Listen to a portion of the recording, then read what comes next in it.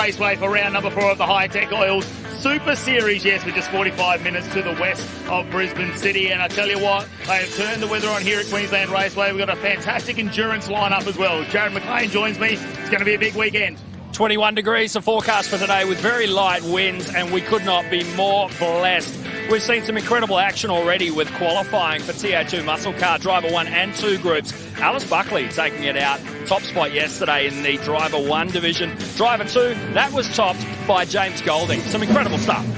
Mate, we're going to put those cars to the test today, aren't we, at the moment? Because we're going to got 2 single driver races as well as a 45 minutes enduro coming later on this afternoon to finish off the coverage. Of course, we've got the Innovation Race cars as part of their endurance round as well. And Australian production cars, the fight in the night. 26 cars here, almost 50 drivers. That's going to be incredible as well. Yeah, Trent White really looking to get on top of that one, currently leading his division in the points, but second outright. It's going to be one to watch.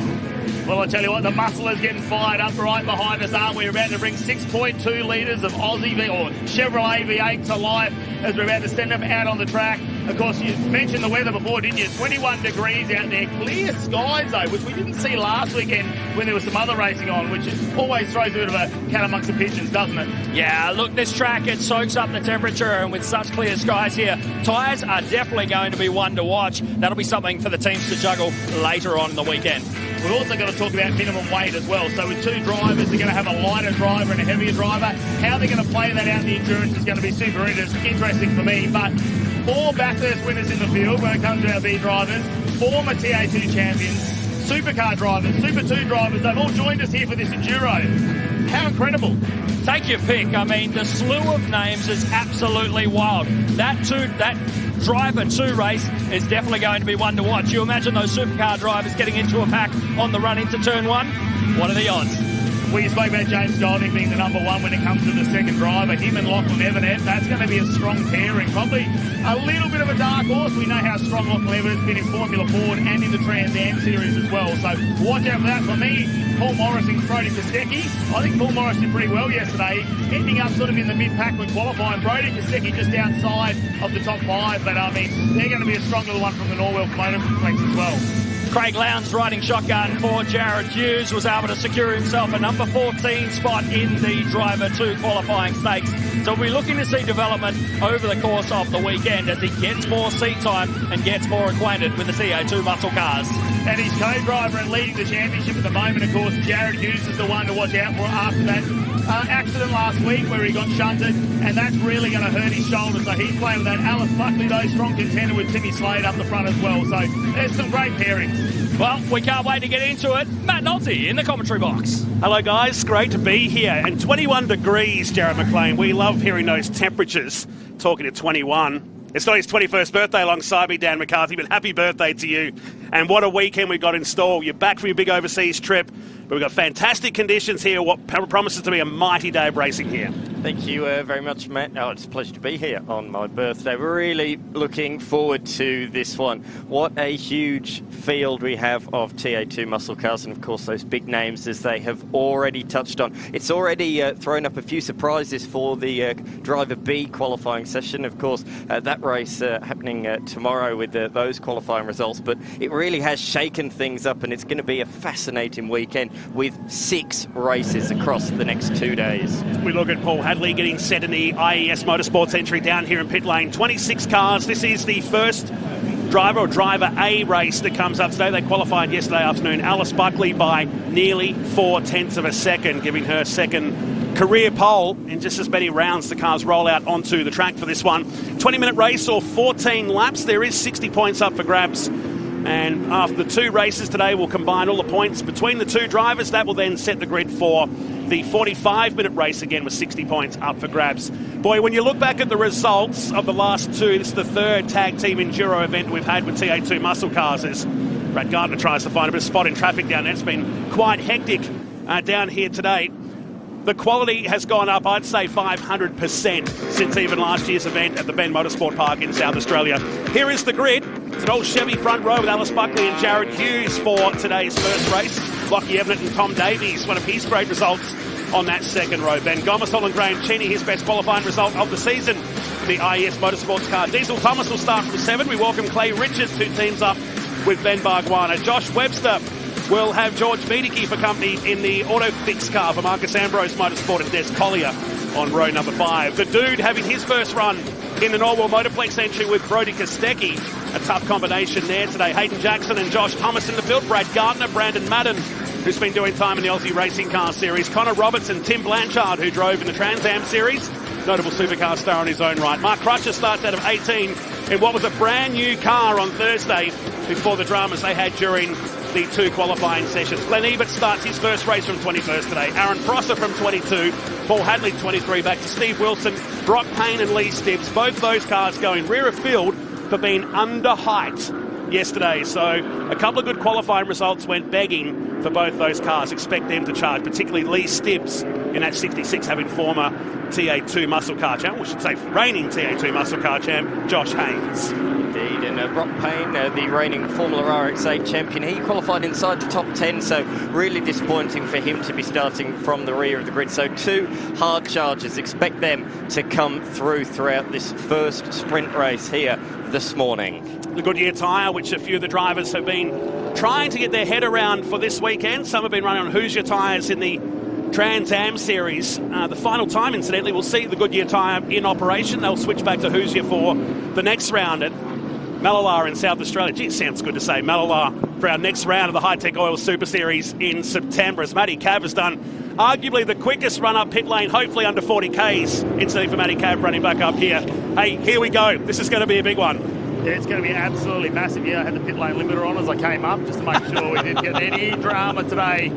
I tell you what, I love the Enduros. It's the 3rd year that we've been doing it now, and it just seems to get a little bit more exciting. They just massage the rules a little bit every time. Yep. The biggest thing I think they've done really well is we've got that limit from when they come into pit lane to when they exit. So that's, we're going to be watching that very closely, and we'll see how some of the teams fare with that. But we're going to get the sprint races out of the way first, aren't we? And look, our A drivers, that is a list of names, isn't it? I said to Dan as you were sprinting back up here, it's gone up at least 500% on last year, in particular that first year at Hidden Valley. There's some nervous teams down there that have got some gun drivers teamed up with some rookies and drivers in their first or second season in the series that are hoping just to get through these 2 races. You can sit down and map it out and say, yep, we'll take it nice and easy during the qualifying race, we'll save it for the big one. But as we know that old cliche, when the red mist comes down, things get very real out there. We jump in car with Brad Gardner. He's got young Blake Tracy. Can't say young now, he's 18.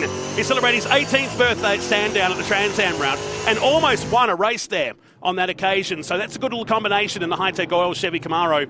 They'll come from the 7th row today with Josh Thomas and Todd Hazelwood, who's leading this year's Trico Trans Am Series as well. So wherever you look, there's quality. Wherever you look, there's drivers hoping to perform on what is becoming a bigger and bigger stage. Jared Hughes' championship lead is over 200 points.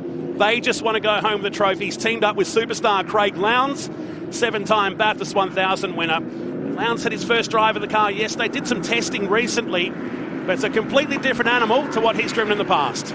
Yeah, I think watch out for Diesel Thomas as well. We saw him last time here at Queensland Raceway really take to Alice Buckley. I know she had a tyre going down in the final moments of that race, but Diesel Thomas coming out of 7th position in the TFH higher racing car as well. Watch for him. Of course, Graham Cheney teaming up with his son this weekend. Tyler Cheney's been very quick now. It's going to be interesting to see him coming out of Toyota 86s now. And he's jumping in with some big names in the driver B. So I really can't wait for the second race as well, because I think there's going to be some fireworks. Yeah, and that qualifying time yesterday, there was 1 second covering the top 10, 1.8 covering 18 cars. It's just phenomenal to see this. When you put the finger over the top of the pole time there, everything else from second backwards, there's only a few tenths of a second. It's incredible. And take nothing away from the 2 down there in 25th and 26th, Brock Payne and Lee Stibbs. Now some technical infringements yesterday, unfortunately, their vehicles saw them go to the back of the pack. Their time didn't count. Now Brock Payne, his first ever time in the TO2 muscle car in Sydney, got on a podium. So yeah, look for some hard charges coming from the rear of the field in this, and there could be some risks taken, I'd say. I've already heard they're selling out of front bars before the race even started. Yeah, I think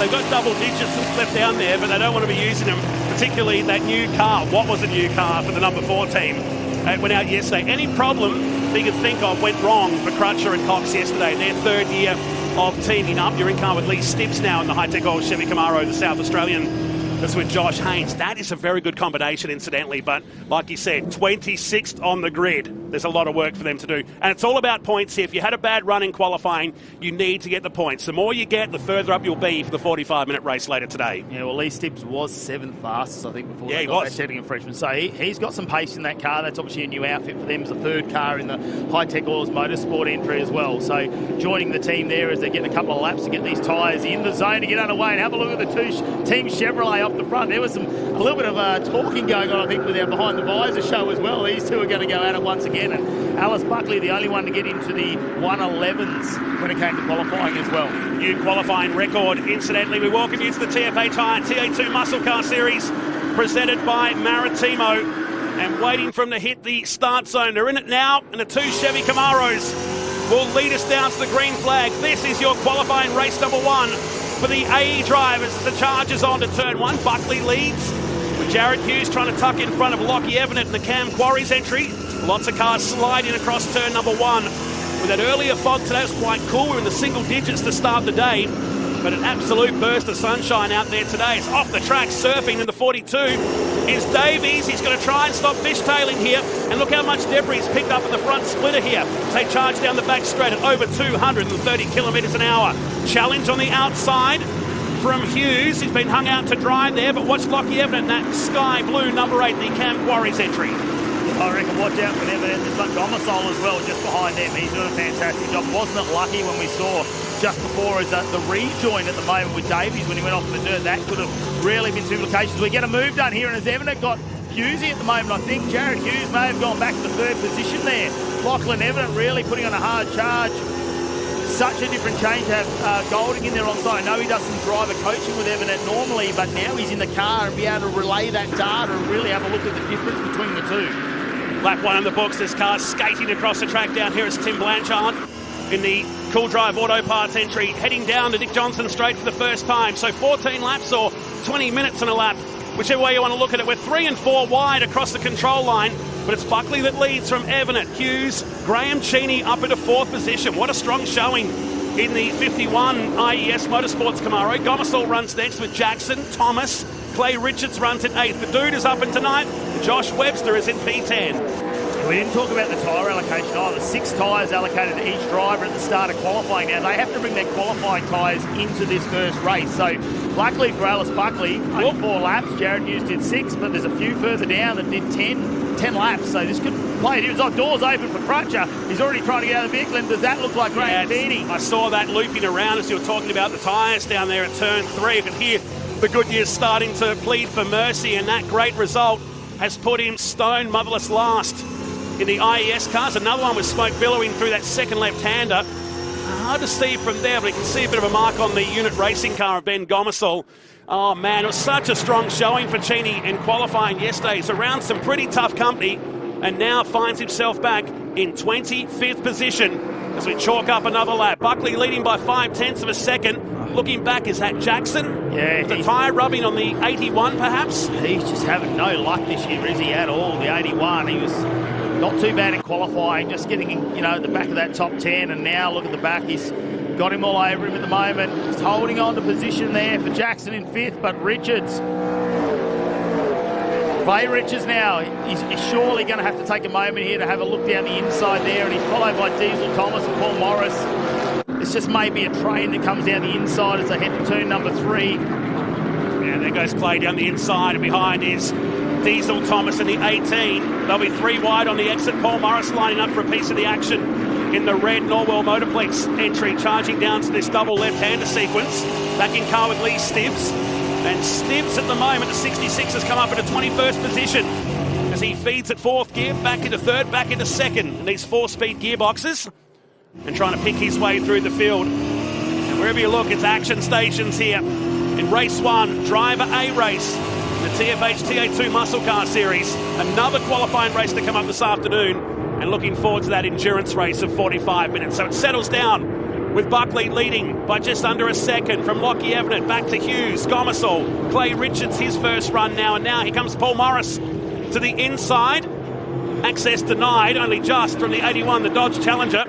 Oh, is that still holding on? Is that some tyre that just flung off the outside, though? I think it is starting to cut that Goodyear down, and How many laps can they afford? Oh, no, it starts to slide. I think that's delaminating. And with the tyre bank you've got for the weekend, if they come and take a tyre, it's going to hurt them come the endurance either later today or tomorrow. It just really upsets your weekend this early in first race number 1 as Paul Morris now gets the Norwell Motorplex Mustang down the inside. It's going to be the TFH guys that follow. Is that Diesel Thomas there? Yes, it is. That's unfortunate. And behind Tom Davies and the Chevy Camaro, the Exchange Hotel Kilcoy entry being prepared by Nathan Hearn Racing this season. So I think he's got around. Contact down here now. So a troubled race has now ended up facing the wrong direction for Hayden Jackson, who's going to plummet down the field now.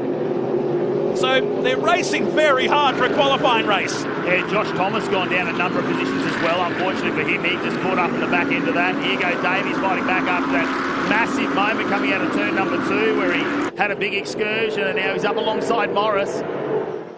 Let's have a look at this on the replay. So inevitably there's going to be contact. That's what happened to Thomas. It's peeled away the front right guard on the TFH Mustang. This will be like for the in-car. Whoa, he was having his own moment and just got the back of the 81. Race control will be looking very carefully at that. He was out of control on the 69. Never there was contact between the two of them.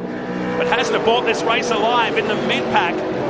Blanchard, a sea of sky blue cars in this shot on their way down to turn number 3. A long way to play out as Madden in the Harvey's towing service TFH car teaming up with Scott Andriski, getting a little bit comfy with the Appliance White Chevy Camaro on the way down to turn 4. Yeah, they won't want to be rubbing panels too much there, will they? It'll be something where they just make a little bit of damage to a tyre or some of that. Maybe settle it down. It's early in the weekend. We've still got another day of racing tomorrow to do this all over again. And tyres are going to be a massive talking point as the weekend goes on, just to see who's got something left tomorrow to take the fight to them. Brad Gardner up in the 10th position. That's a nice little fight back from him. They're just trying to find some pace in that car this weekend. Haven't quite found a happy setup, and they had diff issues yesterday.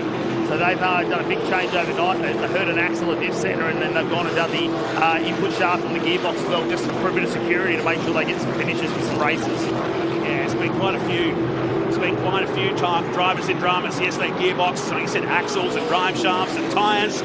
Well, this is a 2-driver event here this weekend, the 3rd edition of the tag team Enduro. We just saw the 81 looping around. He's got Declan Fraser for company, and Mel Price is down in pit lane. Fraser, it's always sad watching your car not a good start to the weekend so far. Yeah, Hayden did a great job. He was up like 10 spots in the first lap, and he was trucking along nicely. We got bombed down into 4 by someone, and they made a bit of a desperate move and ran wide and had a bit of damage on the rear, and then 2 laps later just got T-boned at the exact same corner by his teammate. So yeah, it's a bit unfortunate. Obviously he's still out there circulating. He's coming back through the pack at the moment, but it's the first race of the weekend. We'll just get through it and have some more fun. Well, hopefully not too much damage, and then it'll be your turn to get out there and make up some spots, get some points. That's a plan, yeah. He seems to have pretty good pace at the moment coming back through, so hopefully it's all good. Fingers crossed. Good luck. Thank you. Declan Fraser, former Super 2 champion. He'll start from 8th for his race later today, but watching his teammate try and work his way back from 20th position in the Dodge Challenger. So let's have a look how it's going down here in race number 1 today. Alice Buckley by 1.4 seconds. Continuing on with that fairy tale weekend at the recent round here a few weeks back. Lockie Evanet runs in second. Jared Hughes is now flying. We've got a yellow beam displayed on the way down to turn 3, so we'll try and chase that. Behind us, Gomersall, the man trying to keep in touch for the TA2 Muscle Car Series honours in 2025. Clay Richards runs in 5th now. Paul Morris has come up in a 6th position from 12th, teaming up with Brody Kostecki. Absolutely put a marker down next to these two later on this afternoon, that endurance race. Diesel Thomas is next with Madden, Davies and Josh Webster. Now your top 10. Collier is next with Brad Gardner, reigned in 12th spot. Blanchard in 13th with Brock Payne and Josh Thomas. Those guys down there in 13th, 14th and 15th position. Oh, who's that turned around on turn number 4 as well? We just had some contact. 2 cars. There's 2 cars in that shot. And I hope it's not Brock Payne, because he had gone all the way up to 14th from 23rd. He is having a really bad luck this weekend after technical infringement, hoping to work his way back through the pack, or is it further down? That's unfortunate, really unfortunate for the small family team. Look at Alice Buckley, though, dominating out in front. That Chevrolet entry. Tim Slade has been really helpful, I think, in getting the car set up in this and the information that he can bring back to the team. And Alex Buckley's had an absolute rocket ship to drive, and this is the replay of what happened earlier. On his own down there, the Hutchinson Builders car, and Josh Thomas, for the second time in this race, avoiding the scene of someone else's accident. And again, we'll have to start picking his way through the field. For Brock Payne, he come from 25th on the grid and well inside that top 20, but now has to do it all again. Yeah, it's a lot of work to get through. You know, we talk about this afternoon, Paul Morris already up in the 6th position, as you can see up on our screens, but it's what the drivers do combined that takes them into their position for this Enduro this afternoon. So even if you're not up the front of the grid, depending on how your co-driver ends up, a couple of strong results, top 5 results, can see you right up at the pointy end. And Paul Hadley now down here at turn 3 in the second IES Motorsports car. So he returns, but down at the back of the field. So turn 3 has been treacherous once again. It was treacherous enough last weekend with Super 2, but it's carrying on with the TA2 muscle cars. The IES Motorsports car puts him back down to 24th position. On Morris and Diesel Thomas here battling for 6th and 7th on the track. The two big movers inside the top 10 right now.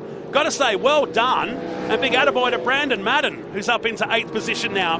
That's a good little combination with he and Scott Andriski as well. Yeah, they're doing really well come this race format.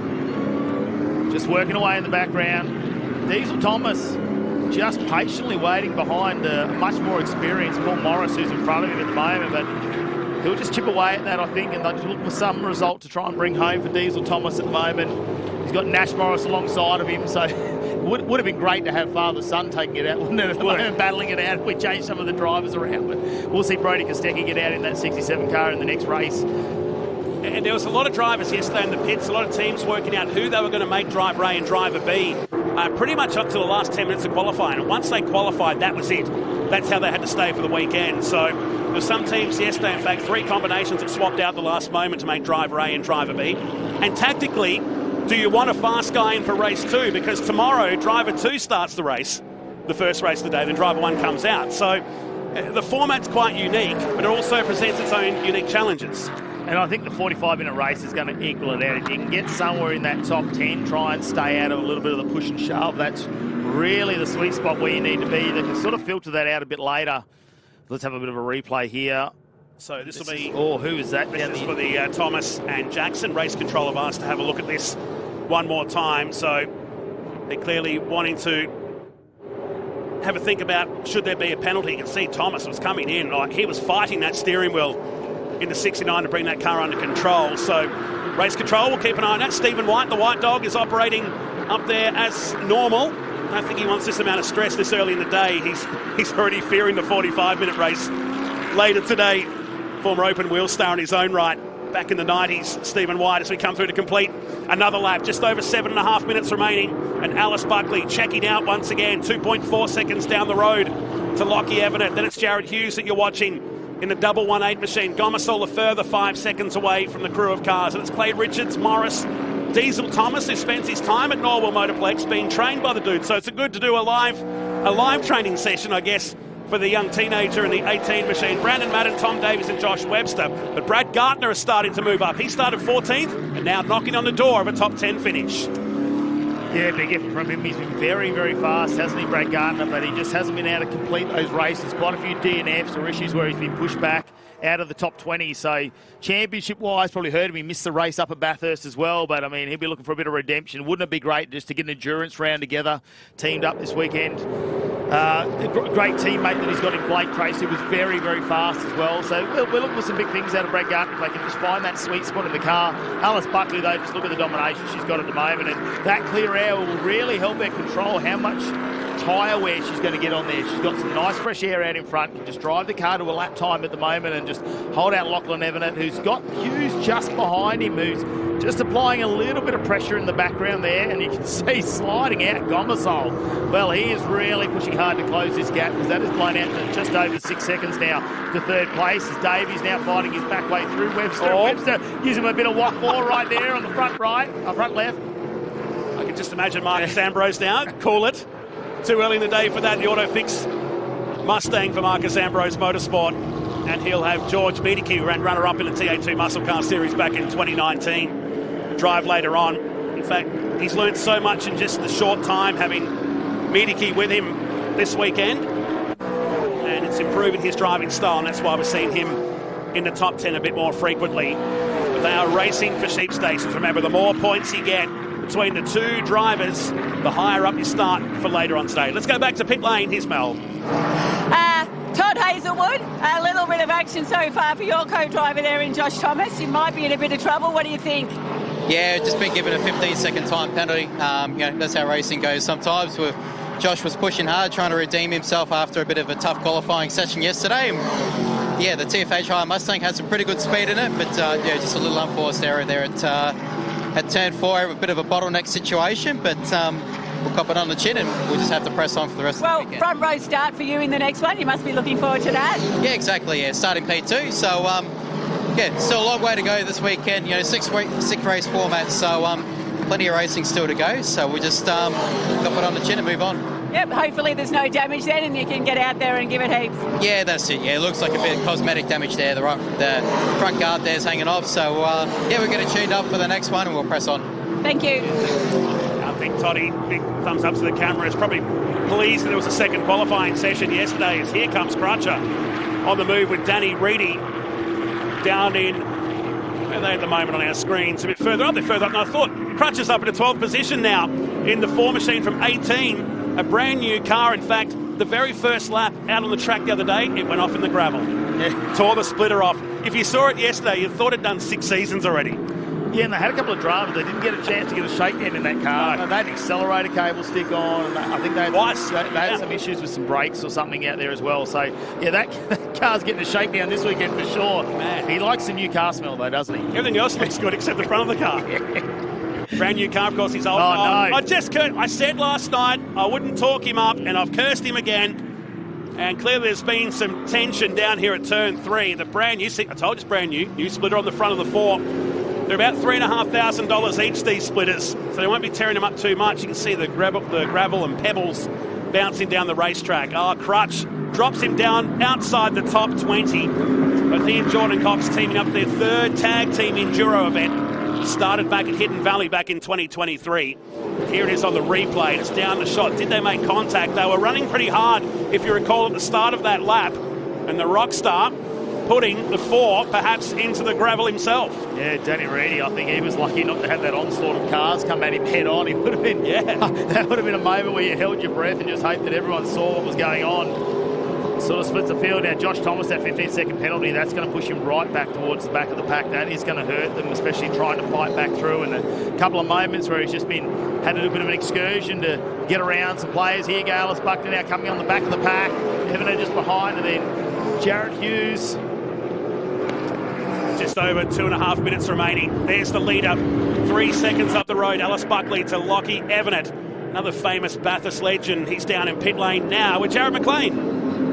See Clay Richards' progress on for a top 5. You must be very happy.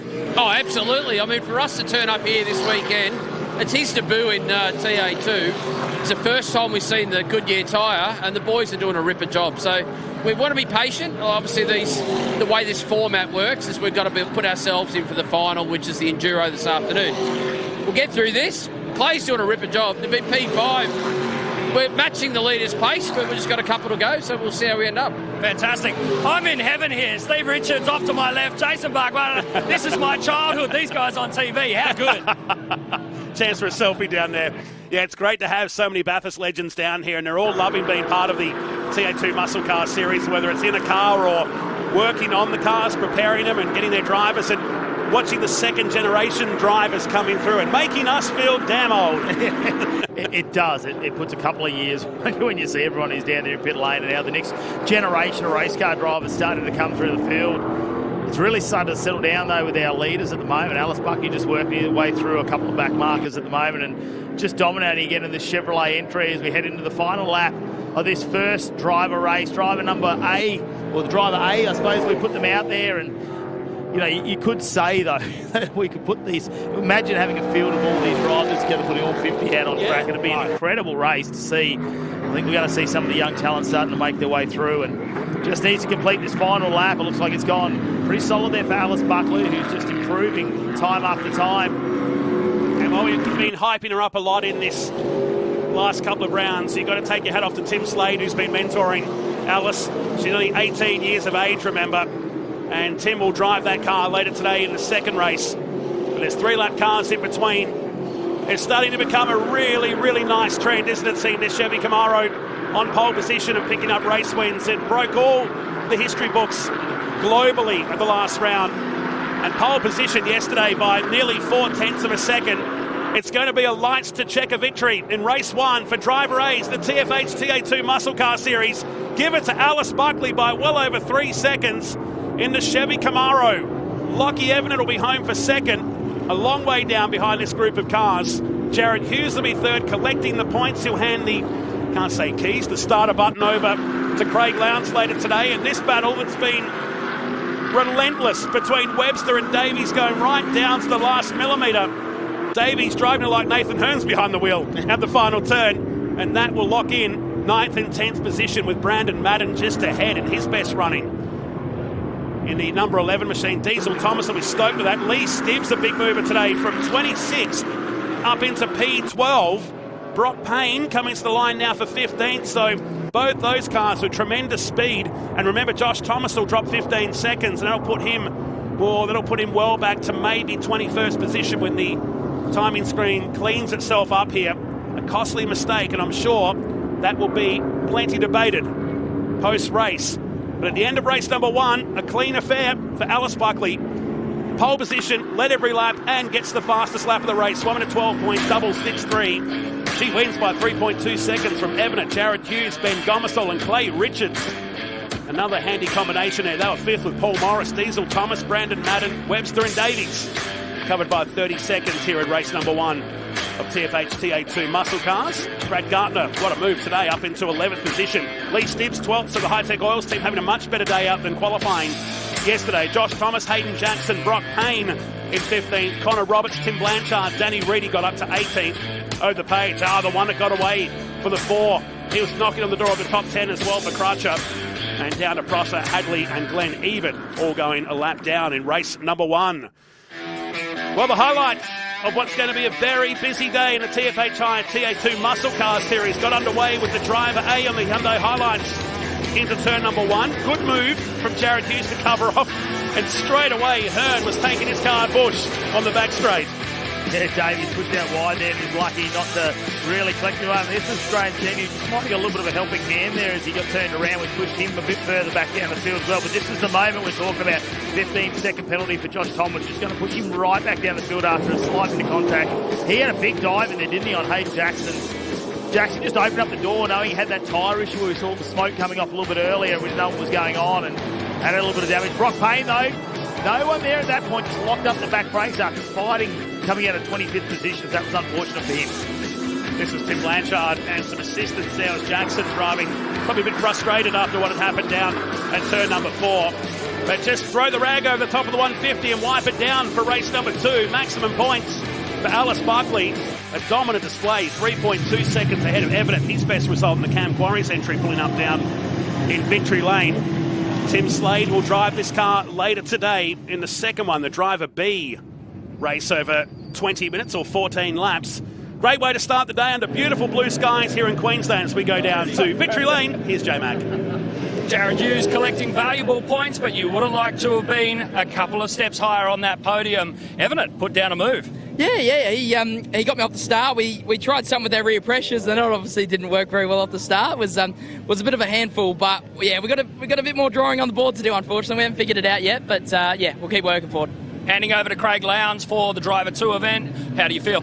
If we give him that, hang on, brother. But we'll try and make it a little bit better for him so he can enjoy it a little bit more. Well, rest up. We'll see you soon. Thanks, guys. P2, Lachlan Everett, you looked a bit nervous yesterday, but I could tell underneath you were quietly confident. What a brilliant drive. Yeah, it was really good. The Ashley Jarvis racing crew have done wonders over the last couple of weeks from the last round we had here, and the setup's amazing in the car, and we have super speed, and I think in that race we're just trying to keep the tyres good, just drive smooth laps and, yeah, picked up a couple of positions, which is even better. So, yeah, it puts us in a good position for the Enduro, and I'm really looking forward to seeing what Jimmy can do in the next one. Yeah, you're a strong driver combination. He's starting on pole, of course. Great start to the weekend. Yeah, it's an awesome start to the weekend. Act a little bit early, be a bit more aggressive, might be able to take the top spot. But, yeah, second place, really happy with that. It's a solid start to the weekend. Plenty more chances to come. Well done. No, thank you very much. Taking out a race 1 victory, you've started the weekend off strong. Yeah, thank you very much. Yeah, we expected to go out there, obviously starting off pole. You hope to make it around turn 1 in first. So, yeah, just got the momentum off the start and, yeah, couldn't be happier. Thanks to the team. Now I got to hand it over to Timmy and see what he can do.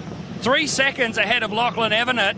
How are you feeling after this first stint on these tyres? Yeah, pretty good. It was a bit interesting because I had to get in the way of a few lap cars there, and they didn't make it easy for me, obviously. They didn't want to finish a lap down, but yeah, it was good, and obviously for the Enduro, it's only 20 minutes, so that's pretty much my stint. So, yeah, good to pretty much get a practice run for what this afternoon's going to be like. Well done, we're looking forward to it.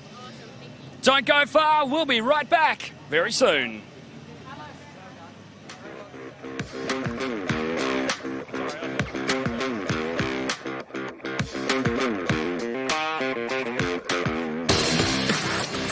Oh, I tell you what, she is a young talent celebrating her 18th birthday after our last round and hasn't had much time to celebrate though, but behind the wheel of those 86s and various forms of tests. She's been testing flat out as well. So Alice Buckley, a strong contender with Tim Slade this weekend at the TFHI TA2 Muscle Cars presented by Maritimo Luxury Yachts. But let's move on to our next category as Dan McCarthy joins me back here for his birthday weekend in commentary, and we got a massive field of course, the Eastern Sleepers Australian Super Tin Tops coming out at the moment, and great to see some of the names returning from last week. Fortunately, Dennis Panner has already hurt his engine, so we won't see him return the MX-5, but there's some strong qualifying results earlier.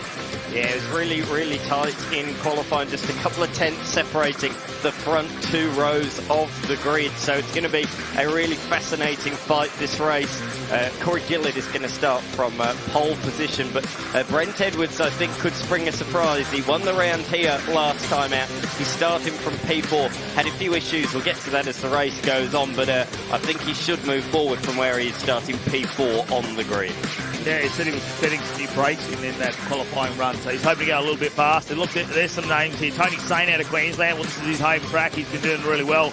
And then LS Powered RX-7 as well, whether he can bring that forward just a little bit. Stephen Chilby was working on that car overnight. Daniel Natoli, though, they have had to fix that engine since last round. They actually had one of the valves, one of the cams came loose, and so the valve stayed open a little bit too long and made contact with the piston. So they've had to rebuild that engine between rounds. They only got that back this week. So he was at risk of not even making it here this round. Michael Ricketts is back in a young car wash here from Pulsar.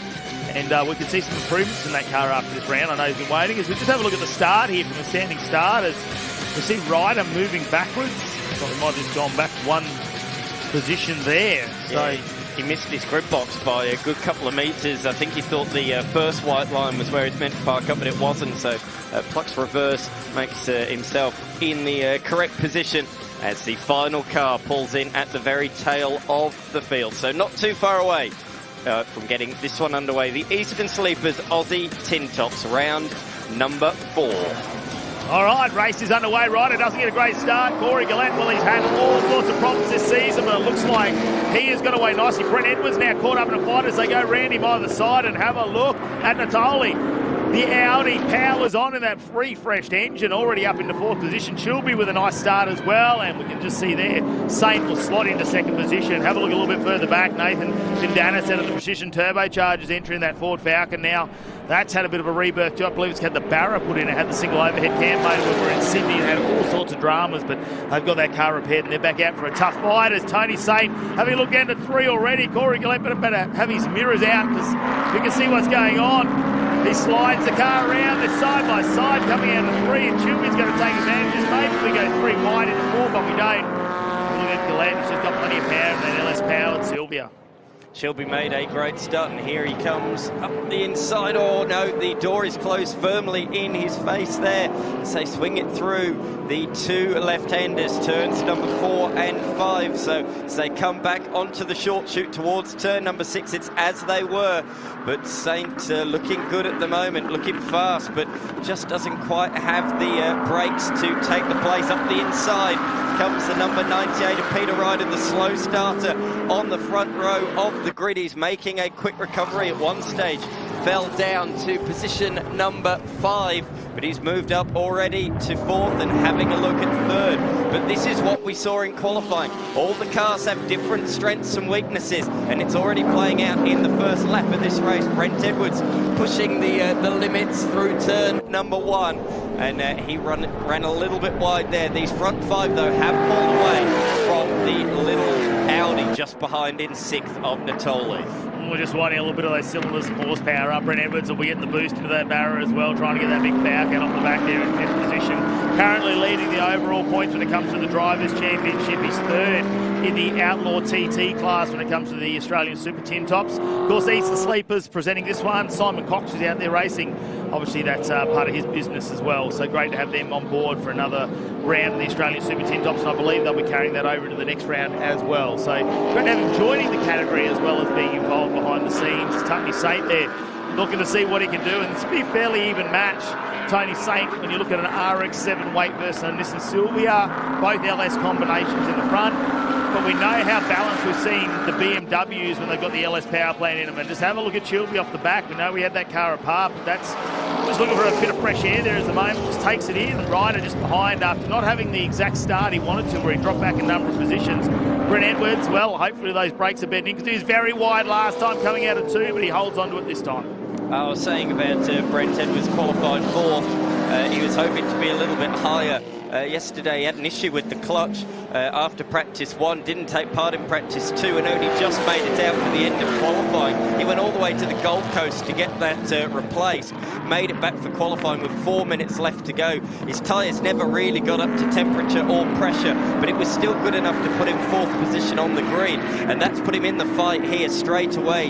He is in the game. He made a relatively good start, but due to the slow start from Peter Ryder, didn't really have anywhere to go, so he is slotted into the tail of this group at the moment. But up the inside comes Chilby, and he moves through, so that's the first real change in this group.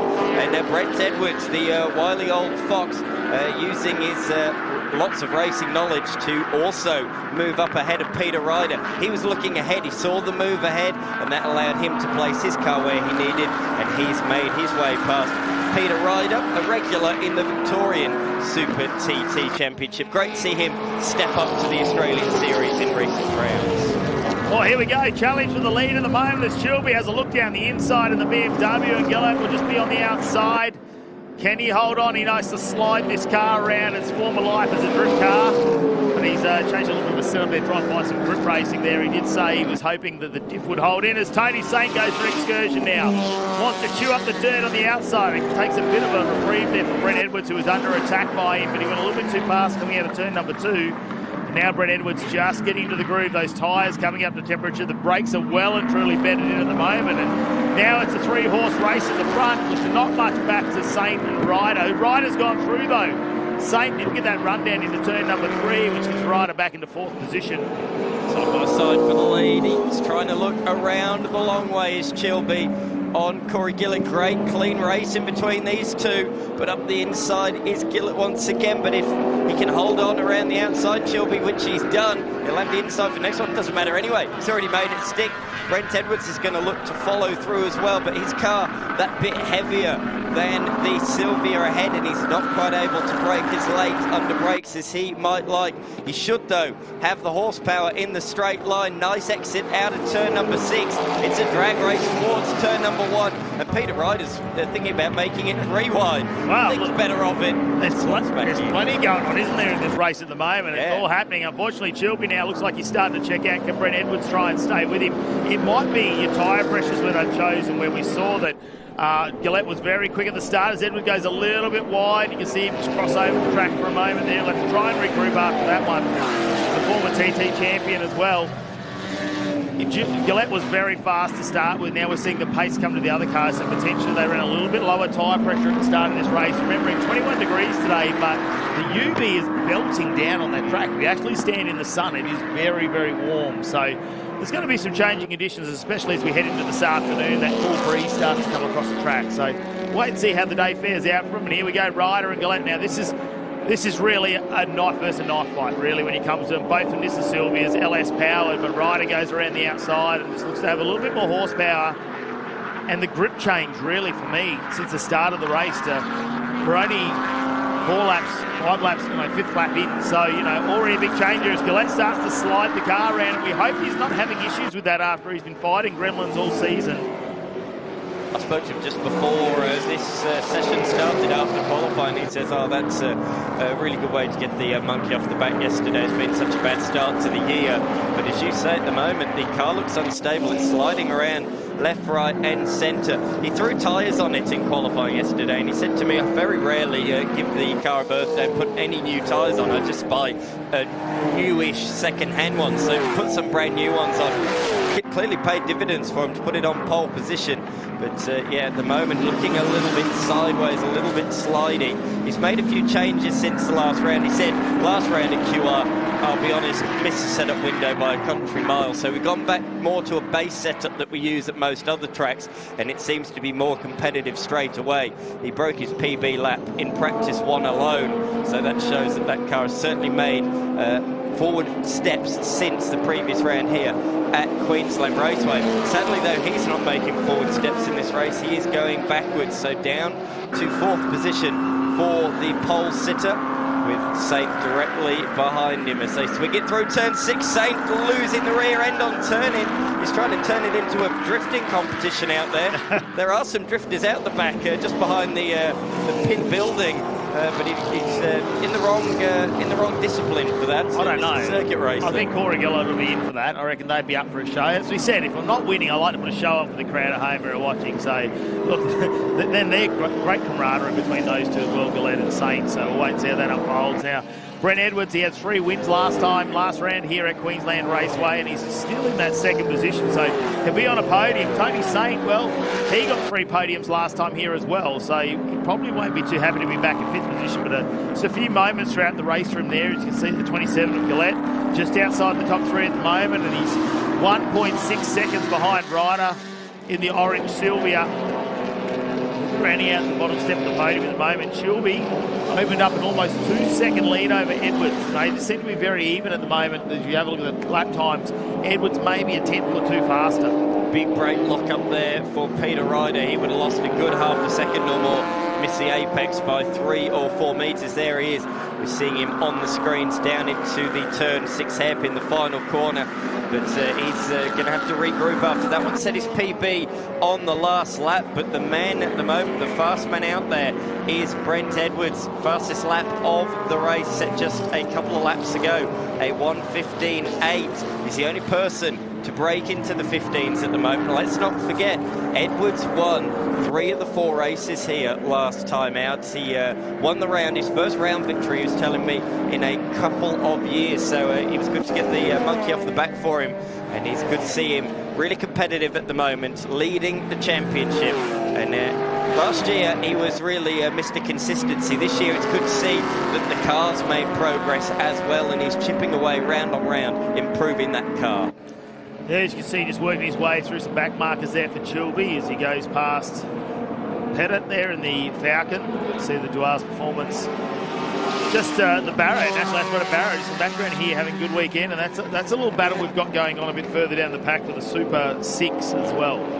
The fellow Falcon driver there, Pettit, just held up Brent Edwards through the 2 left-handers, so he's lost a bit of ground. He was just catching the leader, margin down to 2.7 seconds, but I think that would have cost him a little bit of time, and it did, half a second in the middle sector for Brent Edwards, and it would have also affected his run at the start of the final sector as well, so he lost another couple of tenths in total. Just been balked ever so slightly, caught Pettit at the wrong time, cost him 0.7 of a second, that margin out to over 3 seconds now. It's just little things like that around this short Queensland Raceway that can cost you a chance of victory. Yeah, it's one of those ones on paper when you look at a 2D map, it looks fairly plain, Queensland Raceway, but then take into effect some of the conditions out there. As you come in, there's a few bumps going to turn 3 and things like that, and it's not quite square when you go in the corners. They're not a nice, smooth, flowing corner on some of them. So there's really some tricky braking areas and things like that. So Queensland Raceway, although it looks fairly basic, they call it the paper clip, don't they, when we come here? A bit more challenging for the drivers once they actually get out on track. So it's a great little platform there for our drivers to really push themselves. You're basically going to get 4 little drag races, I suppose, down into corners. There's a lot of overtaking opportunities here at Queensland Raceway as well. And as long as they're not getting to turn 7, which is the pit entry, that's the only one. We don't want to see too many people going in there throughout these 20-minute races here for the Australian Super Tin Tops. And thanks to Eastern Sleepers. Slow. Chilby. Yeah, there's an issue there, and I'm just trying to see if there's anything under the car. But look, I'm not quite sure what's going on. They're waiting for a moment. Was there...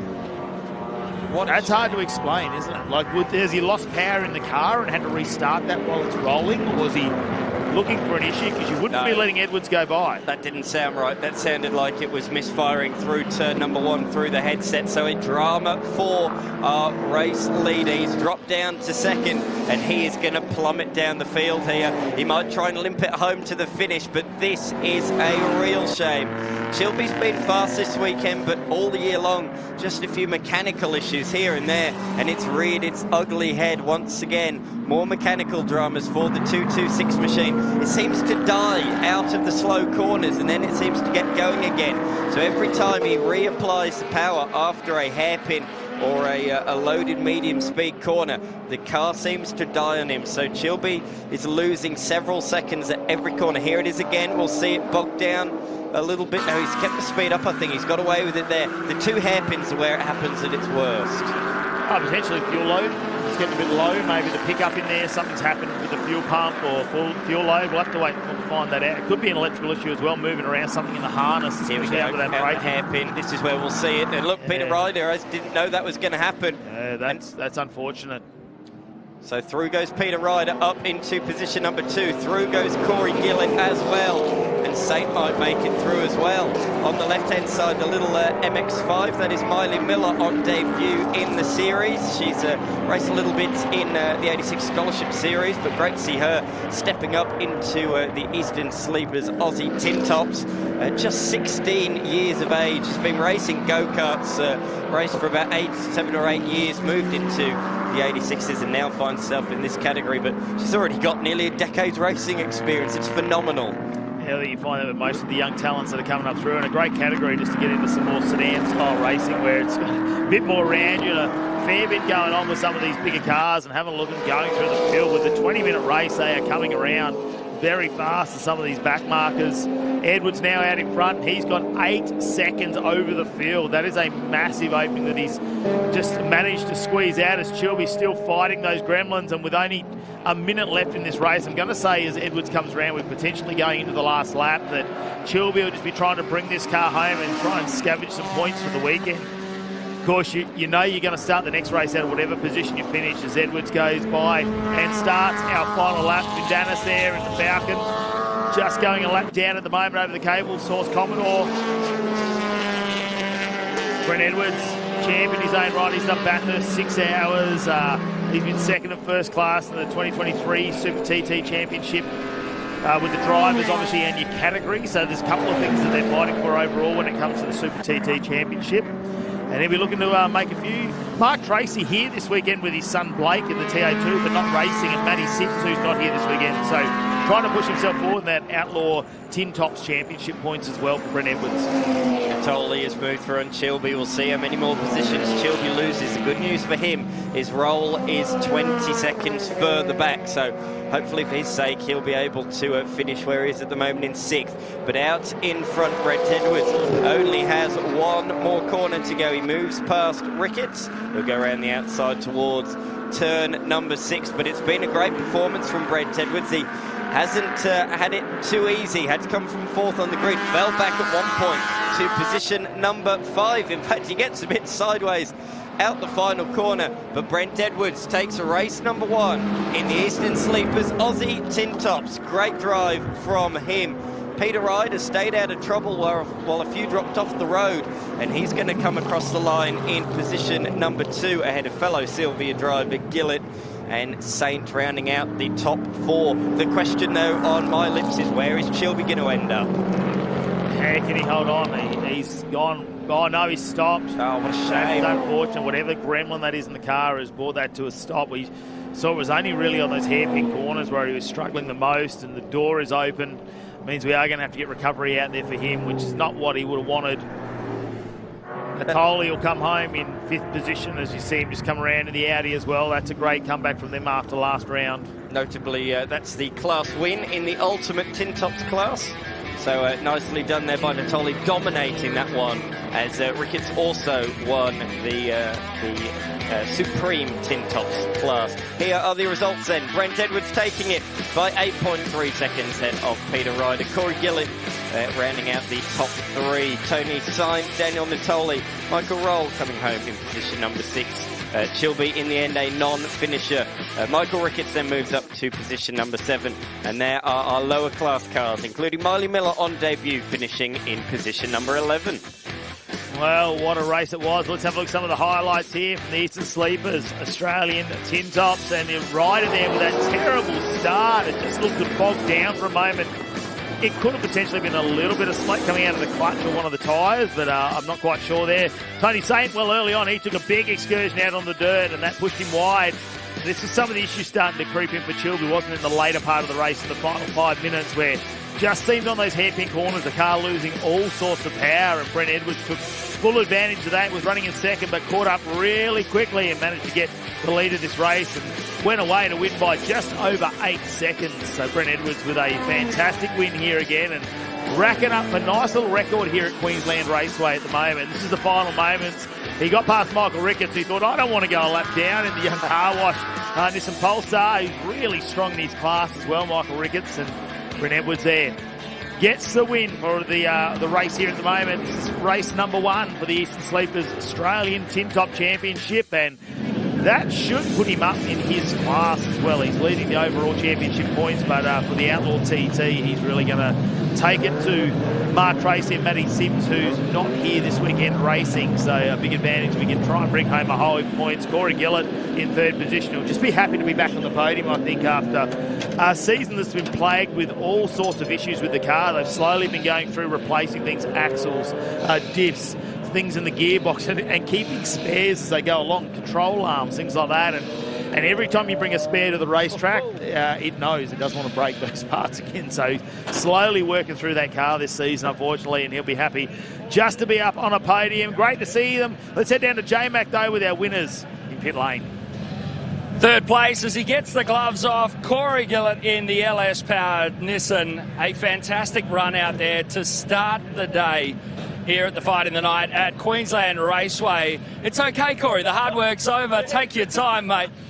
3rd place, another Sylvia next to you, but Brent Edwards on fire. Absolutely, mate. Now, how much fun are we having in this weather up here in Queensland? It is the best. Congratulations to these guys, really good. Thanks again to the series for having us all up here, and we're having some killer fun up here. Thank you very much. You've had to do some reliability work. How's the car today? Yeah, it's been really reliable. Touch some wood somewhere, but yeah, I think we've got it dialed. We'll just tune a few things up and see if we've got something for these guys in the afternoon race. Fantastic stuff. All right, let's go and find Peter Riley as we come around the back. Peter, come on over. It's your moment to shine.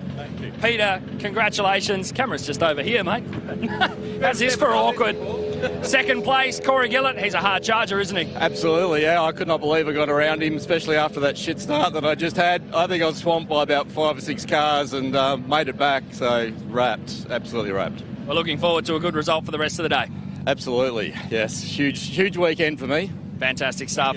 Let's move on. Brent Edwards. Congratulations, mate, taking it out. A fantastic finish there in race 1 for you. Some 8 seconds ahead of the field. Wow, that was pretty good. The boys are giving me a bit of a jet today, so really good. Had a clutch problem yesterday, so we only could do 1 practice and didn't really get out to qualify well. So thanks to my team, Cable Source and Race Fuels for the best fuels, kept us going there. Fantastic. Well done, mate. Thanks. Yeah, big congratulations to all of our Eastern Sleepers Australian Tin Top winners here for race number 1. We're going to go to a break very short right now here for our Hi-Tec Oils Super Series endurance round here at Queensland Raceway. We'll be back at 1 p.m. as we kick off Driver 2 race here for the TFH Hire TA2 Muscle Car Series. Supported by Maritimo Luxury Yacht. Is not too far away. Back at 1 p.m. on SBS, SBS On Demand, Foxtel and KO. Make sure you rejoin us for all the action this afternoon. Endurance, endurance, endurance. Plenty of laps here to be done at Queensland Raceway. We'll see you then.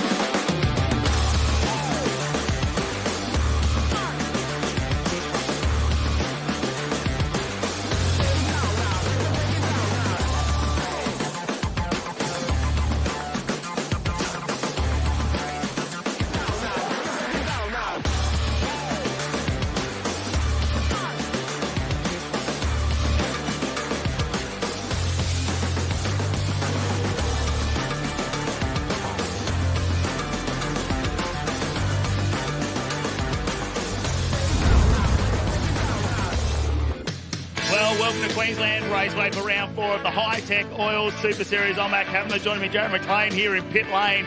It's a fantastic event. The Enduros that we've brought to round number 4, of course, the Australian production cars, the innovation race cars, and of course the TO2 muscle cars. They're not just doing the normal 20-minute races this afternoon. We got some big 40, 50 and 3-hour races coming your way. Yeah, it was an incredible start to the day. We've already seen the Driver 1 race, but this is going to be the Driver 2 race, the Coes, if you will. Yeah, when it comes to the TFHI TO2 muscle cars presented by Maritimo Luxury Yachts, Driver 2 getting in there, and there's some big names. We've got Bathurst winners, we've got supercar drivers, Super 2 drivers, and former TO2 muscle car champions as well. So the Driver 2 race is going to be full of fireworks. Yeah, expect to see those supercar boys getting into a big pack and sorting it out amongst themselves on the run down into turn 1. But there are a lot of people with not so much skin in the game. A lot of these drivers are interlopers into the TA2 muscle car field. And it's going to be a fantastic afternoon. Perfect conditions, I think, for some of these drivers as well, as the sun is shining down here on the racetrack. It's 21 degrees, clear skies, and I don't think we're going to have any bad weather this afternoon. Yeah, and it's all the better for the action about to come. We are spoiled for choice here, not just with TO2 muscle cars, but an incredible undercard as well, Matt. Australian production cars, of course, the fight in the night. There's 3 hours, 26 cars to go through as well, with almost 50 drivers. Only a couple of those drivers going to do the full 3-hour stint, so that's a massive night of racing. The innovation race cars, who are built for this, really. They're like a GT4 style car. They've got a 50-minute race coming up later as well. I mean, I don't know how the entertainment gets any better for the viewers. Of course, Super Tin Tops featuring as well. And taking it down a notch in terms of size, we also have the Superkarts and Formula V tearing it up here at Queensland Raceway. Oh, we're not too far away from getting the 8 cylinders of muscle fired up here, though, for our B drivers. I mean, think about it. Craig Lowndes is here in the house as well. Tim Slade, who's starting out a 3rd position for this one. Of course, they qualified yesterday. We've got Brody Kostecki here as well. He was a little bit further down the pack, but he was in 5th position from memory. So, like, there's some big names here, and I can't wait to see him get out there on the track. Yeah, James Golding really stunned in the number 2 driver qualifying session yesterday, bringing it home for pole. He's going to be one to watch. We already saw Lachlan Evanet second across the line earlier in the number 1 race. That bodes well for their enduro start. Talk about a couple of cars coming out the back, though. Josh Haynes wasn't the day he wanted. Last year's TA2 champion with the Hi-Tec Oils Motorsports crew this weekend. He's starting down mid-pack, really, and they've got to fight back. But Lee Stibbs, who started off the back of the field in race number 1, ended up in 12th position. So whatever they've done overnight, they've really got a fast-paced car. He'll be one to look for going through the pack. Yeah, we've seen a few incidents earlier in the number 1 driver race. Taking that one out first across the line, Alice Buckley. She wins our pole award for the day, topping out qualifying, and then backs it up first across the line. Definitely one to set your sights on. Yeah, reset our qualifying record there with a 11.90 there. So that was super fast from Alice Buckley as well, and great to have her. Obviously, all the team around her, and another exciting win. She got 2 wins last time we were here just 6 weeks ago as well. So, you know, there's a bit of hype around her, and she does really well at Queensland Raceway. It's just incredible to see her so fresh into TA2 and just stamping her authority all over some incredibly experienced drivers. It's just been one to watch. I tell you what, Todd Hazelwood here as well. So Brody Kostecki and Todd Hazelwood, who are teammates when it comes to the Shell V-Power, they are going to go at it, though, this afternoon in this race. We already saw Kostecki's co-driver, Paul Morris, with a fantastic result earlier. It's definitely going to be interesting to see those guys. They're so relaxed down there. You have to go and have a look at the shirts that they brought out just for this. It is one to look out for. I tell you, let's have a look at some of the drivers, though, who are here in the field for the TA2 muscle cars at round 4 of the Hi-Tec Oil Super Series endurance round. A stacked grid of 26 cars will take the Queensland Raceway for the TA2 Tag Team Enduro this weekend, which will mark the highest profile event in the history of the TA2 Muscle Car Series. Championship leader Jared Hughes will be backed by 7-time Bathurst 1000 winner Craig Lowndes this weekend and is determined to bounce back after a crash in last week's Super 2 Series that left him with a shoulder injury. 18-year-old Alice Buckley returns to the TA2 Muscle Car Series for her second outing in a Chevrolet Camaro, teaming up with Supercars co-driver Tim Slade. Buckley stunned the paddock on debut at the previous round, dominating the Sunday with a pole position and 2 race wins. Supercars team owner Tim Blanchard is set to make his TA2 debut this weekend, partnering with New Zealand driver John Udy. And while this marks his first appearance in the TA2 Muscle Car Series, Blanchard is no stranger to these cars, having previously competed at round 3 of the Trans Am Series in Darwin. 2023 Supercars champion Brodie Kostecki and Bathurst Triple Crown winner Paul Morris will drive together for the first time ever in an event. While Morris's son and newly named Premier Supercars Enduro co-driver Nash Morris will form part of the powerhouse TFH racing team that includes the current Trans Am Series leader Todd Hazelwood, Matt Stone Racing co-driver and former TA2 champion Aaron Seaton. Son of Guns Jason Bargwanna and Stephen Richards have also made the journey north from their Melbourne base. Ben Bargwanna and Clay Richards combining for their first ever TA2 Muscle Car Series event. Other two-driver combinations include father and son combo Graham and Tyler Cheney. Connor Roberts is paired up with Brian Casher. Brandon Madden with Scott Andriski. And Brock Payne has former Super 2 driver Daniel Jellison. The format will see a sprint race for each of the team drivers both Saturday and Sunday, while two 45-minute enduro races will feature a compulsory driver change mid-race, with the team that has accumulated the most points over all 6 races declared the winner of the 2025 Queensland Raceway TA2 Tag Team Enduro. So, Jared Hughes, championship leader, third in that first race. You've just handed your car over to Craig Lowndes. How are you feeling? Yeah, hopefully I didn't like the car very much in that last race, so we've, nice and loud. We've thrown a little bit at it, so hopefully we've made it a little bit nicer for Craig, because it certainly wasn't enjoyable for me.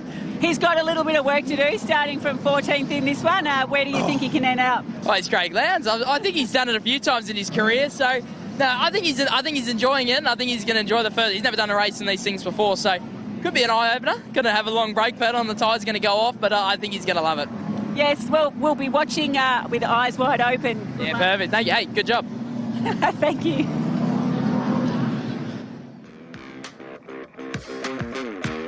So the cars roll out for driver B. This is going to be a big one to set the grid for later on this afternoon. The more points you get, the better you'll be up the grid for the final race of 45 minutes later this afternoon. Get into your comfy seat wherever you might be watching right around the country. James Golding will start from that pole with Todd Hazelwood, reigning Trans Am champion and leading this year's Trans Am Series. Back with Josh Thomas. Once again, the cars are making their way out towards the grid. Come back and join us at Queensland Raceway. This is the Hi-Tec Oil Super Series.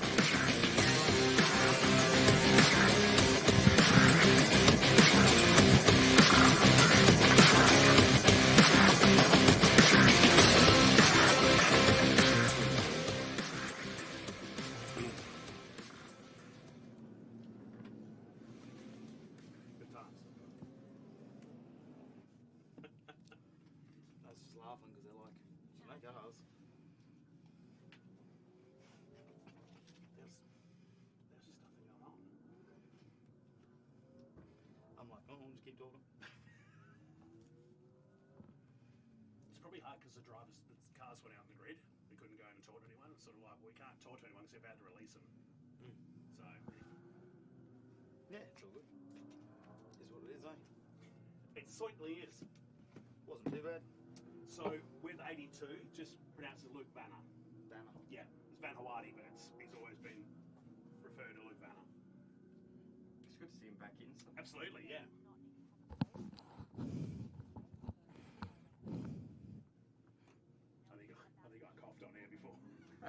You guys are doing your piece. I went, I think that went out. Cover that.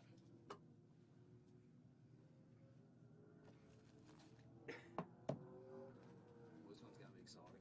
Yeah. This one's going to be awesome. Get the press release ready now, Dan. Yeah.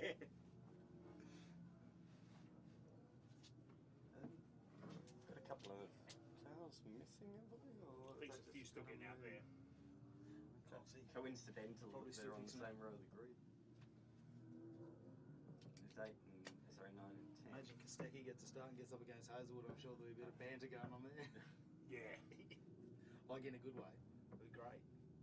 Herney's in there too, he's quick. It's the Morris and Fraser cars. It'll be interesting to see if they've missed the mark with Morris's car, because I was talking to Diesel and he goes, just not fast. It's like, well, you're going to find out. They're doing another lap. Well, this will be the parade lap now.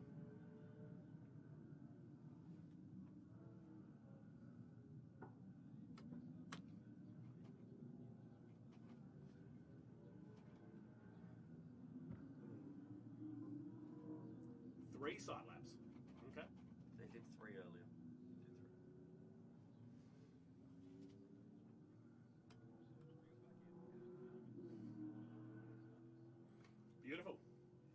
Welcome back, mate.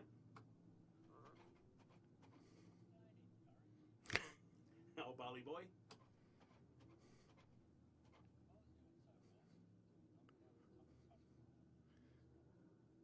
Multitask, mate. Multitask. Little multi, yeah. I'm with you.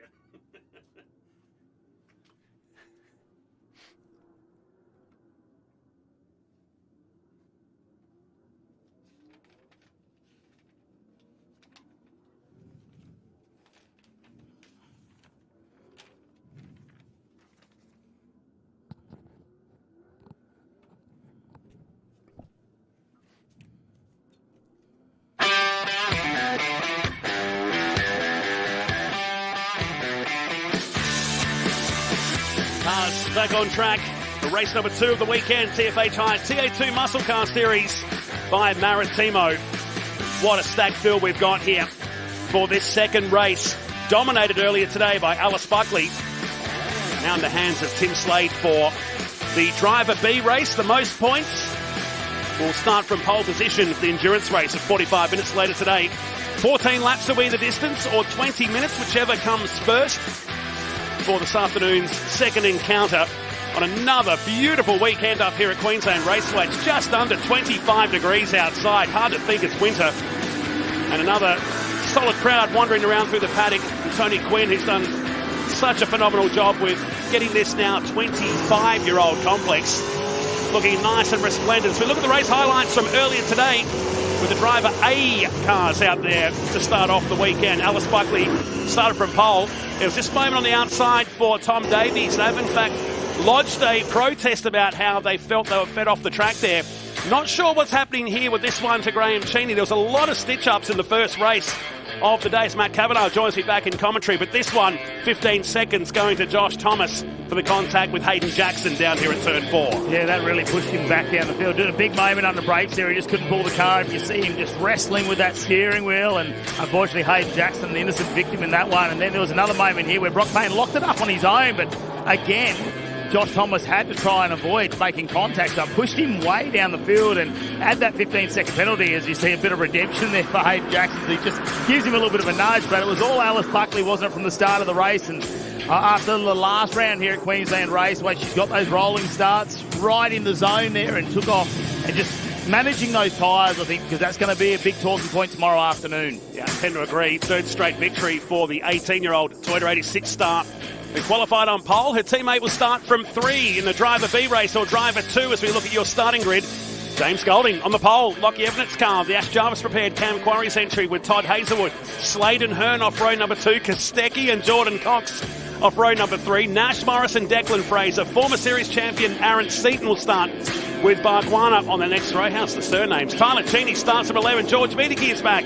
Runner-up for the 2019 series with Scott Andreski. Yeah, that's Craig Lowndes starting out of position number 14 in the 118 machine that Jared Hughes drove earlier today.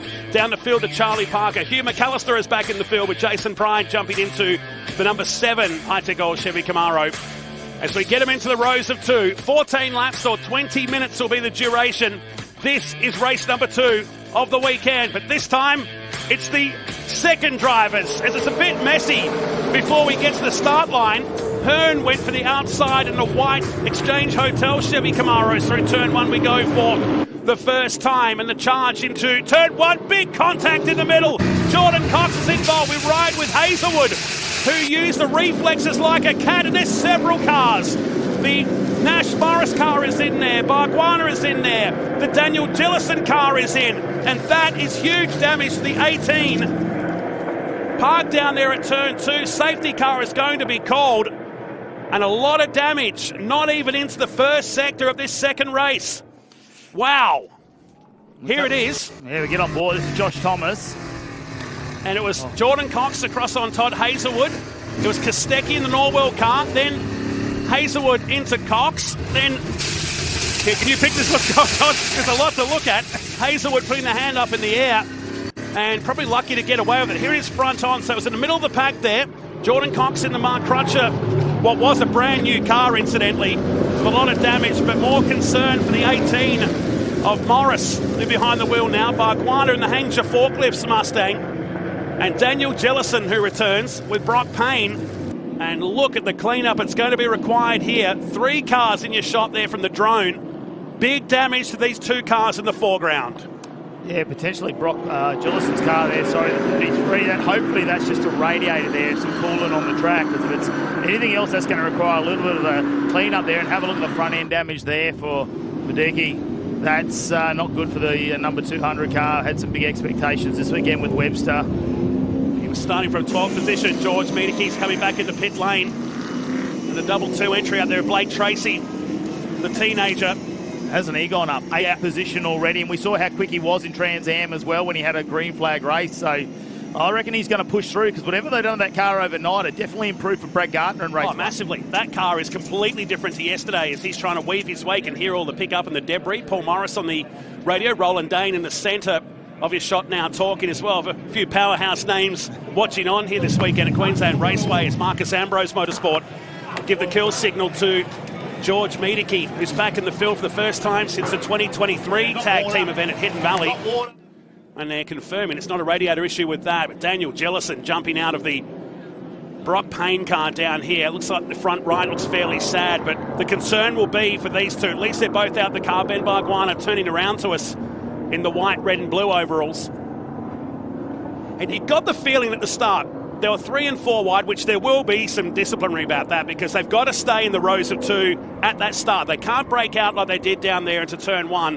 Whether that had a knock-on effect to this, regardless, we've got substantial damage to at least 2 cars that will perhaps put them in a question mark for today's endurance race, because we're only looking at maybe 2.5 hours before the lights go out. It's not a lot of turnaround time, considering they've still got to go through the car, potentially some setup changes. Baguana's car, though, that back left is turned in, that wheel. So hopefully, I mean, you know, you've got a diff housing in there. Of course, there are a lot of suspension arms that could be causing that. But if they've hurt a diff or something, a whole housing change could really change things up. And it's the flow-on effect through the car as well, what it does to the gearbox, the clutch and things like that. So, you know, we'll have to wait and find out. Let's find out a bit more what's going on with some words down in the pit lane. Jason Barguana, unfortunately, the car caught up in that starting incident. Give me the rundown. Obviously not the way you wanted this race, 2 of the day to go. No, look, I mean, obviously, Ben, I've just spoken to him on the radio. He's okay. He got a good start. They've got round turn 1 there, and he said he slowed up. There was cars going everywhere. He got hit from behind, hit in the side. One come across in front of him, and it's turned into a bit of a mess up there. So really disappointing, because all we're trying to do is stay clean in this one. Clay did an amazing job to get 5th in that race 1. If we could have started this endurance race this afternoon in the top 6, that would have been nice. But yeah, it's not the way we wanted to end the race 2, but we'll get it back here and have a look at it and go from there. A fairly fresh entry into TA2 muscle cars. The turnaround between race 2 and the endurance race is going to be crucial. Do you think early days yet, but do you think you'll be able to do it? We've got a pile of cable ties and race tape there, so we'll have a look at what's actually the drama. Clearly, until we get the car back, we're not really sure. So he said it was a pretty big hit, so we'll just have to wait and see what it is. He's okay, which is the most important thing. But, you know, we're really focused on the Trans Am Championship. So for us, this was a good experience to come and do this weekend. We just want to get through it clean. But the racing gods didn't like us today. Hard times, mate. Thank you. Thanks. Well, cable ties and race tape are not going to fix this one, George Medeke. You got a good start there, but it's all gone wrong. What happened? Yeah, absolutely. I got a great start. I got in between the row in front and had a great little biff and barge with Aaron Seaton and the Richards car as well. But yeah, I thought that the seas had parted, but unfortunately there was a car spinning in front and the whole thing just jacked up. I was already on the brakes, but they just stopped quicker than I was able to. So unfortunately it's punctured the radiator. I thought it might have just been the bonnet up. I just couldn't see very much. But yeah, a bit of a shame for the Marcus Ambrose Motorsport boys and Joshy. You know, I feel like the car was going to be very good, so I was looking forward to it. Yeah, there's a few more races to go, so obviously they'll fix it and you'll be back out there. It's been a little while since you've had a steering one of these. How's it feeling? Yeah, it's pretty good. 2019, you're right. Look, the cars are a bit nicer now. They've got pedal boxes and a few little quality of life changes, so I'm really enjoying driving it. But yeah, I think, look, I'm very confident that the team are going to get it back to where it was, and the car was super strong at the end of the race for Josh earlier today, so happy with that.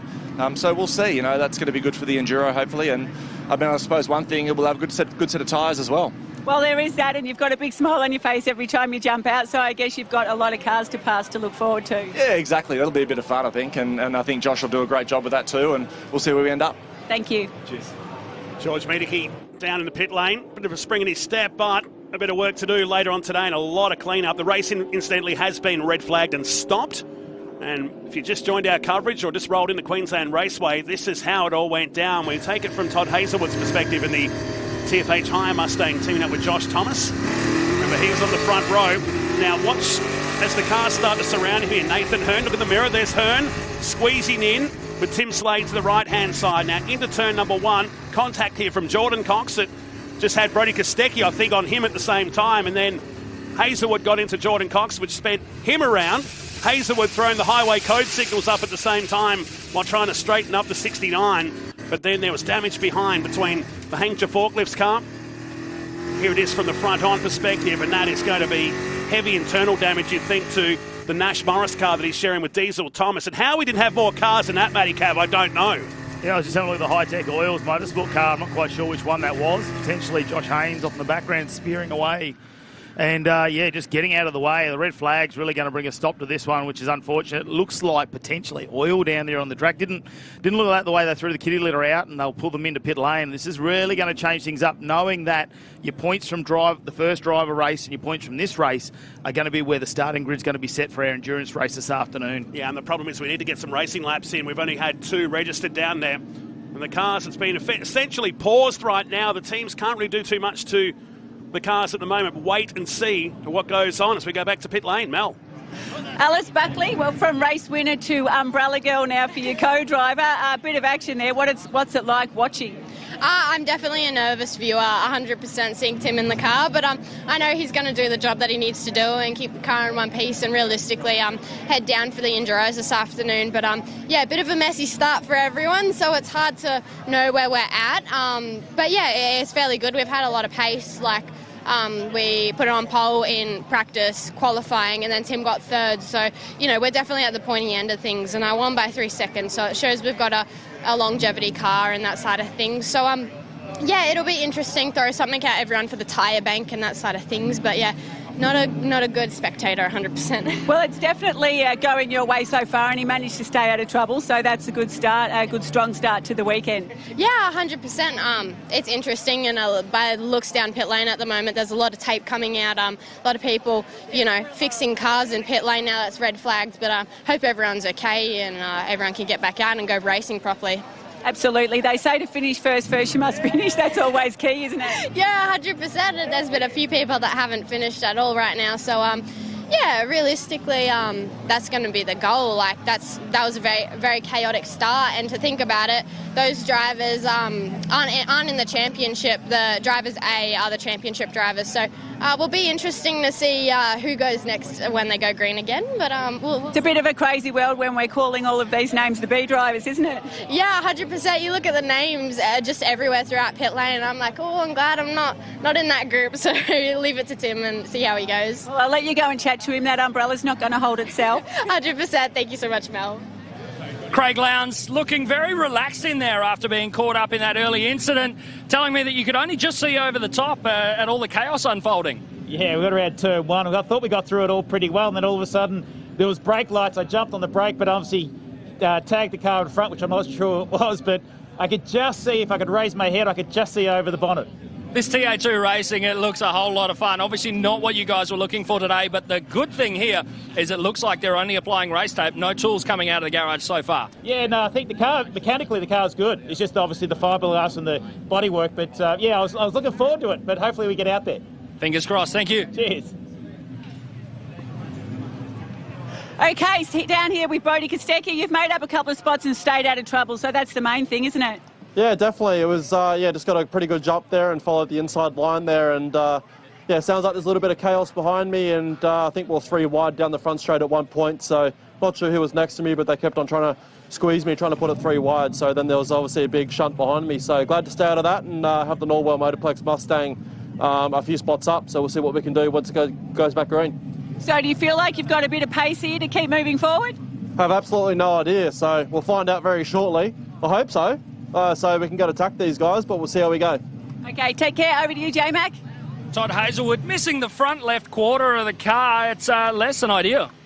Yeah, mate, it is. Yeah, obviously had a pretty poor start there. Just broke into wheel spin. Yeah, it's always pretty tricky when you basically got one eye on the driver's side. as he's got right away when he can start as opposed to a green flag. So, yeah, it's always a bit tricky trying to get off the line here, but yeah, I got sandwiched on both sides into turn one. I backed out to avoid a crash going into the corner, and then, yeah, just sort of had nowhere to go on the exit of turn one. Had a car spun in front of me, and all hell broke loose. So it's a real shame because obviously we all want to do racing laps out there, and to have a damaged car is pretty frustrating. But yeah, just tried to avoid it and just ended up in the middle of it all. Well, hope it turns around for you. Mel in the pit lane. James Golding, so far so good for you. Were you watching in the rear vision mirrors with all the action? No, I missed it all. I got a good start, but yeah, it was a bit short-lived. Obviously pretty quick to get a safety car, which is unfortunate, and it's always, it's not good to see cars damaged like that, but glad to be out of the rubbish, that's for sure.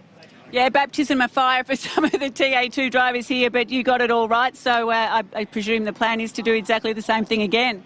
Yeah, pretty much. We'll just see what they're going to do with the restart of the race and try and get away clean and hopefully get some decent laps in here. So, yeah, looking forward to it regardless.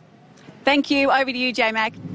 Jordan Cox, not the way the two-driver race was supposed to go. This was a new car up until then, unfortunately. How are you?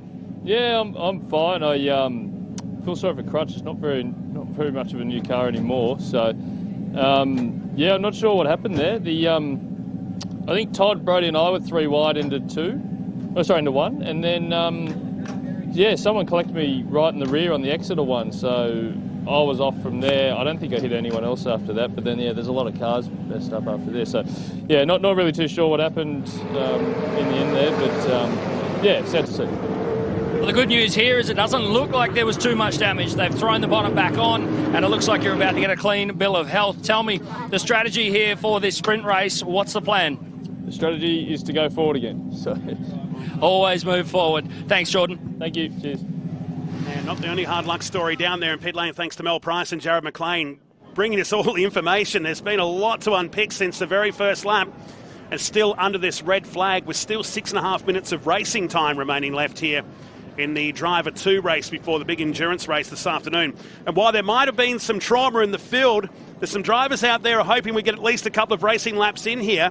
No less than 6 have made up a massive amount of positions. John Udy's come up from 26th into 18th. Hugh McAllister's come from 22nd into 14th. Charlie Parker and the Danny Reedy car's gone from 21st to 10th. We look at Nash Morris climbing over the wall. Blake Tracy's gone from 19th up into 8th. Lowndes has gone from 14th into 9th. And Cam Laws, 24th up into 15th. All of them will be hoping for a restart here because that's going to help their teammate in the points department. Well, looks like we've seen a couple of cars, but are they just getting around and potentially take some repairs out the back? I mean, you can see the team scrambling. Looks like we're not too far away from getting this race back out there on track. As you can see, the team's moving away. There's been a lot of race tape there. I can tell you what, they've definitely gone down to the local repair shop. They'll be restocking tonight.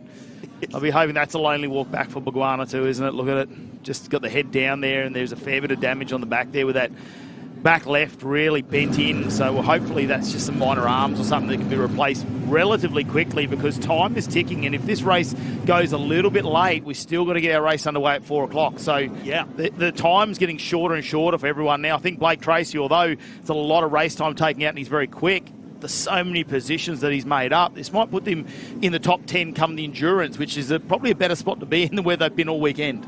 Blake Tracy's been riding a wave the last few weeks. He was put on a stunning drive down at Sandown in the Trans Am race, taking it to James Golding for the race lead at one point in some tricky conditions on what was his 18th birthday that day as Ben Bargwana walks back into the Park and View area down there. So 5 DNFs just like that as they roll these cars back out onto Queensland Raceway. And I dare say a couple of those cars may not make the endurance race today. And if they do, they'll be very evil cars to drive out there. But it's all about points from the outset. We were kind of expecting this in the race earlier today, not in the co-driver race, but all of us up here in the commentary box circled this one. This would be the race of the weekend. Yeah, it was the one I was anticipating was going to have some fireworks, and look, it hasn't disappointed so far. The disappointment is that we've had such a large stoppage there, which will bring the number of laps down. We've still got the number 18 car out there probably waiting. That'll have to be tilt trade off as well. Won't be able to be driven anywhere. Now, the other talking point is Todd Hazelwood went to the start of the lane, so we're waiting just to confirm what sort of restart it's going to be, whether we're going to see them put back into positions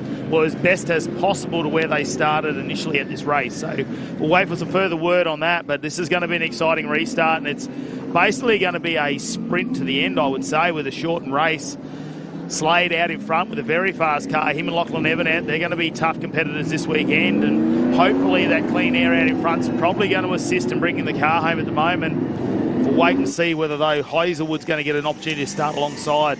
Now, I wonder whether we're going to go to a complete grid start from what we had with no lap involved. It's shown on our screens the official grid that we had published prior to the race without having a lap in the book. So those lotto numbers that I gave you just before might be chucked in the bin as Team IES Motorsports look on down and watch on. So we're just waiting for confirmation from race control on what they're going to do. Obviously, we need to retrieve the TFH car that's still stranded down there, beached at turn 2. And at that point, it was looking good for some of these drivers, the benefactors of this incident that went down on the Hi-Tec Oils replay. We're looking for Blake Tracy's Hi-Tec Oils Chevy Camaro in car through turn number 1. So watch your head here.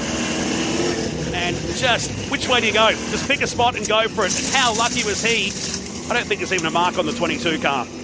That is some quick reactions there to really try and get out of the way at that point, isn't it? Just try and find a spot. And the work continues on the 200 car. So George Miedeke, the Marcus Ambrose Motorsport team, get to work to get this car ready for later on today. We'll squeeze a quick commercial break in and hopefully come back with a restart here. You're watching the Hi-Tec Oil Super Series from Queensland Raceway. We'll be back.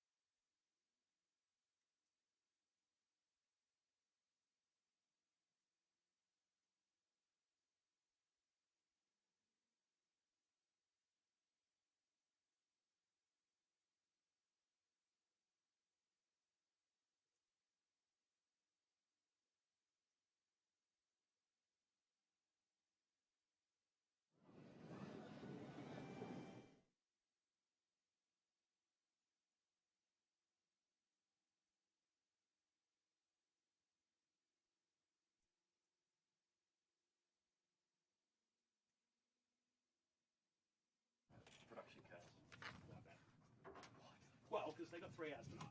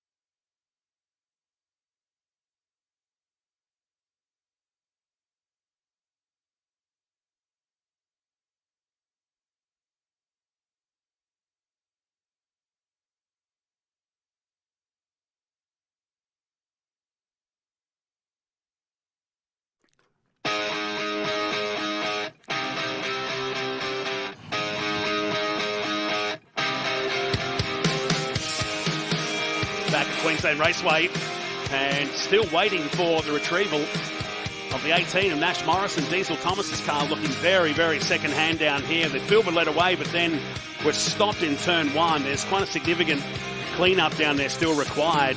Waiting for news from race control on where we're going with all this. On our screen, still showing that we'll have a complete restart. Brings back memories of last year, perhaps at the Bend when we had a similar drama. They did race again after this being a two-driver race. We need to get a second one in to set the points. At this moment, we are waiting a holding pattern really to find out where we're going to go for race number 2 on what's a stacked afternoon of racing here. Of course, tonight, the fight in the night is back with 26 cars, the Australian Production Car Championship that will race into what is going to be a really quick change in the weather, Matty Cav. We've got 25 degrees out there, and the race should start maybe in 21, 22 degree temperature. But by then, we're going to be single digits, maybe 3 or 4 degrees as the flash looks on, taking in some sun in the middle of turn 1 and 2, wondering what is going to happen with that 18. Of course, Diesel's been training down at Norwell Motorplex in the recent past. Blake Tracy putting some heat into the Goodyear tyres that we've been using this year in the TFH Higher TA2 Muscle Car Series, presented by Maritimo. And finally now the tilt tray has been quite busy in this race. Is heading out there to retrieve the stranded car down there. Matty McKeldin walking through with the great Craig Denyer in the bottom of the shot. I guess there'll be some fairly high stress happening down in pit lane as they try and make a decision on where to go with all this. And I think that's what they'll have to look at up there in race control, obviously, with Stephen White, is that whether they're going to take some of those penalties into effect now or whether we're going to get this race restarted, and that will be reviewed after, because obviously they've got all the onboard cameras as well that they can look at that are in the cars at the moment. So they'll take those memory cards out. They will really have to review how that really unfolded, as we'll have a bit of a look at how we saw it from our perspective, from what we can see here. And you can see it was already 4 wide going to turn number 1, which, you know, that's a big risk for a lot of drivers. Squeezing in the middle, Jordan Cox, and a bit of contact already with Hazelwood, and then again with Kostecki, and the car's moving around. It's really unloaded at this point. You can see the yellow number 4 there, and I don't think the back end's in control already, and then a little bit of contact made, so you're not getting the drive out of the corner, and then Hazelwood does, and there's nowhere to go with so many cars in such a small area, and they're all going everywhere, and Baguana in the background, you can see that was really unfortunate there. It's that contact just then with Gillison who really did the damage with Baguana. And it was the 63 of Elliot Barber that also got into Daniel Gillison on his way through in the second TFH car that limped through the scene. I don't want to really get involved on how the penalties are play out. If they're going to start a brand new race, then how can you apply penalties if we're starting a brand new race? That's going to be up to race control, and I guess that's why there is the stress happening down there right now. But then the teams that have been on the receiving end are going, well, there has to be some sort of justification for what happened. Oh, especially some of those drivers who have been unfortunate to be a bit further back than they wanted to be in qualifying yesterday with some car issues. Now, some of them had some big moves. You know, they made through a lot of position. A bit of luck, you might say, but they got through it. Doesn't matter how it happened. Now they get back to their starting position. They've got to, cross their fingers. Yeah. Use their lucky charms once again and just hope that maybe we have a bit more of a settled restart on this one. Had we got a lap in, they've been fine. But because it happened in the first sector of the first lap, we haven't completed a lap. So race control have done the right thing by resetting this and going back to a 4 grid. What we don't know is, will we get the entire 20-minute duration in? That's the $64,000 question right now, as the field make their way past the scene of a very expensive incident just a few moments ago. And for Mark Crutcher, that brand new car, man, it's almost like it's been racing for 8 years, J-Mac. On as we get ready for restart, Todd Hazelwood back to second place, but with considerable damage. Yeah, got a fair bit of damage from that, mate. Yeah, it's a bit unfortunate. I don't know what happened there. It was a bit of a shit show of a start, excuse my language. And I've also never seen something like this, so a full restart of the race. Haven't seen it, but I guess we'll just try and fight forward and see how we go.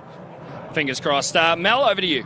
Matty McKeldin just busy on the radio here talking to people from a category manager's point of view. What's happened in the last 10 minutes to get back to where we are? Well, what hasn't happened? I think there's probably been just a little bit of information that's been taken on board in the last 10 minutes. What we've tried to make sure is that we get a full restart there. Obviously, it was difficult with that start incident. At the end of the day, we've got the cars back out there. They're back in line now. Hopefully, we'll be able to kick off this race and put on a bit of a show, because It is by far the biggest round we've ever done here with the names of Kostecki and Morris and Hazelwood and all the supercar boys. So let's hope the pros can keep it in one place in one piece as we go round. Well, we knew it was going to be action-packed, but we probably didn't expect this, did we? No, not really. I mean, we had our first race this morning and all of our championship drivers did a fantastic job and got through clean and green. And unfortunately, we go out there and the sheep stations and the red mist have hit and we've torn a few cars apart, which we don't like. But we'll get it ready and we'll have a ripping race this afternoon at around 4 o'clock for our 45-minute enduro. And, of course, the drivers have championships at stake here. Yeah, they do. This is round 5 of the TA2 Muscle Car Series, so we've got another 2 rounds at Malala and Winton. So, yeah, they've parachuted into a championship. We're going to go for a start. Off we go. Thank you. Matt McKeldin with Mel Price down there. So quick recovery in the end by the time the tilt tray got out. And the good news is we're going racing here with a complete restart based on the grid from original qualifying for the drivers that made up that effort. Oh, there'll be some cursing, there'll be some swearing, there'll be some drama. But at least we're going to get some racing in here. And driver 2, race 2 of the day in the TFHI TA2 Muscle Car Series. Let's get down to business and get some green flag laps. Hazelwood down to turn number 1 with Golding just ahead in the Cam Quarries entry for Ash Jarvis Motorsport that Lockie Evanet drove earlier today. Get through turn 1 and 2. Be careful through here. There is so much dust, so much debris and so many pebbles still on the track. Everybody tiptoes their way through for the first time and down the back straight. Wipe the brow, breathe. We've got a race on our way. Bit of a reset with the nerve, I'd say, and Slade, unfortunately, a little bit further back than he probably wanted to be. As you can see, Cox, again, that car was very loose on the outside. Todd Hazelwood didn't muck around, did he? Covered him off at the start, but Nathan Hearn already squeezed the 42 up to the second position.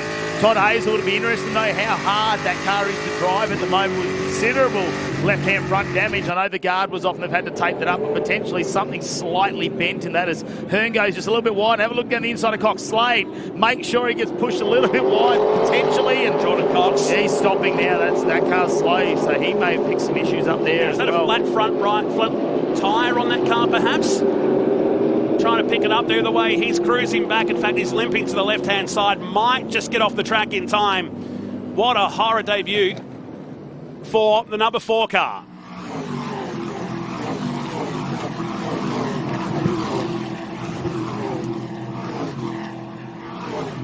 The sweet sound of TA2 muscle cars as we get a lap in the books and settle down.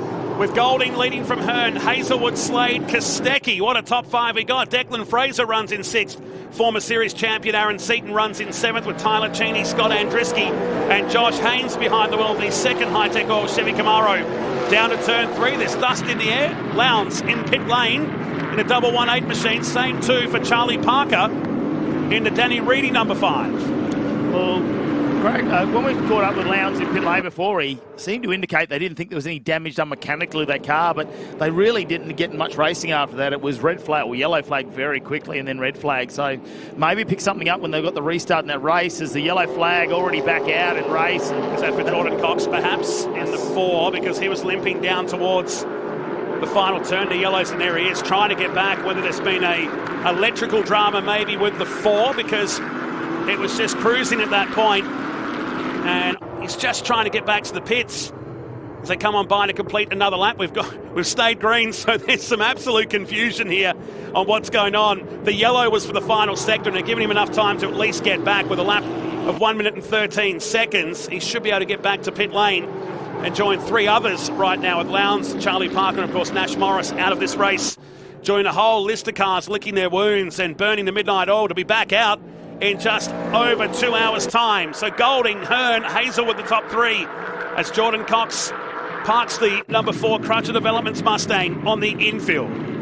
Definitely lost that new car smell at the moment, hasn't it, from Mark Crutcher? There is nothing that's going right for him this weekend. They've had a couple of issues when it came to practice yesterday. It really was the shakedown for the car. They didn't get any practice laps in, so yesterday working very hard on that car, and it hasn't gone all the way for him either in race number 1 for Mark Crutcher, so they'll be working on that. They've got a couple of hours left to spare as Todd Hazelwood now seems to get those tyres in the zone. He is all over the back of Nathan Hearn, having a look down the inside here at turn number 6.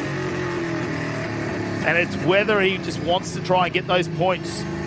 Josh Thomas didn't really get a race he wanted either. Had a lot of bad luck, that 15-second penalty. So as a team, they're way down the pack when it comes to points. So it's really up to Hazelwood to try and regroup and just try and get somewhere up in the top 5 and get some points so they can start that Enduro with an opportunity to work their way through the field. Top 3 in lap times covered by 1/10 of a second on that previous lap as Hazelwood really starting to move Nathan Hearn along here in the Exchange Hotel Kilcoy entry, the Chevy Camaro that's appearing this weekend. An all battle-wearied car behind him, isn't it, of Hazelwood. Aerodynamically, won't be loving life at the moment with more in looking like an IMCA big block car that you can see in the United States. As Slade starts to apply the pressure to him now in the 150 that Alice Buckley drives and drove to a race win earlier today. Work going underneath the Craig Lowndes car. Looks around the gearbox region. Yeah, potentially linkages, I think. Yeah. Sometimes that's, I suppose, I don't want to say it's common, but we see it happen too when they're trying to get through the gear, especially if maybe it's had a bit of a shunt and something's bent under there. Might possibly. Either way, he's going several laps down now. At this point, we'll see Golding and Slade on the front row for this afternoon's race. I know there's a bit to play out. 8 minutes and 10 seconds remain of this version 2 of Driver 2, their first race of the weekend before we set the grid for the 45-minute endurance race later today with a compulsory driver change and 90-second flat pit stop. And Craig Lowndes calls it a race as he walks back into the garage to talk to Jared Hughes, who's still nursing a fairly sore shoulder from that 50-plus G incident down at Turn 3 with Mason Kelly last weekend in the Super 2 race. But obviously have their work cut out later today for the first of 2 endurance races in this 3rd edition of the Tag Team Enduro event, and first time here at Queensland Raceway. So Hazelwood just having to cover off Tim Slade. They'll be having an epic battle down there, I think, at the moment. He's got to worry about that while he's trying to catch Nathan Hearn in front. Let's head into pit lane, though, with J-Mac. Horse combo and one of your drivers out in front. That restart giving you that opportunity to fight from the place he earned earlier in qualifying. You must feel good. He's almost 8/10 up. Yeah, look, Jimmy's doing an amazing job in the car. To have him as part of our team and with Lockie Evanet this weekend, it's really made us lift our game. And we're a very, very small team. You're only fairly new to this in terms of team car prep. But to be able to give him a car, to put it on pole and then to be leading this race quite convincingly, we're pretty proud of ourselves. Yeah, the car looked good after all that incident earlier. Yeah, no, we weren't involved in that. Jimmy was lucky enough to get a really good start and drive away. So I think there's, 6.5 minutes left to go, and hopefully he can look after these tyres because it's a very, very long weekend. We'll let you get back to the radio, mate. Best of luck. Thank you very much. Over to Mel. Well, hard to braking all around the country, I'm sure, Craig Lowndes. Not the start you were hoping for. No, I think we avoided the first incident. Sort of got through turn 1 and then all of a sudden everything checked up. But, a little bit of rearrangement at the front. But got going again, all fine. Something's gone on with the gearbox where it's broken a gear linkage or something underneath. So I was stuck in a gear. So, Jared, Craig swears it's not his fault and it's the car. What do you think? Nah, the poor bugger got stuck. There was obviously a big shunt at the front there, so wasn't really much you could do. I don't know what's going on with the gearbox. We, seems to be having some dramas this weekend, but that's right, we'll fix it up. Boys have got a big work for the Enduro this afternoon, but we'll get it done. We'll see you out there this afternoon. Thank you, thanks. Thanks, Mel. Down in pit lane, we've been watching this spicy battle down here for the minor positions, with Slade getting ahead of Hazelwood now in the 150 Chevy Camaro. And now joining the scene in the 67 normal motorplex entry that Nash Morris would normally drive, Brody Kostecki looking to pass one of his great friends and former Super 2 rival back in the day into turn number 1. So into another lap with 5.5 minutes remaining. This is lap number 7. We won't get to the 14 lap mark today in this second try for TFHI and TA2 Muscle Car Series. But regardless, it is going to mix that grid up for this afternoon's 45-minute race. There's definitely probably some names we're going to see midfield that we didn't expect, as Kostecki has a big dive down the inside of his supercar teammate there for the Enduros, but there's no teammates today. As you can see, he just lets him go wide. Hazelwood's going to have a duck down the inside as well now. The exit as he slides the car, and he is wrestling that thing right now, and the TFH boys, they'll just be praying that he brings that back as it's gone out, because they have so much work to do on that number 18 car. They're going to have all hands on deck. Yeah, correct. Trading notes maybe for their Enduro rebirth in a couple of weeks' time at the Bend as they go to defend the Bathurst 1000 crown they won last year. It's on the way down to turn number 6. In car with Hazelwood. Nathan Hearn ahead in second position now. And running his own team this year for Tom Davies in the Trico Trans Am Series. As Golding just eases away now, 1:13.8, 3/10 quicker on the previous lap to the rest of the field around him. Ryan Casher has come up in a 10th position now in the Connor Roberts car. So they can't catch the leader, but certainly second onwards, J-Mac, up for grabs here in race 2. Unfortunately, the number 5 machine of Danny Reedy and Charlie Parker having to retire after the restart with chronic overheating. It's going to be touch and go, but I'm sure they'll be able to get it through for the Enduro. And there's one concern. There is the Rockstar on the left-hand side. Danny Reedy working on the car. And there was one concern the drivers were worried about today was the hot conditions here. And I know it's hard to say it's hot in August, but it's 25 degrees here today. I'm also worrying the tide deck won't be a drama here. It's going to be about getting the pressures to stay stabilised during the race. Some cars yesterday gaining somewhere between 8 and 10 pounds of air during qualifying alone. Now, some of those runs are only 6 laps. It's a big difference, isn't it? And you can see why some of the cars are struggling, I suppose, in the first 3 or 4 laps of the race, because as they'll have to set the cars up in a really low tyre pressure, and there is a minimum they need to run in there. So, you know, as that tyre temperature comes up, the tyre will change, your grip levels will change. As we can see, Nathan Hearn has Slade all over the back, has to get defensive. Just went a little bit wide and dropped the wheel in the dirt, and Slade will settle back in. Kostecki's got a front row seat, and oh, here we go, Slade down the inside. And the good move. Now, Hearn slides down. Kostecki's going to get in on this as well. The normal Motorplex Mustang gets a move done as well and gets himself into 3rd position. And Hearn, not much you can do about that. You can see him really pushing that car. All started off the last turn when he got that little hole at the exit of the curb. Unsettled him. He went on the defensive to cover off Slade. And in the end, lost 2 places. So drops back into 4th, putting Slade and Kostecki up into 2nd and 3rd position. Hazelwood now is 5th.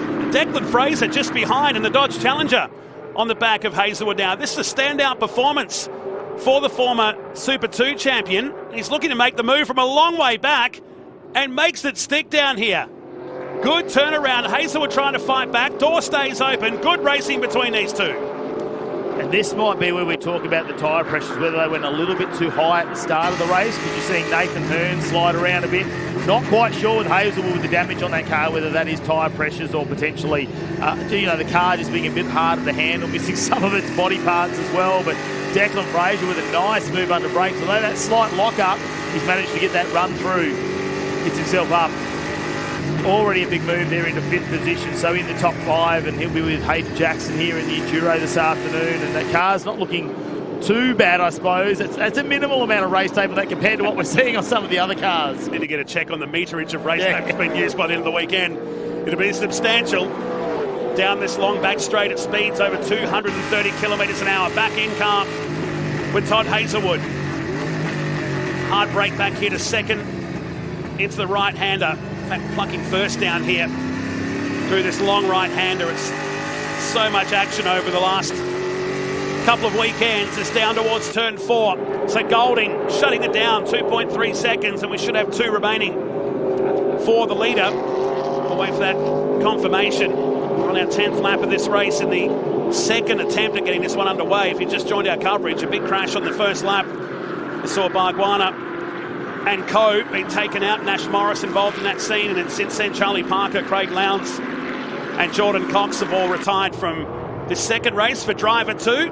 All this to set the grid. Now Golding and Slade are now tied on points with that move, and there's a big gap back to everybody else at the moment. Should see Kostecki and Morris start out at 3 at the moment, and Aaron Seaton and Ben Gomersall could be alongside him as here comes the move on Gomersall in the unit racing car for TFH Racing. Sorry, Seaton behind it. I knew that was going to catch me out sooner or later. Seaton behind the wheel of the 35, heading down with Tyler Cheney just behind, has jumped in to his dad's car. He had a strong showing in qualifying earlier for this round of TFH High and TA2 muscle cars. So, wherever you look, it's going to be a jumbled up grid, and I cannot wait now for that 45-minute endurance race. And James Golding, hasn't he controlled this one? Yeah, last year Tyler Cheney was actually with Jared Hughes, and they were super fast. No, he's definitely got the skills in the TA2 car, doing the Toyota 86 series this year. But Golding, I think he's going to come around. Have a look at this. He's dominating out there, just under 2 seconds. But I think they're managing tyres at the moment here. He'll be thinking about that as they come to this afternoon, remembering they've got to share their tyre banks in the Enduro today and tomorrow. So if you've got the opportunity to lead, as the checkered flag is out, it looks like Golding's going to take the win with Slade in second. Kostecki with a nice move up into third. Hearn in fourth and Fraser in fifth. Followed by Hazelwood. Cheney gets there over Seaton, who ends up in eighth. We're just waiting for the rest of the pack to come around. Seaton in eighth position. And Drisky looks like will be through in ninth. Barber in 10th. That's a nice little comeback from him. Tracy then, Kasha, and Josh Haynes, who was up into 10th, has dropped back into 13th. So, especially the Hi-Tec Oils car struggling a little bit towards the end there. So, wondering why he was down there when we got to that last shot, but he'll get a result regardless. In the 22 machine, 11th, and Haynes back in 13th. Lang home for 14th, and Hugh McAllister home for 15th. Well, wasn't that a battle of endurance to get race number 2 and driver 2's first appearance of the weekend? Golding wins by 1.6 seconds and the fastest lap of the race from Slade and Kostecki at the end of all of that. And we'll see those 3 start from 1, 2 and 3 for this afternoon's one. Hearn, Fraser and Hazelwood also inside the top 6. Blake Tracy 11th with Brian Kasha in the Connor Roberts number 19 in 12th place with Haynes, Lang, McAllister, Laws, Jason Pride in the Hi-Tec Oil Chevy Camaro, and John Udi in the Cool Drive Auto Parts machine. The final car classified in 18th position and at least 8 cars behind with work to do before the endurance race at 4 o'clock local time, which is just over 2 hours away at Queensland Raceway. And on to cut up the race highlights of this one. This was the original start. We're 3 wide with Hearn in the white Chevy Camaro, but now 3 wide with Kostecki on the inside of Jordan Cox, who was almost losing control here. If you look from the in-car camera, and it was going around, but then was certainly fixed up in the end there. There's a lot to unpick, and I feel for Stephen White and our officials on how they're going to look at this post-race. And this would cause a red flag with at least 4 cars involved on the Hi-Tec Oils cars going bush as well on the right-hand side. This was going back to the second attempt of the day, and they played far nicer in this one. I'm trying to think of words. I think there could have been some stern words before that restart. That was George Cox with some issues with the number 4 car, who eventually had to retire. That couldn't make it off the track. Golding, well, he led once again, and didn't he just really control that car out in front from then on, didn't he? I think he probably, although he saw those consistent times just going down by a couple of hundredths of a second each time, I think just racing to a lap time there to try and bring that car home, conserve tyres. I mean, he's a seasoned racer as well. So as it stands, Golding and Slade tied at the top. It'll go to Golding for winning the race. Kostecki third, Aaron Seaton fourth, Hearn and Fraser will be the first 3 rows. Not too bad for the double 1-8 with Lowndes and Hughes. They'll start from 7, but that's all subject to probably a checkout before we get to that one this afternoon. The top 3 have made their way into victory lane. We'll do the same. Here's J-Mac. Brodie Kostecki, a fantastic job. Not even going to wait for you to get the helmet off. Bringing the Mustang home after a tumultuous race. A fantastic job on the restart there. Man, oh man, TA2 muscle car, it definitely showed some thrills and spills. How do you feel? Yeah, definitely. Car's feeling pretty good. It's been getting better each time we head out. So, yeah, big thank you to the whole crew behind me. We've sort of a bit of a birth of fire this weekend. No practice or anything, so it's been a lot of fun. But still got a little bit of work to do to catch these 2 front guys. But yeah, the Norwell Motorplex school Mustang's getting a bit better each time we go out. So, yeah, happy days. Just got to keep climbing up as we do the races. And I'm not sure where that'll put us for tonight, but hopefully around 4th or so we can have a crack. Looking forward to it, mate. Thank you. Cheers, thanks. Tim Slade, P2 and a P1, so front row for the Enduro. How was your race? I made it hard for myself. The second restart was shit. Just, mistimed it, got wheel spin and got swamped there. But, the car's been amazing. Every time I've jumped in it, this weekend and other test days that we've done. Didn't really do the best job yesterday in qualifying, so I was a bit annoyed about that. But, just relied on the car there to bring me back through the field. And, it's just a great job by the team. They're an awesome group of people, and Alice has been killing it, so that's been really cool to see. So if I'm not happy with my own driving, at least I can be happy about how Alice is going. Well, she's got a good driver coach. You can take credit for something. She's got like I said, she's got an amazing group of people around her, so I'm just a small part of that. I mean, the car looks amazing. You must be really looking forward to this afternoon and thinking you can take it away, yeah? Yeah, no, it'd be cool. I think, it's just a case of minimising the mistakes, really, in pit lane and the cars. I think just with it being hotter, the cars are actually really quite tricky to drive. So, yeah, it'd be a matter of no mistakes in pit lane, no mistakes on track, being consistent, and, hopefully we end up... we obviously want to end up number one, so that's the goal. See how we go. Looking good. Thank you, J-Mac. James Golding, our driver to race winner. Congratulations. You've been handed a rocket ship by Ash Jarvis, and you've got a co-driver alongside with you who's managed to get you guys the top spot in the endurance race this afternoon. You must be on top of the world. Yeah, that's right. You hit the nail on the head. The boys have done a fantastic job preparing the car and super speedy out there. We've just needed to execute, and credit to Lockie as well in the race before. Did a great job to pick up a spot there, and we're looking good for this afternoon's Enduro. You were in P1 when they red flagged the race. You were in P1 at the restart. Tell me, how hard is it to reset in a situation like that? Yeah, it's a bit difficult. There's a lot of things you've got to keep in mind of with the tyre and brake temp, and just being able to reset and do the same thing again and get it right again is it's really important. So, happy to do that, and, looking forward to this afternoon's race. The 45-minute Enduro, how are things looking? We're not quite at the halfway mark. The tyre bank looking good? Yeah, I think everyone's in the same boat at this point. I think after today, people will try and do a few different things, but, looking forward to it. We've got a fast car, so I can't wait. Best of luck. Cheers. Nicely done, James Golding. He'll start from pole for the endurance race later on this afternoon with Lockie Evanet and Tim Slade also in that front row with Kostecki and Seaton. That comes up in just under 2 hours' time. The Australian Production Car Championship gets set for their final sprint race, boys, before we go racing into the dark in the annual Fight in the Night. Take it away. Just a quick 30 minutes. Thanks, mate Nolte, there for all the TO2 muscle car action. Dan McCarthy joins me back here in commentary. Australian Production Cars, though, as they head out for their second sprint race. Yes, Enduro tonight, though, the Fight in the Night, Dan. 3 hours these cars have to get through. They've got a driver change they've got to get in. And the talking's going to be about how much fuel they can hold in that car to try and push themselves through. But let's get this 30-minute race underway to start things off. Lindsay Kern's going to start out of pole there in the CMA Car Mods Australia entry, ride by Morale, White, to Horst, Quinn, Gerzakowski, Griffiths, Vicini, Holt and Camilleri, who's a solo driver this weekend in the Mazda. Yes, he certainly is. Big field, 26 cars. David Ling, Alan Jarvis, Max Gagan is some of the smaller class cars outside of the top 10. Greg Wilson, Troy Derwent, Darren Whittington, Josh Trafford, Ashley Gearley and Lachlan Patton.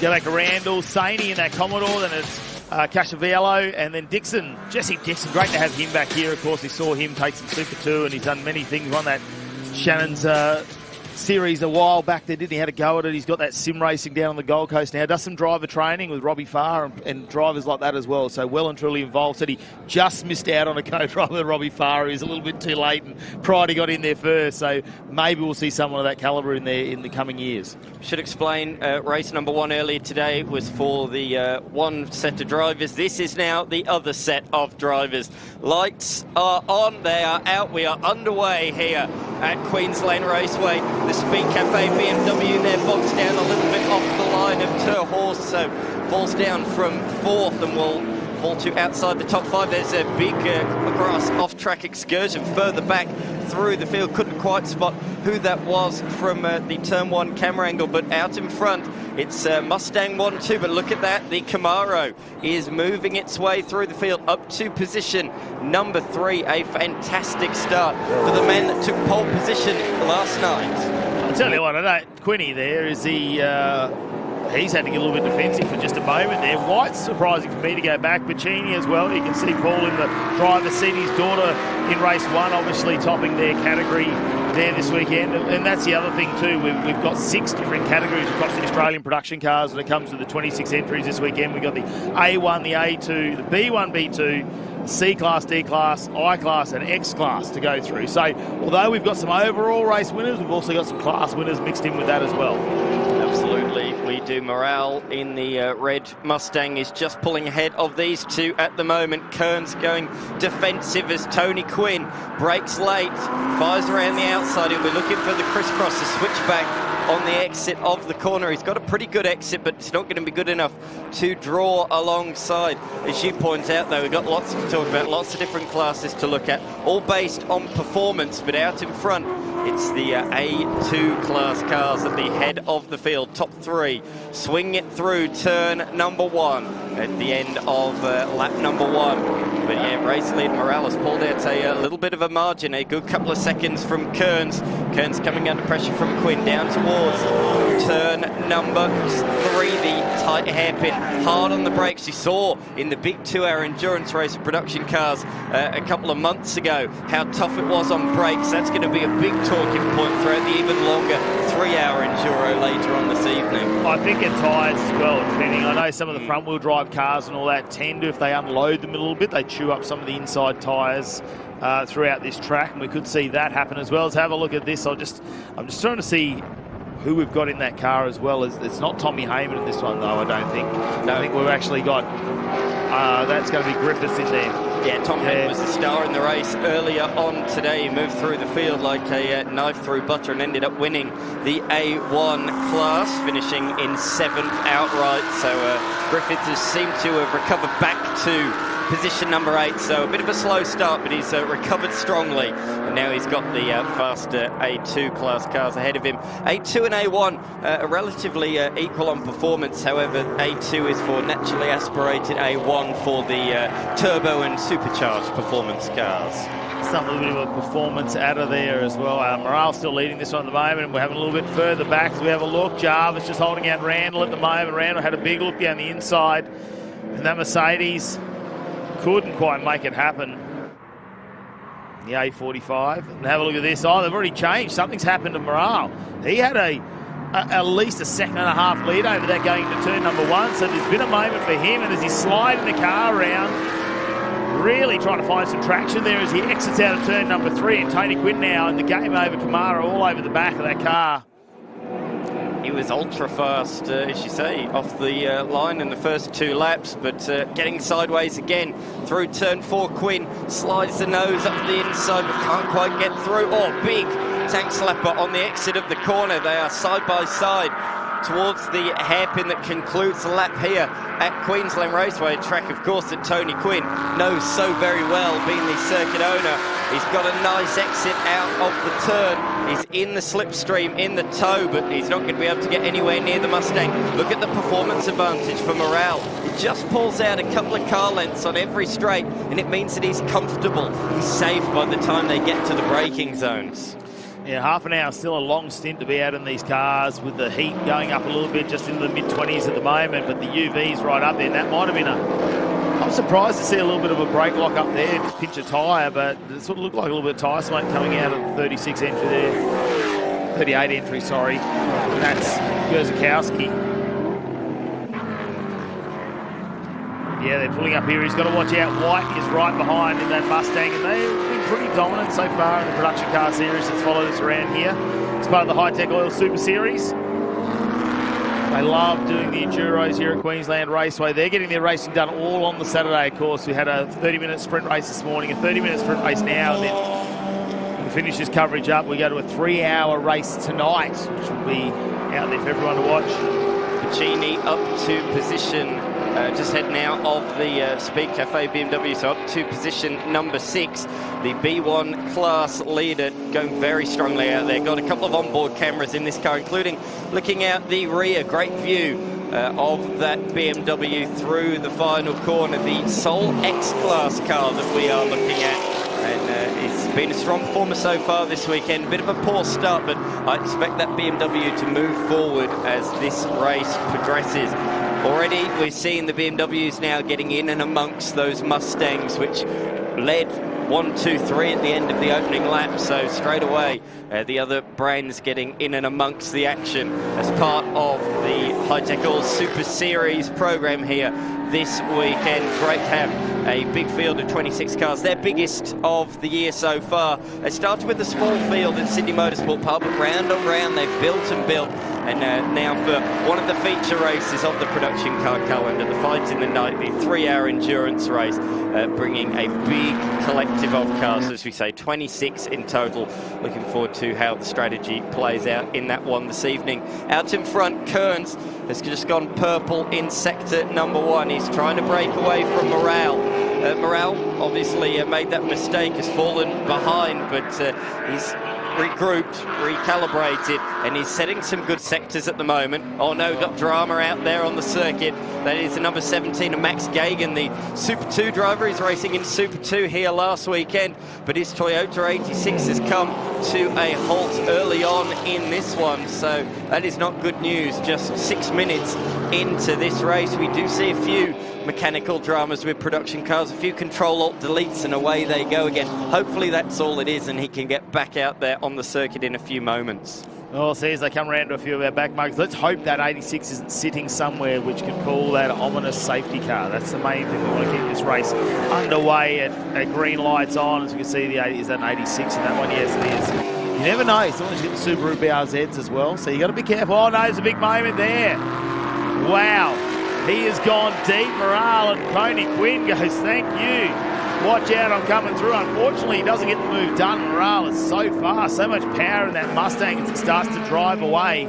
But we're seeing some little chinks in the armour at the moment as the car is moving around. Not quite sure if he's wrestling with the setup or just a moment there. It is hard under brakes going to turn number 3. You know, there's a little bit of the road that just unsettles the car. You can see the bumps, especially in the production car style, as the body moves up and down on the suspension. But just unloaded it under braking, and Tony Quinn almost got the opportunity as the Camaro right up on the back. He's enjoying driving his Camaro. Didn't get too many laps into that last round after massive engine issues for that down that back straight. It's one of the biggest engine failures I've ever seen. It went for like 500 metres, just a huge cloud of smoke, and ended up spinning on its own oil, as you say, into the gravel trap. But great to see that the work's been done between rounds to get that game over Camaro back out on the race circuit. And how good does it sound through turn number 1, just steadily applying the power and roaring onto the back straight, keeping up with the Mustangs early on in this one.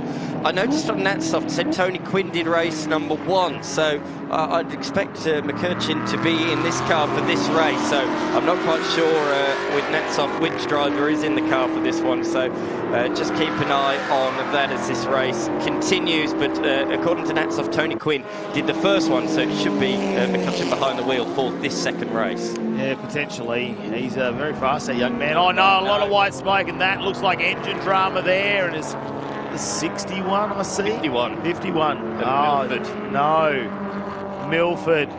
A lot of white smoke coming from there, and it looks like it's coming out of the exhaust. I'm going to go, that's going to be a major engine catastrophe potentially on that car.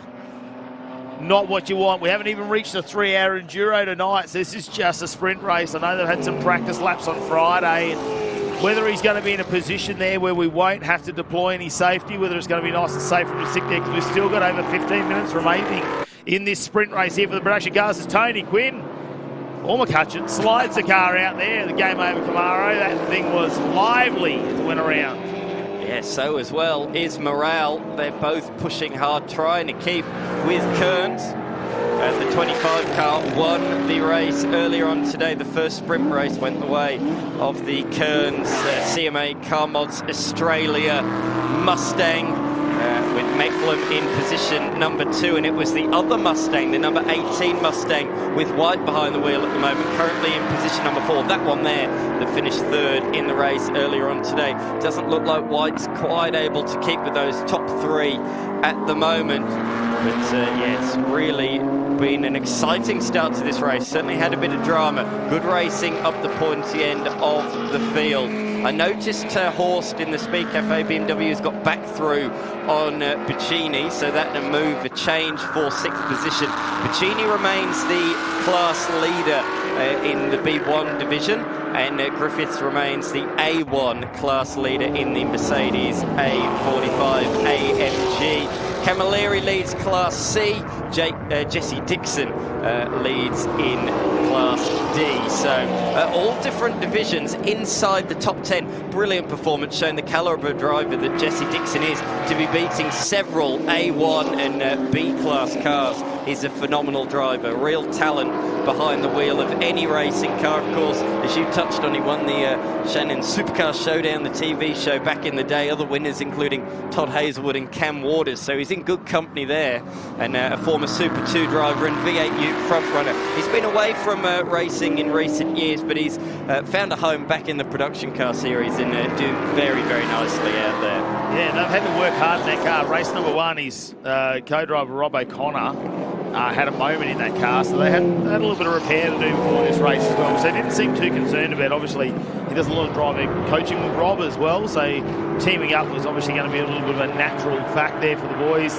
They get around. You always, if you've got someone like that driver coaching you, why not have them at the track with you, driving the same car? You really overlay your data, find out, you know, the different braking markers, how the car feels. And like they said, this was a fairly stock car when they first took it out here and started racing it. So then they've slowly improved that car, just with minor changes there. As you can see, Jarvis now is under all sorts of attack at the moment. I do believe they're going to have 2 drivers in this car, but I think Allen's just going to take this out on his own potentially this weekend. Holt getting it all cranked sideways on the exit of the corner. He's trying to hold off the Mercedes, but trying to get the little Polo as well. He's having to look forwards and backwards, doesn't know where to look at the moment, but he has slid through and has taken that position. So that moves him up into position number 12. Hasn't the Polo been the quiet achiever of the season? Just plucking away, collecting the points, won the opening round and the opening endurance race of the season at Sydney Motorsport Park. And again, last time out here at Queensland was just in there, getting the points, collecting, sipping them at every possible opportunity. And again, right up the front in Class D. In second currently, the only one ahead is that Jesse Dixon BMW that we were just talking about. Out in front, that lead margin has come down a little bit. It's down to 0.7 of a second, and look under brakes, Morale visibly closing the margin down. So with 6.5 minutes to go, I think this race is far from over, and they're going to catch lap traffic as well late on in this one. Well, as they work their way through traffic, we are just going to watch this as we go around and be back very shortly.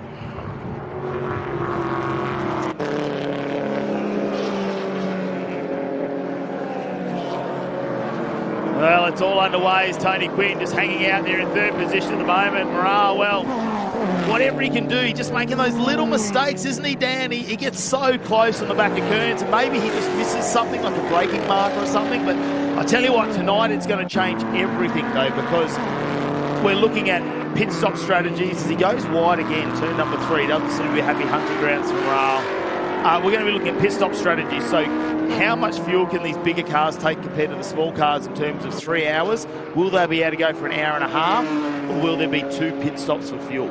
Obviously, one's compulsory, got a compulsory time on it, but the second one might be a splash and dash. There might be 10 litres of fuel going, just try and get it home, but it's obviously that travel down pit lane that's really going to hurt them. Or are we going to have some cars that just potentially roll out of it a fraction, try and save some fuel, be a little bit conservative? And what about safety cars? So much. It's going to be a big night of racing at Fight of the Night. Certainly is. There's lots of strategies to talk about as well in terms of, if there's not many safety cars, the big cars will certainly have to do 2 pit stops. I think if there's limited safety cars, I think everybody will have to do 2 stops. However, the C and D class cars possibly, if there's a lot of safety cars, do have a chance of making it on 1.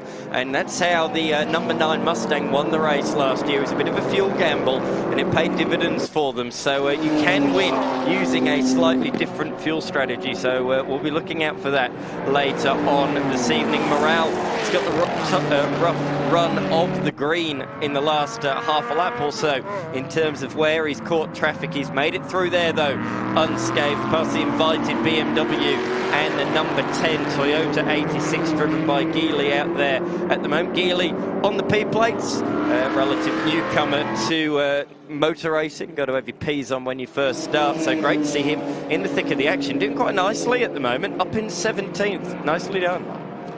Yeah, look, it's working away, and again, we've got all these different categories to play out within this, but as we go through some of this lap traffic, this is where it gets a little bit tricky coming into, especially turns 3, 4, I would say, and down into 6 as well. So we just need to pick their positions here. Our top 3 pretty close there as it's Less than 2 seconds between our top three at the moment as they come around and complete another lap. As we have a look at our double ASA leaderboard.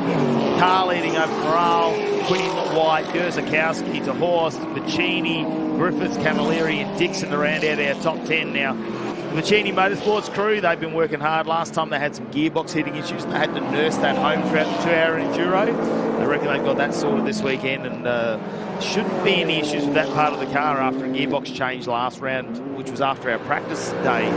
So that BMW's looking pretty strong here. Tony Quinn putting it through its paces, or is it Matt McCutcheon? He could be putting it through the paces. Into turn 3 they go. Morale just a little bit of understeer there mid-corner, but he's got on the pound quite nicely in that second position. Down towards the two left-handers on the circuit they go. To the corner, very nicely done from Morale, just ahead of Quinn in the game over car. Well, as we continue on here with our Australian production cars, sprint race number 2 for the weekend, and the last couple of minutes still to go as Carr still our leader over Morale and Quinn at the moment. White just outside our top 3, followed by Gerzakowski, and the game over tomorrow looks super impressive, and I know they'll be looking to fight back after the last round, but we've added an hour on to what was our race last time, 3 hours to get through tonight. The BMWs seem to be pretty strong when it comes to these big races as well, Dan.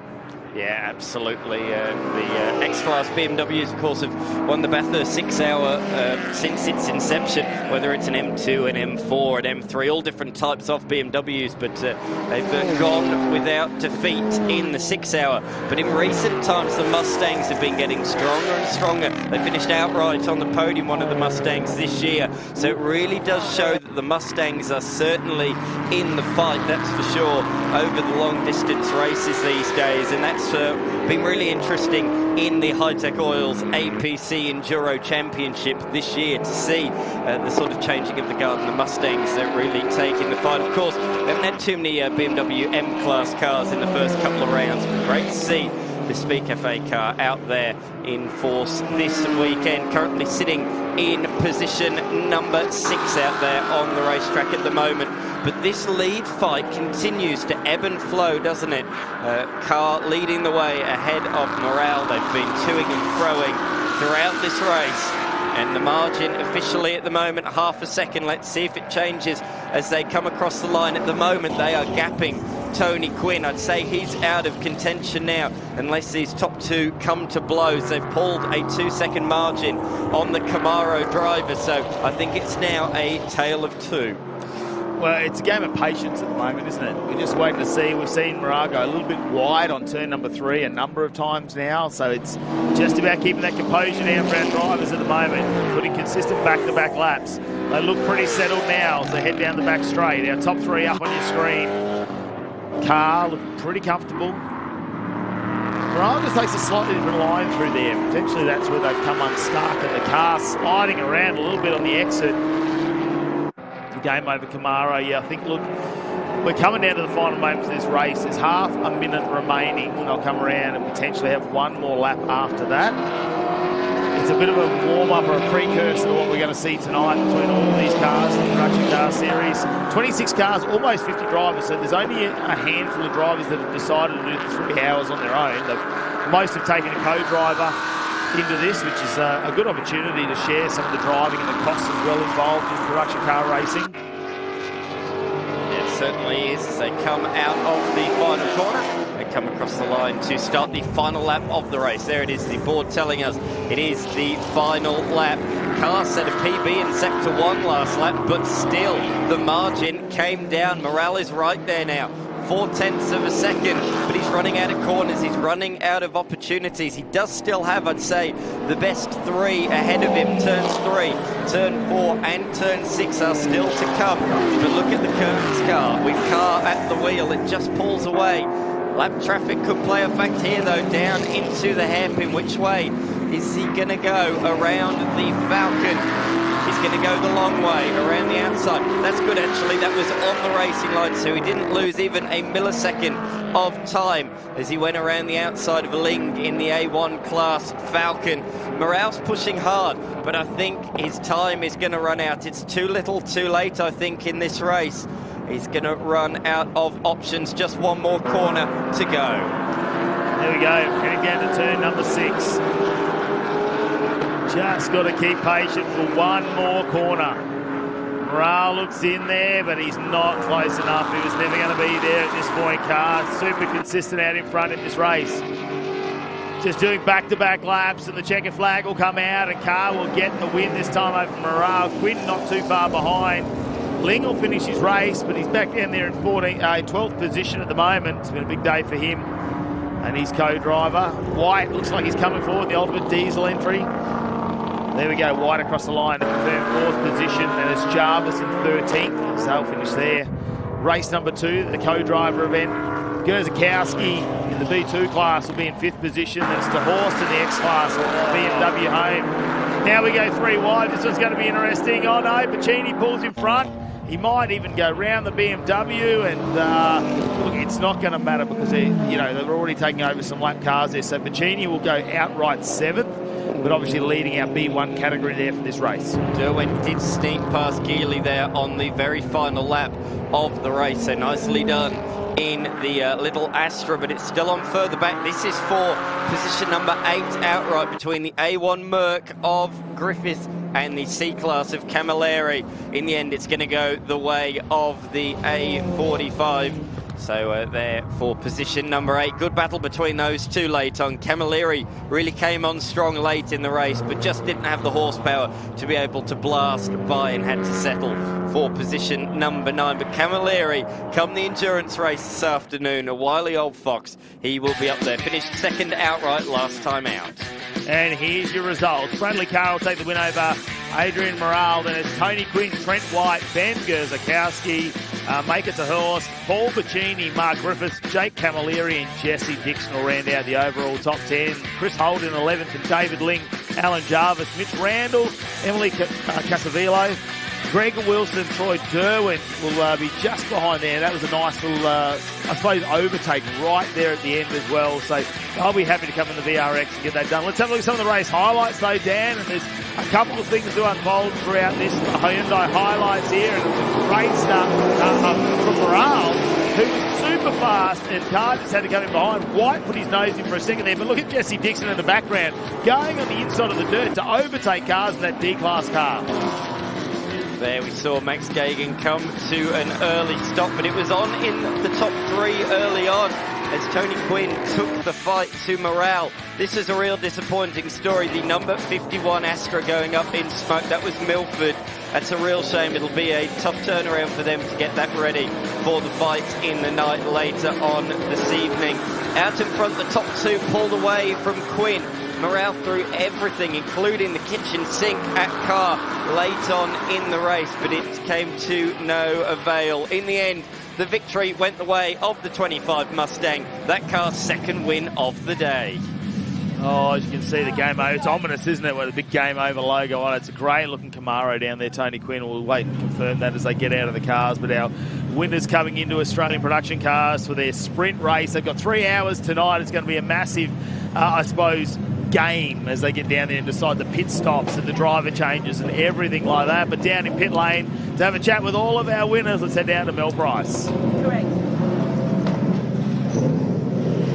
Tony Quinn, stuck in the car here. Can we have... Oh, it's not. It's Matt. There we go. They were talking... Sorry, Matt McCutcheon. It was saying Tony Quinn the whole race, and I thought he was sharing the car, and then I thought he'd been greedy and kicked you out, but here you are. So close race there. 3rd place again. Yeah, no, super happy with that. Obviously, we've been struggling to get off the start line with this car, so to get a clean start and make those early positions was really cool. We're just looking forward to when the sun comes down because this Camaro comes alight at night, so yeah. So there wasn't much in it then. It looks like you think you've got a little bit more for the next Enduro? Hopefully when that sun comes down, this car just turns another step on. So looking forward to it. Tony will start for us and then we'll go from there. I thought he might let you start this time. No, he wants to start, so we'll have a bit of fun from there. Oh, well, great drive. We look forward to watching you. Awesome, thank you.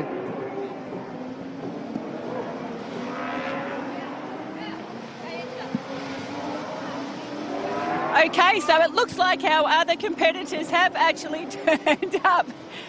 I didn't think you were going to come for a chat, but Oh, sorry. Bradley. Yes. Congratulations. Thank 2 you. wins so far. Sorry to run away. It's looking good so far for tonight's race. Yeah. Look, I thought it was the middle of winter, but it felt like summer out there. But yeah, no, I had a really good run. The car's nice and stable, so we've had a pretty flawless run so far. So looking forward to tonight. Well, at least it'll be a little bit cooler then. I hope so. Who's starting? Don't know yet. We've got to work that out.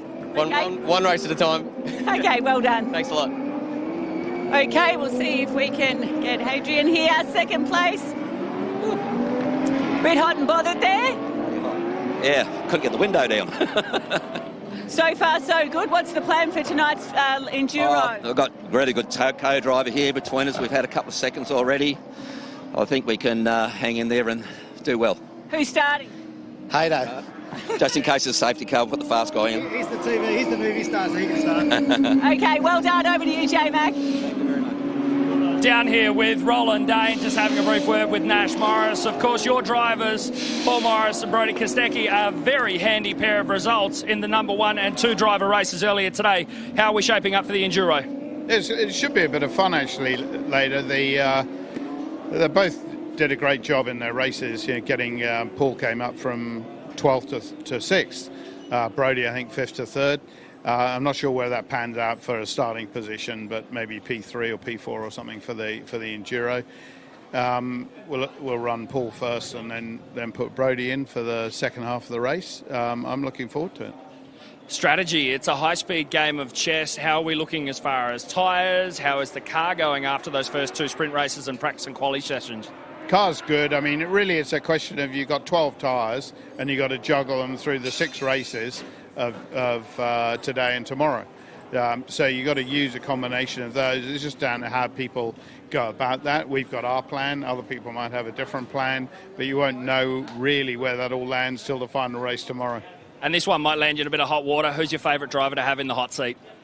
Look, you've got to put Brodie in the hot seat when it's crunch time, really. That's what he's paid to do as a professional driver. Paul's a pensioner almost like me. Looking forward to it. Thank you. Thank you. Oh, Roland Dane, great to have him here. Team manager there for Paul Morris and Brodie Kostecki. It's going to be all on this afternoon with the 45 minutes Enduro for the TO2 muscle cars. But before we get there, Dan, we've got a 50-minute race now coming up for the Innovation Race cars, which is going to be a massive one this afternoon. Some of the, I suppose they're like a GT4 car, these things, aren't they? Super impressive, V8 powered, Australian made, all the same chassis. They've got the Mark 1, Mark 2 cars, the earlier iterations of these vehicles as well, and we're about to go racing. 50 long minutes, yes, it's a huge race. Innovation Race cars, they absolutely love this endurance style. It's their round 4 of racing as part of the Hi-Tec Qd Super Series. We wait for the lights to go out, and look, it's a rolling start, and away we go. Taunton has been super quick. Will get away, and Emery will just get in behind with Flack right behind that.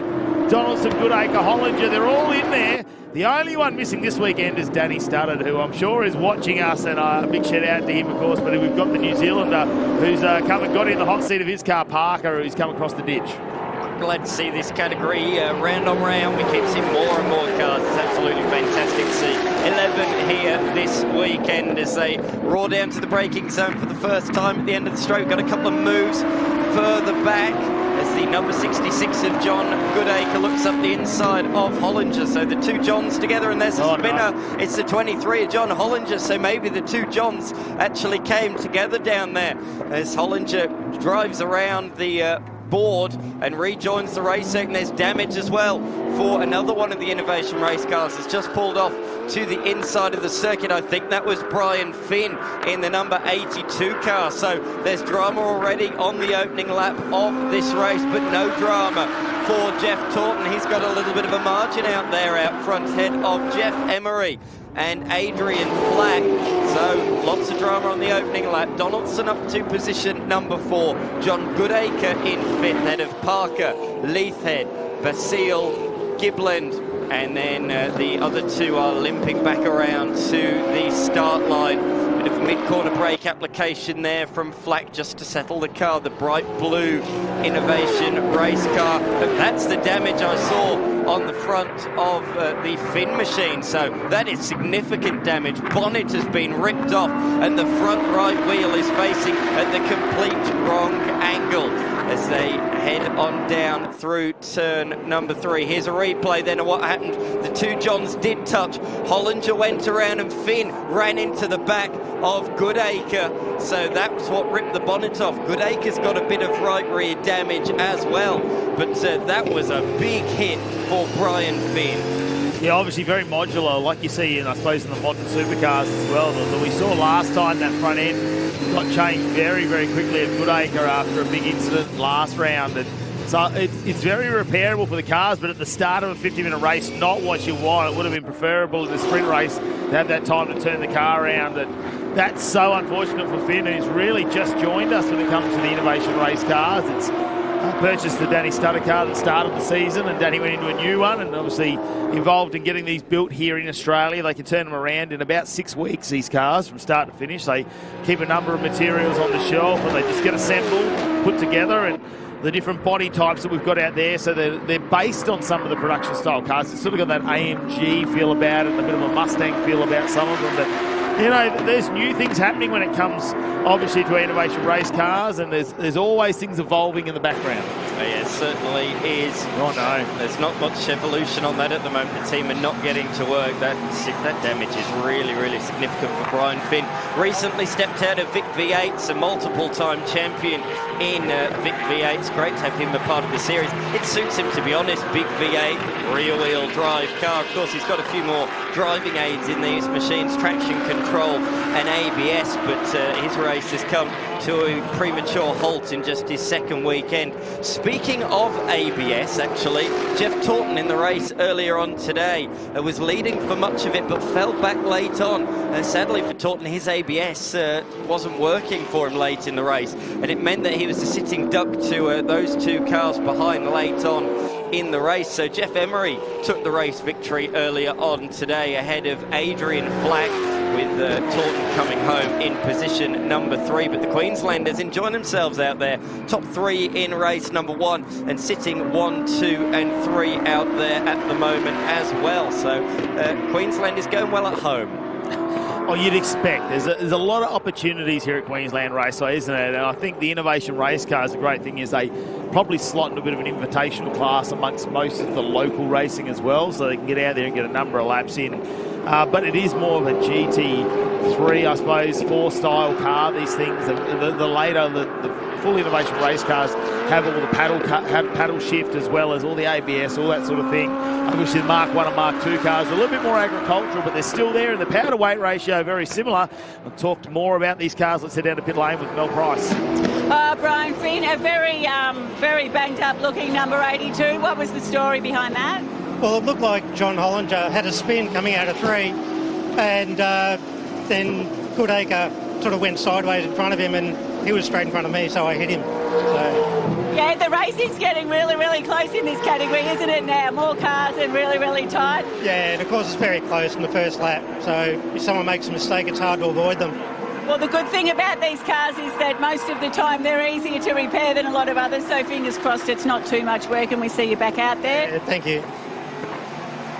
Yeah, you can tell there's a little bit of disappointment in the voice there, Dan, isn't there? But, I mean, although it looks fairly ominous, I suppose, that damage, we've seen a lot worse repaired overnight. It was there contact? Is that Flack who's gone off in the background in the local surge entry?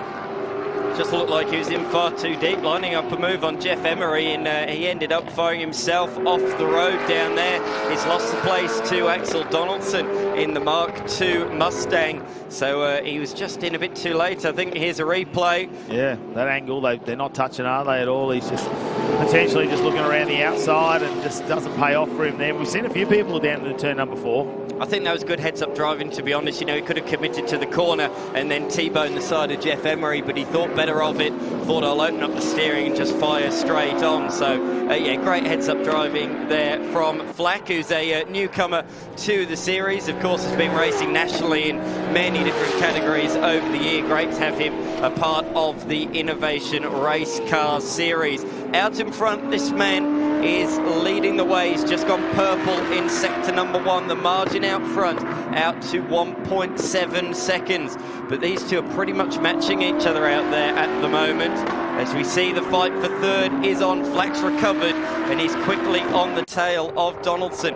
So Donaldson in an older spec car, effectively. We've got Mark 1s out there, Mark 2s, and then the newer innovation race cars. Donaldson behind the wheel of a Mark II Mustang, and Flack gets all squirrely through turn 4, just running a little bit offline. It's pretty dirty out there. Lots of debris offline around Queensland Raceway at the moment, but he's applying the blowtorch to the tail of Donaldson.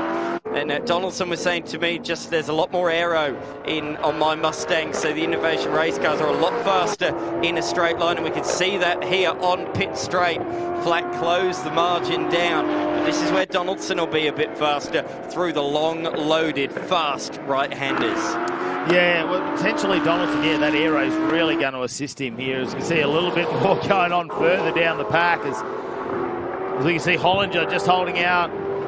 Oh, he's just got in front of Lathead there at the moment. That's a good little move there. We saw him with that spin, which put him right at the back of the pack in the early parts of this race. Luckily, I don't think too much contact made with that car. He was, you know, crossing his fingers a bit earlier down in pit lane when we went and spoke to him, just saying, oh, it's got to go.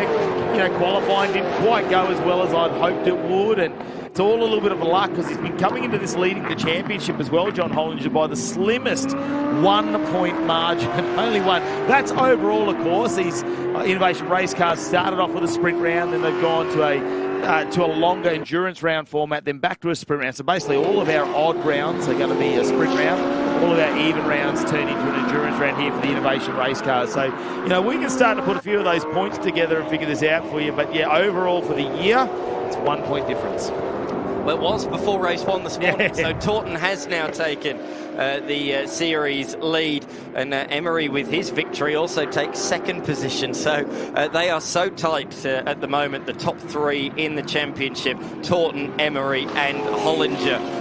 They've been the marks of consistency. Great that we've had so many race victors as well in the first 3 rounds of the series. 5 different winners as the Mark 1 cars are going side by side through turn number 1. The double 3 of Basil and Gibland. Sorry, no, that's not Gibland, that's Leithhead going the long way around. That is tough to do, but great driving from both of them. They're both looking at each other as they head down towards the hairpin. Who's going to be last of the breakers? It's going to be Leithhead, ultra late on the brakes, but he's around the long way.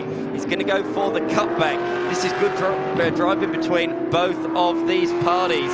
But Leithhead, of course, he was caught up in that big accident at turn number 1 in the last round early in the weekend, and that saw him see out the rest of the Queensland Raceway running. So while a lot of these guys around him have got a round running under their belts, he's sort of playing catch-up early on this weekend. But great to see Leithhead back, because there's a lot of work to do on that Mustang. For those that didn't see it, there was a turn 1 incident very similar to what we saw in TA2 actually, where a car was spun ahead of him, and then he's come through as the complete innocent bystander and found himself collected in the accident. So great to see him back after a challenging round here at Queensland Raceway last time out. Yeah, and they're going to continue this little battle on. Oh, no, have a look at him slide the car out. Lathead really pushing it. Brake lock up his head onto the dirt. He's into the gravel, into the kitty litter. The car's going to pull up fine. It's not going to get anywhere near that wall, but potentially to see him not try and turn that and carry on out the back.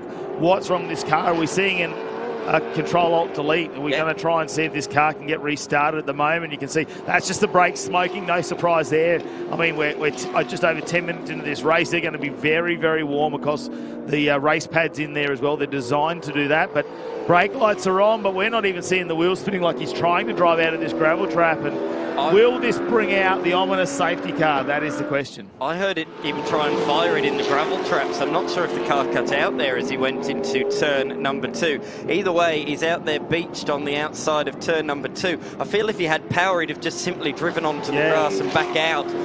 So he's going to try and refire it out there with remaining green at the moment around the course, and Flack is absolutely flying. He's just set the fastest lap of the race, a 1:10 0.2 for Adrian Flack.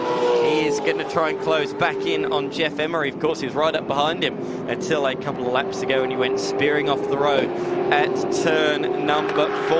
And that's the man in the local search car, car number 20. He's had a few different drivers behind the wheel so far this year, but great to see Flack as part of the Innovation Race Car Series this weekend as we jump on board through turn number 4. I believe this is Parker as the safety car has been called. We can see the flashing yellow LEDs around the circuit, and the cars have buttoned off their pace. Safety car is deployed. I think that's the only decision that could have been made. That number 67 Mark 1 Ford Focus was not refiring, and the safety car the only decision there. Yeah, not much you can do about that one, is it? That turn 2, probably, again, not the best place to be because we potentially see another car shoot off there. That could be an issue there. So, look, our race control, they're going to do what they need to do. We're going to recover this car out of the race to sand trap now. Lathan, unfortunately, beach there at the moment, but we won't be too far away from getting this race back underway. Until then, we're going to take a short break. Don't go anywhere. Still 37 minutes remaining in this Innovation Race Cars.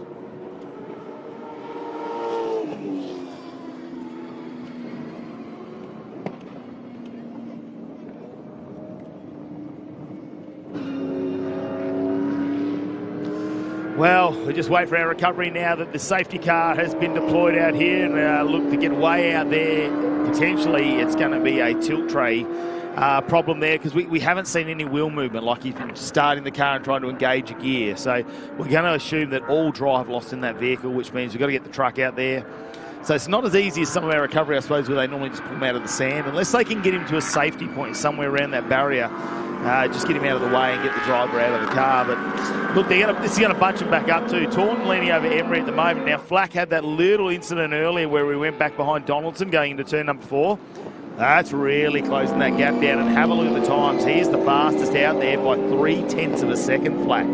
So as long as he can maintain the temperature in those tyres, they may have found the sweet spot for that car as they head into this. 36 minutes remaining. We're not quite there at the halfway point of this 50-minute race, but now a couple of issues already, and unfortunately Finn was the big one at the start of the race, wasn't it? That incident was massive, and probably looks a lot worse than what it is in terms of the damage there. A lot of the splitter work there, that the air intakes there for the engine, and the ducting for the wheel as well. And the wheel on the right-hand side front, that was turned away. Like the steering arms definitely need to be replaced and everything in that car. But I'd say the crew amongst them all, the Innovation Race Cars crew and the team they've got down there, that's probably substantially a couple of hours repair. It's going to be pretty tight to see if they can... of course, this final race of the day, they don't need to worry about another race there. I'm just thinking about the schedule, of course.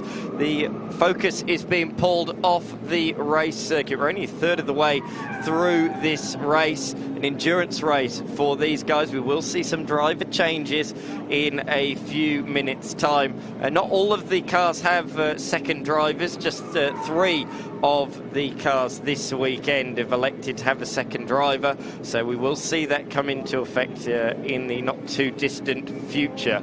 So that'll be a talking point for us when this race resumes.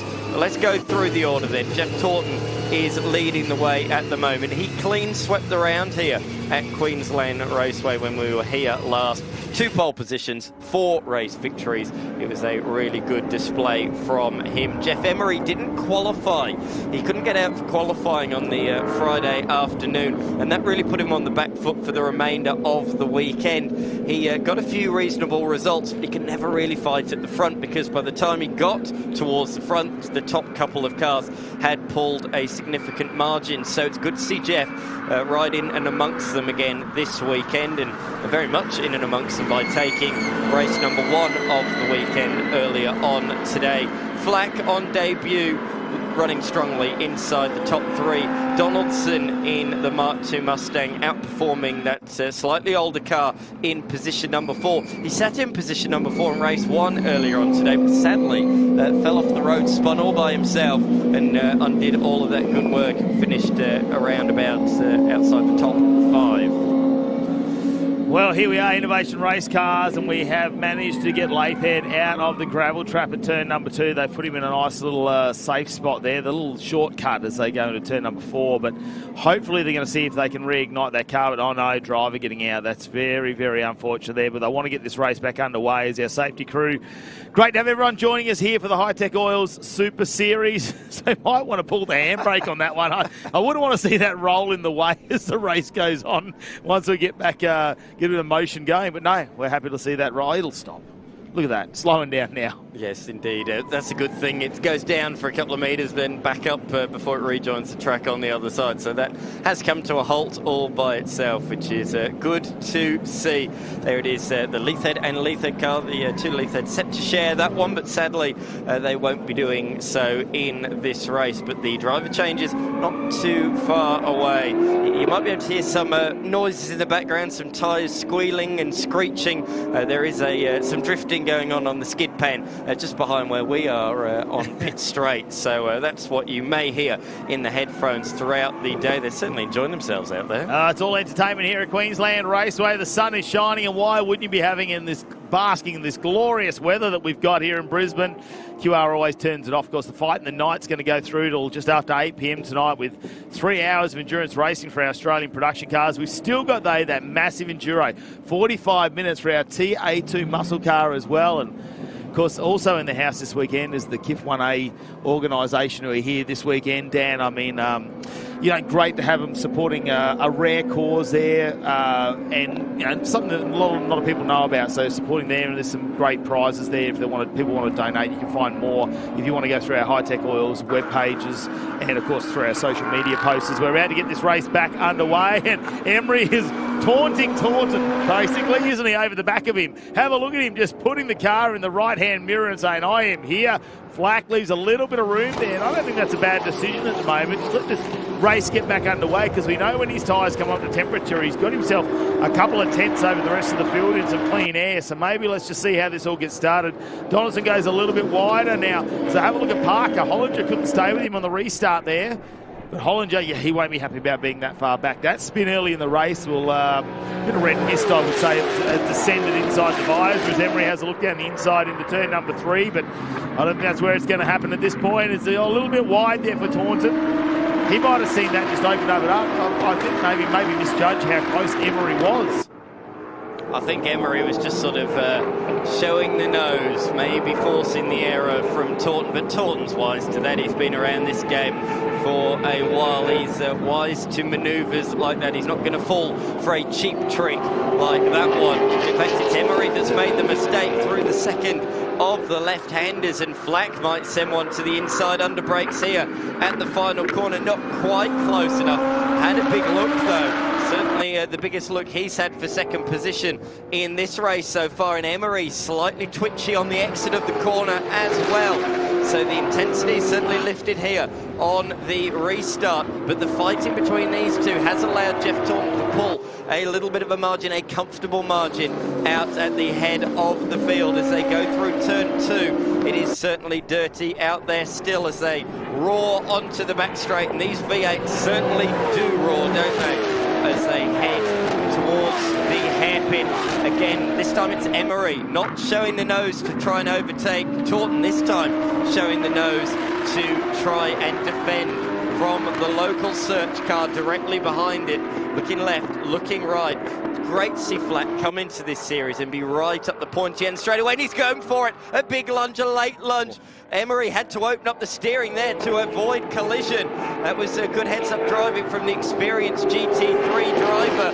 They just about got away scot-free there, but an aggressive, hard move from Flack has paid dividends. I don't think Emery expected that, did he? Because he went to turn in like normal. I mean, the reflex is unbelievable there to see. He takes the turn number 7 into pit lane. Oh, look, a bit of a wiggle there under brakes too. So this is where we're going to start seeing those driver changes. It might be a good point for him as Flack goes by. Taunton still leading this race. Now we'll start to see a little bit of strategy played out in this 50-minute enduro. No one willing to do it there, were they, when the safety car was on, deciding that they would do it just after the safety car. We'll wait and see how this all starts to play out as they make their way in. So there's going to be some race leaders, and we're going to have to see what they decide to do and how long they're in pit lane. So Parker has come in as well. Our Eagle Eye viewers would have probably seen. So he's also in the lane. That's the New Zealander, another debutant here this weekend. These two will be thinking, let's get some clear air, particularly Jeff Emery, after losing the place to Flack. He'd be thinking, right, rather than looking at the rear end of that car, let's come in, reset, redo the tyre pressures. That's what they'll all be doing, just bring the tyre pressures back down again, and then go out, set a couple of fast laps and try and do an undercut. Well, Parker very experienced this New Zealand because it's the 1 hour series, isn't it, over there, which we saw, I think Goodacre's gone over there and done that as well as Danny Studdard. So they're racing a 1 hour series, 50 minutes. They've got to have a little black book, I'd say, which has given them a bit of help in the strategy as well. And I can see some of the boards coming out, which means they are starting to call a few drivers that we'll see this start to fill pit lane very, very shortly there. So it's a minute 28 at the moment for Emery. Parker a minute 25. We'll keep an eye on those pit lane times, see if there's any advantage from some of the drivers as they pull in. There'll be a minimum pit stop time as well. As Taunton needs to watch out because Flack is closing that gap down. Have a look at that, 0.3 of a second in the last lap once again. That safety car could not have come at a more perfect time for Flack, could it?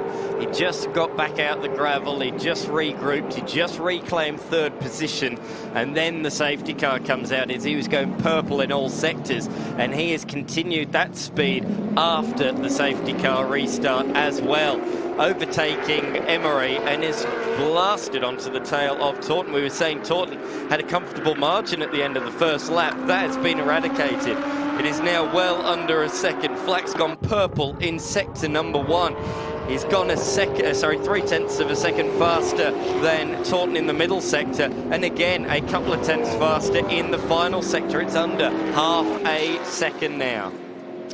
Oh, just have a look. Pit stop time, just over 2 minutes. 2 minutes and 4 for Emery. 2 minutes and 1 from start to finish for Parker. So that's pretty there. Hollinger's now coming to the pit lane as well and starting to get that done. That's pretty good from Parker to be only 1.8 seconds off the transit time of 2 minutes. Emery, 4.1 seconds of extra transit time in a battle where he's really fighting amongst these race leaders. 4.1 seconds. That could be crucial. We'll remember that amount of time when these two come into the pits. But out there now, if I was Flack, I'd be tempted to come in this lap. I think I probably would, because he's losing time behind Taunton, and that's going to bring Emery back in the game when Emery is back out on the circuit, which actually, of course, he is now. So that is going to change out there at the moment. Hollinger currently in the lane, as you say. He's been in for about 1 minute, so 1 minute still to go. Of course, with the Flacks, unlike Taunton and unlike Emery, they will change. So Adrian behind the wheel at the moment. He will hand over to Damien Flack for the second half of this race. So maybe they're thinking, maybe keep the faster of the two drivers in. I'm not entirely sure what their logical thinking is, keeping the car out there at the moment, but that's potentially what I'm thinking. Maybe you keep the faster of the two drivers if Adrian is indeed the faster of two. Of course, we haven't seen them in full race trim together as it's their first round, so it's interesting to see how they play it. But a large majority of the field are now either completing or have completed their pit stops out there at the moment. So Donaldson, the latest to come in the Axles Mark II Mustang. As we see one of the vehicles, I think that's Gillison heading out there now in the 702 machine. He's taken over from the Kiwi James Parker. So good to see Daniel Gillison out there. As up the inside comes the number 20 machine, and that is because the 95 of Taunton has brought his Mustang into the lane. This is a crucial part of this race. I think Taunton knew that though. Like he doesn't have the speed for Flack at the moment. He's already been out there. He knows probably under attack and potentially slowing him down a bit too, as he's having to be a little bit defensive there to try and hold on to that position. Time to come in now and just get that done, especially if we're not seeing a driver change in that car.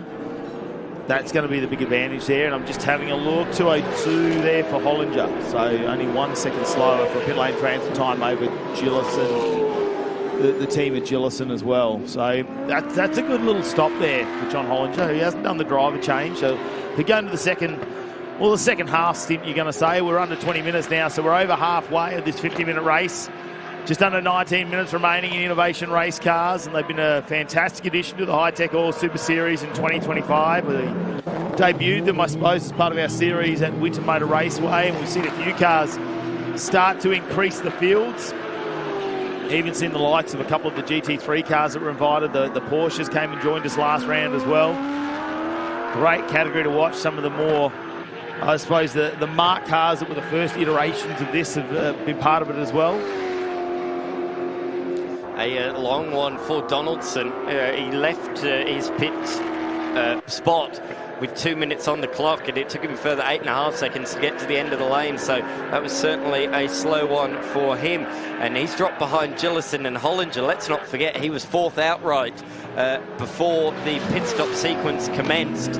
As you point out that John Goodacre has come into the lane, and we can see that swinging in just ahead of Taunton. Well, watch Taunton, 146. So if they've got it right, they get that window right, he's got less than 10 seconds. So they've let him out of pit lane. They would have been practicing this a little bit early during the practice sessions. How long from their pit bay to pit exit? And they're going to cut this fine, I think. Oh no, it's gone over 2 minutes. So Taunton well and truly in the safe factor. 2:06. So he's lost a couple of seconds there. Here we go, the rejoin with Jeff Emery. These two locked in combat with Flack just before Taunton has come out. I'd say it's pretty much the exact same margin as it was before the safety car sequence, but Emery, with the roasting hot tyres, is just closed in through the first couple of corners. Of course, the 95 of Taunton has got slightly cooler tyres. It's not been changed wheels or anything like that, but in the course of 2 minutes being stationary in the pit, tyres are going to cool a little bit, and it will take about half a lap for them to get back up to temperature. Really what we're watching here is Flack, who's leading the race at the moment, but has not done a pit stop with a 32-second lead over Brazil. Goodacre right behind there, who's in the pits at the moment. So we'll expect Taunton and Emery to come round and take that position off them very, very shortly. But Flack, can he open up enough of a gap? Blistering pace at the moment. Best lap time of the race, a 1:10.238 from Flack. Going to be handing it over to his co-driver very shortly, but how long will they hold on for with 16 minutes remaining in this race?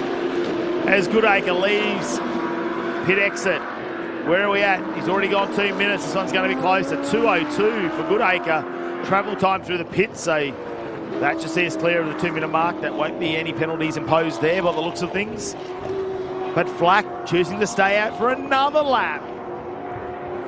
How far can they go? There is a compulsory pit stop. It doesn't matter what happens, even if they choose not to change drivers, it is a compulsory pit stop they must take in a window. Those minutes are ticking down now, so it's getting smaller and smaller, but car must be in a happy place. You leave your number one driver out there at the moment. We'll continue to watch those times though. Fastest sector times in sector 2 and 3, where the car's been super impressive and just in a bit of fresh air, and that might be the decision, Dan. We've got fresh air at the moment. Why change things like that? Because they're going to come out in a battle at the moment with Taunton and Emery, no matter what happens. Yeah, correct, absolutely. I thought the undercut was going to be the strategy, but it looks like the overcut is the strategy that they have gone for. Out there on the circuit, Taunton and Emery remain separated by 1.1 seconds. So it's pretty much as it was when they exited the lane. They're not spending time fighting each other out there, as we can see on the screen now. So that means that they're also setting flying laps all by themselves, as Flack has come into the lane at the end of that lap. So we see him trundling down the lane towards his pit box. It's crucial to get out as close to 2 minutes as you possibly can. We've spoken about that transit time. Mel's down there looking at what they are going to do. It looks like tyre pressures. The driver change, of course, for the Flack combination. So this is interesting as well. This is a different element, of course, to the other two drivers. As I'm looking at times, mate. Taunton is taking purple sectors off of Flack every time he goes around. Now taking the third sector off him and a personal best in sector 2. So I think they're definitely on the headset to Taunton going push, push, push. Flack is in. Let's close this minute gap down. We had the lead before. Can we get it back? Absolutely. Taunton then now on the lead lap. That's important. That is important. Meanwhile, Flack still has a minute to serve in the lane. This is going to be mighty close. This is the crucial part of this race. Taunton is trying to set PB sectors out there at the moment. And Mel, you're down there with one of our contenders. It's here with Adrian Flack. Not a bad first race effort. You've gone out in your first race and brought the car in pole position for the pit stop. Yeah, it was a really good race, to be honest. Chasing Jeff and the guys in front for a start, it was pretty full on. They were very fast. Had a couple of close calls. I nearly tagged the back of him, so I had to avoid him both times. Fortunately, we missed him, which is great. Brought the car back straight, and now it's up to Dame to do the rest. And he keeps trying to get in the wrong side of the car. Yeah, it's the running Porsches for so long, I think. But no, he'll be right. He'll get out there and do what he does. He's done this a lot in the past, so full faith in him. So how much fun are you having driving this car? Yeah, it's great, to be honest. They're so different to everything that we play with so far in the past, you know. But the V8 sound underneath you, rumbling away as you come out of the corners, try not to light the tyres up too hard. That was pretty cool. Yeah, well, you certainly hit the ground running. It looks like it's going to be an exciting finish to the first Enduro. Yeah, we look forward to it. Hopefully Dane does his job and we'll be all smiles at the end. Thank you. Thank you. Oh, while that's happened, he's rejoined 202 through pit lane, and that's a 4 seconds advantage he's got over Taunton, and that's just in the pit lane stop. Oh, he's in a bit deep there, though, at turn number 3. You can hear the brakes squealing, protesting there. So Damien now behind the wheel of the machine. And that margin is coming down at the moment just because those tyres have cooled off a little bit after spending 2 minutes stationary in the lane. So look at that, the margin. You said 4 seconds. It's well under that now. It's within a second. So the gap has come down and Emery is closing in as well, just behind. So this could be a three-way fight towards the end of this race. The margin is now nil. It is on for the race lead. Flack comes out the final corner with Taunton right on his hammer. The top 3 split by just 1.7 seconds with 11 minutes to go in this race. It is an endurance race. For some it's a 2-driver race, but it's coming down to a 10-minute sprint at the end. Who's your money on, everybody watching at home or around the racetrack? This is going to be a nail-biter. And look, I don't think it's too much about the tyres at the moment. Taunton didn't do a driver change. Got his eye in. You've already got almost 40 minutes of driving, right? You've got all your braking markers and he knows exactly where he needs to be. Very confident in the car as well, because you've been out there doing laps. You've seen the changing conditions. You've seen the dirt on the track. You know where the risks are. Whereas we saw that Flack, well, as they've changed over to the brother, is that he's now got to regroup. He's got to reset. He hasn't been out there since this morning. Yeah, absolutely. As they just come through the left-handers, looks to me like Flack's just still looking a little bit uncomfortable, a little bit of a twitch through mid-corner turn number 4. And Emery sends it late up the inside. I didn't think he was going to initially, but he late on went for the apex up the inside of Flack. Flack had to open the door, so a bit of a return to serve. 15 all you could potentially say there after the big dive that Adrian Flack lunged up the inside at turn 4. Emery returns the favour to the other Flack. Damien Flack now behind the wheel had to open up the steering and loses a place, falling down to position number 3. So it's been all change after the pit stops. It's back to as we were early on in this race. Taunton from Emery from Flack. And now Taunton's in front. He's putting the hammer down, putting the pedal to the metal, and has gone purple in sector number 1. So Taunton, the championship leader after this morning's race, is keen to extend the margin. He wants another victory. He wants his 6th of the season, and he's going about it in the right way. Behind that, the Gillison and James Parker combination in the 702 machine, the big benefactors of the pit stop sequence, moving up to position number 4 ahead of John Hollinger, John Goodacre as well in position number 6, and Axel Donaldson, the big loser, was 4th prior to those pit stops. He's fallen down to position number 7 in the Mark 2 Mustang, the 111 machine, the Axles earth-moving machine. There it is at the back of the shot with the green machine, the new livery for John Goodacre this weekend. And he's putting that to good use up the inside at turn number 1 of one of our Mark 1 lapped cars. That's the 33 of O'Brien, who's just gone 1 lap down on those 2 machines. But Donaldson looks to me like he is coming back on John Goodacre.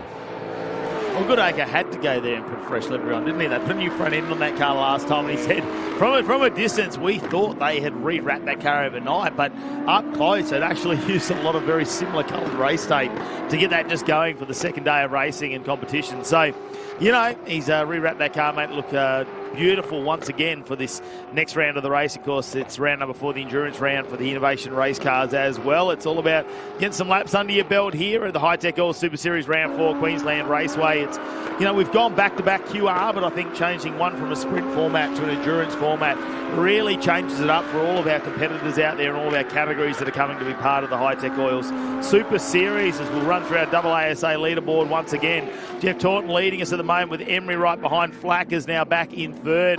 Gillison, Hollinger, Goodacre up on your screen with Donaldson right behind by less than 1 second. And he closes that down now to 6.5 tenths. Oh, it's going so close, but Taunton back out in the lead. But Flack, change of driver. The question is, can Daniel Flack really regroup and get that car firing once again? Yeah, it's going to be interesting to see in the final 7 minutes of this race. Gillison is only about 5 seconds behind at the moment with 7 minutes remaining.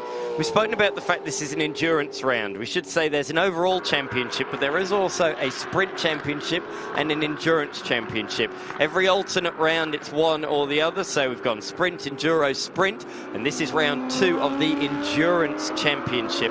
Now, it must be said, it must be noted, Taunton actually missed the opening round of the endurance championship.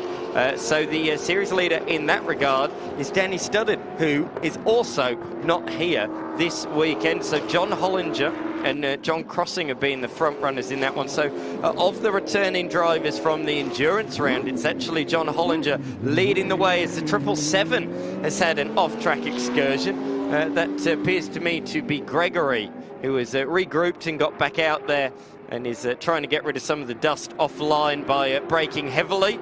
And that's good heads-up driving, that, as he heads down towards turn number 4. What you don't want to do is rejoin the track with all gravel and debris in your front splitter. You apply the brakes on the racing line. The gravel trap goes all over the racetrack, effectively turns turn 4 into a gravel trap. All those behind then spear off the road. So great heads-up driving to get rid of all of that gravel off the racing line, out of harm's way.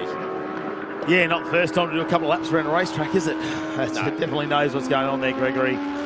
As you can go back to, here we go, our leader at the moment, Taunton, just coming around. Looks like that's unfortunate mistake there will mean he'll get a lap down potentially there. Plenty of speed going on.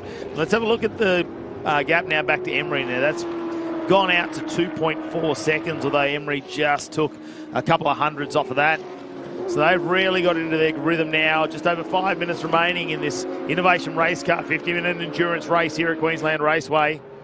Of course, it's an endurance theme, isn't it? We've got the TA2 Enduros. We've got the APC Endurance Championship as well. They're 3-hour fights in the night later, and Innovation Race Cars. So 3 of our 4 regular categories running endurance races here this weekend, and that's really good to see. An endurance theme as Supercars, of course, heads into its season of endurance. It's that time of year, isn't it?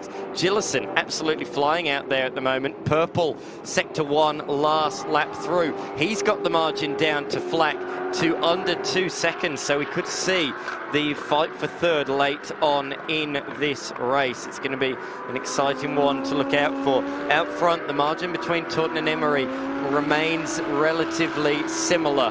It's around about 3 seconds at the moment. Here is the local search car, sideways again midway through the corner. That car looks a real handful out there at the moment for Damien Flack, and that is why Gillison has got the carrot dangling in front of him, a bright blue carrot, let's put it that way. But he is hounding him, catching him lap upon lap, 1.4 seconds now. There's no doubt he's going to catch him before the end of this race, but will he be able to overtake him and finish top 3?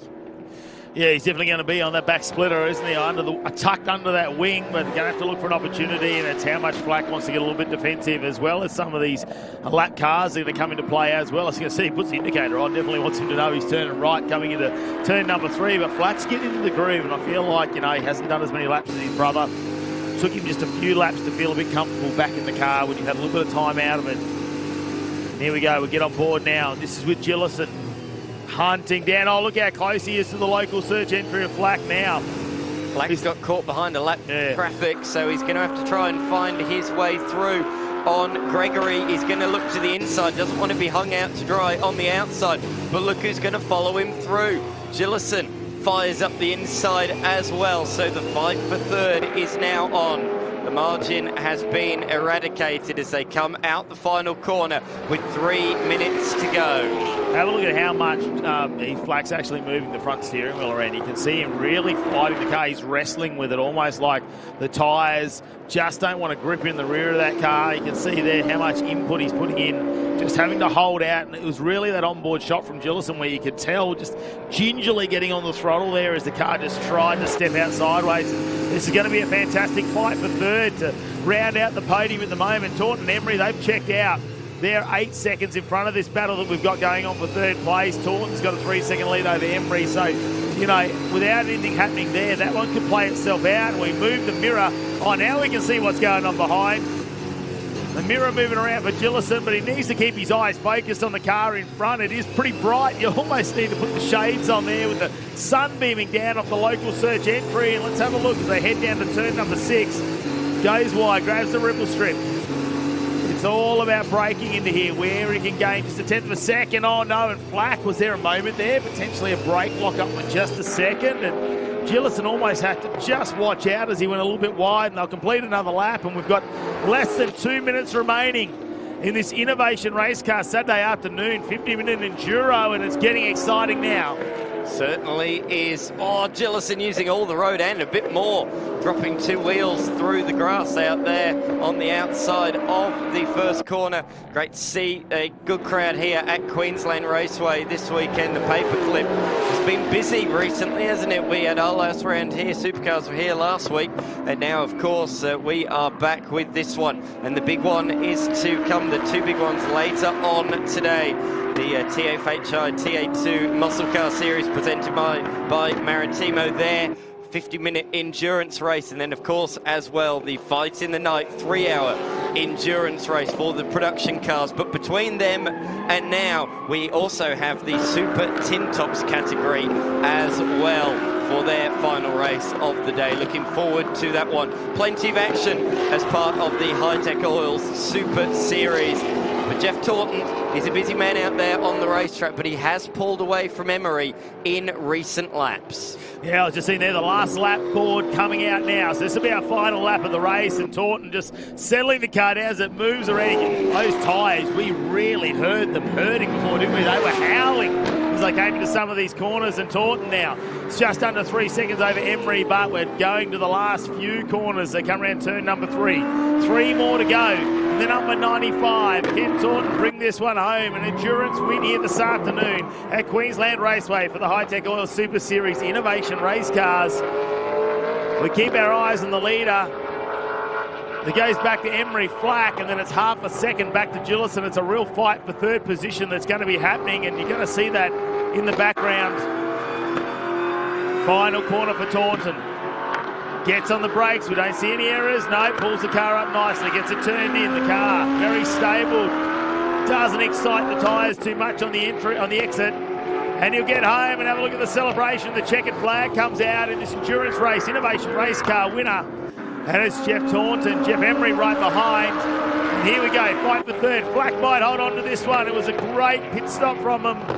And Flack will come home for third with Gillison right behind, and the margin only half a second. John Hollinger in 5th position. Donaldson will come round in the Mustang with a bit of a fight back.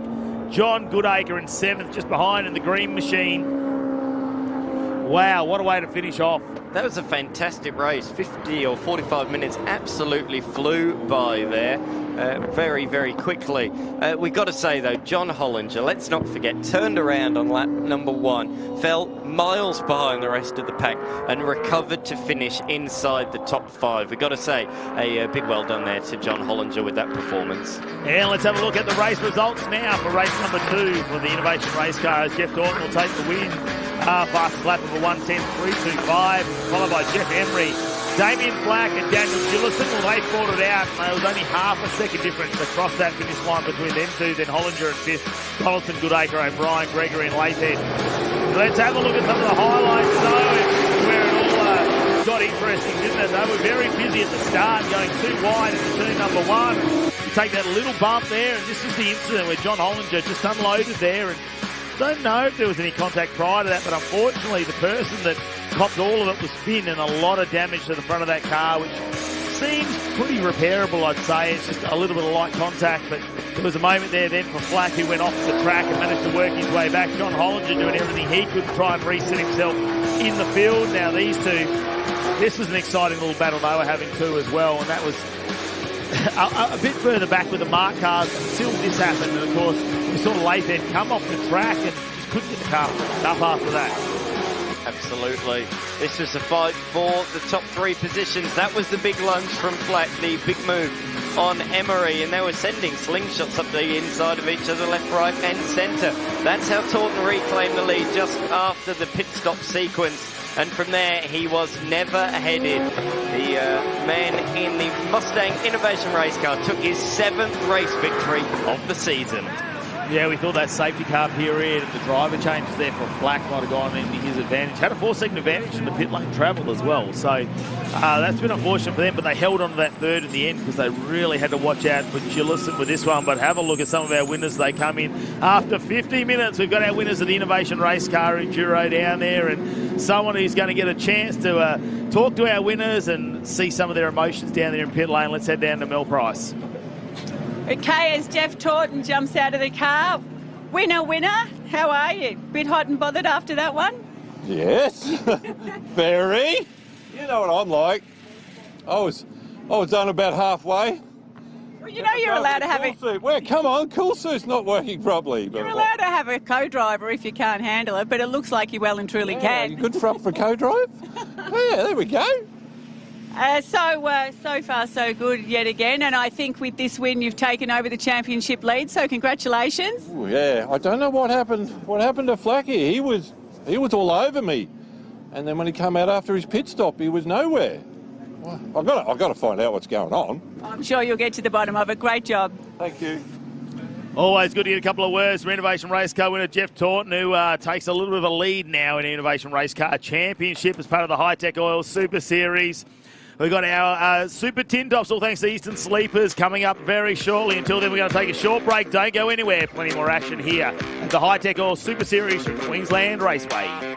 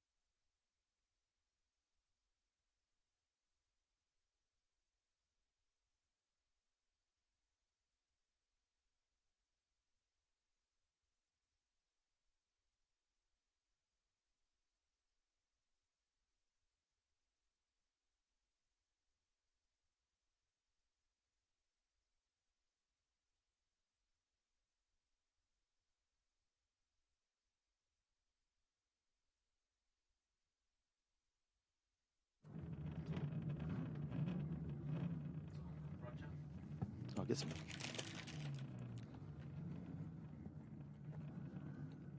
Come on.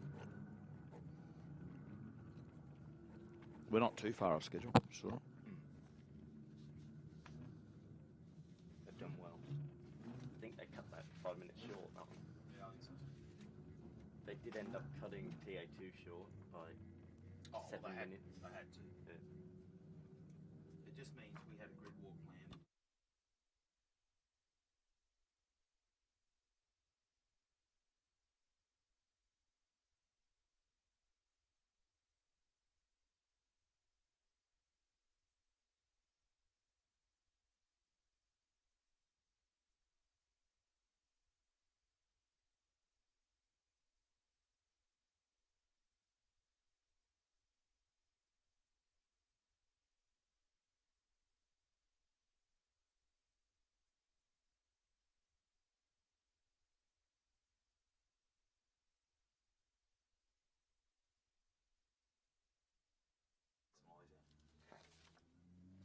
Throat's gone really weird. I reckon I'm getting sick. Late nights. Run down. So I haven't been doing 16-hour days. Back to back.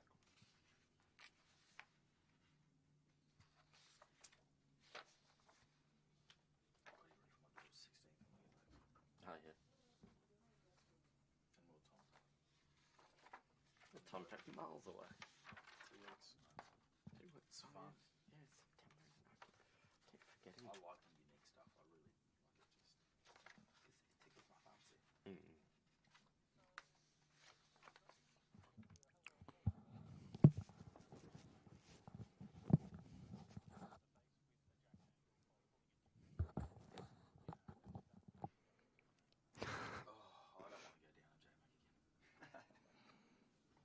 All good, thanks, mate.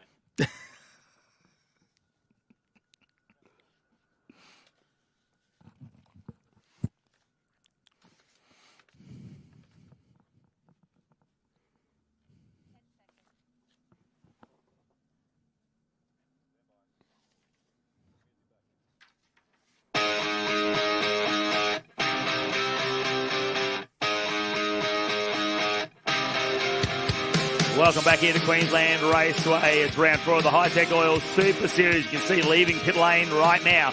Our Eastern Sleepers, Aussie Tin Tops are the next category coming out to lay down some laps. They got a 20-minute race coming your way, but we've got plenty of things happening down there in pit lane as we get ready for our TA2 Muscle Car Enduro coming up very shortly. Let's head down to J-Mac and find out what's going on. Down here with Stephen Richards, and the pits are a hive of activity, notwithstanding the pits of Clay Richards and Ben Bargwana. Have a look. This guy, he's a 5-time Bathurst winner and hands as filthy as the next closest crew member. I just rubbed them on the ground just because we were doing the interview. Tell me, you guys have been flat out ever since the Driver 2 race finished up. What's been going on here in the pits? Oh, we're just trying to fix the car. We won't make it out for the first race, but sure. Some race tape and cable ties, we'll be right. But get it out for tomorrow. That's the aim. But yeah, we're all working hard. Like, this is a family-run race team. This is what half of the guys along pit lane do. What's the strategy for tomorrow? Presumably, you still actually have some decent tyres to use tomorrow. Yeah, of course. But it relies on finishing position from previous races and all that sort of thing. So no, we're right. This is the hand that we've been dealt, and we'll just get on, fix it, and try and get out there for tomorrow. Ben and Clay right in amongst it. Great boys to have, and it's awesome to see that second generation coming through, third generation in your family's instance. Yeah, look, it is, but really, we use this weekend to come up here and have a bit of a go, and I think at the point in time we're the lead Victorians, so it's just a bit of a shame. Innocently, Ben was trying to get out of the way and end up in amongst it, but it happens to everyone. Tough thing to watch, but best of luck getting it ready for tomorrow. Yeah, thanks, we'll be right. Mustang's going good. Now, before we go too far, this line of about 4 bays has actually, again, been a hive of activity. Things looking pretty good for the Norwell Motorplex Mustang, but there is so much going on in Team TFH. Action on track, it's all happening here at the Fight in the Night. Yeah, no surprise about everything happening down there at TFH High. There was half a car missing on car 18 for Diesel Thomas and Nash Morris, so they'll be very, very busy down there. So there's so much to unfold in the next half an hour before we see them come out just after 4 p.m. this afternoon. So I tell you what, get ready for another massive afternoon. It was all excitement when it came to our co-driver, our Driver 2 race a little bit earlier, but I tell you what, Clay Richards only just got a TA2 muscle car, and already they've had to do a little bit of cosmetic repairs to that one. But that's all right. The good news for them is those young fellas is that means they are in the fight. But let's turn our eyes now to the Eastern Sleepers. Aussie Tin Tops, their starting grid for race number 2. Brent Edwards in the Cable Source Falcon, who was super fast in that last race, followed by Peter Ryder and Corey Gillette and Tony Sain will be on the second row. Daniel Natoli, then it's Michael Rao. Michael Ricketts and Nathan Vindanis will be on the 4th row. Simon Cox and Miley Miller, who joins us here in Super TT on the 5th row. Michael Petit, Helen Maris will be alongside each other. And it's Brett Stevenson, Laurel Ball, who will be on the 7th row with Stephen Chilby, who ran out of fuel, he said. My computer told me I had fuel in the car, but we didn't. Basically, that's what happened down there. I managed to catch up with him in pit lane as the lights go out, and Ryder, nothing going on. Gillette doesn't know what's going on either. I don't know what he was watching. Plenty of wheel spin from Ryder, but the two Nissan Silvias have gone way back in the pack. I think they're both caught out by the lights. It was a very, very quick starting sequence, and I honestly think they were caught out by that. So Brent Edwards is taking the lead where he started from. Saints up to second, and Natoli up to third in the ultimate Tin Tops class. Gillett has already made his way back up to position number 4. I think Ryder will follow him through into 5th. And from the pretty much tail of the field, Chilby is up into position number 6. Is he not quite? He will be on the exit of the corner though. So we got 3 hard charges now coming through the field. But the 2 Silvias both being caught out there at the start of the race. Brent Edwards certainly wasn't. He's got a little bit of a margin out front. Yeah, we were talking about tyres in the last race, weren't we, about how they come up on pressure, and Corey Gillette, I got 5 seconds to have a chat. We said, yeah, we had a little bit too much air pressure in there, and that's when the tyres started to go away once we warmed them up. So they said, well, you know, sometimes you've got to take a bit of a go at this and see where the car ends up. Unfortunately, they got it a little bit wrong, because now it looks like he's waiting for a bit of tyre pressure to actually hit those tyres. A lot of understeer going to turn number 6 there.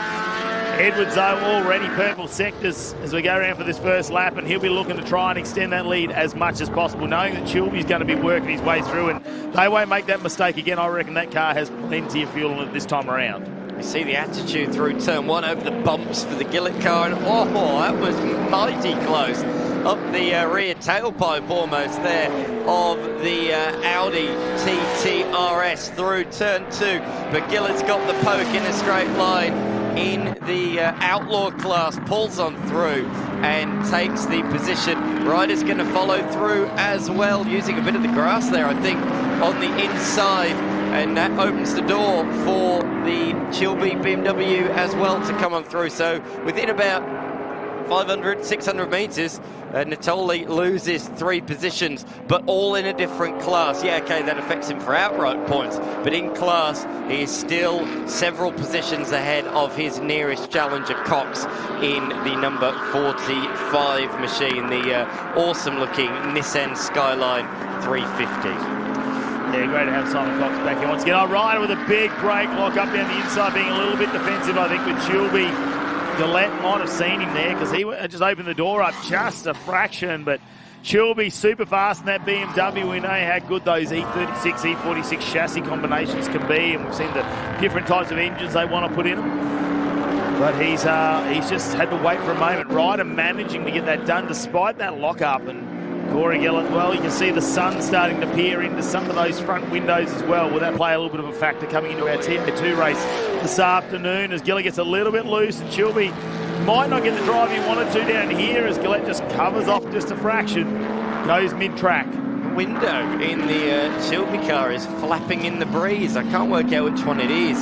There's a window, I think it's the right rear, that's flapping away in the breeze. So through. There he goes once again. Couldn't quite see it on either of those camera angles, but something flapping away rearward in that car. Another little bit of a lock-up there for Peter Ryder, but despite these lock-ups, he is pulling away from these two. Gillett coming under huge pressure here from Chilby, who, let's not forget, led a large portion of the opening race. And didn't finish late on as Corey throws it out sideways, not intentionally. He might be an ex-drifter, but that was not what he wanted to do. Just in too deep on the marbles on the outside of the circuit. Very little grip out there, and the rear tyres simply said, we don't have enough grip to live with that. through sideways. I don't know whether that's actually a window or the door. There's something on the front of the door on the passenger side moving around it. We'll have to wait and see how that one goes for Chilby. I mean, he doesn't need anything else mechanical, I suppose. But yeah, it's definitely on that right-hand side of our screen. But is it a moulding on the front? I think it is. It might be fiberglass door. It might not be a steel body door. Don't know. We'll wait and see how that unfolds, and hopefully race control. It doesn't look like it's dangerous at the moment, anyway. So no. Holding on to that one, we'll have to say Corey Gillette. He'll be kicking himself about that one. I think he won't be happy about making a little mistake like that and have the car go sideways, because he would have really been enjoying that battle with Chilby, and we were hoping that was probably going to go for another few laps as well. As just over 10 minutes remaining in this race number 2 here for the Eastern Sleepers, Aussie Tin Tops. Fantastic way. They've sort of rebranded this year as well, and we've seen them move around.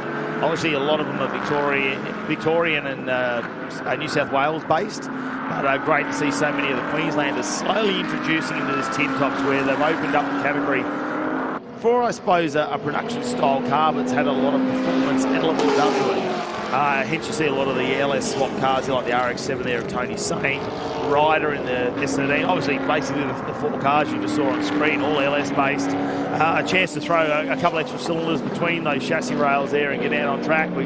Connolly's not here this weekend. We saw him in the Toyota 86 with the K24 Honda power engine as well. So the Tin Tops are a great category for some of those cars that potentially don't fit in, I suppose, in some of the other categories of racing. Obviously on a national stage where they get to travel around and experience a number of race circuits throughout Australia. Everyone's always improving the cars as well. Brent Edwards, he might have won 3 of the 4 races last round, and he won the round overall. But he's out there lapping very, very fast, and this one got a 7-second lead. And that's because he's been improving his car since the last round. So he told me earlier on today, since the last round, he's put the car on a bit of a diet. It's lost quite a few kilos. But not only that, it's also running wider rear tyres as well. And he says the grip out of the slow speed corners, it's just squatting down and darting out of the corner, really gripping up. So he's got a lot more traction as well, has Brent Edwards. So that's why he is improved and why he seems that bit quicker himself this weekend. I mean, Corey Gillett, he's going faster this weekend than he did last round. However, the results don't show that, because everybody else has also stepped up. Great to see Laura Ball currently in 2nd position of the points in the Super 6 category there, just up on our screen in the Falcon, and right behind that, Helena Maris in the little MX-5, who's another one who's leading the championship points with the Supreme Tin Tops as well, in another one of the categories. Much like the production cars, several categories within this one as well.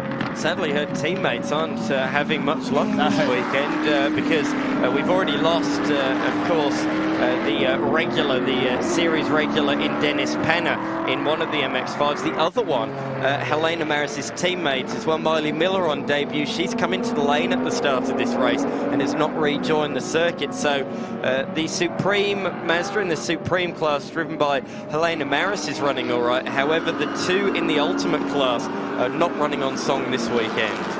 No, he's down there talking to our couple of people in the pits. Stu, who gives us a little bit of information, he was down there talking to him, and won't be happy about some of the damage on that car, whether he can get the MX-5 fixed up for the next round as well. Oh, here we go. Brent Edwards just getting through some lap cars there at the moment as he's starting to go through some of our, I suppose, like our Super 6 categories and our Supreme TT categories.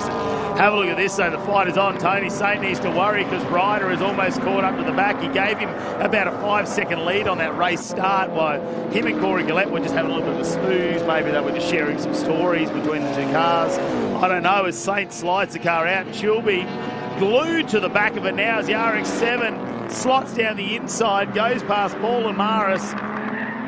Oh, hear that? The tyres making a lot of squealing there as he tries to pull it up, goes a little bit wide. Chilby might get a nice run out of 3 as he slides it just a little bit. We haven't seen too much of that from the BMW. Down the straight towards turn 4. Look, for the first time, Saint has to go defensive, but he's locked up, he's run wide, he's opened the door for Chilby, who gets the switchback and takes the position. That was great heads up driving from Chilby, who himself slides it through turn number 5, but he forced Saint to defend. Saint locked up and through on the undercut. Peter Ryder now having a look up the inside of the rotary powered RX-7, but can't quite make it stick there.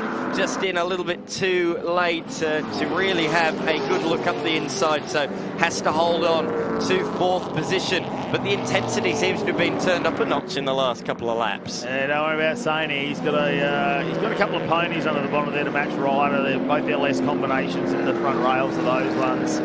Look, I had a good look at them when they were at Winton. They're impressive bit of kit under those bonnets as well. So Tony saying that's his first year joining the Super TT series. It was great to have him down to Victoria and Sydney as well. Big thanks to them for doing a lot of travel there to be part of the Aussie TT Championship. As Ryder gets another brake lock up there, and that's got to be feeling like a 50-cent piece on the back of that car right now. It's got a bit of a feeling like they're in our hire car at the moment. It's got to have a rattle in the back of it. You just can't keep locking up, and the more he locks it up, when he gets on the brakes, when he hits that flat spot, it's going to lock up again. It's going to be easier and easier to lock it up and make it harder and harder to drive that vehicle. So riders might just have to back off just a little bit when it comes to the braking, maybe just 10, 20 metres earlier, just get a feel for it, because Saint doing a nice job in front. Ryder's going to have a look down the inside. Saint, well, closes the line down, and just another little bit of tyre smoke there for Ryder, and wow, that's got to be hurting tyres. They're really late lockups for me. It's not under brakes initially.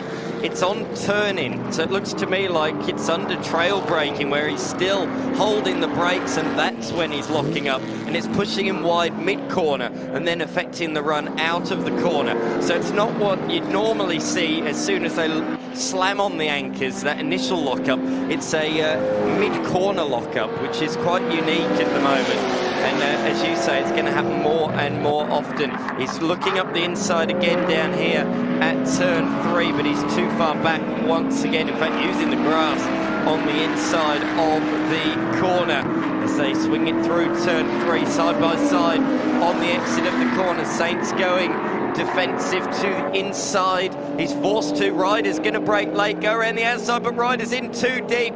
Again, it's not that initial lockup, but mid-corner, locks up, runs wide, and he's going to fall behind. It looks like the Corey Gillett machine as well, and does. That's a disaster for Peter Ryder in trying to fight for position 3.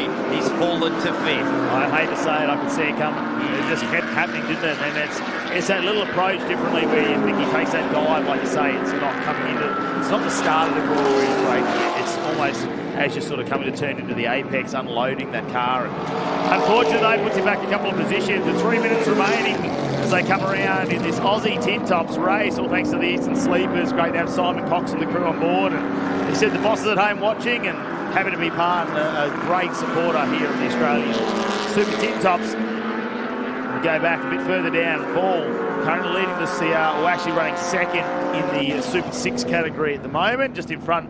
Mick Petit is leading that one at the moment, especially in the championships as well. And we see Lena Maris in the MX5, who is in our Supreme TT class. So leading that actually at the moment when it comes to our Supreme. Oh no, Michael Ricketts, sorry, up there. I did miss out on Michael Ricketts, the giant slayer really in his Pulsar. And we've seen him beat so many V8s over the last couple of years. I'm actually surprised not to see him up there with him. He's such a quiet achiever, isn't he, Mick Rick? It's great to have him back as part of the series for this round. Hasn't done all the rounds this year, but when he has, he's been right up there. And speaking with Helena yesterday, she said to me, it's all about consistency until the end of the season. For me, yeah, okay, Mick Ricketts is beating me at the moment when he is on the track, but I've got a huge points buffer. If I can just keep chipping away, finish behind him, I should be able to wrap up the championship come the end of the round. And speaking of the class leaders, this is our ultimate TT class leader of Natoli. He sort of made a one-off appearance at Winton Motor Raceway. Generally races in production cars, this particular vehicle, but enjoyed himself so much in round number 1. He's been a regular ever since. Well, yeah, and last time round, obviously this being his home track, he actually had some mechanical issues there where they had a cam come loose, which kept the valve open just a little little bit, and unfortunately they've had a little bit of engine damage. They've had to work tirelessly to get that car back out there. And here's Michael Ricketts doing what he does. He's three-wheeling at the car built by Jordan Cox, who you know from TCR, and actually racing there with Mark Crutcher this weekend in the TA2 has a lot to do with the mechanics of this car, and he'll try and lift that back wheel off the ground again. He does a little bit of driver training with him. They've got the skirts on it too. They're doing a little bit of aero, and you know, I was speaking to Michael Ricketts, and he goes, you know, sometimes the wife and I are travelling and we get in a taxi, and the taxi driver will go, oh, Pulsars, yeah, I've got one at home that my daughter used to drive or something. He's got a small collection of them that he keeps. He said some of them are almost too good to make into race cars, but he's still going to make them into a race car eventually. Yes, that thing is so fast. It's a highly strung piece of kit. It's a fantastic racing car. We continue to go through the classes. This is our Super 6 leader of Pettit out there in the Falcon. Speaking of Falcons, Brent Edwards is out in front. So the margin has come down a little bit since Chilby has moved up into second place. Chilby certainly the faster of the two in this one. But it's going to be interesting to see how things are going to play out tomorrow when these two are at the head of the field on the front row of the grid for tomorrow's race. But Brent Edwards out in front with the headlights on. Took 3 victories last round, and he could potentially here make it 2 from 2. Conserving is what I would say. I think he's conserving the cable source Falcon. No need to push it too hard. They'll be chatting on the radio, and here he comes. He'll cross the start-finish line, take the checkered flag, and the cable source Falcon gets another win here, the second race of the Eastern Sleepers Super Tin Tops, Aussie Tin Tops here this weekend. Chilby, what a comeback that is to be second after a DNF in race number 1. And Saint will come round and take the third step of the podium. Corey Gillette just behind with Ryder, who had that big moment finishing in 5th position. Yeah, really real shame. He did catch up once again to Corey Gillett, but didn't quite have enough laps to be able to overtake him. Mick Ricketts has come across the line to win his class. And here is one of our other class leaders, Natoli, in the Ultimate Tin Tops class. Comes around the final corner in the Audi TT RS. Brilliant performance from him, as always, from Natoli. Comes across the line in the G-Technic Australia sponsored car. Oh, Pettit's off right at the death here. The class leader made very hard work for himself. He's found a gear once again. That was a very strange moment because he took to the inside of the circuit. Yeah, maybe just unloaded the car a little bit with the suspension there. He's, look, maybe he just can't handle the Dwars performance in the car there. It's a naturally aspirated Barra engine in that one. And have a look at, in the background there, I'm just having a look at the Falcon there of Findanis, obviously the Precision Turbos entry. And have a look at this. These two are having a great battle at the end. Laura Ball and Helena Maris all the way down to the wire, and there was nothing in that, just 0.4 of a second. As we have a look at our Eastern Sleepers Aussie Tin Tops results. The race number 2, Brent Edwards with a commanding lead, and I think he just backed off in the end. Stephen Chilby from the back of the pack all the way up into second. Tony Saint holds on to third. Corey Gillette with a bit of a moment there with Peter Ryder. They had a sleep on the line, but they managed to get back in the fight of things. Obviously, Peter Ryder with that massive moment as he went off the track. Great to see Dan Natoli working his way back through into 6th position in Dennis. Precision Turbos entry. Michael Ricketts, obviously, in the Supreme TT. They've getting the class win there in 8th position. We have a look at some of the highlights, and don't know what the Sylvians are doing. Maybe the lights just moved a little quick for them, like you said. They're just expecting a little bit more of a delay, but the rest of the field said, we're not waiting for you. Maybe they had it in neutral or something. Not entirely sure. Gillett's car looked like a handful, particularly at this moment. He turned it into a drifting machine, as did the BMW of Chilby at one stage as well. Chilby coming from the tail of the field after that DNF did a great job to finish in second. This was one of the talking points of the race, lock-up after lock-up, and eventually it cost Ryder dearly in the 5-4 position, number 3. He fell to 5th as a result of that off-track excursion. But out in front, in the cable source Falcon, Brent Edwards took yet another victory in the Eastern Sleepers Aussie Tin Tops. Yeah, really bringing the fight here to the championship. Brent Edwards trying to leave the overall Drivers' Championship as well as his class lead. Tony Saint up on your screen there as he gets out of the RX-7. A home track for him. It's great to have another podium here in front of Obviously, friends and family here this weekend. He got himself a couple of second places in the third last time round, so you get another podium, we'll be pretty happy about that. Let's head down to our winners, though, in pit lane with J-Mac. Tony Saint locking up third place here in race 2 for the day. A fantastic result and some stiff competition out there. Yeah, they're going fast out front. I haven't got the speed to keep with them, but if I can keep going and not make too many mistakes, I'll be thereabouts. Let's get set for tomorrow. Yes, we'll do. P2, Stephen Chilby, happy to be up here and starting from the back. Great drive. Yeah, finally. Been having a bit of bad luck even the last round, and then this round we just seemed to be having little gremlins. That last race, had a great race, but a wire had fallen off my fuel pump relay, so I had no fuel to feed the engine, so that's what ended that one. But it's good to finish up with a second from the rear of the field. It's good. Good job, well done. Thank you. Brent Edwards coming off the back of last event with 3 wins, already locking up 2 for the day. It's looking good to be in a Falcon. Yeah, well, as the taxis go against all these sports cars. So, yeah, car's been great. Made a good start that time compared to last time, but the guys have tuned it up a bit more from yesterday's race. Track was a little bit slower, but I reckon we're in good stead for tomorrow. So just got out in front, managed the gap, and Cable Source Falcon was great. Fantastic stuff. Well done. Thanks, mate. Yeah, great to see our winners from race number 2 of the Eastern Sleepers, Aussie Tin Tops. What a race it was all the way to the end for some of our minor placings. Of course, we've still got the TA2 muscle cars coming up next, presented by Maritimo, and it's got a big field. 26 cars, 2 drivers. It's enduro time. It's all going to happen. We've seen the excitement and the fireworks that we saw from our co-drivers. Don't go anywhere. We'll be back after this short break.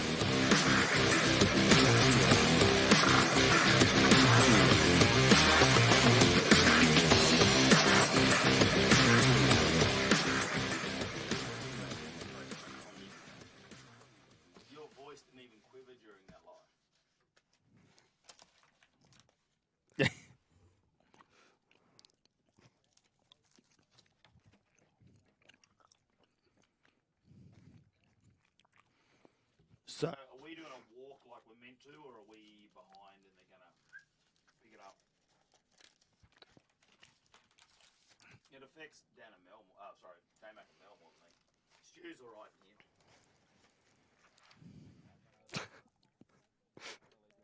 I just realised what you did.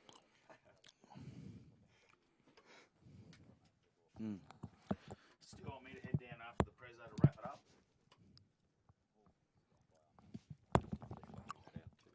Big boy.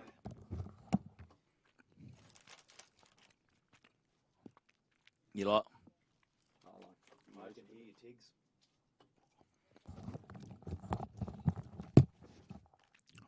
That's cool, man. You just let me know.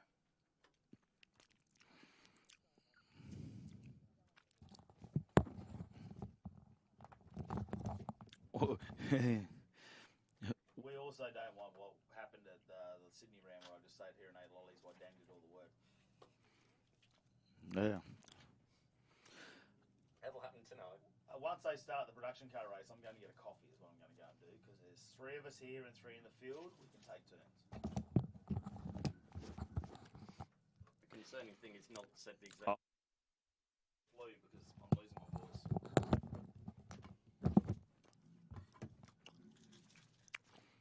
Coffee will get me through till 9 o'clock. Don't worry. Oh, baby, now we're talking.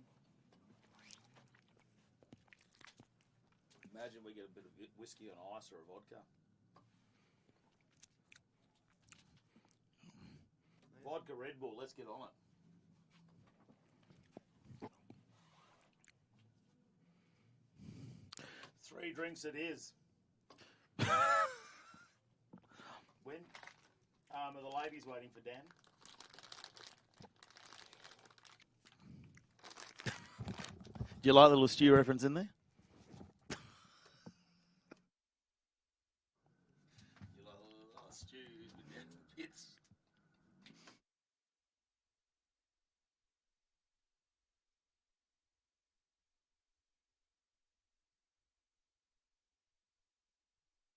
Oh, there's a helmet.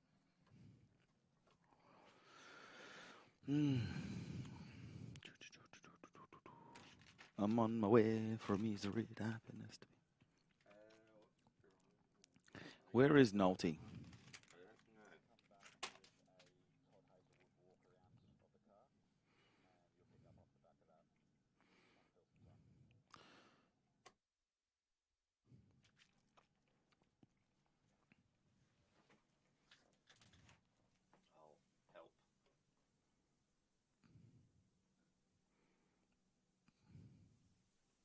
Hi everyone, it's Todd Aiswood here from the team at TFH Racing, and welcome to TA2 Muscle Car Racing. This is our Ford Mustang. We have a 6.2 litre V8 under the hood here, producing roughly around 500 horsepower. And the best thing about this whole category is everything's controlled. So we got a controlled chassis, controlled engine, controlled brakes, controlled shocks and suspension, which creates fantastic racing and real door-to-door battles, which is a lot of fun for our category. Now, the cars themselves are super basic. They're a really cool but basic race car. Not much data, only just enough for us drivers to understand what we're doing with the steering, with our feet, with the throttle, and that's probably about it. We've got a cross-ply tyre, which generates fantastic racing. And the bodies themselves, they're essentially all fiberglass, so very basic in terms of construction. Basically made to rip a panel off, get it replaced, and get it back out there. And very much going with the NASCAR theme itself. So we've got the Perspex windows on the front and the rear, fiberglass body, no windows on the side. On the driver's side, which is the left-hand side, which I'll quickly take you around now, very much the NASCAR style, but we do have essentially what they call a dicky door. So a half door here, gets into our cockpit, and away we go. Inside the cockpit, we've got a 4-speed dog box gearbox. You've got the option of either a G-Force gearbox or a Hollinger gearbox, an Australian-made product. And then we go into our 9-inch rear end. We've got quick change gears in the rear. So one of the only aspects that we can tune from team to team and drive to driver is that we've got quick change gear ratios. So we can change it from circuit to circuit or even driver to driver depending on the preference. The bodies themselves are heavily controlled, as I mentioned, but one area of freedom that we do have is our rear wing. So we can either tune it from the top wing or the bottom plane, and that gives us a little bit of adjustment, looking for either stability or a bit of straight line handling. So that's TA2 in a nutshell. Hope you enjoy the action this year, and yeah, wish us luck. Yeah, well, that's what a TA2 muscle car's meant to look like. I tell you what, after that race number 2 from our second drivers there's a few cars that were missing wings, missing body panels. There was all sorts of things happening. You see a little bit of fresh panel work there on the Josh Thomas, Todd Hazelwood number 69 vehicle, and that looks like a little bit of mechanical check that's been sent out for a lot of repairs going on down in our pit lane. It was a very exciting race number 2. Of course, our main drivers, the guys and girls that are in the championship, well, that was fairly, I don't want to say uneventful in terms of excitement, but we saw the cars get from start to finish. We didn't see a safety car run. Plenty going on throughout the field. Alice Buckley was very dominant. Lachlan Evanet slotted into second position there in the Ashley Jarvis Racing entry. Jared Hughes dropped back one position into third, but managed to hold on, carrying that shoulder injury from his Super 2 incident last weekend. Now, when it came to our B drivers, well, that was a different story. We didn't even make it into turn number 2 there before we saw a massive incident.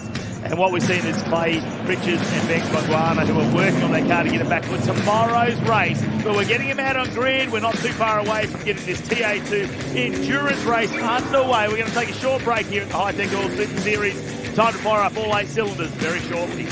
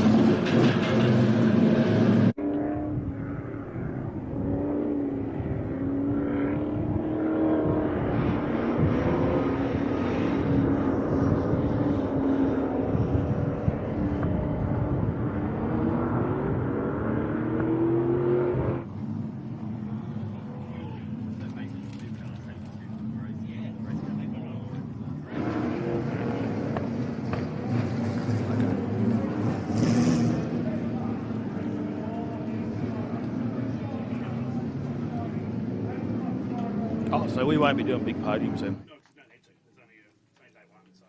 We were told that was the case. Well, we've got nothing ready for them, so it'll be done after the broadcast finishes. Yeah, okay. So they need more people. They just stay.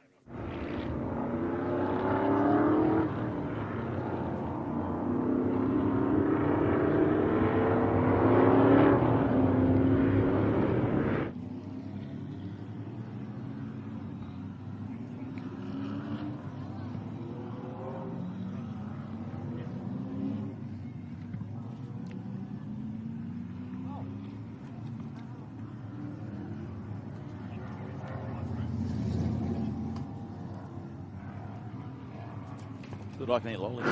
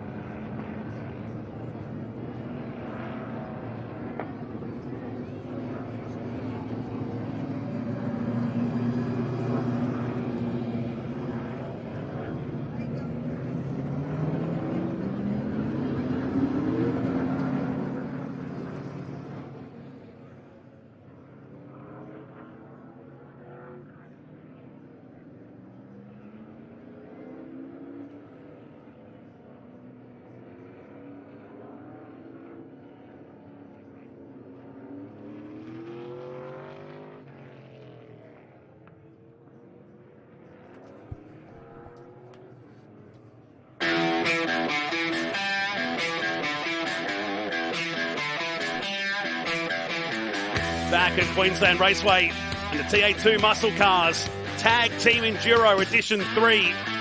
And already, the first couple of episodes today have had plenty of hits as the cars are making their way out for the endurance race over 45 minutes. It's been a mad scramble to get up here for this race, and now the car's on the grid for 45 minutes, a compulsory pit stop. So if you start the race, the other driver will finish it. The window will open at the 20th minute mark and close at the 27-minute mark. You can't change tyres today. You can bleed air pressures, which is exciting. But a grid full of absolute superstars. Jared McLean, you're amongst all the action down here on the Dick Johnson Straight.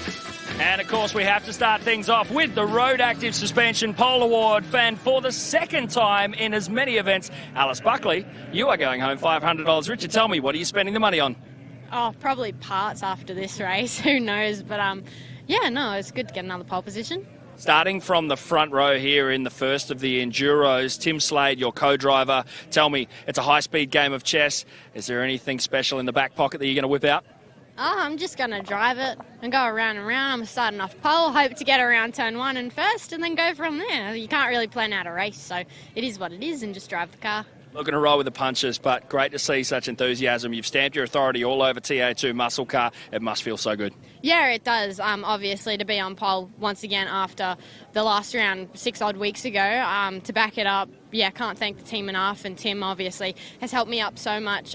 It being my second race meeting and still being on pole after the first one, yeah, couldn't be happier. And realistically, just got to make it past turn 1. But I got such a good team around me.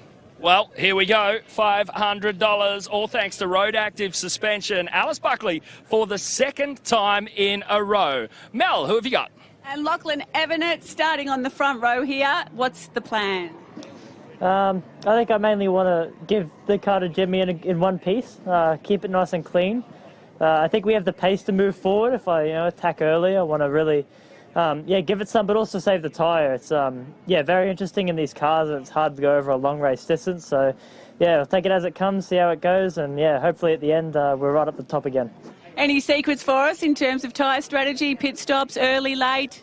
I can't say too much now. I can't give it away to the competitors, but no, it's just driving it smoothly and just try not to take too much out of the tyre early. It's very difficult on this good year, but we'll just see what we can do. Thank you. Over to you, J-Mac. Josh Thomas, you are starting here in the TFH car, coming off the second row. It was a hectic Driver 2 race, and you watched on. Tell me, how you feeling? Yeah, pretty excited. We've had an average weekend, so long race now, see if we can move forward and see how we end up. How important is this first stint for you? It's pretty good, I think, to be honest. I don't care how many spots I really drop back, as long as I can look after the car and the tyres and, put me average driver Todd Hazelwood in. But I'm sure he'd appreciate if I could give him a decent car to, finish the race on. And just touching super brief on the rest of the TFH field, 5 cars, and it's definitely dwindled, hasn't it? Yeah, it has. Yeah, I think we ended up, we might have got my little brother and Nash back out here, but yeah, we've definitely spun some spanners today. It's been crazy. Hard work. Over to you, Mel. Okay, looks like P4. Obviously, you're starting the race, Jared. What's the plan? What's the plan? I don't know. We're going to give it some. We'll see what we can do. Hopefully, we've tuned the car up a little bit. Craig's added some additional aero to the front of the car, so we'll see how that works. But no, I'm a little bit surprised to be this far up, to be honest with you. So we'll see what we can do and try and get a good start and see if we can get a couple spots ahead. And Craig, any sneaky peeks into the tyre strategy for you guys, or when are you jumping in? Early, late? Probably, I don't know, maybe late, but I can say that after my performance in that sprint race, we've got good tyres underneath us. That's a good start. We'll watch the rest unfold. Thanks, J-Mac. Nathan starting the number 42 from the third row of the grid. That run into turn 1, you've got a very stiff competitor right next to you. Yeah, I'm very happy to be on the inside of him, not the outside of him. But no, either way, look, yeah, we had a good race last race. Car was really fast. Sort of got a bit screwed by the whole red flag procedure. We should have started second and we didn't. But anyway, we had a really fast car, and I probably burnt too much out of tyres trying to get back to where I thought I was meant to be, and that's on me. But you know, long race, just got to look after the tyres. Give Tommy the keys midway through, and make sure she's got 4 big black good years on there and in good condition, hopefully. Mechanically, has the car been sound in the last 2 outings? Touch wood, it's been great. So, no, look, I mean, I work on this car in between events, prep it and maintain it, and there's no expense spared. So, I mean, this car's been a pleasure to work with, and, yeah, I mean, mechanically, I think we're good. Just got to make sure setup's there, and it can last the whole race distance. Best of luck. Awesome. Thank you. Cheers. This is not the Former TA2 Muscle Car Series champion Nathan Hearn, both he and Aaron Seaton in the field, and will start the cars. There's 6 driver 2s that are going to start this race of the 24 now, with Clay Richardson, Ben Barguana just dashed past their pit paddock just before, and they're feverishly putting zip cables, race tape, and anything you like to get the Hanger Forklifts Mustang ready for tomorrow. Well, here's the story so far in this TFHI TA2 Muscle Car Series. From earlier today, Alice Buckley and Jared Hughes. This is the Driver 1 highlights race under beautiful blue skies here. This was Tom Davies being assisted off and fishtailed his way out of turn number 2 and kept that car straight. Same couldn't be said for Graham Cheney. He was running 6th at this point before being assisted around there in the IES Motorsports car. But then this one, Matty Cav, the big moment of the race, 15-second time penalty being handed to the Josh Thomas car for Hayden Jackson. I saw you leave the car park like that once. I've done it a couple of times, actually, especially after the hype, I think, of some of these TAC car drives. That was a big moment under brakes, wasn't just to pull the car up. Unfortunately, though, for Brock Payne, he just locked the back wheels up on his own. There was no car involved there, but Josh Haynes was probably the one that ended up on the outside, lost a heap more position for Hayden Jackson, managed to give himself a bit of redemption there and gave Josh Thomas a bit of a nudge as that car's been in the wars. Alice Buckley, well, dominant again, started on pole and just took that car home, looked after those tyres, and hasn't she been really impressive in that Chevy performance tomorrow? 3rd straight victory for Alice Buckley. This was race number 2 and the first start, which looked okay until we got about here, and all of a sudden it was on. Jordan Cox was not touched here through the middle, but just that little bump there, and all of a sudden he was unloading himself and nowhere to go for Todd Hazelwood. There was so much to unpick, but it didn't matter. When the red flag came out, the race became null and void. We'll talk about that during it, but a lot of damage down here, particularly to the Nash Morris Diesel Thomas entry down here, which sat stranded on the track for quite some time. A lengthy delay, and then finally we went back to green flag racing for 11 laps around here. Didn't they take it nice and easy on the first lap? And the 4 of Jordan Cox would come to a stop there on the way down to turn number 6. That was Kostecki blazing his way through the field. Much like this guy, who's a 3-time winner in Trans Am this year, did it with ease. James Golding picking up a shortened edition of the Driver 2 event. Ash Jarvis stoked with that result, the Cam Quarries team, and puts himself in a really handy position.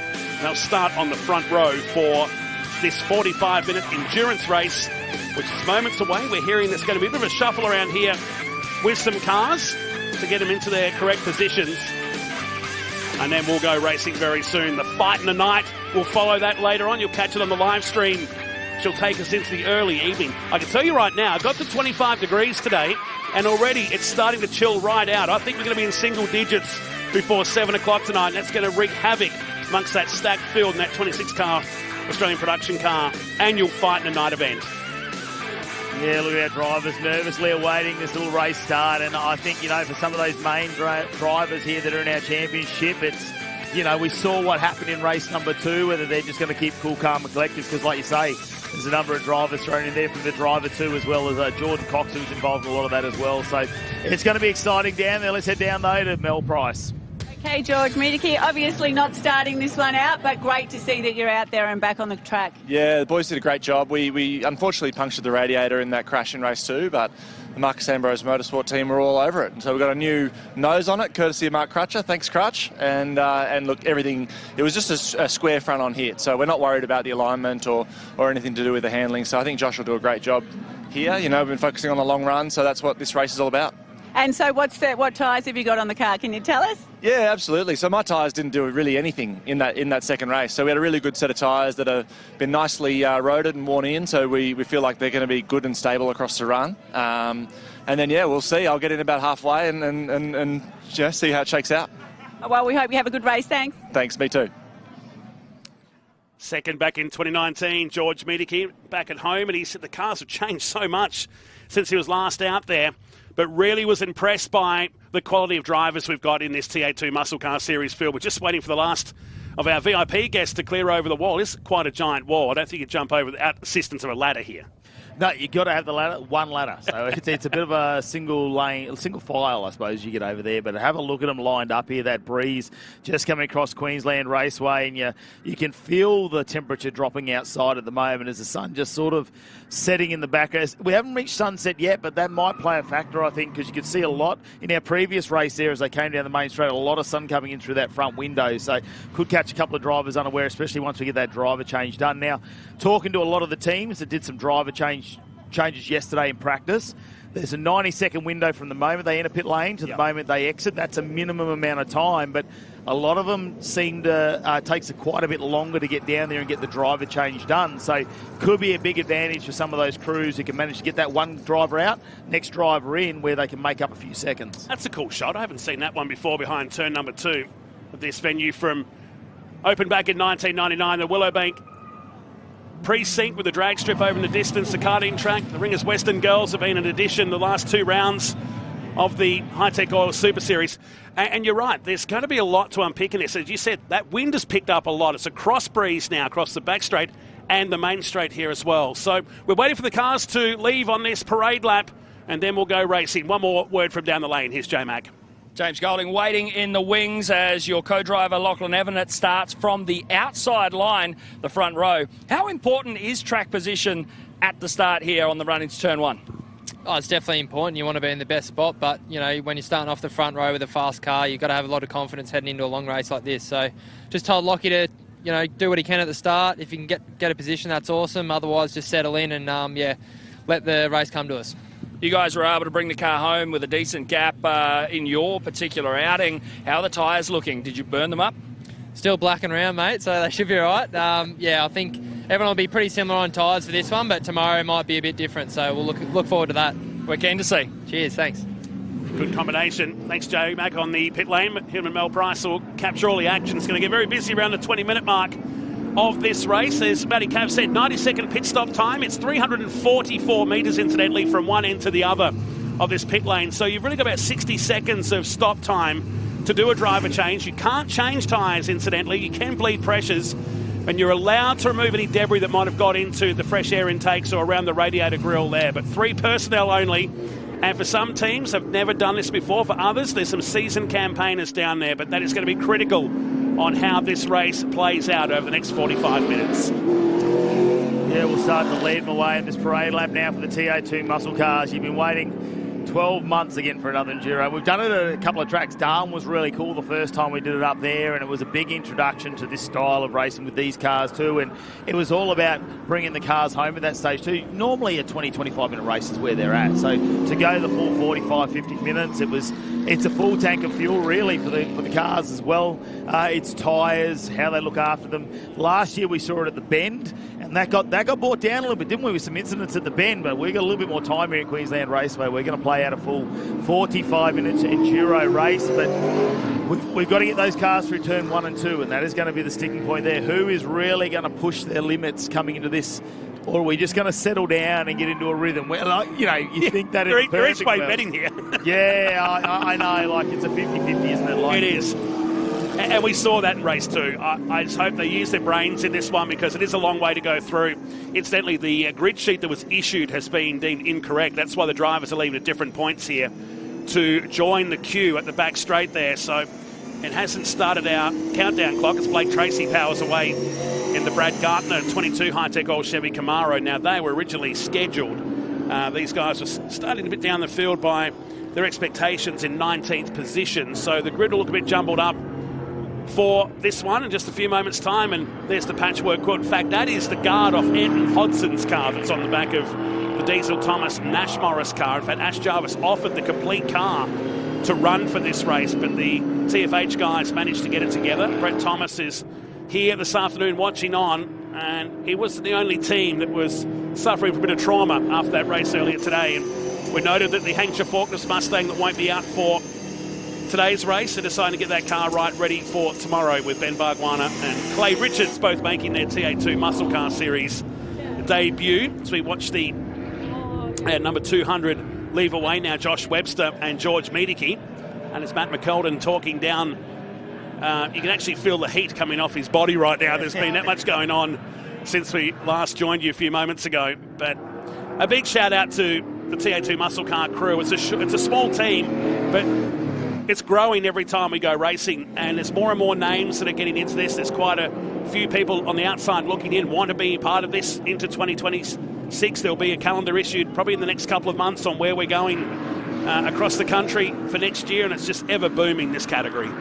Isn't it exciting to see the names that are getting involved, the different generations, I suppose, of household race car names that we've seen over the years at Bathurst and in supercars, and now their sons, grandsons, parts of the family starting to join in there. Where they're starting is in these ranks in TA2 and Trans Am. It was funny up in Darwin, walking to the pits there, you had Ben Bargwanna, Richards and Glenn Seaton all in one area, and just go, there's like a trio of legends in this sport, and seeing their sons climb up through there now. Benny Bargwanna, of course, committed to TCR racing. They're looking to do that once again down the track. And of course, Clay Richards, who starred in the Cupra last year for Carl Cox Motorsport, bought the Mark Crutcher car at this round a couple of weeks back and took it down to Sandown. Didn't turn out to be the best weekend on debut. He's a Toyota 86 Series round winner down there, but they're hoping for better things here. Great crowd here today, and why not be out on a day like this? That beautiful viewing deck at the top of these fairly new pit buildings that Tony Quinn has invested heavily in. The new podium that's on the back of the race control building facing the crowd. We'll bring that tomorrow, of course, with all the big races to come up. And across in that viewing deck, it is probably the best spectator-friendly track. Up there with Simmons Plains for seeing the entire venue from anywhere you look. Oh, yeah, and it's a credit to Tony Quinn and his crew here, isn't it? Every time you come back to the track, I'm only lucky to get here a couple of times a year, but you come back and wow, there's something new. There's a new screen, there's a new shed, there's new amenities, He's just really about the experience. I think when you come to a racetrack, it's not just about putting cars on track. They want everyone to enjoy them, and there's a Todd Hazelwood fan getting pretty excited. Oh, and a Craig Lowndes fan. Yeah, and a Lounsey fan. How good's that? Yeah, so I wonder if that'll put the drivers off. You hang them up there at the braking point. Yeah, they're getting ready for the second phase of this when we change over to those drivers. We've already seen they're not going to be starting this race at the moment. And yeah, a bit of a reshuffle from what we saw up here from our expected grid to take off. And this will change things. The Hi-Tec Oils Motorsport crew, as you can see on board with Blake Tracy, and of course Brad Gardner will take that seat in the second phase of this race. They've really had to put a bit of an effort in after qualifying and practice didn't go their way. So looking at this, there'll be a bit of an adjustment to what we see with the grid here. It is fairly similar at the front there with Buckley and Slade, Evanet and Golding, Thomas and Hazelwood, the TFH car, Hughes and Lowndes, even though that DNF earlier today still kept them inside the top 6, which was good to see. Davies and Hearn, Morris and Kostecki. There's a couple of Bathurst victories right there with Crutcher and Cox, the only driver combination who've done all 3 of these tag team Enduros in that number 4 car. Gomersall and Seaton, with Seaton being a former champion. Diesel Thomas and Nash Morris with that repaired number 18. Father and son combo start out of 11. Graham and Tyler Cheney. You can scratch out P12, the Hampshire Forklifts crew sitting this one out. Webster and Medicki started at 13 with Collier and Elliot Barber, who was caught up in that accident. He got around it all, but still managed a little bit of damage to his 63 machine. Blanchard and John Udy start out at 21. Reedy and Charlie Parker. Well, if that race went on before, instead of going back to complete restart, they would have been on for a top 10 from outside position 20. But coulda, woulda, shoulda in these situations. And now they'll have some work to do down there from 22nd on the group with Robbie Farr at 23 and Aaron Prosser starting from 25. So the clock hasn't started yet, incidentally. It will once the race goes green. And chasing the safety car right now, trying to keep some heat into these Goodyear tyres. The last time that we'll run the brand at this round. Looking forward to our next round, which will be at Malala in South Australia. I was down there recently for a 24-hour endurance race at club level, and it was a really cool vibe there. Looking forward to seeing how these cars go, because it's almost, I would say, 2/3 of the width of what we have here at Queensland Raceway, but it'll be cool to head down there to one of the historical tracks about an hour's drive from the CBD of Adelaide. But for now, we're about to pull the belts tight here. The third instalment of the tag team Enduro. This is endurance number 1 here at Queensland Raceway, ready for the rest of the field to stack up. The view from the pit deck as we go racing for 45 minutes. A pit stop window that opens at the 20-minute mark. And let's watch them tiptoe their way through turn 1 for the first time. It looks like they've tucked in nicely. They're playing fairly well through the middle of the turn. Look, you can't get off the racing line here today. You can see there's dust, there's debris, there's gravel, there's clean-up material. But they've played it nicely as we work our way down the back straight for the first time. Buckley leading from Hearn with jump-in car, with Thomas on the way down to the bottom turn. Yeah, Thomas having a little bit of work out at 9th position with that reshuffle too, and that's had significant damage on that car. Just not as much as his brothers, but he's had to fight his way into there. You see Jordan Cox way down in the pack at the moment in 21st position. Now he's taken the primary drive here in the endurance, going to start things off. Alice Buckley, well, she's held out Hearn and Evanet, who want to get into themselves into a little bit of a stoush at the moment. Hearn went around the outside, much like he did in race number 2. We saw a little bit of brake. Who's that already off? Hayden Jackson in the 81, is it? It is. Yes. The luckless Hayden Jackson. Shows how big the infield is there. Plenty of green grass to rest on, but that puts him to last position outside the top 10. A day to forget for the Dodge Challenger team as Buckley leads the end of lap number 1. Evanet runs second with Hearn, Hughes, and look at the car still kicking up dirt as they come past the speed shot on the Dick Johnson straight. Hasn't Josh Haynes and Lee Stibbs done a fair bit of work in the background in the number 66 for the Hi-Tec Qd Motorsport, because they were way out in qualifying. Lee Stibbs had to start off the back of the pack after a mechanical infringement came in qualifying, so they're working hard now, and he is all over the back of Paul Morris at the moment. And what a moment it would be for young Josh Haynes if he could get past someone like Paul Morris, who's very experienced in all forms of racing. It would be massive, wouldn't it? As big lock up here from Haynes. Tried it and actually worked out okay for him. He's on the better line here down to turn number 4 as he stays side by side with Paul Morris in Nash Morris's car as Hayden Jackson goes in nose first into the garage down on pit lane. So I hope they can get this car back out. There is plenty of time to get out. You need points. Every point is going to help for the second endurance race tomorrow afternoon here at Queensland Raceways. Around the outside is Thomas on the 35 of Aaron Seaton, the former champion. Lock up from the dude heading down into the final turn. So they've settled in at the end of lap number 2. Alice Buckley, 1:13.6, superseded by Evanet. And Jared Hughes flying in the car that he'll share with Craig Lowndes during this race. And it's back to Haynes.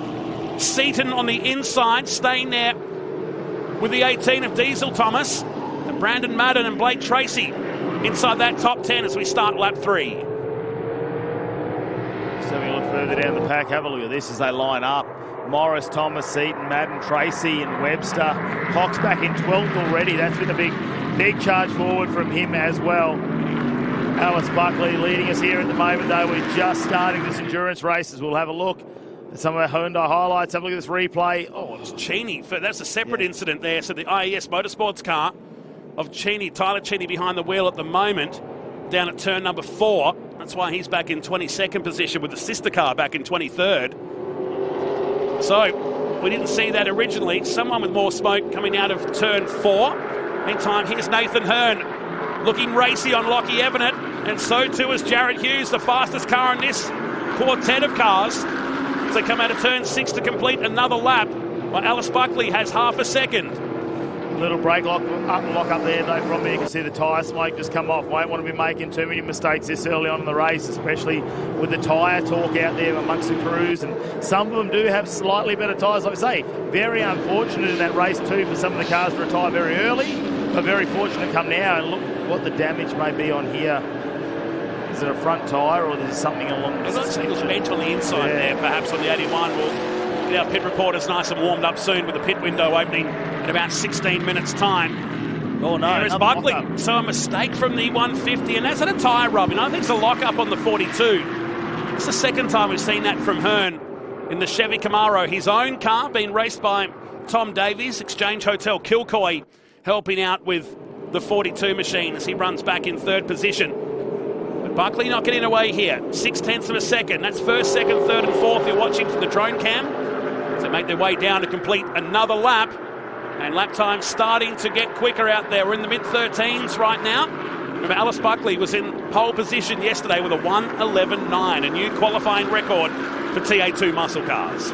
Yeah, and it was 4/10 faster than anyone else in the field at the time. Like, it was a massive gap, really, when it comes to qualifying. What we're used to seeing, that within 4/10 we've normally seen 4 or 5 positions. Yeah. But no, she had a commanding lead on that one, and you know, very, very fast in the car. But you know, we've got into race mode now. We're starting to use up our tyre bank even this early in the weekend.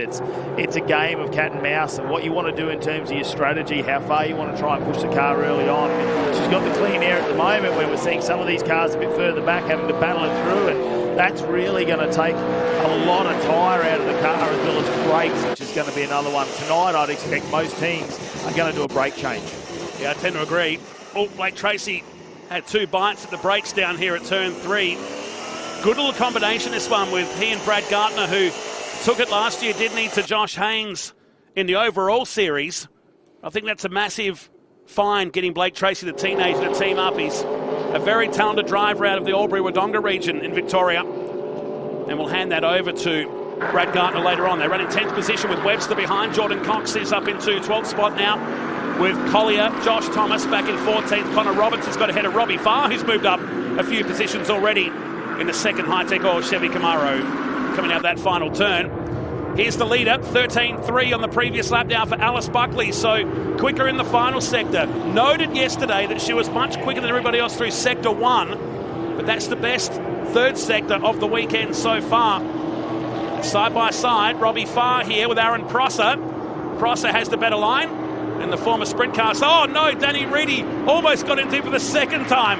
A couple of sprint car mates. Rubbins Racing, they say. Yeah, like we stick Friday in the car, see if we can do it. We'll throw them all together in the mix and find out what's going to go on.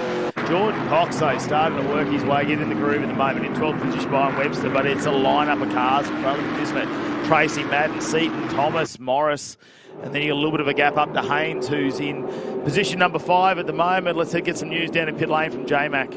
A luckless weekend here for Hayden Jackson. Contact in the start causing lower suspension damage. You can see that the tie rod is bent in there, and the team doing absolutely everything they can to relieve the pressure so they can get that lower steering arm free and presumably change it out for a fresh item. But it's all hands on deck here in the pits of the 81. That's Maisie Place. Thanks, J-Mac. Maisie Place working on the front of that car too. Noted RX8 Cup racer in her own right.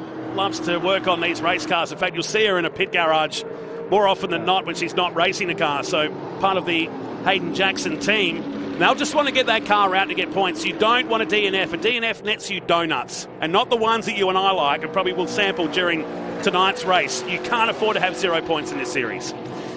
Yeah, you just need to do something. Hayden Jackson, he's had a tumultuous year, really. It just can't seem to just get it together. He's always been on the back end of some bad luck. And Declan Fraser had an unbelievable result, really, in race number 2 in that car. So it's got a lot of pace in it, but we just need to get past those points. Probably some wheel-to-wheel contact at some point.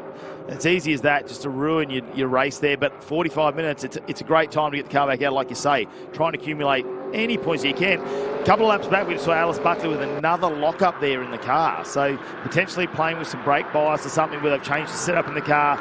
With the, oh no, that's a massive one, but the cooler temperatures coming in, they may have made a setup change to try and account for that, and maybe it hasn't worked.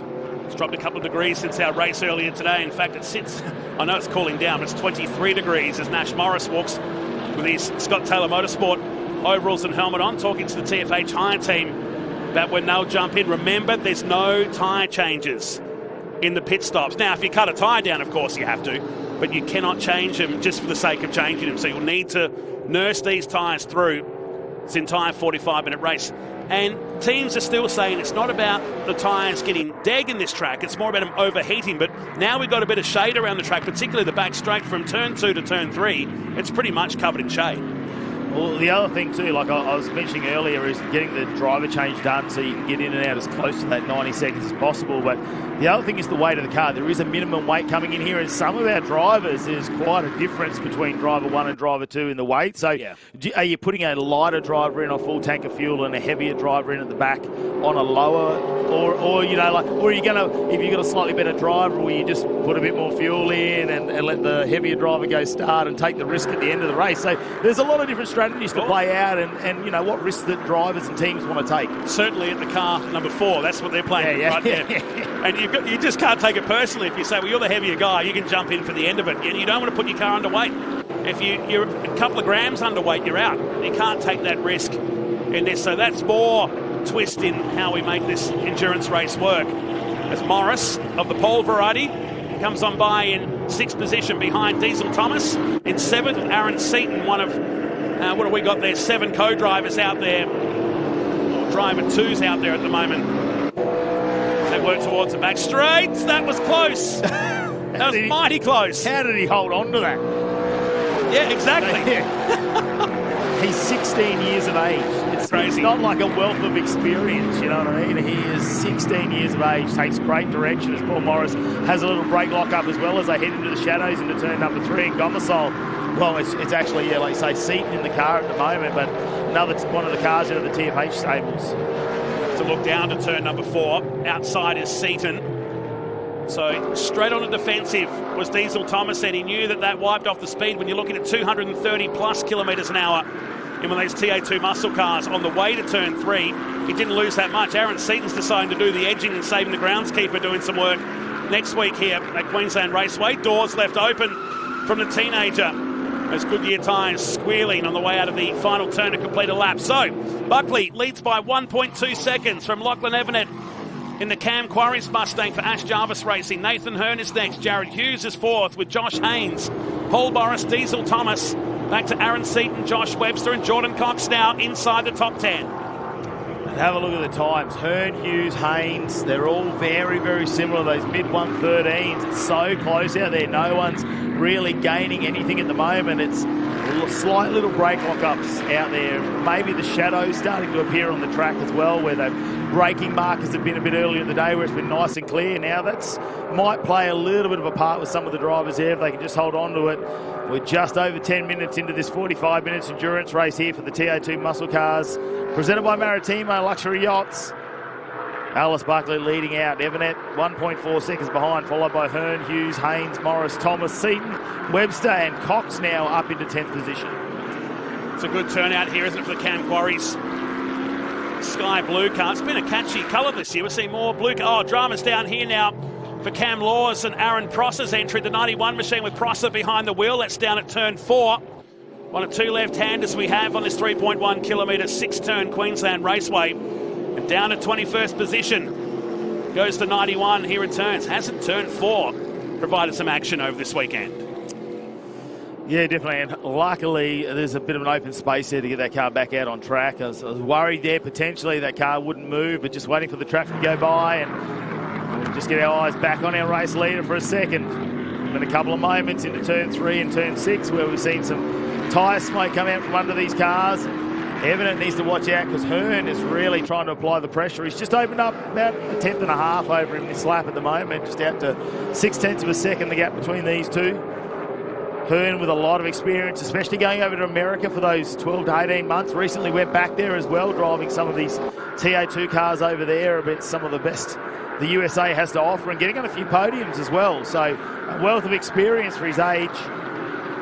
It's enormous over there in the US with TA Racing. Of course, this started back in 2017, really only racing up here in Queensland, and the famous Lakeside circuit.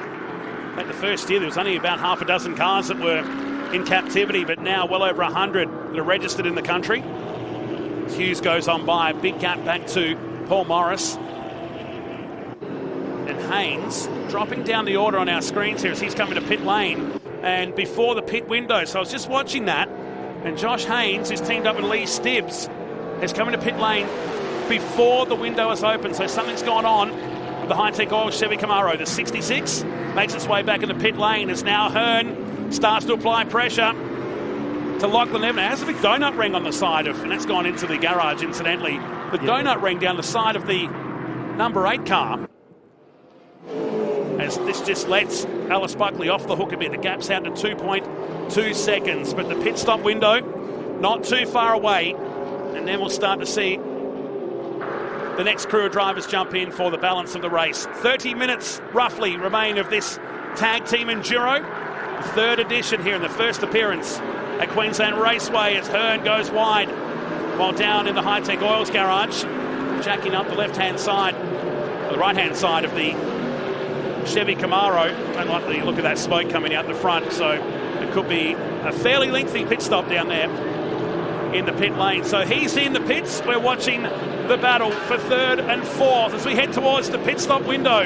29.5 minutes remaining here. You're watching the tag team enduro from Queensland Raceway.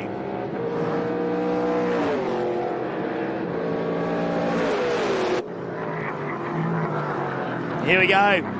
Evanet in second position. Just dropped off the back of Alice Buckley at the moment. He's leading us here in this endurance for the TA2 muscle cars. It's going to be a great afternoon. That shadow, though, coming into turn number 3. It's really starting to creep over, isn't that? Sun's going to be glaring in their eyes as they head down. One, a big dive from Hearn. He's been biting. He's been chomping at the moment, hasn't he, to try and get that car down the inside in the 42. He shoves it down the inside of Evanet and looks like he's got a little bit of pace to try and drive this away. Evanet's just dropping off because they were only 1.2 seconds behind Buckley, and that's probably where Hearn's had the advantage here. He won't want to lose sight of that Chevy that's in front of him. He'll be going, no, I need to give this back to Tom Davies, and he needs to be able to see Tim Slade. Like, he needs to have him in his sights. He just saw the brake disc glowing. He just got that car pulled up down at turn 4, did Hearn, but it gets him up in a second and needs to start digging deep to pull back that 3.3 second margin. Paul Morris runs in 5th, but a whopping 7 seconds behind Jared Hughes now. He slapped in 1 minute 14.1, 3/10 behind the race leader's time. Josh Haynes, former or reigning champion of TA2 muscle cars, he stepped up into the Trans Am Series this year. And off the track, Diesel Thomas, careful on the rejoin here, and just straightens the car up in time. Has come out alongside the 200 for Marcus Ambrose Motorsport of Josh Webster. As Webster goes down the inside, you've got Jordan Cox behind, a big punch of flame from the semi-brand new number 4 Mustang for Crutcher Developments. Well, I think it's pretty much new, most of the stuff on it, isn't it, this weekend? It's been raced now, yeah. There's going to be a lot of new parts on it after this weekend again. Man. Oh, it's been rough. He is really pushing, isn't he? Have a look at the flame show he's putting on. That's going to be great as the sun goes down in the background. Webster getting himself another position, and Diesel Thomas just trying to hold on to this as we have a look at this race control, wanting to have a look at a moment. Oh, that's Des Collier. He just got one of the Chevy Camaros on the way through down. It was Danny Reedy in the Desert Palms Resort, or Danny Orr Earth Moving number 5 that he'll share with Charlie Parker here today. So race control just wanted to have a look at that vision one more time. And the Rockstar running back in 15th position, originally from Alice Springs, and now calls the Gold Coast home. And what a sad sight down here in the pit lane. What promised to be a really good day, George Gambino on the right-hand side in the Hi-Tec Oils pit area, what promised to be a really good day for both those Camaros.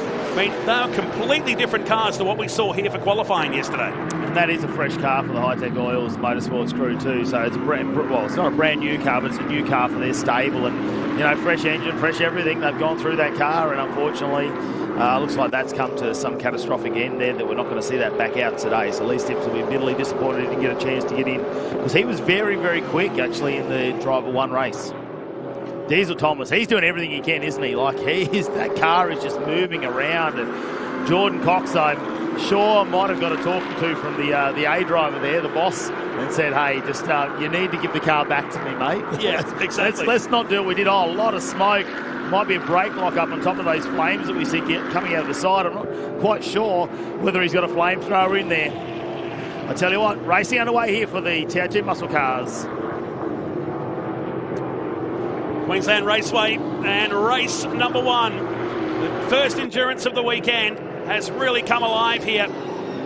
With Buckley's lead 4 seconds, we're watching Jordan Cox now battling with Diesel Thomas, who will hand over the 18 to Nash Morris. He's kitted up ready for the pit stop window to open soon. Back in 8th position, Brandon Madden inside the top 10, a car he'll share with Scott Andriski, the Harvey's towing TFH hire car. Car number 11 with Blake Tracy up into 11th, flying the flag for the Hi-Tec Oils team. At the moment with Robbie Farr back in 17th. John Udi runs in 18th position in the Cool Drive Auto Parts car. But Tim Blanchard will jump into for the balance of the race. We're not far away from the pit stop window opening. Who will blink first? Yeah, now Lachlan Evident just dropping back within the clutches of Jared Hughes. I'd expect to see Jared probably stay in that car for the maximum amount that he probably can in that car. I mean, J-Mac, some exciting racing going on, but there's a few things happening in the grid there. Maybe some cars struggling on these tyres. Yeah, an unfortunate early pit stop for the number 66 machine of Stibbs and Haynes has led to their retirement. A muffler separating from the headers means that they will not be able to rejoin the race. Oh, that is devastating too for those two who've had an impressive time, I think, compared to what they did in practice yesterday. That car has just been improving, and those two drivers together, they really could have been a fight tomorrow, especially as they just keep improving over the weekend. Josh Thomas, well, he's busy as well. He needs to keep his eyes on the prize at the moment. Currently sitting a little bit further back in 13th position, but he's got Todd Hazelwood to jump in that driver's seat. So pit lane is busy. I was just watching the dash then. I think that was from the Josh Haynes car. It slipped into neutral on the dashboard a couple of times in the middle of the turn. Maybe it was just hesitating. Didn't seem to affect the performance, but forget that for now because pit lane is getting really, really busy. Here's the race leader coming through to complete another lap. Alice Buckley, that's the end of the 17th lap on the Dick Johnson straight with 4.2 seconds back to Nathan Hearn. So 90 seconds is the pit stop time from the moment you go across the control line to the moment you leave. It's 344 metres from start to finish. Just leaving you about 60 seconds of pit stop time. And for some of these teams, they would have rehearsed this driver change. Looks simpler than what it actually is, incidentally. And just 3 crew, including the driver, allowed to be out there to do this. They can clean the debris out of the radiator grills and any fresh air intakes, but they cannot change tyres in this stop. Now, if you were to exceed that time, you'll be handed a penalty post-race. So you don't want to do that. Even by half a second, 0.5 of a second, you'll be penalised. It comes down to teams really watching the stopwatch and making sure they don't break the 40k an hour speed limit on their way out of pit lane. Also, you've got to look at the traffic in there at the moment. Do you want to come in while there's so many cars in pit lane? Because it's not like they do this on a regular occasion. It's once a year. You've got a lot of drivers that haven't done an enduro-style event either. So there's a lot of things to really take into account as we start to see them leaving, and we'll see sometimes already a minute 40 and a minute 45 for a couple of them, far a minute 44. So most teams said they were struggling to keep it down to 90 seconds with the driver change. So it's not a car with a big door that you can just jump in either. There is a little bit to be changed over in the car as Alice Buckley stays out there in the 150 Chevrolet entry and still leading this race by 4.3 seconds now. Diesel Thomas in the lane, so Nash Morris jumps in. So for Farr, he's jumped out and lets Jason Pride in. That was 14 seconds over what it could have been. So you don't want to give away too much time in that instance. Yeah, Des Collier was, he's got 22 seconds over. So, yeah, I'll be surprised if we see someone go under the 90-second mark. I think we're going to see a lot closer than that from some of our drivers that have done a lot more endurance style and probably practice this a lot more. Looks like Todd Hazelwood, does he get in? He leaves the pit lane. He's keen to get back out there. So Josh Thomas changed over with Todd Hazelwood now. They're already past the 90-second mark as well. We can see that up on our screen. So I think we're pretty safe at the moment. The fastest I've seen is Paul Morris and Brody Kostecki coming in. Yeah. 95 seconds. So that you mark that down now. That's a really good pit stop time there. It's only lose 5 seconds over the top. Everybody else is like 10 to 15. Some are 20 seconds over what they need to be. That's costly track time. So watch that 67 car. As pit lane continues to get busy. Hearn and Hughes now come in. As Jason Pride, who's behind the wheel of the 7, picks off a couple of cars. And you're looking for track space at the same time. You don't want to come out and be buried amongst your mates out there, because you want some clear track space to start seeing some fastest laps, to get an overlap out there. We could see something really different in this pit stop window, as in comes Jared Hughes, 7-time Bathurst champion and 3-time Supercars championship winner Craig Lowndes gets ready to jump into the 118 machine. It's a gearbox issue with that car earlier today in his race, a gear linkage that broke on the 118. It's a very good little test there for Jared Hughes, won't it, as he moves into the endurance season, obviously doing the co-driver there with Erebus Motorsport. So great for Jared Hughes to be part of this one, as well as finding out at the championship for the TO2 muscle car. Still leading that at the moment as Alice Buckley. You know, imagine if she joined us at the start of the season, how those two would be going at it at the moment, because she stayed out. Oh, here we go. She's going to come in and change over with Tim Slade. So Alice Buckley now, race leader, enters pit lane. And we'll keep an eye on those times as they leave. But yeah, like you say, Paul Morris and Brody Kostecki seem to be the one at the moment with a 5.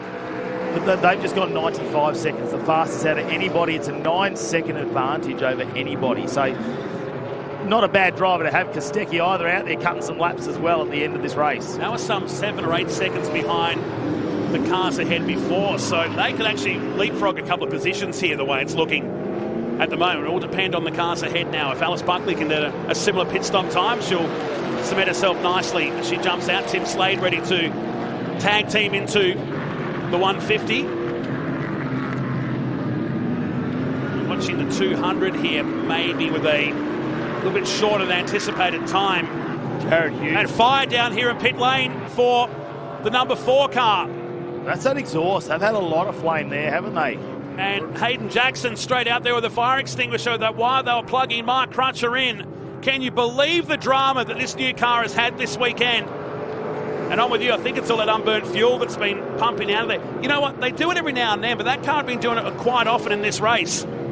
Could be a stuck injector or something like that, just putting a bit too much fuel in there that'll get stuck in the muffler and burn off. But hopefully they get that sorted. I'm just looking further down here.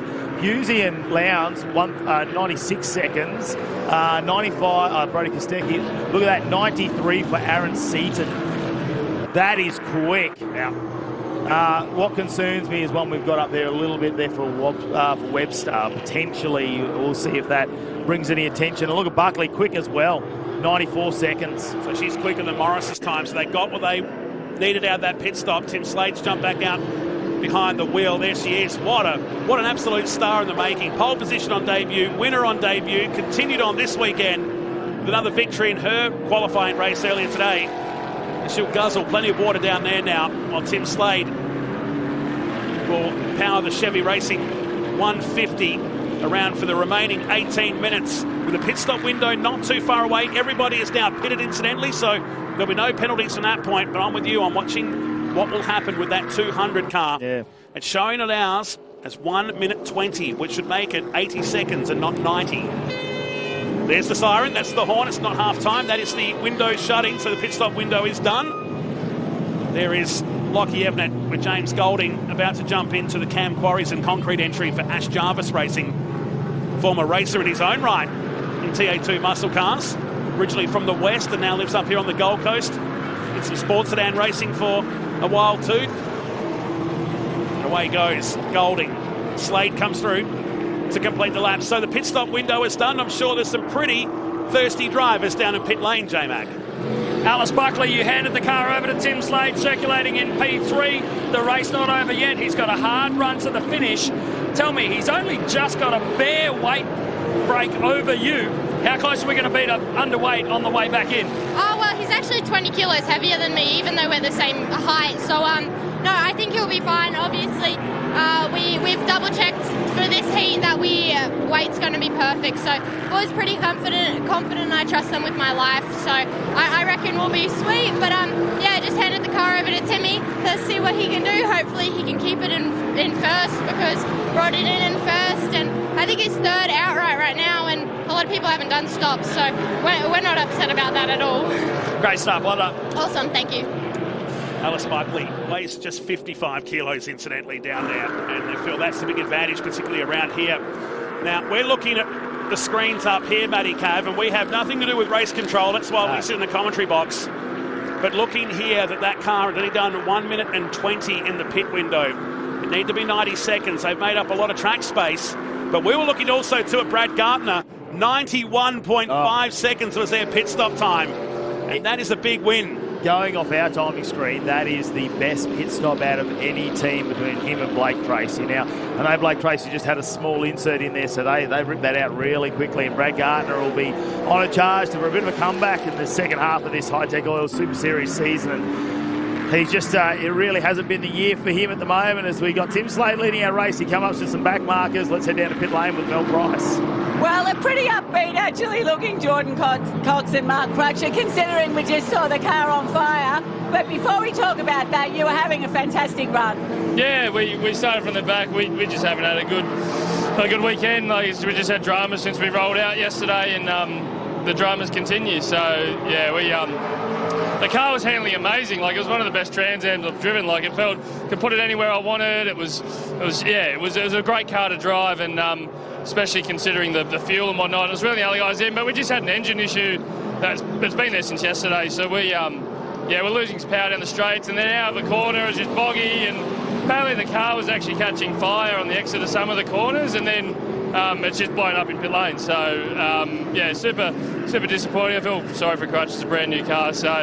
But the TO2 technical department and our amazing crew, Jackson and Sam, we'll get it sorted. So, hey, we're racing cars. It's not all bad, you know. Oh, you drove well. That's all you can do, isn't it? Yeah, that's all you have a go. Like, I knew I had a really good car underneath the handling-wise, so I had to maximise it.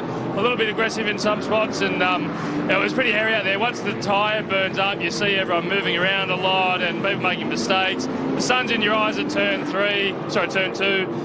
So it was a pretty good race up until then. Yeah. Well, some great feedback from Jordan Cox. Unfortunately, it won't be finishing the race, but great drive, and we'll see you tomorrow, hopefully. Absolutely, we'll be back. So. Great, thanks. Always upbeat, it's Jordan Cox. You just can't believe the luck they've had with this brand new. If you were to tell someone that was a brand new car on Friday, they'd laugh at you. Oh, you wouldn't believe them. No way. Not one bit. Just incredible in sport at times. They were so confident after Crutcher sold that previous car to Clay Richardson. He's running the Trans Am Series now. The new car would make everybody happy, and it just hasn't turned out that way. So the pit stop window has been completed, with Slade now leading the race behind the wheel of car number 150. Lowndes has now jumped into the 118 car that Jared Hughes started the race in. He's 11 seconds behind Slade at the moment, but that is similar pit stop time. I'm chasing what's going on with our second place car right now, with James Golding running fourth. Brodie Kostecki now behind the wheel of the 67 runs in fifth, with Ben Gomersall. Brad Gardner, the big mover today, they have the best pit stop time of anybody in Hi-Tec Oil Chevy Camaros. Lowndes powers down towards turn number 3. Behind them, Davies, Cheney and Scott Andriski now behind the wheel of the Harvey's Towing, number 11, the Brandon Madden started the race in. Yeah, we're heading to the final third of this race now with 13 minutes remaining. It's going to be down to how much the brakes want to hold on. You can see them glowing there on the Craig Lowndes car too, as they get hard on the brakes, and how much tyre is left under those cars. I'm sure they can do plenty of laps, but it's going to get a lot greasier for them out there. I know track conditions are probably starting to cool down, and you're going to get those shadowed areas, especially coming out of 2 down into 3, that are going to be a fair bit cooler, because it drops like 5 to 6 degrees when you get in the shade out there. So there's plenty to play out still in this race with, I know we just see a couple of minutes shaved off that time at the moment. So just under 8 minutes now remaining in this race as it's time certain. And we did start our race a little bit late. We had that issue there with our driver 2 race a little bit earlier, where we had a lot of incidents, a lot of things happening in the first couple of corners. Oh no, Madiki, 25-second penalty up on our screen. Just got that sent through from Stephen White now, so 15 seconds plus the short time, which is 10. Oh, that is a costly mistake, and that's going to put him somewhere outside the top 10. He will not want a safety car now in this remaining 7 minutes of the race. So we waited for that call. It was 10 seconds under that time, and a costly error. So it's a 15-second penalty plus the time that you haven't done during your pit stop. Wow. Well, it's good to see we sort of knew that something potentially was coming, but to have that confirmed, at least we know where we sit now with our drivers at the moment. And I think Brett Gartner's going to have to get a bit of a move on then, so he can get within that 25-second realm, knowing that's going to get him another position for tomorrow's racing as well. Davies might even be able to get this. Kostecki gets a move done on Golding. We'll go up one as we get on board now with Todd Hazelwood. Hazelwood getting through into 11th position at the moment with a bit of work to do, and then Kresge in front of him. Let's head down to pit lane where all the action is with J-Mac. Jared Hughes paired up with Craig Lowndes, and Craig holding his own out there. You gave the car to him in a fantastic position. Now, currently running in second with a penalty from Mediki. Yeah, no, it's okay. We're still just struggling with the car for some reason. Just can't seem to work this thing out. Don't know why, but no, he's doing a good job out there, just keeping it together, doing consistent laps. Got Brody coming behind now. He's hauling ass, so hopefully we can hold him off. But yeah, we'll see what happens. How hard was it physically to wrestle the car out here at QR? It's not normally that bad, but with the shoulder and everything, it's a little bit harder, but that's all right. No excuse. We're all good. No excuse. 50 G's will do that to a man. He looks in better shape than what he was last Sunday when we left the track here at Queensland Raceway. So they're 13 seconds behind. For Mediki, it's going to put him somewhere around 9th or 10th position. So anyone be ahead of these guys right now will be fine. They'll move up another position. Will bring Kostecki up into 3rd, Gold into 4th, and Gomersall in 5th. 5 minutes remain of this race to watch the legend of Aussie Motorsport, Craig Lowndes, in the Chevrolet Performance car, teamed up with Jared Hughes. A deal that was announced earlier this year.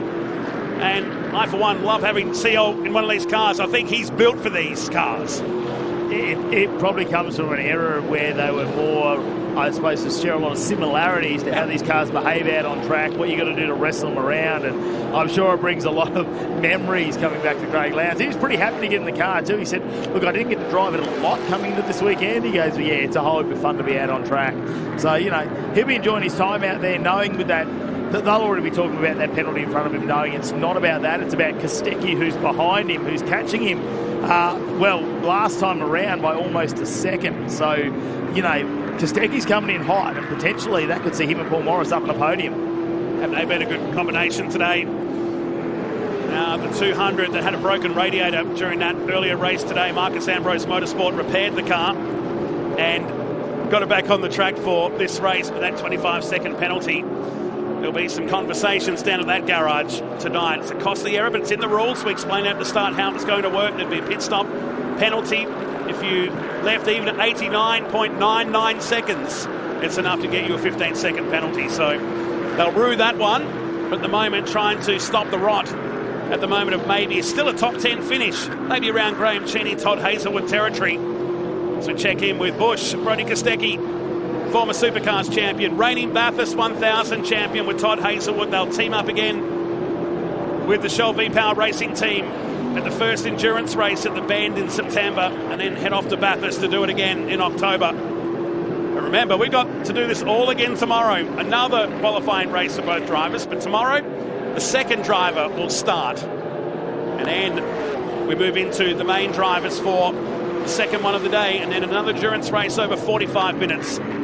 Here at Queensland Raceway, as we start to count the clock down, Tim Slade by 14 seconds back to Lowndes. Lowndes only has 1.2 seconds back to Kostecki, and that is the battle we're watching on the way down to turn 4.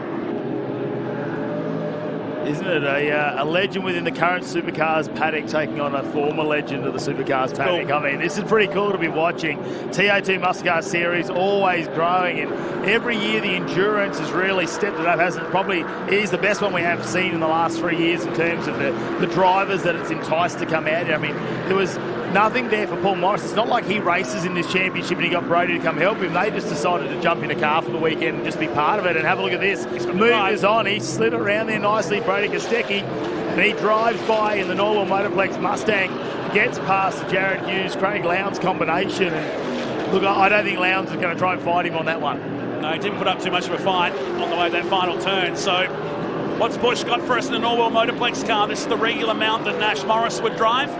Was Nash behind the wheel of the 18 now, back in 11th position. I don't think they're going to catch Tim Slade today as he continues to extend that lead. It's out to 15 seconds to Kostecki, and with just under 2 minutes remaining, I think that's pretty much all she wrote in today's Endurance 1. Boy, it's going to be a busy night for teams down in the garages. Even if you've had a good day, there'll still be plenty to do and regroup for tomorrow's event. But Tim Slade, who's been working with Alice Buckley, mentoring her to her first pole and first victory in this TA2 Muscle Car Series, is looking very good here as we head down to start another lap. This is the 31st lap of the race and is in charge of today's endurance number 1. 15 seconds back to Kostecki.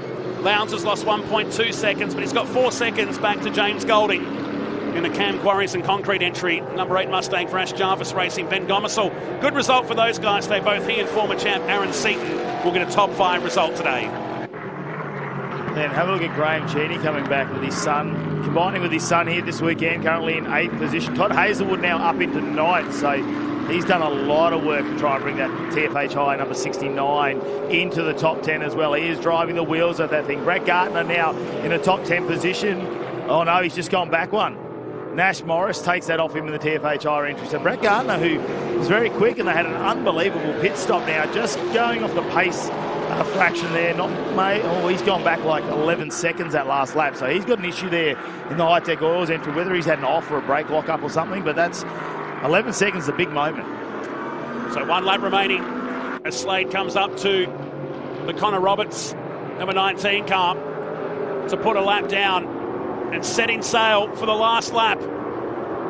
Down the inside we go. Ryan Casher, the local lad, grew up in Ipswich, raced in TCR, and joining Connor Roberts in the Ford Mustang as he just allows the race leader to motor on by here through turn 2 in the setting sun.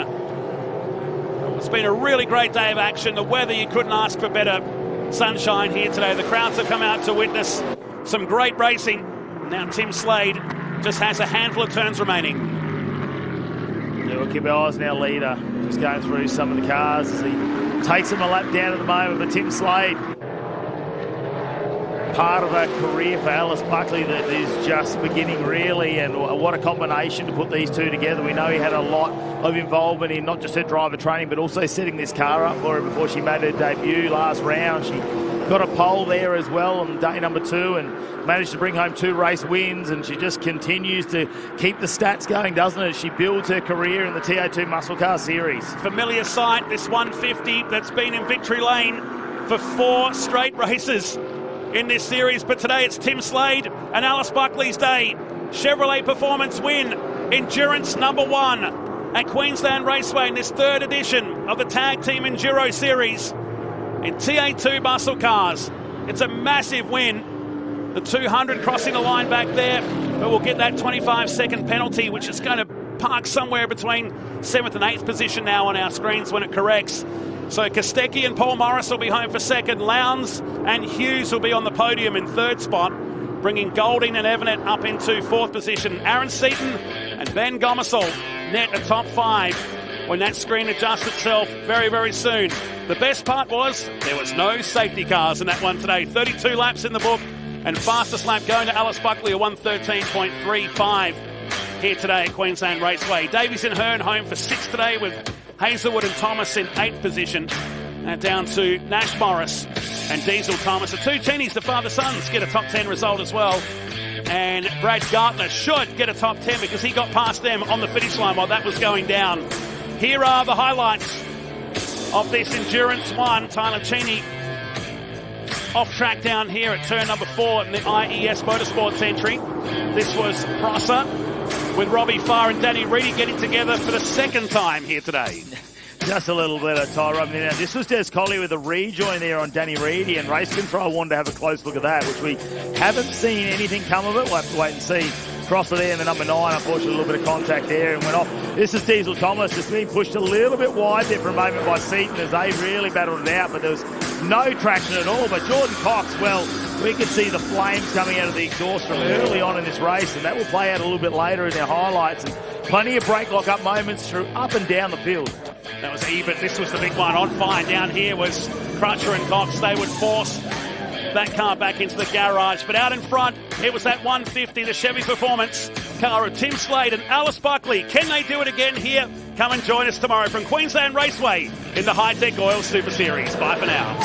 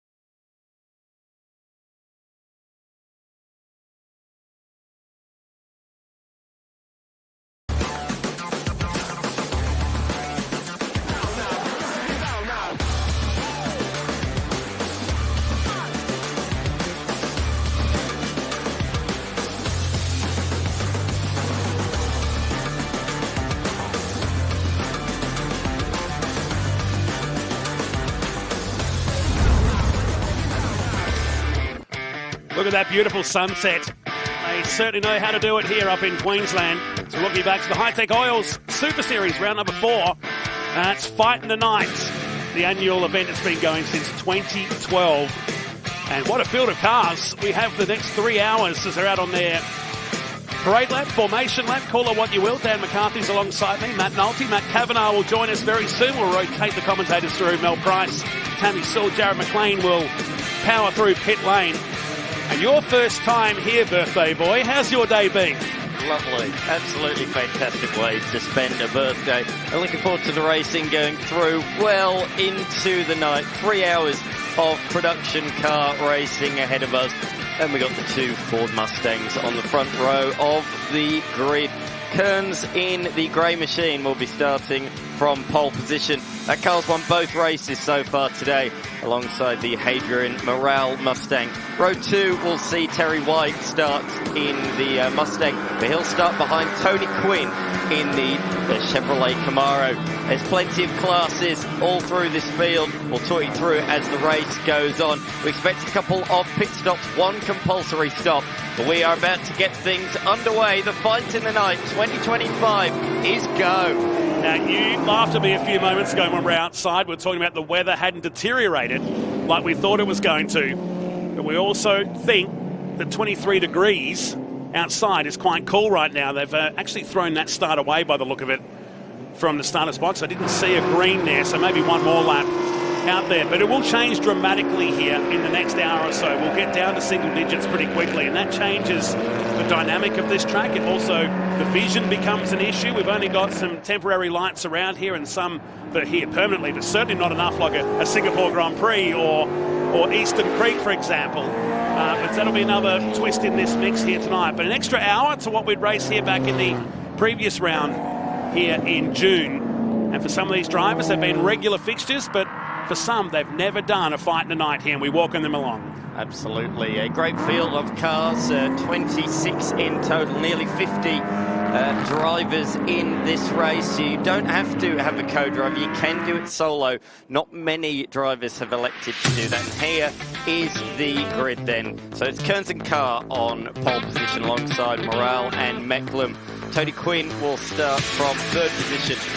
Alongside of him will be the youngster McCutcheon, who's put that car on pole the last 2 events. White and Walker on from 4th position ahead of Zeki in the BMW E92 M3. Then we've got the Soul X-Class Speed Cafe character, Horse and Goulet. Then the Baccinis, father and daughter. They'll be just behind that.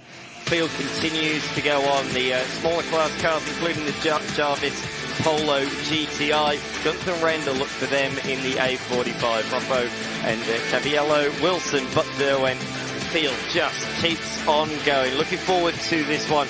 Always unpredictable racing in the Fight in the Night. 1 compulsory stop of 3.5 minutes, but we expect that they will have to do a second splash and dash to the finish. Yeah, tend to agree as we take the view at the 999, the Baccinis. Carly starting this race here today. So now we look good for a start. The 2 Mustangs on the front row settle in for the next 3 hours because we're about to go racing. This time the lights go out and those Mustangs voted their way down with Kearns behind the wheel of the 25 Mustang. Hadrian Morales got Tyler Mecklem joining him for this year's edition of the Fight in the Night. The view from Bacchini's car as we take that little short shoot into the right hand of Jake Camilleri. Solo once again in the Caboolture Mazda entry, won the Class C last time out after arriving. Won the Mercedes, getting wide, straighten up, and they do. Oh, breathtaking moment there. These gravel traps, you dig in, you can roll these cars. Absolutely. Here comes Morale up the inside into the hairpin and takes the race lead. So change of position up the front.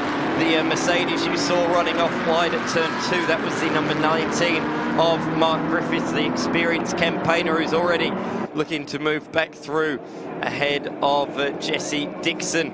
Oh, Morale a little bit wide there at turn number 4, but no contact thus far. Headlights are already ablaze. We're not too far away from full darkness already here in the Fight in the Night. The Sharon Rentals Fight in the Night.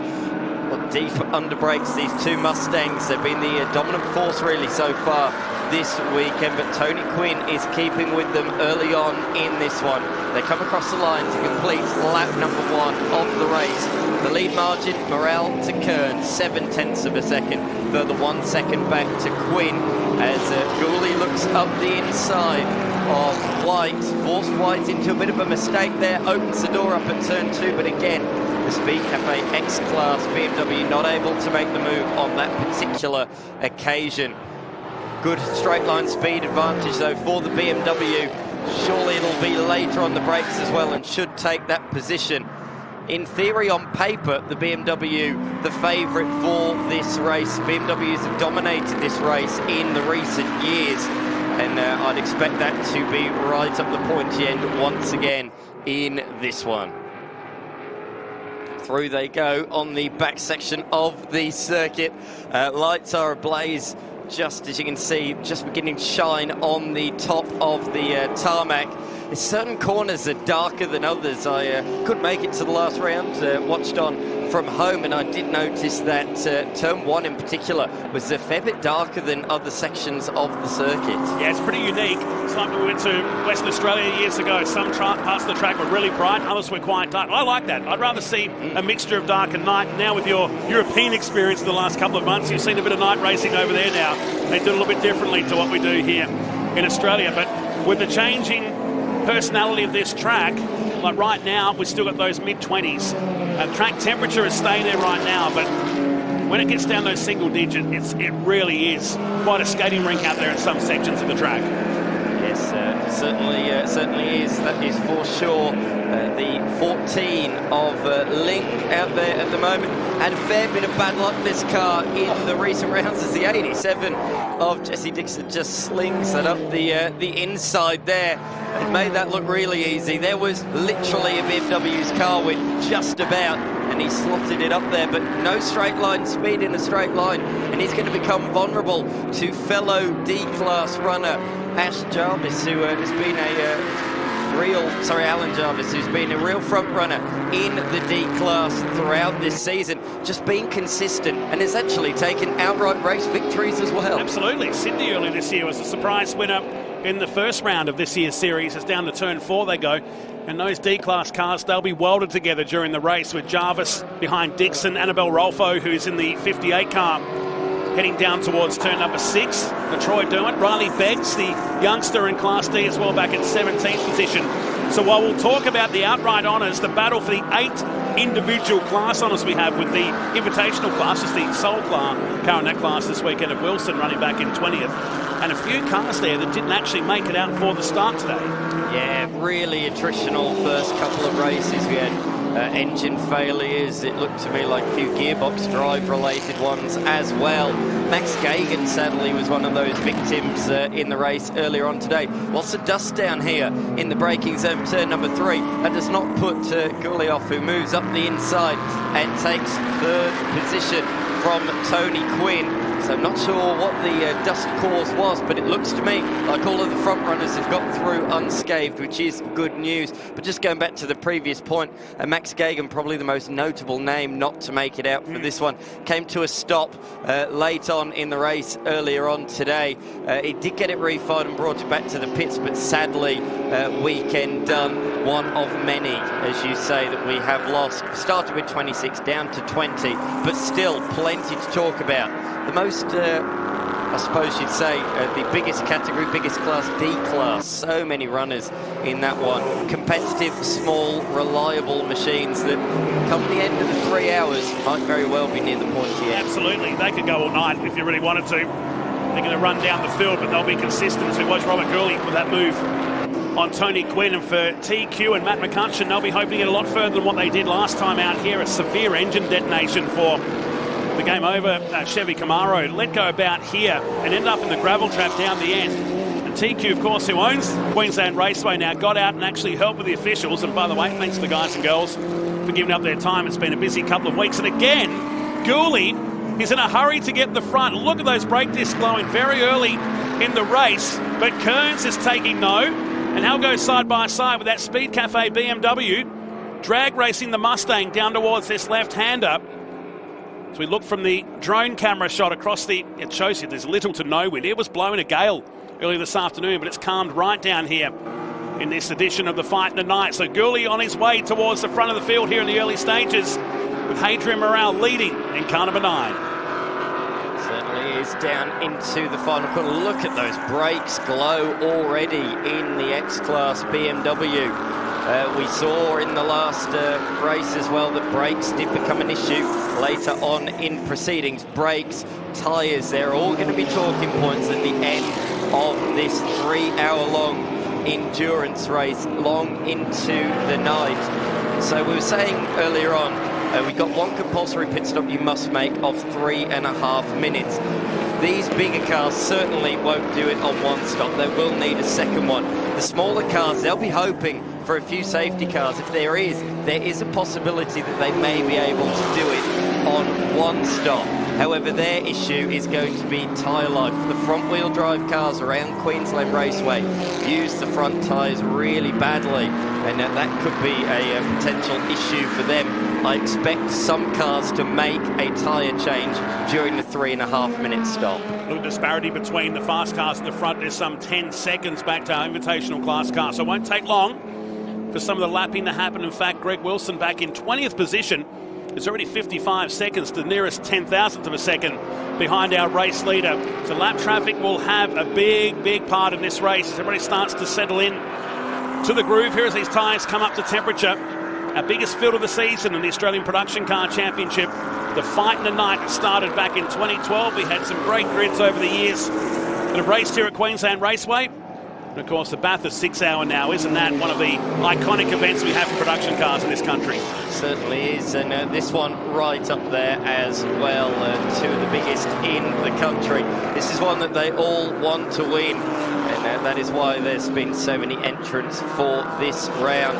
As you look at the number 14, as I said, it's had a few issues so far this year. It's had an incident with the wall in the opening round at Sydney Motorsport Park.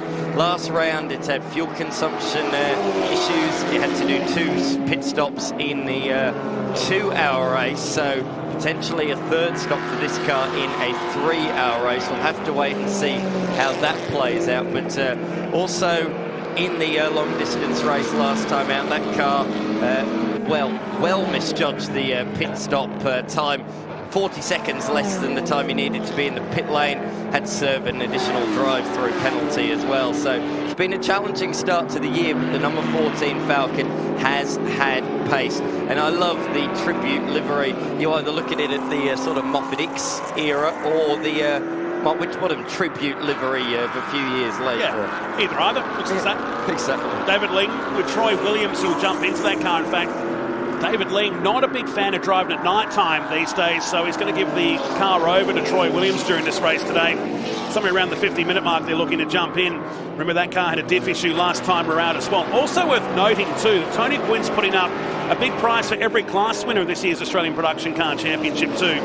And the prize per class, 2 flights of accommodation to come over to Hampton Downs, a beautiful track he owns over in New Zealand now. So a lot of teams taking that very seriously because, hey, who wouldn't want to go to New Zealand? It's a cool place. Exactly right, exactly right. Tony Quinn, of course, the owner of this race circuit out there racing at the moment. He did just gain a position, making his way past Kearns. So the circuit owner up to position number 3. And of course, he owns many of those great racetracks over there in New Zealand as well. Oh, a nice exit there out of the turn for Jesse Dixon. But the power of the Falcon, look at that. That's got to be at least 6 or 7 car lengths, even more than that by the time they get to the end of the straight. But this is where the little BMW comes into its own under brakes and certainly can hold the mid-corner speed through the turn. What a great racer Jesse Dixon is, of course, winner of the Shannon Supercars Showdown. Of course, Todd Hazelwood, Cam Waters, other winners of that one. But the amount of people that took part in that back then as well, James Golding, the list just goes on and on and on. So it shows the calibre of driver he was. Front one runner in V8 Utes, finished 3rd in the championship in one season, raced in Super 2 as well. The man can drive. I was about to say kid, but he's certainly a bit older these days. Well, he's not as old as you now. You were trying to convince me you were 28 before. You're not a day over 21. Dan McCarthy in commentary with us here at this Fight in the Night event.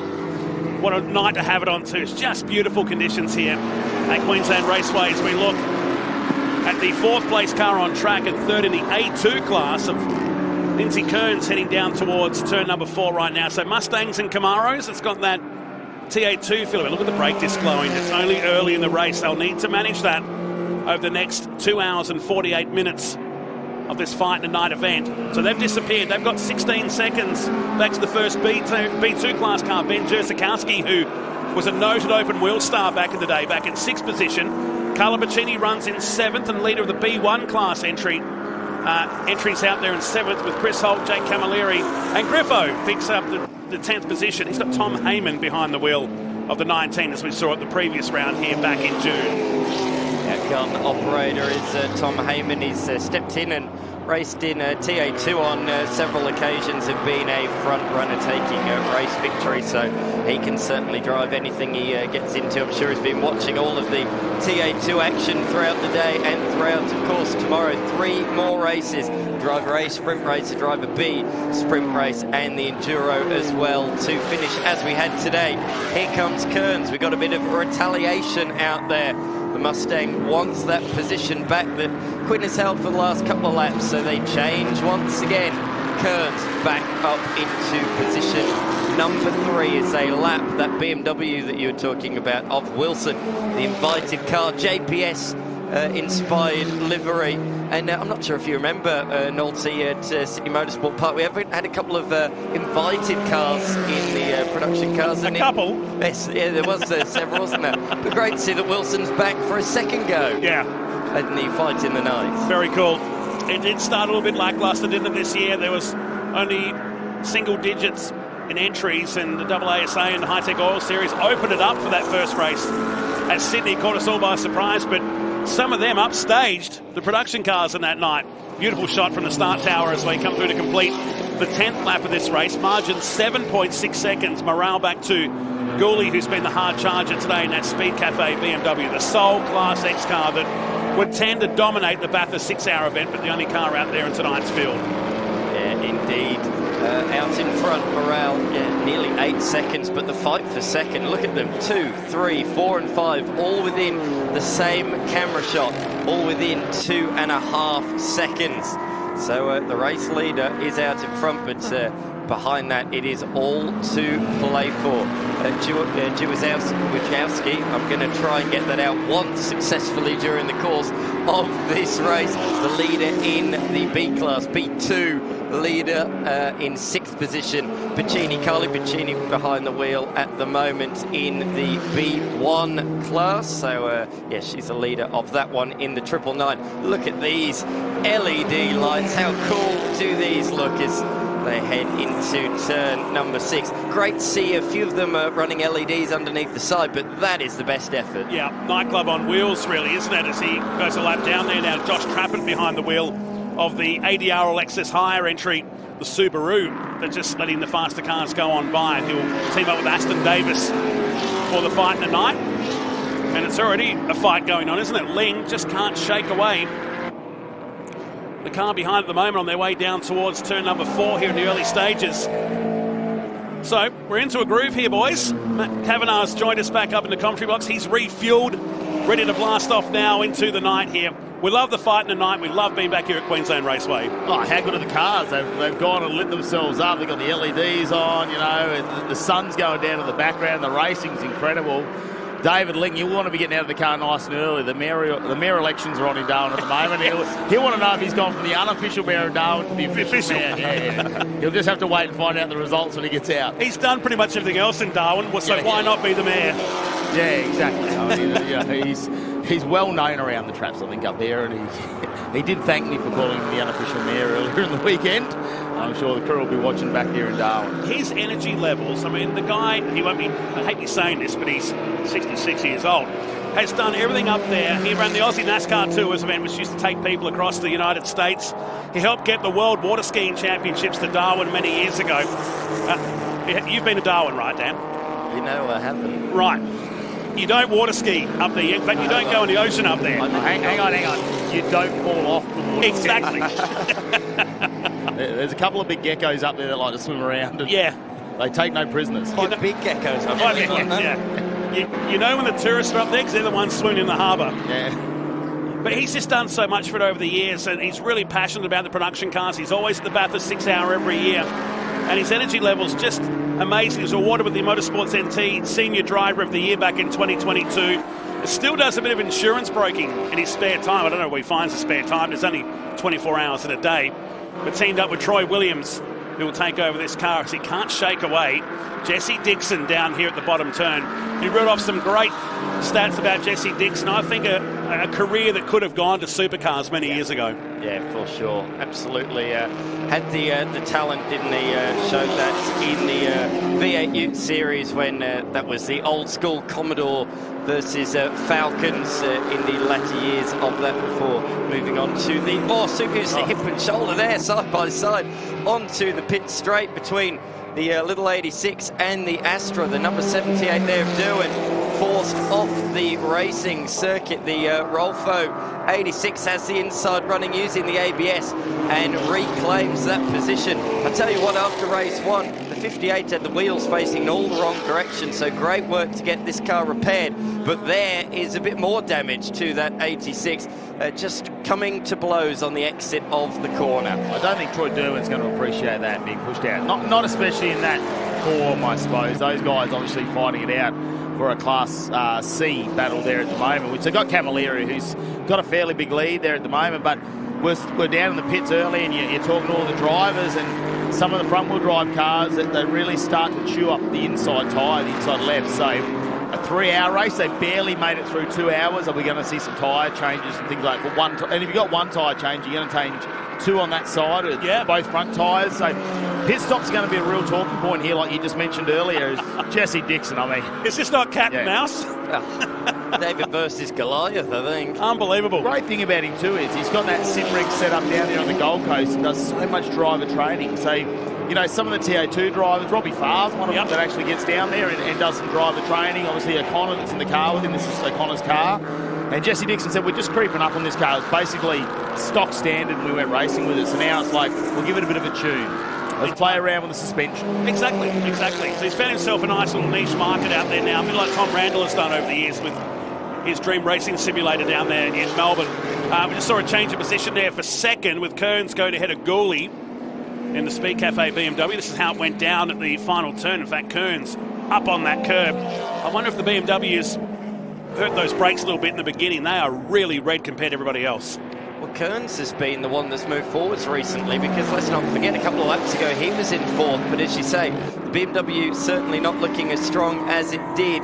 Up the inside comes Tony Quinn, but Gooley closing the door, and they're not going to allow that move on that particular occasion. But look at this lap traffic already playing a factor. Gooley having to jink hard to the right to avoid the Astra, who also has a bit of the lights going on. Yeah, those brakes are glowing a lot. That is certainly going to be holding him back, and he'll be feeling that in the brake pedal already, I reckon.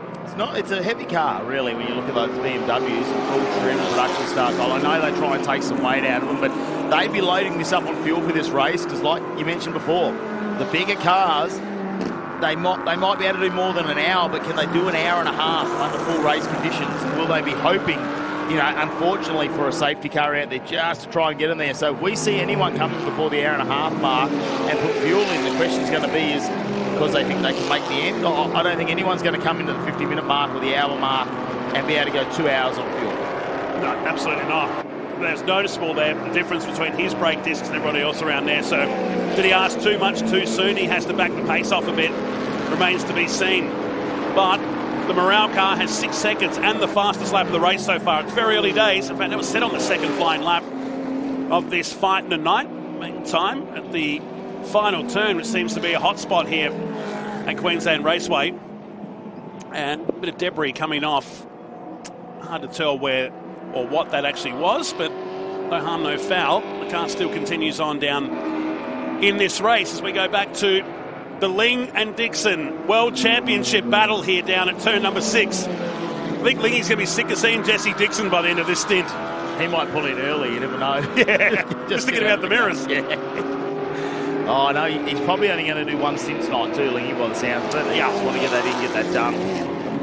So they're talking about a little bit earlier down in pit lane, try and get his share of the driving done very early. There's still a lot of chat about whether there will be just single stops out there. I think it's going to be a lot of strategizing on the run, if that's the terminology. You're not going to be able to just map. You can map it out, of course, but you've got to allow for safety cars. You've got to allow for the changing track conditions. You've got to allow for traffic and allowing for a driver to actually run to a number, which is probably the hardest thing to do. Yeah, absolutely. The longest I heard talking and walking up down the lane, the longest I heard, they reckon a couple of the smaller class cars, 75 minutes. So, yeah, at that point, unless you get sort of half an hour of safety cars, you're not going to do it on one stop.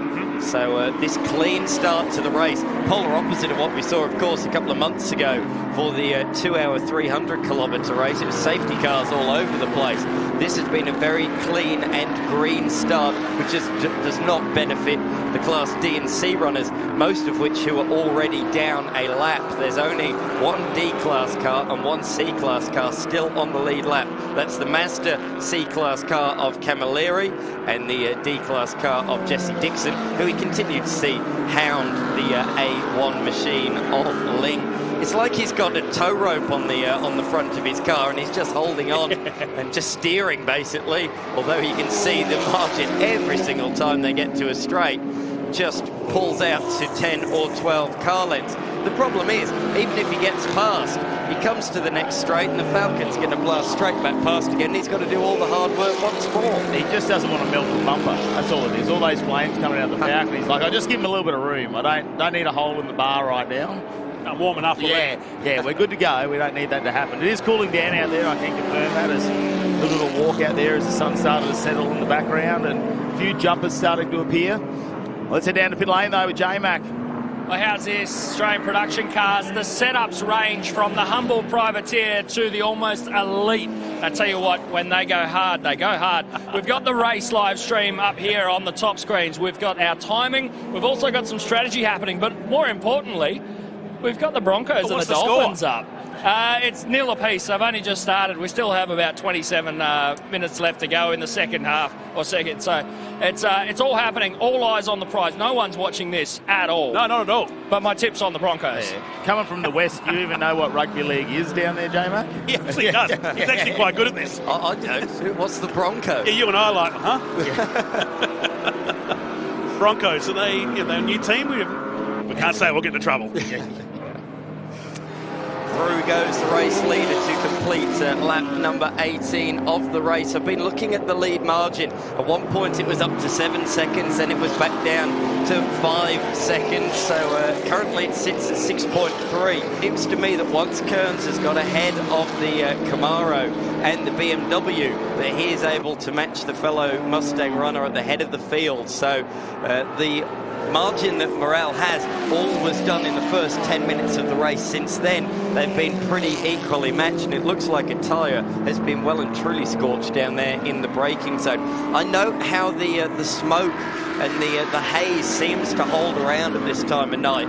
You know, there's a bit of a lockup and it might stay there for 2 or 3 minutes, a bit like a rally event effectively, where the dust lingers in the air for several minutes. So that could play a factor late on if there's a late race restart for visibility. And it did that last time as well. We were here. It's just this time of night, I think, that the wind settles down here at Queensland Raceway. It will pick up a little bit later, especially with a 3-hour race. We noticed at the back end of last race it was fine, but yeah, the opening hour, anything like that is going to hang around. And it is a bit of a smoke screen out there for the drivers. I mean, when you're in it, it is a light haze, a bit like a fog out there, you know, like when you're driving through it, you can see quite a bit, but looking in, just really hard to see through. Is Jesse Dixon letting him go nowhere, is he? And still the tormenting him, really. That's the furthest they've been apart all race, except on the straights. The day turns into night here at Queensland Raceway. 25.5 minutes into the annual fight in the night with our biggest field of the season in the Australian Production Car Championship.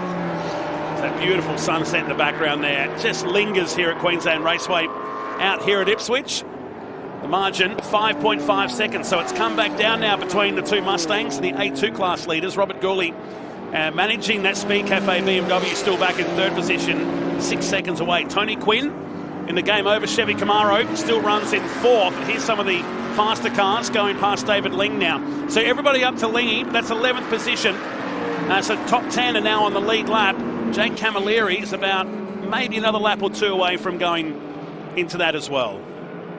These brakes are looking pretty bad on some of these cars at the moment. J-Mac, you've got an update? Refueling here in the Australian production car 3-hour enduro is usually done courtesy of these refueling rigs. It's a gravity-fed system that runs a pair of hoses. You'll see that there is a supply hose here and a vent hose. The idea being, of course, to try and get as much air out of the tank as the fuel is going in. Now, this particular rig can refuel about a 50-litre tank in just on 28 seconds. Refueling is done by a 3-man crew. One person on the fuel rig itself, what they colloquially call a dead man to take over or help if something happens, and also someone on the fire extinguisher. All of our refueling crew will be in fireproof ovals and everything very heavily regulated down here in the live pits for APC. Nice one, Jamie. That's a really good point you raised. I've done all 3 of those jobs, incidentally, back in the younger days. But back in the days, we didn't have the Siamese couplings. We had a fuel in, and you'd have on the other side what was the breather bottle. And if you didn't get that right, the breather bottle is the fuel will just pump straight back out. So it's pumping in, as J-Mac said. It's gravity fed. There's no measurement of how quick it's going down there. If you get it wrong, it can actually get quite nasty down there. So having those Siamese couplings now is also a good thing to take a person off the opposite side of the car as well, because they were quite exposed to cars coming down the lane. We saw a lot of those sheets going up, didn't we, last round as well? Because when they pull the coupling off, a couple of them leak out, and they don't want them dropping on the tyre. So sometimes they've got plenty of time when they go down there, especially for the driver change. We're 3 minutes 30 is a minimum travel time down pit lane. So, you know, a lot different to the TO2 muscle car is they've got a full-size door. So that makes things a little bit easier. There is an opportunity to get around the car and just have a breather to get that done. It's not like we see in supercars where, you know, 5 or 6 seconds is going to make a massive difference. 3 minutes 30 should be plenty of time for them to do this nice and safely and just routinely get through this. And their fuel systems were regulated up until recently with the new bottles they have in supercars as well. It was 3.75 litres a second it was regulated to, but there's no regulation to this gravity system that they can run. You ever filled your car up in 28 seconds? No, unless I've been putting 5 litres in because the petrol price is humongous. Otherwise, no, I haven't. I was just looking. We do appear to have first of the pit stoppers, but one of the changes from the last round to this one is it's now a transit time. It was in the previous round a 3-minute hold in the pits, whereas now it's 3.5 minutes, and that includes the transit time, pit lane entry to exit. Oh, Jesse Dixon now, he's got Lingy for just a moment there till Lingy puts the foot to the floor and it's a drag race down turn 4. He's pulling up to say hello finally. Yeah. He's congratulating him on the win, potentially. Maybe the news has come through. I don't know. Jesse Dixon with the move of the race, maybe the move of the series so far, around the outside. I mean, it's inevitable he's going to get past again, but he's made the highlights reel nonetheless. As Lingy around the outside, he locks the brake, and that'll be enough for Dixon to lead this lap. This is great to watch, but somebody tell him there's 2.5 hours to go. Check this out on the replay. It started at turn 3. And Lingy thought he had it, and all of a sudden, Jesse Dixon pulled up and say, hey, how's your Saturday night going? And stayed there. Big commitment on really, there's so much dust and debris out there today from all the racing, and Dixon made it stick. Good move. Fantastic move, and that lock-up as well from the Falcon driver means he's not been able to get back through as well. So a change of position. Dixon ahead of Ling as you ride on board with the 999 machine of Bacchini, who has been driving fantastically in the first few rounds. Both the Bacchinis picking up great points finishes, certainly punching above their weight in the B-Class BMW. What a view, looking through the windscreen. She takes you for a lap and also shows you the darker areas of Queensland Raceway. She just adjusts the mirror after going across those aggressive sawtooth curbs, teaming up with, of course, her dad, Paul, who'll jump into the car. She's a reigning class champion in the Australian Production Car Series. She's been racing in this series now since 2019, done 4 Bathurst 6 hours in her career, and looks forward to this event every single year in that 999 Tyres and More BMW. Kazowski have a crack. tried again and failed once again. The car is in the pits, the BMW, and notably for 5 minutes, so that is not a pit stop that was needed or wanted, so there is drama in there. And one of our pit lane reporters is Tammy. You're down there. Yes, car 38, Ben Jakovsky, has come in early for a pit stop. That was all due to some power steering fluid. So they were able to get that out and back on the track again. Are we going to have a crack at Grzikowski? Grzikowski. Thank you, Matt. Well, which Matt am I talking? It's almost like the closest to getting it right without going over. We can play that game tonight. Talented driver though, but unfortunately it doesn't look like it's going to be his day back there in the B2 class car. In 20th position, has been the pits for the better part of 6 minutes. Tammy Sewell will cover the pit lane as well.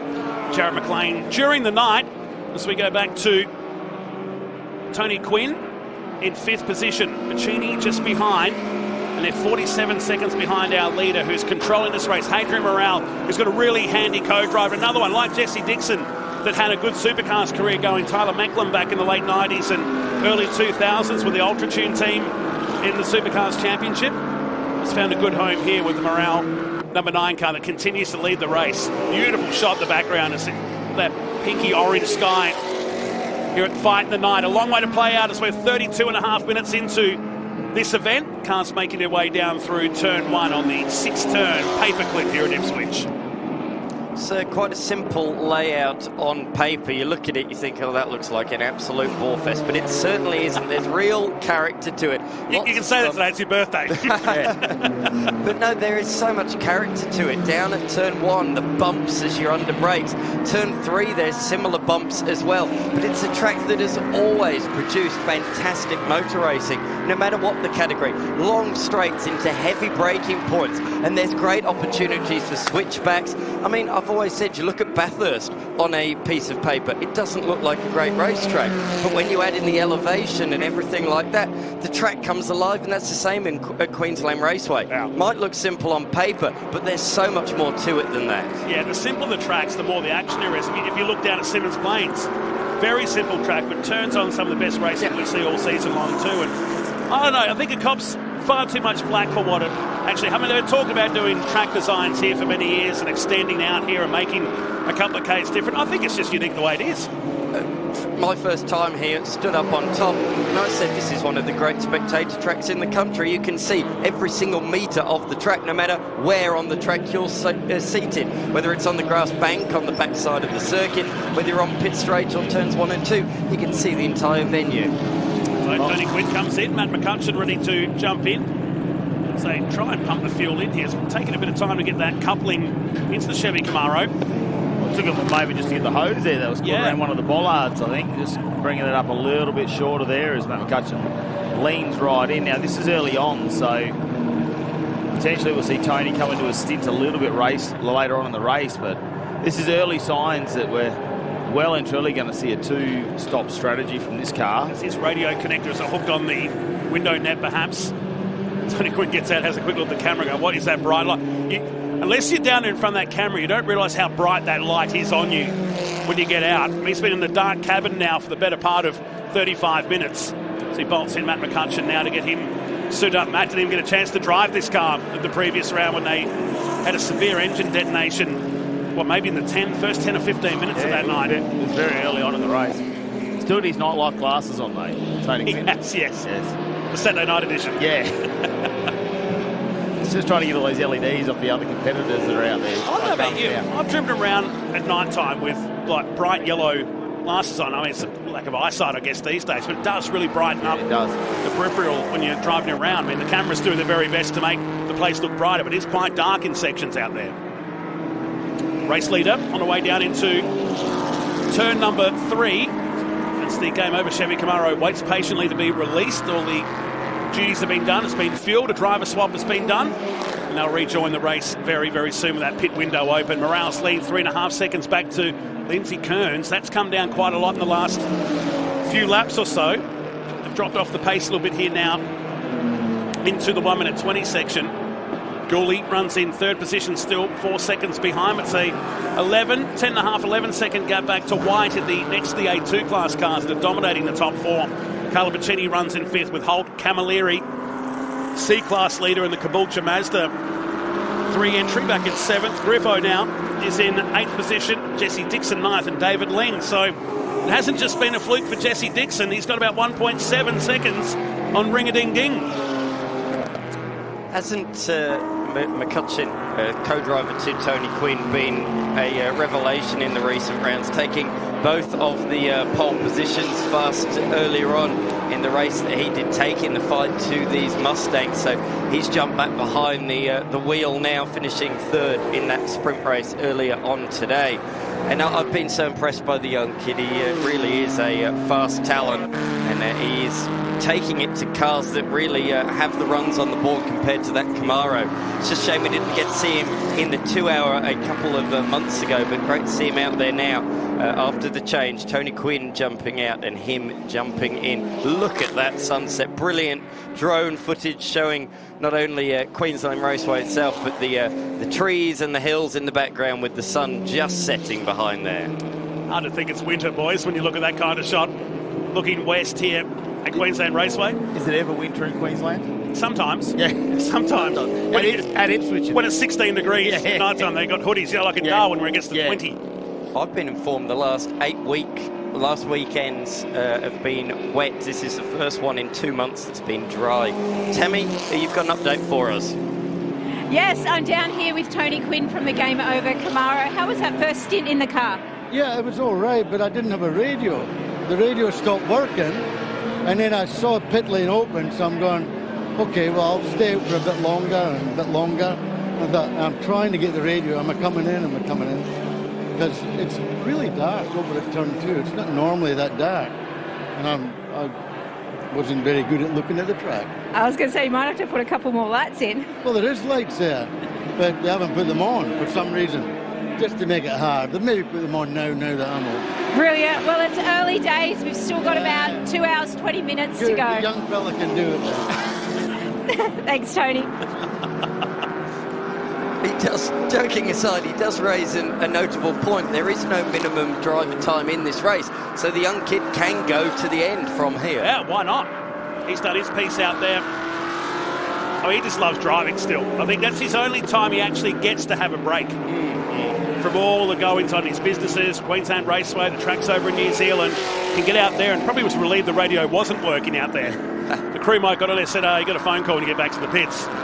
Meantime, Gooley in 3rd place, getting past the 78 of Troy Derwent, one of the Class C cars, or the second C-Class car running now in 13th position to put him a lap down. And staying around 5 seconds, so whether he just pushed that car initially, because those brake discs don't look like they've come down a single degree in temperature since probably about lap 3. Yeah, Kearns just dropping off on that last lap, isn't he? Gooley just about 6/10 of a second faster on that last lap around. So they really need to watch those lap times and try and keep it very consistent out there at the moment. Maybe just working, potentially did heat them up a bit, just need to lay off them for a bit, get them to cool down for a fraction, finding that sweet spot for the car. Out there is a look. Oh, well, now we've got an 86 on the back of Liggy, and this is deja vu, isn't it? He follows him around. He's probably looking up going, what's that noise? I can't see it, I can hear it. I think Liggy's probably actually going past him at this point. It's just our moment where we cross over to him as well. They haven't come into the pitch yet either. I tell you what, it's a handy little pit stop too. When we talk about 3 minutes 30, that's a 3 minute 32.9. Like, that is close considering you got to take that travel time from pit entry to pit exit. So they may only be stationary for 2 minutes 50 or something like that, but when they're driving out, they need to be talking to them and say, oh, you got a couple of seconds, slow down or something like that. You can't just slam on the brakes as well at the end of pit lane. Oh no, I'm only at 3 minutes 25. You can't just slam on the brake. No. I've seen in different categories over the years, incidents in pit lane happen because of that, and that is a huge penalty. If you slam on your brakes and cause a pit lane incident, that is a huge no-no. Mel, down to you. Down here with Tom Heyman, looking pretty relaxed. Obviously no plans for Griffo to pit anytime soon. No, not at the moment. I think we're going to try and plan to run a full tank and just see where it sort of lands us later in the race. So, yeah, that's the plan for now. See what happens. That's a lot of laps for the old bloke. Yeah, I think he hasn't done a lot this weekend, so he's probably making up for it right now. But yeah, he's doing a great job out there. He's just stringing them together now, and yeah, he's pretty good. So first in class so far, one-stop strategy? Probably not. We're just got to wait and see where we sit at that first stop in terms of our fuel usage. So yeah, it's pretty much a waiting game right now, and yeah. So in an unrelated topic, you've been jet-setting over in Spain. Tell us a little bit about that. What was that, sorry? Spain. Oh, yes, Spain. Yeah, it was a great trip, obviously. We obviously went over there with McLaren and drove a GT3 for the first time. So, yeah, it was an amazing trip. Learned a whole lot over there and, yeah, obviously putting it to use back here. Well, we expect it to be a little bit faster than when you left there. Yeah, hopefully. Fingers crossed. Have a good one, thanks. Thank you. Good little combination, isn't it, Griffo and Tom Heyman, who rose to prominence in Aussie racing cars initially a few seasons back and found a home in Trans Am, but these days GT4 seems to be a good home. Quite a tall guy is Tom Heyman. First of our leading contenders has just come into the lane. The margin had come down quite substantially. It was under 5 seconds, which is the smallest the margin had been pretty much for a good half an hour in this race.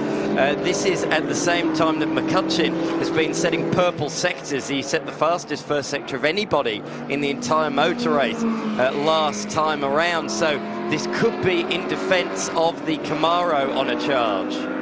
See the brakes then on the Volkswagen down towards turn 4 as Bacchini goes past David Ling down here, looking from the rear parcel shelf. The B1 class leader at the moment. She comes through to complete another lap. She's motoring along quite well here. 1 minute 21.5 was her fastest lap of the race on lap 9 and trips the time this time at 1 minute 23 as Kearns is now in the pits. The CMA, or the Car Mods Australia entry, gets his pit stop underway down here. And they're at the top of pit lane this year, unlike previous years where they've been down the bottom end at pit exit. They're now at the pit entry here underneath the old verandas that we've had at Queensland Raceway for many, many years. I came here in 1999 when it first happened. We didn't even have a pit lane. We had a road and they put up these giant tents for us to all work. It was very NASCAR-like when we raced back in the 90s here, but the modifications and the updates that Tony Quinn's done to this place have just been impressive, and I think that's why the fans have come out to support it. It's Matt McCutcheon puts a couple of lap cars down there. Kearns has been in the pits now for 1 minute and 40 seconds.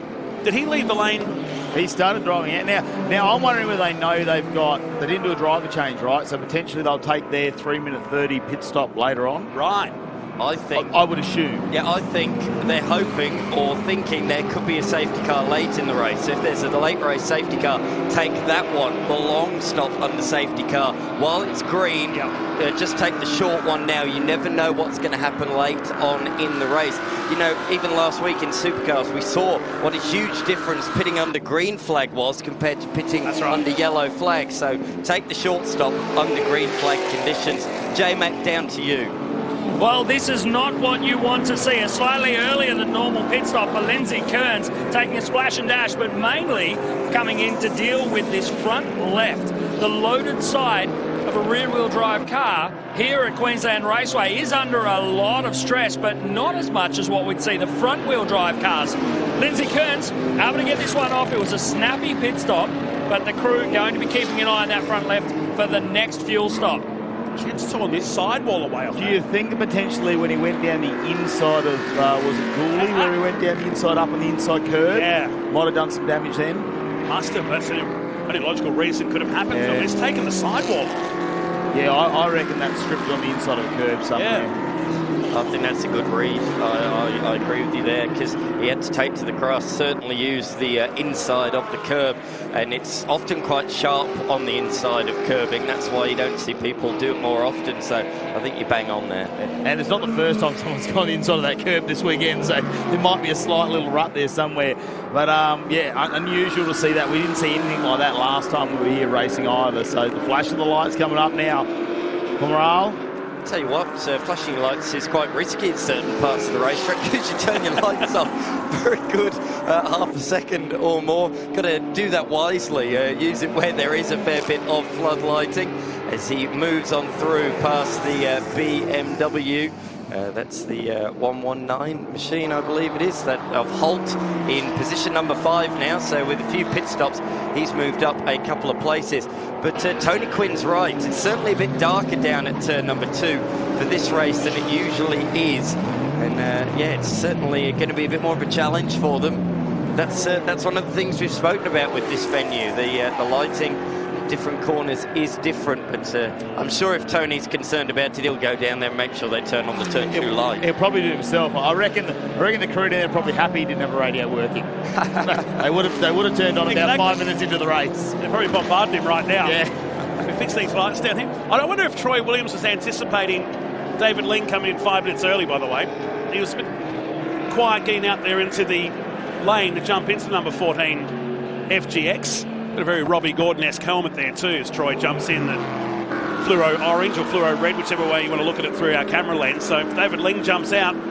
Well, there was a discussion if they had 2 pit stops whether Lingy would get back in and take the glory on the podium. No doubt about it. Yeah. There's not even a question, is it? Yeah, there's 20 minutes left, pull in. So make sure. Are they having some issues getting that in? That seems to be a bit of a struggle to try and fill that. Now, has the lever been pulled? As J-Mac taught the dead man lever, it's obviously... He's getting himself a position on the pit crew if he keeps this up. That lever simply opens up the fuel flow for the gravity feed system on these cars. And I just think you can't get it to lock in. And whether that's air that can't escape, perhaps. Looks like it's okay now. But we're already well over 90 seconds into the pit stop, so this is going to be touch and go now, whether or not it's going to even be finished by the time the 3 minute and 30 elapses.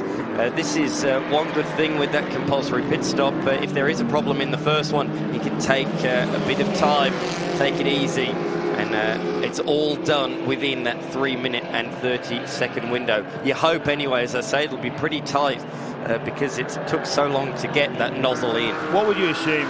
Somewhere 15 to 20 seconds from where they're parked now to pit exit. So as long as they start to leave around that 3 minute mark, bit after the 3 minute mark, I think they're still going to be pretty close to that 3 minute 30 if they can get it done. There's that sheet you talked about, Matty Cav, from last time. They chucked over that left rear wheel purely to stop any fuel spill going onto those hot brake discs at the back there and maybe igniting a small fire.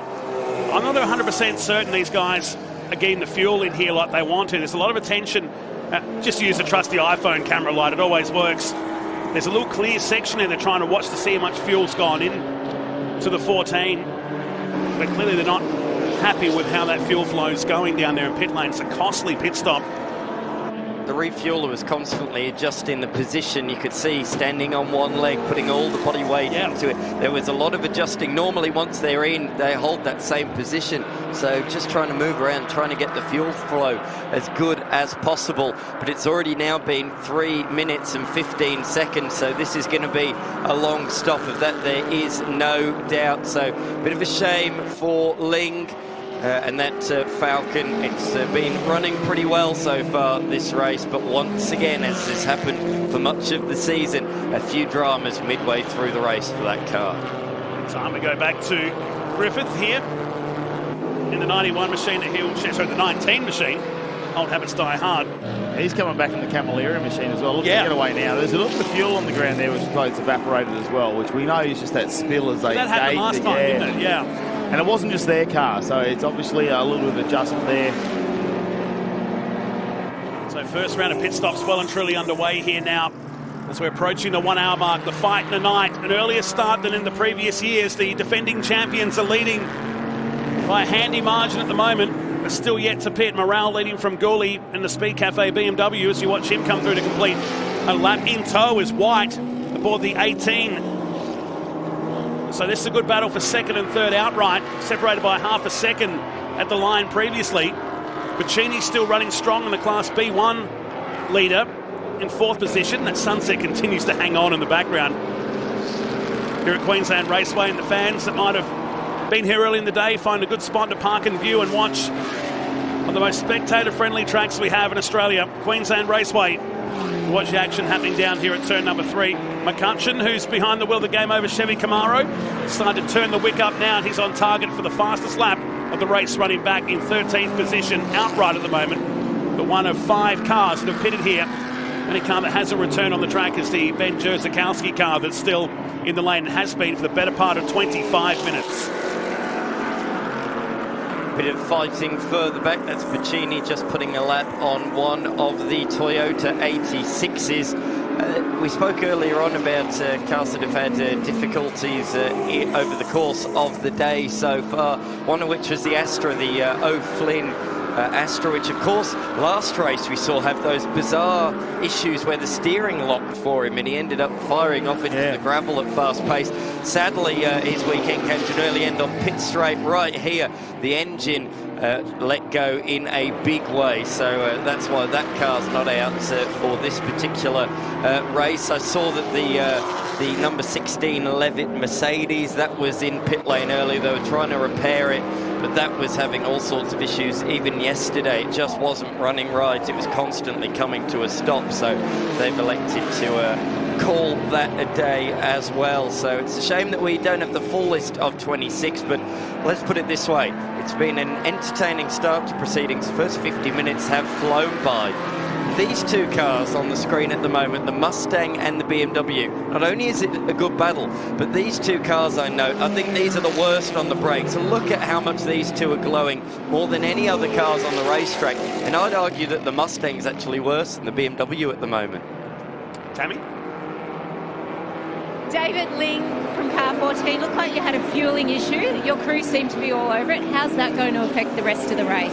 Well, we're going to have to completely change our strategy. The Falcon's a lot more thirstier than we thought it was.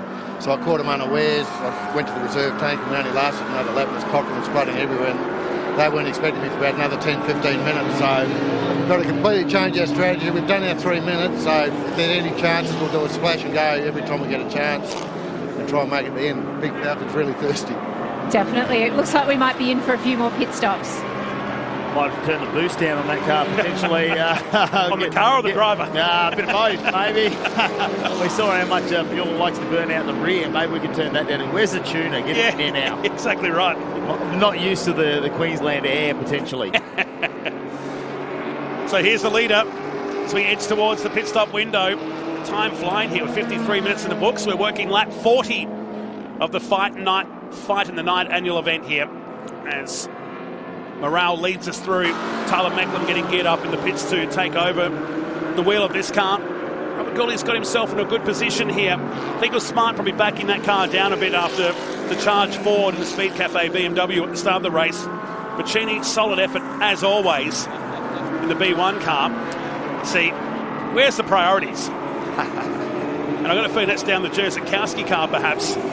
See, that's why they're not on the track. They're waiting for half-time. That's what it is. Well, there's not much you can do. You may as well take in, something else. Exactly. Watch that. Make sure he takes it out of the back of the car if he comes back on the track. Stranger things have happened.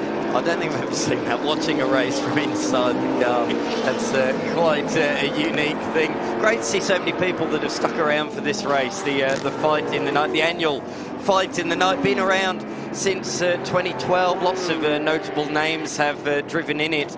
Of course, Barrett Linton and Tim Lay, really the dominant forces. Many time winners. Barrett Linton has won it 6 times, but other names include Ryan McLeod, Rick Bates, Tony Quinn himself has won it with Ian Sherrin, and last year the race leaders Morale and Macklem won it. However, they didn't win it really through outright speed. They won it last year through really fuel strategy, and they were being hounded late on in the race, being caught, but they held on. It was a bit of a late race nail-biter, but they did hold on with a bit of a fuel gamble, and it paid dividends late on. Doesn't matter how you win it, as long as you get it sometimes.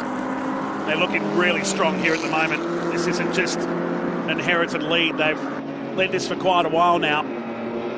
Still, only a handful of cars have decided to elect to pit early, but 2 hours and 5 minutes remaining now. Through turn 1 he goes. And everybody up to Carla Pacini. It's been lapped, so just 3 cars in the lead lap now. She hangs on to 4th position. I'm very interested to see how Matt McCutcheon goes, because he's probably about half a second faster than the rest of the field at the moment in regular lap times and moving forward. But obviously they've already had their 3.5 minute stop. But how thirsty is the Camaro, and how much further can they get out of this? Will they be able to go past the 1 hour mark and potentially put a tank of fuel into it to get home, or are we going to see 2 stops still to come from then? I think they could get by on 1 here still. The air conditions will change soon. There'll be a lot thicker air out there from perhaps well, it's easy to hypothesise from a commentary box. We're not out there actually driving the cars, but the conditions will call off, which will help them with that fuel economy. I think it's still going to be. I think it's still going to be hard unless there's safety car. I think the safety car might be critical. Or will we see some fuel saving a bit later on?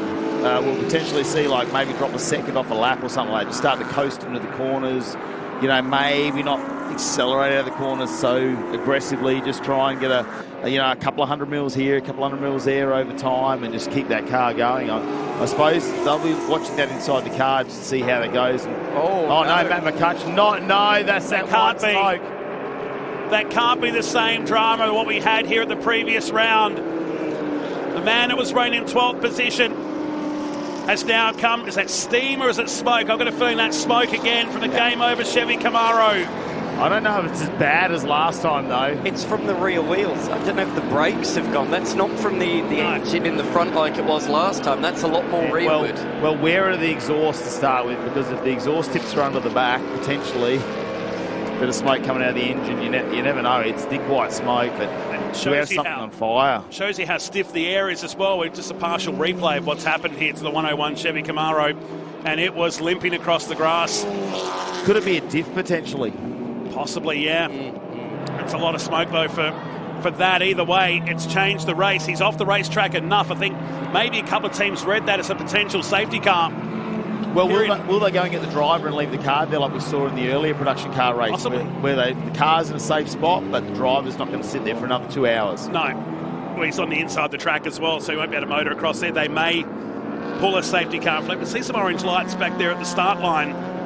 That's just indicating that there is a drama down here. Sitting on our screens, we haven't gone yellow at the moment. That's in the inside. We have now, just so I finished that sentence, so the safety car has been called. The first one of the fight in the night, the second round in succession. The game over Chevy Camaro living up to its sponsored name on there. McCutcheon looking to the rear of that Chevy Camaro. Just can't take a trick, this team, can they? No, absolutely not. And it's a real shame in particular because he was absolutely flying in clear air. There's purple sectors nearly every lap at some point or another. He was really bringing that Camaro right into victory contention, and just in the blink of your eyes, your click of your fingers, the race has come to an abrupt end less than an hour into the race. But look, everybody's coming in here. Gooley's in the BMW, the Speed Cafe BMW. White is in as well. So we're seeing lots of driver changes and lots of pit stops under yellow.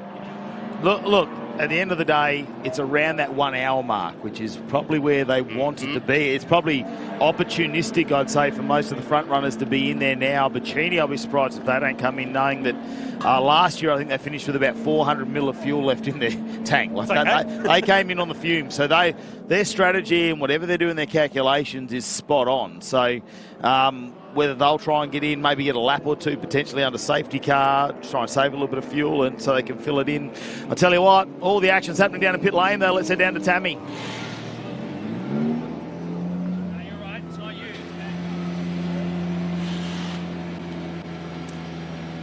We'll get to Tammy in just a few moments. It's obviously a very hectic pit lane down there at the moment while the recovery crew, big shout out to the guys and girls once again. They were here last weekend, most of them, and were here yesterday for practice and qualifying. And the first time the safety car has been called out in pit lane. Starts to get active with Morale, Gooley and White, top three all in the pits. Taking the opportunity, Carlo Pacini has decided to keep on going. Moves himself up in a second, so are they going to go long here perhaps in the BMW as Griffo comes in? Tom Heyman, see, that shows how tall Tom Heyman is. They may have to put a beacon on his helmet sometimes for the height, so if the planes are flying low in the area. Looks like he's getting into a go-kart, doesn't it? It does. Is there that much? Does the seat move that much for him to get in? Well, he always has to sit in the back of the car, doesn't he? Yeah, or has he got his knees somewhere up, you know? Like an open wheeler. There he is, ready to jump in. the Daimler Trucks Brisbane entry. So they're in the pits. We'll go down to pit lane 2. Here's Mel Price. Yeah, so just commenting on the 91 car, the Mercedes pit stop of Gunther and Randall, and we saw the front left wheel was on fire, which is not unlike what we saw in Griffo's car at the last round, and someone went to grab their fire extinguisher and they're like, no, don't bother, which is what happened last time. The whole thing was up in flames and nobody was too phased about it, and it put itself out and off they went. Yeah, didn't grab that on screen, did we? But yeah, it's not a surprise in production car racing, isn't it? It's just the brake rotor's obviously so hot that when they finally come to a stop and we don't have that air going over them, at some temperature things start to flame. The fire starts. Now, a little bit of potentially a little bit of rubber in there building up and things like that, but there's no cause for alarm for that one. They'll just drive off. That'll go out pretty quickly. Is Gooley in there in the BMW? It's cruising. Yeah, I'm just going to have a look at this. Wilson's at 3:14, so they're close.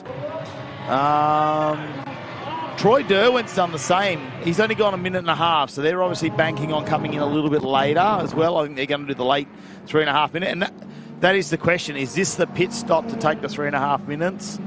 Because the safety car, I don't think they're going to try and recover that car. They're just going to get Matt McCutcheon off the track. The tilt tray was working its way down the lane, whether it's going to retrieve it or not. You try and want to get that back, because if it's fixable, I mean, it's not as terminal as what we saw at the previous round. They might be able to get this car back out and at least get a result tonight.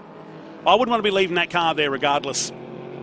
In which case, then now is the opportunistic time, isn't it, to take your 3.5 minute stop. I mean, Kearns has only gone 2 minutes, just under 2 minutes in pit lane.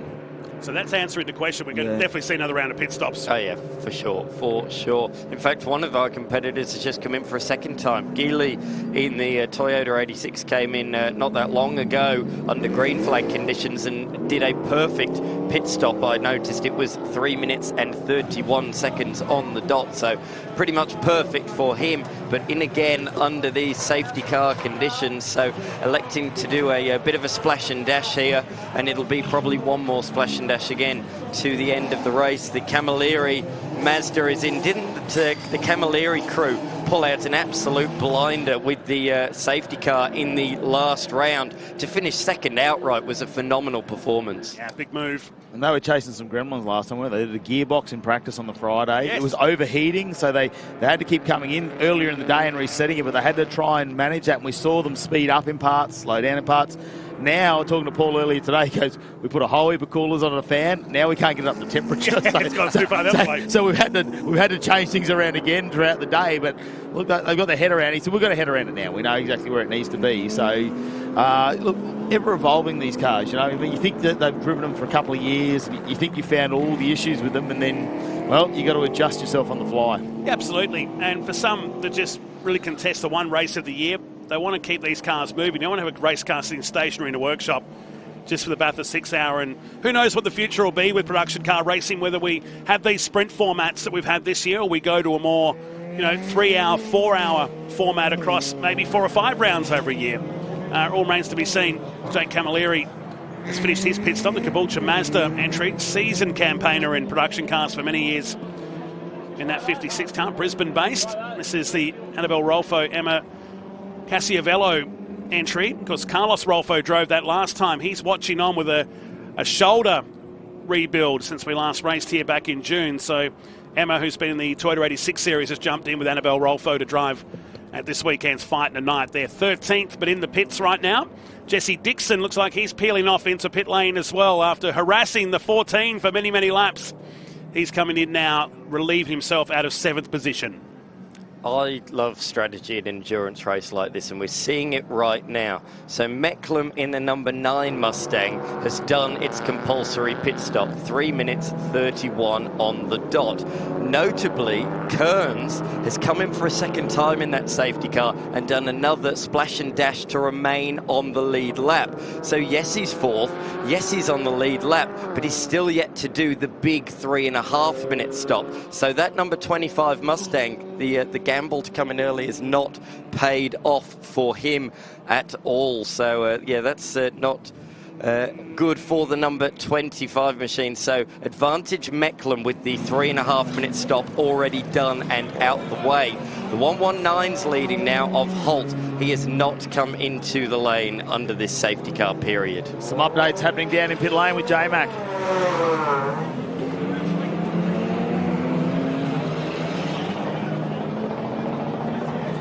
So a quick update from the Game Over Camaro crew of Quinn and McCutcheon, and problems that severely resemble the issues that we had last time out here at Queensland. The car just cutting out, and from the evidence that we saw on track, possibly another motor. So heartbreak, 2 events in a row for Quinn and McCutcheon. Certainly, thanks J-Max, certainly didn't look as dramatic as the one previously, but when they do the post-mortem on this car and it gets back to the pits, only they'll know.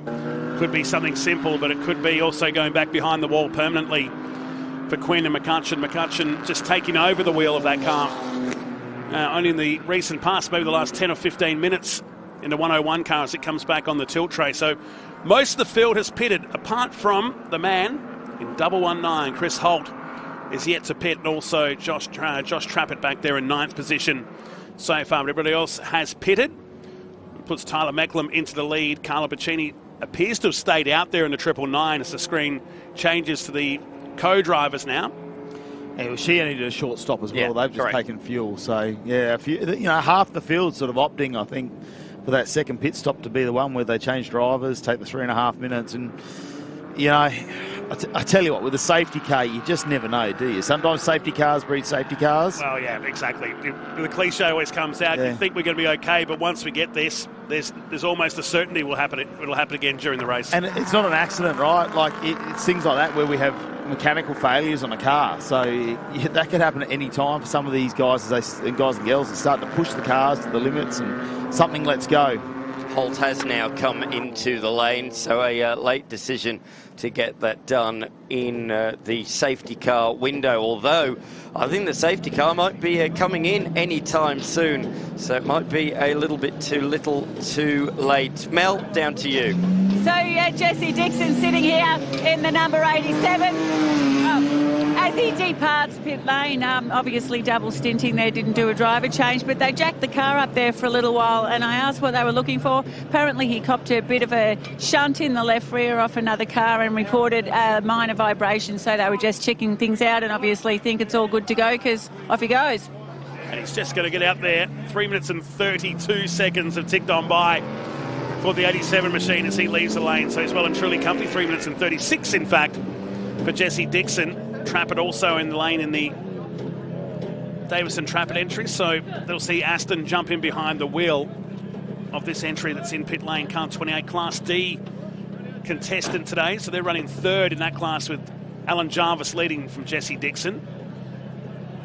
So the one for me, guys, is the Randall car back in 13th position now. That was running quite high earlier in the race, but now has a bit of work to do back some 2.9, make it 3 laps behind. Bit of a slow pit stop in the pit stop sequence, 13 seconds slower than what it could have been, 3 minutes 43, but that's nothing compared to the number 18 Mustang of Trent White and Glenn Walker, 4 minutes and 10 seconds. They only just got out on the lead lap, I noticed, so very, very close, even under safety car conditions, to going down a lap, and that very well would have ruled them out of the race, so they've just about got away with it. And of course now the pack being bunched back up, that's been a bit of a lifeline for them. But if that was green flag and they had that problem, that would have almost been day done effectively for any chance of a victory.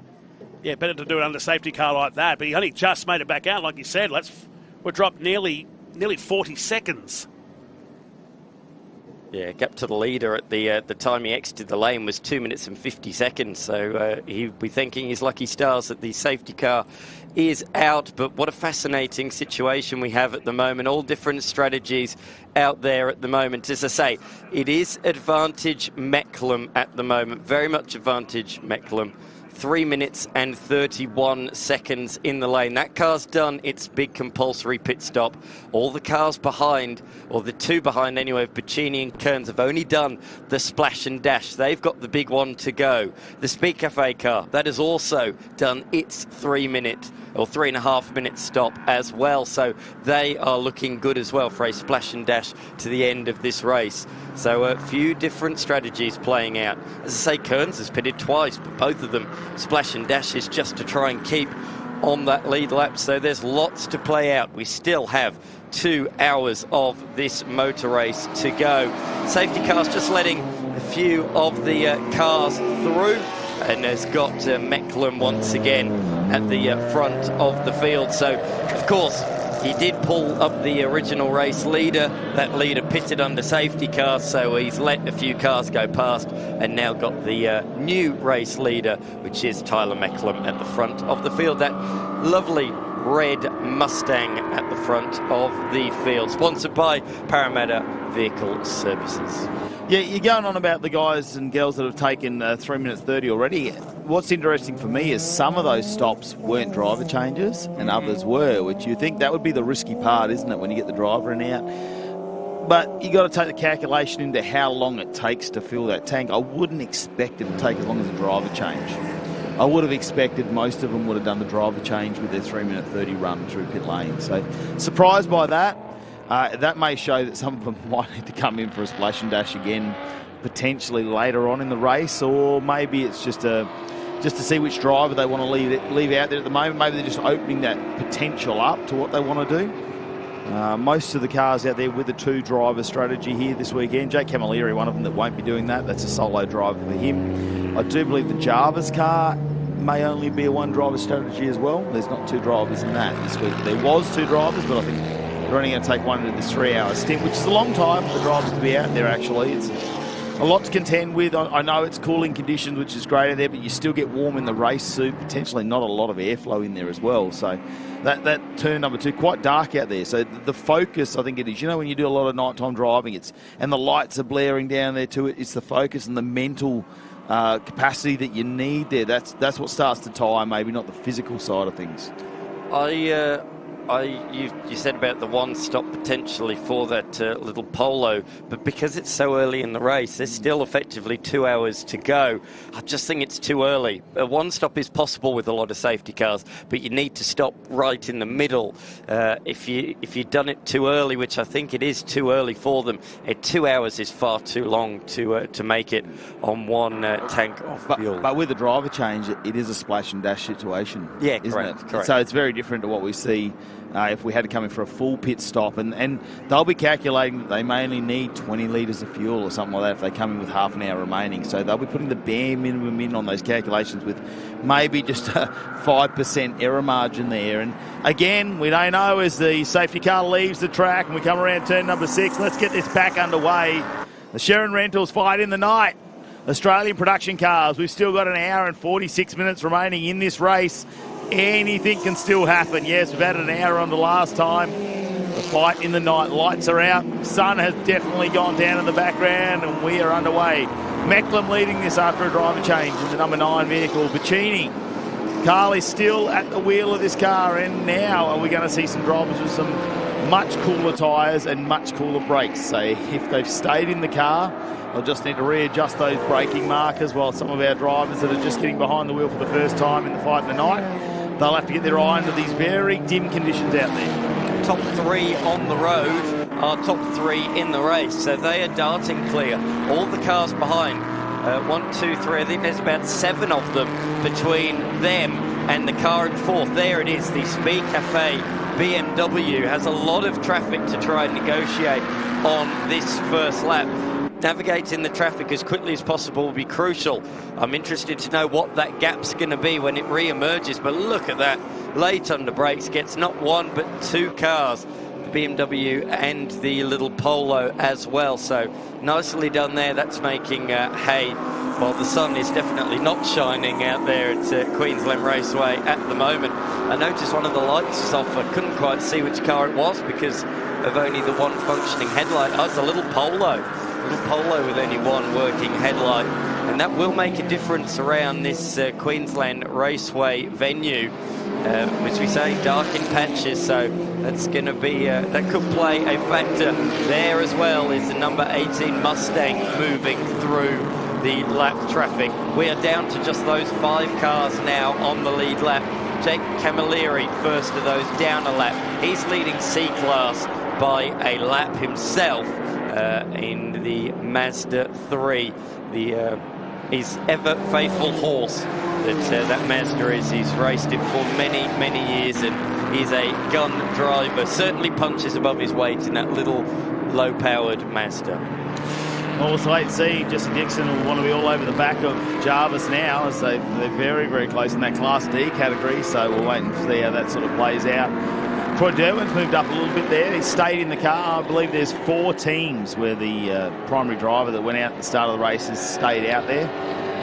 So you can see the Lingmobile at the moment.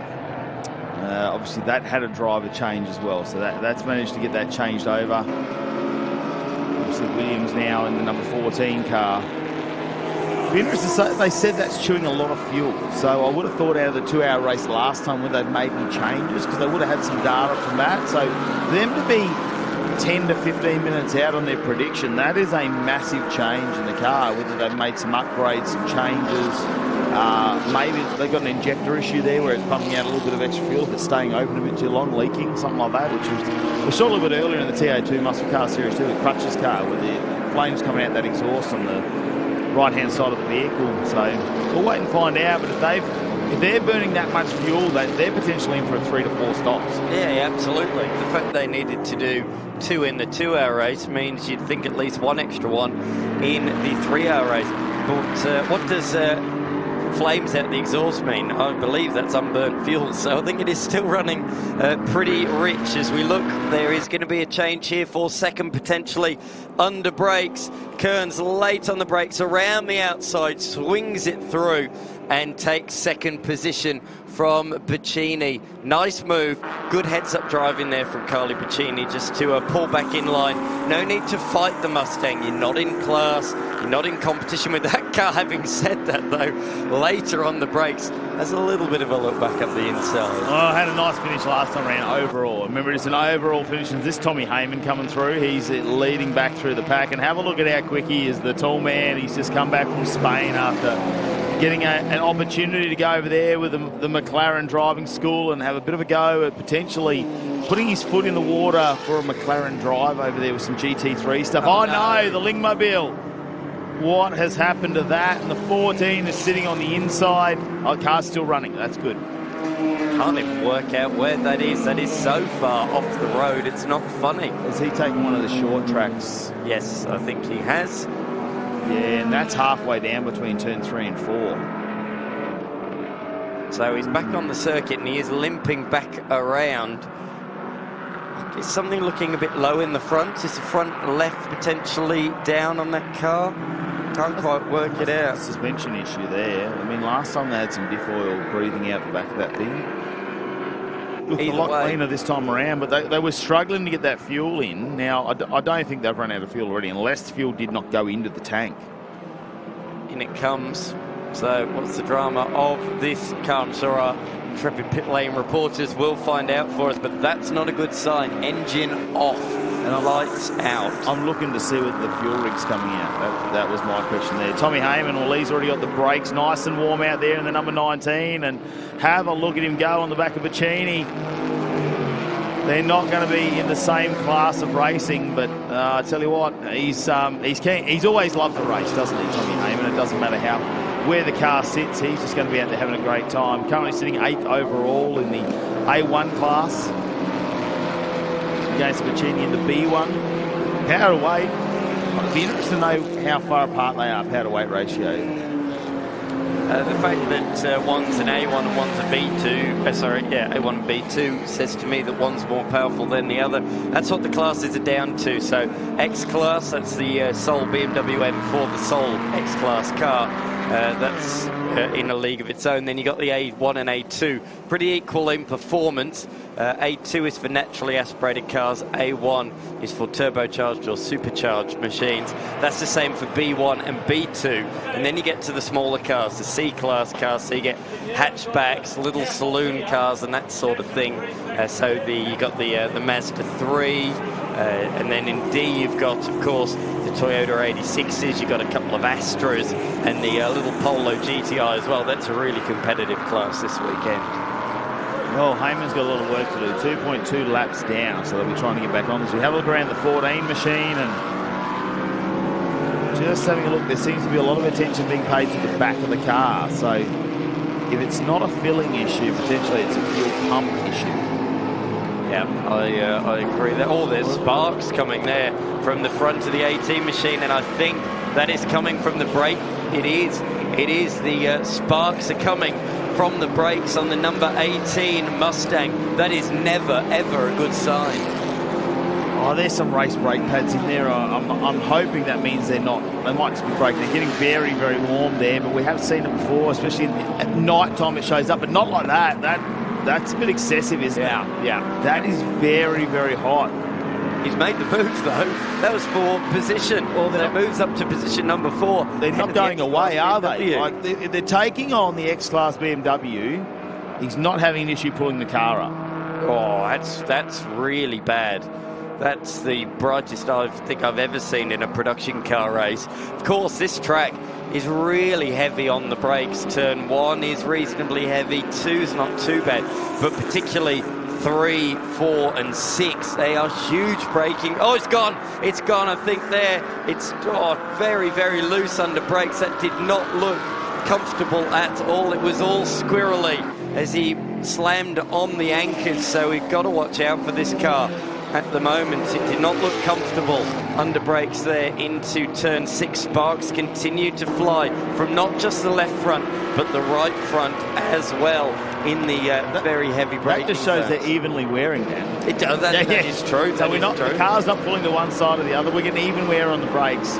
Really exciting here, fighting the night, especially once the sun went down in the background and we've had a first safety car. A lot of pit stop strategies already starting to play their cards out. And have a look at with the light out down there, how many sparks are coming out from the brakes there on the Kearns machine. On the white machine. Wow, the 18. We'll continue to watch this and see what's happening. Tommy Heyman just in front. They start to close the gap down to him as well as they catch up.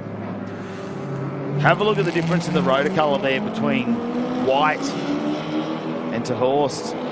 Tehorst, you know, that early on, that was probably the first car to really get the brakes hot, but white, wow, it's really playing havoc with the cameras out there, isn't it, as they try and focus in on that. And is that just going to the edge where there's a bit of dust on the outside of the track, or is there a little bit of smoke there? Because he's gone wide now and pulling into the pit, so potentially an issue here for the white machine. We'll have a look at the ultimate diesel tuning entry. Hazards are on as he's come into the lane, so yeah, clearly some sort of drama. And let's not forget, he did not pit too long ago, pitted during the safety car, so this is very much unscheduled. And where do they look? Straight away at the glowing brake disc, and look at the brake dust that's come off as soon as it came to a stop. The wheels are coming off. Of course, the old lug nuts, got to do a few of them up. Is it just going to be one tyre change? Surely not. Look at how bright that is. Is that a crack that you can see at the top there? It looks like a crack through the brake rotor, doesn't it, at the moment? That could be what's causing the sparks too, whether it's got too hot and cracked something. Now, have you ever been to a Hot Rock for dinner? That's basically where we go to some steak now. That'd be the perfect time to cook it. That's Dan. Yeah. A birthday dinner for you maybe tonight. Can we go down there? Yeah, I think so. Sounds good to me. I don't think these guys will be too pleased about it though. Dejected. Trent White gets out of the vehicle. Real disappointment for that team. They were in and around the top 5 all race long, but halfway through their race has come to an abrupt end. Those front brakes crying no more. I tell you what though, it would certainly heat up a room, wouldn't it, those brakes? It'd certainly heat up the garage out there at the moment. I tell you what else is heated, the emotions down there. Didn't want to stop and talk to any of our pit lane reporters either, or give us any feedback on what is happening down there, but that is super warm, and definitely some cracks appearing in those brake rotors. And yeah, we'll keep an eye on that so we get some more information, but tough night there for the ultimate diesel tuning entry, and that looks like it's getting pushed back into the garage. They're not going to do a brake change on that anytime soon. Not set up here for that style of change. At this point, we do see it, things like the 6 and the 12 hour where they'll change some brake pads out and things like that. But tough night, a lot of heartfelt moments and emotion going down there in the pit bay at the moment as we head back onto our race leader. Mecklem still leading us out here at the moment, and it's broken out to 13.4 seconds now over Kearns. Bacchini third overall now in the 999 BMW. As Carly's still in the car at the moment. They have not done a driver change. So interesting thing, Mecklem has done the 3 minute 30 change at the moment. That's the only one of our top 3 to do a compulsory pit stop within the compulsory travel time. And then we go back to Kearns and Bacchini, who have gone into the pits, but all they've done is taken fuel. We haven't seen the driver change there either. So they're opting to take that a little bit later on, which means Mecklem, you know, on the books at the moment, you think would have an advantage. Yeah, absolutely. Down into turn number 3. These brakes don't look too much better than that of the number 18 Mustang, which we've just seen effectively retire from this race. So although this car is leading and it's done its lengthy compulsory pit stop, these brakes are looking red hot as well. The good positive spin I can see on this is that those brakes are cooling down a little bit in a straight line. Look, they're not the same glow in a straight line. They are cooling down a bit before he gets back on the brakes again. And that was not the case for the number 18 machine. Is that fuel in the link coming out the top there? Look, yeah, okay. So they're trying, is that a breather or something they're trying to sort out? I'm not quite sure, but they'll have to clean that out of the boot before they can get underway there. Think about brake ducts on this, the cooling ducts. Maybe they've got that blocked up or something. There's something blocking that cooling, because like you say, down the main straight, we're seeing Mecklem's brakes start to cool down, but it's getting a lot of fresh air, isn't it? Whereas potentially just not getting that cooling opportunity when it comes to the number 18. Yeah, it's interesting. You can all set up your cars in different ways. So yeah, that's an interesting point you raised. J-Mac, have you got an update for us? A quick word with the crew chief from the Ultimate Diesel Tuning Mustang. They've been struggling with brake temperatures all weekend. And what happens with such extreme temps, they actually chew so much extra material from the brake pads, it's put metal-to-metal contact, and they have actually cracked the front left brake rotor. Matty Kavanagh, you picked that one up from the pit lane vision. Unfortunately, that is the end for our A2 division points leader and second outright in the championship. Well, you could really see it. The cameras picked it up while it was glowing hot. It stands out, any crack in a brake rotor. Thanks, J-Mac. That's fantastic to confirm some of the suspicions that we had up here in the commentary booth. The cameras really gave it away, and thank you for getting down to pit lane and getting out that information for us. What I want to know is, have you managed to get out the steak and get a bit of a hot rock going down there while that's still nice and warm? Cook yourself some steak up. We'll get Dan down there a bit later. It's his birthday, if you haven't noticed, this weekend, and we want to get him down there. Oh no, someone's off in the background. And who is that? Is that the BMW? Is that the 119 there of Holt? The B2 class leader. Oh no, he's just gone through the kitty litter. Yeah, gone through the kitty litter, getting to the grass on the other side. So he has kept the car going, kept it running. You can see the fans waving him on to get back onto the racing circuit, which he has now done. But he will have lost a couple of positions, although that car is not rejoining at any sort of speed on the racing line. Is that car coming to a potential halt? He's not really driving on the racetrack. 2 wheels on, 2 wheels off. I think there might be a bit more to that story. Yeah, well, maybe they've lost brakes as well. But talking about stories, let's head to the pit lane with Mel Price, find out what's going on. Ready? Mel, ready when you are. We're ready when you are. Rod Dawson, what's going on with this car? Fuel. Yeah, it's got a problem with the rollover valve, and it's pressurised the tank. Pressurised the tank, and we can't get fuel in it or fuel out of it. So you upgraded the whole fuel system after the last race so that you can get a bit more life out of this thing, and it's not going well so far. Yeah, we actually got this overhead rig on Wednesday last week, and it's been a big rush to try and get it all to work. And, yeah, we've had a cock-up. So simple as that. That's a technical term, isn't it? Anyway, the car's back out there. Hopefully you finish the race, and there's always tomorrow. Hope he's going to go and do one lap because you've got to fuel before you work. So we had to work before we fuel. So we'll do a lap and come back and we'll give it some fuel. Never a dull moment. Okay, thank you, Bob. Yeah, rollover valve. If it can't breathe, the tank just starts to suction in. But yeah, that's what we see with Holt now in the 119 machine. A cut tyre by the looks of it. I'm going to guess, although we didn't see the footage before, that's caused the car to go off. That hasn't happened. Correct. That hasn't happened because of the excursion.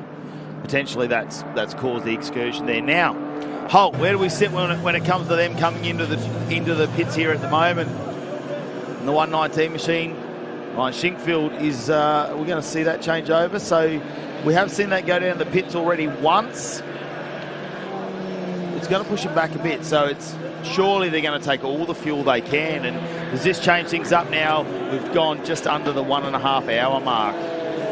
I think all the fuel's gone in because it took the full tank just a few laps ago in the safety car. It only needed about 5 or 6 seconds worth of fuel and it's already full to the brim. So now it's just wasting time in there. The fuel is done. It's just about changing that wheel. So any lost seconds, any more time changing that wheel is just precious time being lost. So that is going to be a change, I think, in Class B2. Although no, it isn't, because he's the only one in Class B2 still running, notably. Yeah, Juskowski is not out there. They never managed to get that car back out there. They're watching the Broncos-Dolphins game at the moment on their iPad in the back of that car. So that they've got one eye on the race that they're not in anymore, one eye on the rugby match. So, you know, why not? Shinkfield will be back in that car. They'll get that back out. We're hearing reports Link's just rejoined the circuit after going off once again. So more drama for this machine. No longer Ling, behind the wheel. It's Troy Williams now behind the steering wheel of the Ford Falcon. But is this looking a little bit down on the right front? No, I think it's all right. Just a mistake, I believe. As through comes the Aussie liveried Holden Astra. Doesn't it look fantastic? Troy Derwent's still behind the wheel of that, according to our stream as well. I haven't seen him come in and change it out for Oscar Butt as well, who's had a big weekend. And Troy Derwent just getting some laps out there. 125s at the moment, sitting second in the C class behind the very competent Camilleri out there. I just don't know how you beat Camilleri at the moment. He's the only driver out there. He's used to doing lots of laps, but we know that front tyres really play a part. It's a front-wheel drive car, and it's going to be the third hour for me to see if Camilleri can keep that car together, keep the tyres onto it, and whether we see him start to slow down or whether he's going to try and manage that. 123s, that's what we've got to take note of for Camilleri. Whether that drops back down to more like a late 120 later on in the race, although he's got a fairly dominant C-Class lead. Sitting fifth outright at the moment, that's pretty impressive actually, behind Bacchini, Terhorst, Kearns and Mecklem. Absolutely. Well, we are now over halfway through the Sherrin Rentals fight in the night. Of course, got to thank them for jumping on board, supporting this race. As we say, Sherrin, a former winner of this race is Ian, and not taking part in it this year, but I'm sure he'll be back in a production car in the not too distant future. Of course, KIF 1A jumping on board as part of the Hi-Tec Qld Super Series as the charity, the official charity. It's a debilitating disease for the young kids. It's a neurological disorder caused by rare gene mutation. It affects brain cells, transports vital materials, leading to muscle weakness, coordination issues, vision loss, seizures, and more. And Summer's here this weekend, the daughter of the founders of the KIF 1A Foundation Australia, and she's 4 years old, and yeah, she's unable to talk. She can walk, but it's expected in years to come that she will be wheelchair bound. So it's a real shame. It doesn't affect many people. It's very, very rare. Just 23 people in Australia and only 550 people worldwide. So it's all about spreading the know-how or the knowledge of the disorder. It's the awareness, isn't it, really? Exactly right. And look, to try and help raise funds, of course, we do have plenty of flame there on the Lingmobile, and that's going to be fuel that may have spilled down the side. There's a moment here, surely they're going to have to pull in the pits. We'll get back to our KIF 1A in just a second. Just watching, that's burning underneath. Yeah. Hopefully the crew have seen that and they're going to tell him to come in. I hope that's not going to continue to go on, and we will get him see turn into turn number 7. Look at the smoke coming out the back now. Surely the driver might be able to start smelling that. Oh no, it's getting bigger too. The air running over, it's just going to feed the fire. This is the risk you take with fuel, especially like I said before, that fuel that's gone in the boot, I need to try and clear that. Now the plastic's on fire, so there's a big fire there, big moment for him. Hopefully he can get through our officials very, very quickly down here for the 14. Williams will be pulling in, he won't even make it to his pit bay, and there's our fire crew straight on the scenes. Another moment for the 14, and We'll wait and see if they can try and recover from this, but that's going to take a whole heap of time. Back to our KIF 1A at the moment, our KIF 1A Foundation. Over $1,400 in prizes up for grabs. Thank the Hi-Tec Oils, Bowden Zone, of course the Super Series. We saw the fridge online there as well from Hi-Tec Oils, one of the car fridges. You know, some packs there, some merchandise, and it's a scan and win, isn't it? If you come down to the track, scan in, make a donation, and follow all the rules and regs, and potentially at the end of the month win yourself $1,400 worth of gear. Have a look at the smoke that's coming out. Now, I know that's the powder extinguisher doesn't help. They are using a lot of powder and all the foam extinguisher as well. So the fire's continuing. It's not stopped. They've not been able to get it. I think the fuel's continuing to leak, and then it's getting on the hot exhaust continually. So it's just never ending at the moment. You can't put it out if you've still got a heat source. Correct. Yeah, and if it's festering inside the back of the car, you can't open the boot because you're going to fuel it with oxygen. So there's a lot of risk. Now, for me, anyone that wants to come in the pits now, they can't see either. So, and we've got a lot of our safety officials going around the pit bay area as well. So let's hope that no one's running out of fuel. We're going to need a moment to clear that up. So plenty going on here at the Fight in the Night. Well, thanks to Sharon Rentals. Oh, I tell you what, Mecklam still leading this over Kearns to Horse there. You can see the Speed Cafe X-Class car still out. The back brakes aren't glowing yet on that car, which we have seen on some of the Mustangs there. And we've got the 119, Ryan Schickfield's gone back out there as well. So that's good that they've managed to get that cut tyre and make its way back out. Good news, it looks like it is under control. They have now been able to open the boot and keep it under control.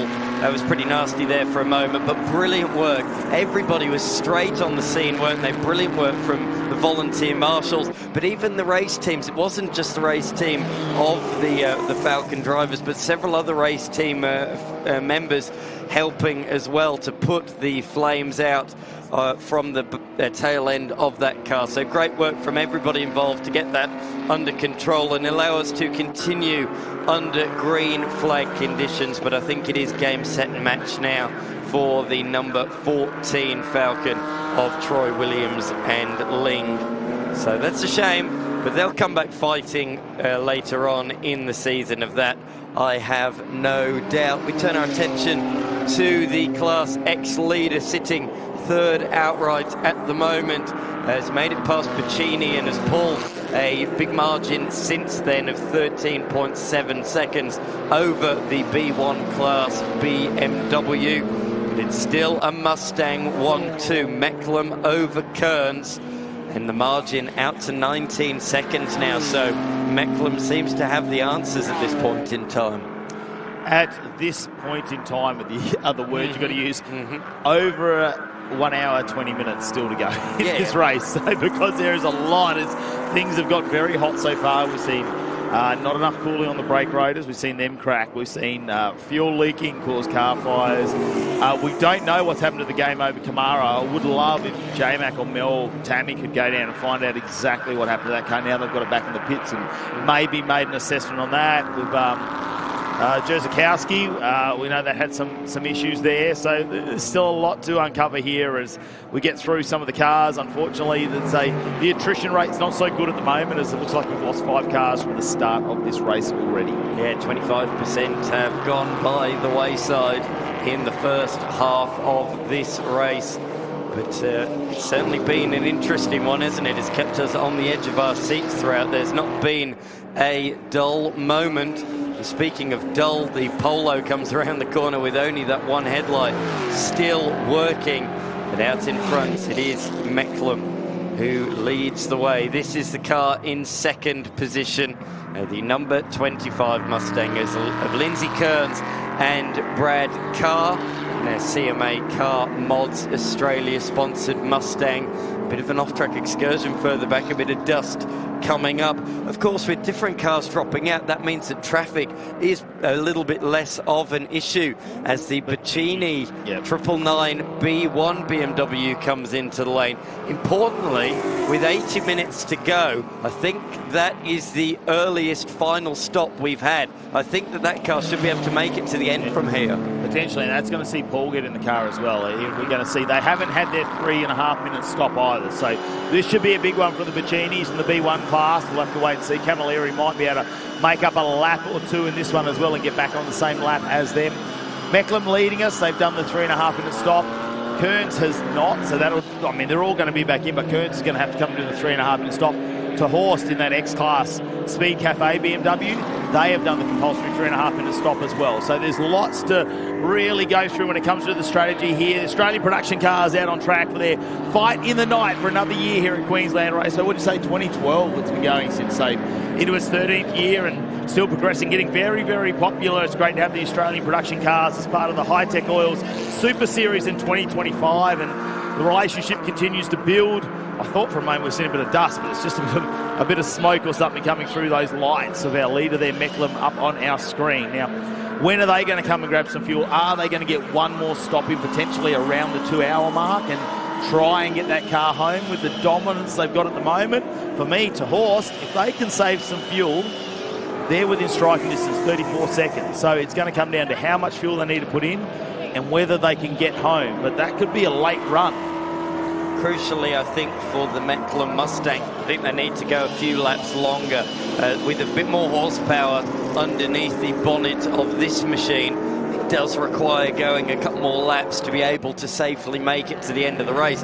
That's one of the things you often hear in motorsport about the final pit stop, the fuel number, the crucial lap number of when you can come in and make it home on fuel. And in One Make Series, that's easy to work out. You simply do a quick maths, how big's the tank, how much fuel do I use per lap, and do the maths that way. In production cars, it's a lot harder to do that because, of course, there's so many different cars. It's not just one set number. Oh, you pit here, you'll easily make it home. Different cars have different fuel numbers. Yeah, and it's taking that data. Someone who likes to go over the data and find out what's going on is Tammy down in pit lane. Tell us what's going on. Carly, you just jumped out of the car. Dad Paul's jumped in. You've been able to refuel. Have you got any more planned pit stops after this? No more planned pit stops. We're good to go to the end now. Great, so Dad can finish the drive. Yep. He's going to be awesome, so I can't wait. Thanks. Thank you. I know Carly's got an opportunity to get on the limoncellos a little bit early down there. Tammy, you stay away from their pit bay. That's where we're taking Dan for his celebrations after this, exactly down to the Bacini pit bay. And now have a look at this. How close are they going to be to the 3:30 as well? That is the question. They say they're already on the roll, but it's when they go over pit exit. And that team strategizes really, really well. Like I say, had about 400 or 500 mils of fuel left last time they went through this, and they're going to be just over 3 minutes there. They're well and truly, so they've met the minimum criteria already. There you go, leaving pit lane as we get on board now with Paul Bacini, who's normally got a little bit more pace than Carly sometimes, but Carly looks after the car and the tyres really well. She did confirm, though, that that car can make it to the end from here. I heard a lot of numbers about A-class cars doing 75 minutes. That's a B-class car, so that can go a little bit further. So 80 minutes, under 80 minutes now to go. That will be quite comfortably safe then by the sounds of it, which is great news for them as they are back out onto the racetrack. Interestingly, though, they took their short stop under safety car conditions and their long one under green flag, the opposite to what this car has done, the race leader. So that will play a factor if it remains as it is at the moment, for sure, because they've done effectively 2 minutes extra under green flag conditions, and that will be at least one lap that it will cost them. And never say never when it comes to that car with the yellow flashing lights. Yeah, true. We still don't know what's going to happen, right? There's still cars out there. There's lots of hot brakes out there. We've seen the Link car. That potentially could have brought out a safety car if that had happened probably a bit earlier in the lap, because couldn't have gone on much further before it went to try and find someone for the fire crew to help put that out. So you never know what's going to happen. Bacini back out on track, though. And going pretty quickly at the moment, down into turn number 1 and 2 on this lap. On board, I noticed this earlier, they seem to really hold it in gear late. Rather than change up, they keep it in gear into turn number 2. So a bit of a strategy there. Rather than change up and then change immediately back down again, you might as well leave it in gear. And that shows as well, you wouldn't see that if they're fuel saving to the end of the race. That shows that it is not just we're comfortable to the end, we're very comfortable, we can push hard, we can use all the revs and much more. Yeah, they can also choose to do a bit of fuel saving at the back end if they potentially use more than what they thought they were going to use. Look, in B1, they're going to be hard to beat, really, when it comes to the Chinis out there. And it looks like they're the only B1 car left as well. But, I mean, they're looking for an overall result. They want to get back on the podium like they did last time. Mate, just fantastic. A family that like to go racing. I mean, Carly Bacchini didn't do the usual, I'll go through go-karts as a kid and I'll step up to other forms of motorsport. She was an adult when she decided, hey, Dad's been doing this for a while, I want to have a go at this. And, you know, I think it's great that she gets out there and has a go, and she's very fast and competitive as well, and I think it's how she drives the car, sticking to a lap time, looking after the car, getting to the end. And when it comes to endurance racing, it's not always about setting the fastest lap times. It's about setting consistent lap times, coming up as a team with a strategy and having a reliable car that just puts all of that together. Exactly right. Well said, Maddie. As you point out, they were recent guests, weren't they, on our new panel show hosted by yourself. I know a bloke that sits on there. I know him as well. He's a bit of a pain. Not the biggest fan of that bloke, to be perfectly honest with you. Looks after his mates for their birthday, though. That's all I've heard. Yeah, to be fair. Yeah, fair. Oh, here we go. Nice little battle going on as they're going to go 3 wide. I know it's our race leader. Look at the speed they've got as they go by. This could have been fun going into turn 1 if we set them 3 wide. Troy Derwin, I don't think we've seen him come out yet. No, he's still in there. So Oscar Butt's still got to get into that car as well, the 78. I noticed Rob O'Connor's gone in. Jesse Dixon's got out of the 87 as well. So that's had a driver change. So Dixon done a large portion of the race. So that car back out on the circuit. A few running a little bit more over the time on this second stop, I think. So 3 minute 41, 3 minute 50. A lot of the A-class cars in the first round of stops. We were seeing 331, weren't we? 332. So lower class cars just erring on a bit more caution out there. Tommy Heyman. So he's working his way 5th overall at the moment in that A1 class. Leading that class at the moment, but look, again, loves to get on a podium there. Just shaking off a bit of fun in Spain. Said he hung around for about a week and had a good time over there. Well, you know, if you're going to go over there and do a bit of McLaren driving, why wouldn't you hang around? Exactly. Just bring in a bit of Europe and breathe it in and enjoy it. A bit of GT3. We've seen him in the GT4 stuff here this year as well. He was super quick in a TO2. He did the endurance last year at the Bend, and he was a solo driver, and the hardest thing they had was keeping the car up to him at the moment. We're calling him Quick Time Tommy because no one could catch him when it came to lap times. He's very, very confident behind the wheel as well. For any car that he wants to drive, Tommy Heyman, very, very fast young man. Yes, that car, the number 19, up in 5th, just putting down a lap on fellow A45 runner Randall. Those two fighting in the A1 class, but there's now a lap between them. Both of them still have a stop to go. Notably, though, Tom Heyman has taken that 3 minute 30 compulsory pit stop, so it'll be a short one to the finish from here. So I think that car might come up pretty good at the end of this race. Same with Camilleri as well.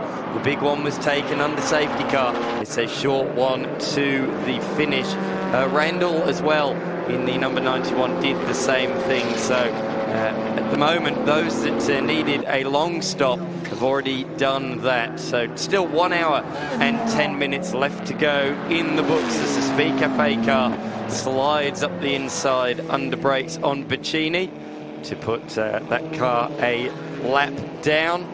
This is a fantastic race. So still got lots of cars on the lead lap in contention for outright honours.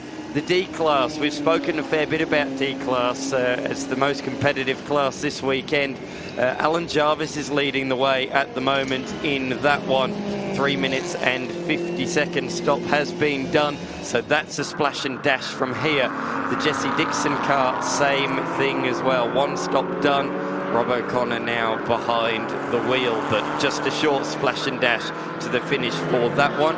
Those two cars are on the same lap, so D-Class will be fought out right to the death. Same strategy, same lap. Look out for that one late in the race. Polo versus BMW. Kearns, though, hasn't done that compulsory 330, have they, in second position? That's the one.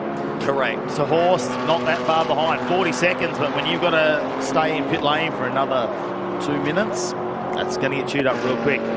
Yeah, so that car, to explain for those that missed it early on, The Kearns car suffered a puncture early on. They elected to do their short stop then as a result. They wanted to remain in contention, but it put them on the back foot straight away. The safety car then did not help them. They had to again take another short stop, because if they did their long stop, they'd have gone several laps down even under safety car conditions. So they've just been putting off their long stop, hoping, praying for a late race safety car, and that's what they're still doing now. That's why they're still out there on the race circuit. They know that they need a safety car to serve that lengthy 3.5 minute stop, or else it's going to bury them in the field. That puncture, although it didn't seem too bad at the time, has affected their whole race from that moment on.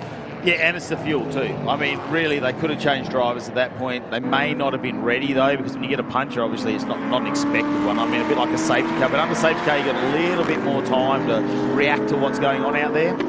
Unfortunately for them, like you say, puncture brings them in. You know that refilling it then, even though you're going to put fuel in at the time, it's not going to get you where you want to be in the next pit stop. Safety car, if it had been maybe half an hour later, probably wouldn't have been too bad a window for them, but unfortunately for them, they got a bit of work, and it's just trying to stay on this lead lap at the moment, and a safety car for them now would really help. Oh no, Bacchini's are in the 999 car. And no. Have they had to take a tyre as well? Is this going on?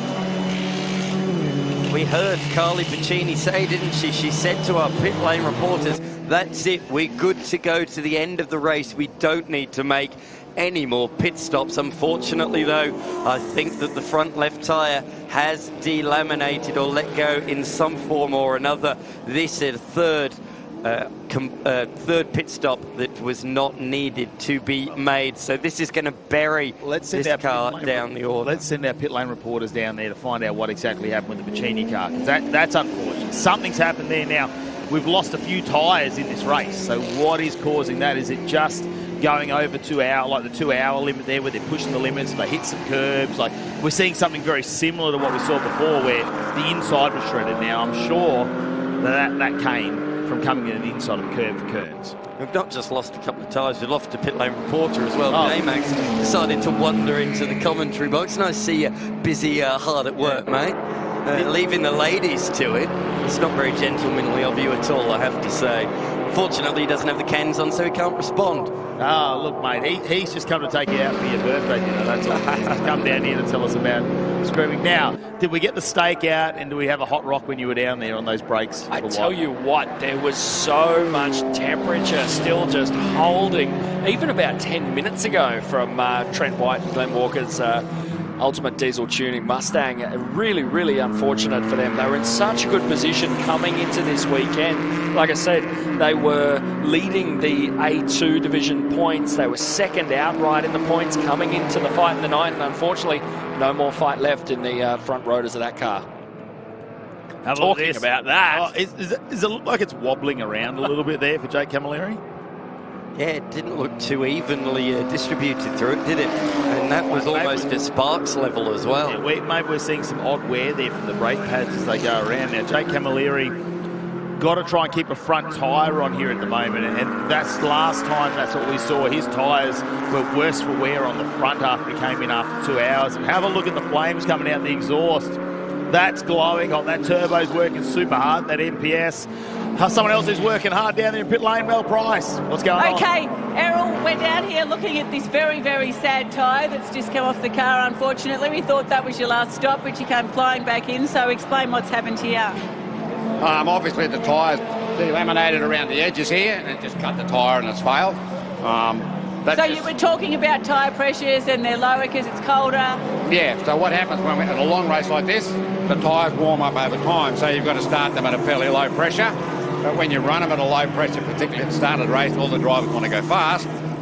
Because you say take it steady, but they don't. To warm up the tyre, and it just works the tyre. And it works that tyre, flexes it too much, and then that continuous flexing just fails it, and the tyre weakens over a period of time. So.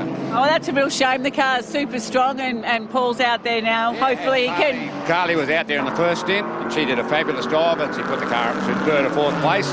And we're punching well above, she pumped well above her weight, and these things happen, you know, and we knew it was a problem. We had a spare tyre and we tried to check the tyre, but unfortunately the damage is on the inside, so to check it, you've got to pull the tyre off, have a look, and then put it back on again. Tough luck, thank you.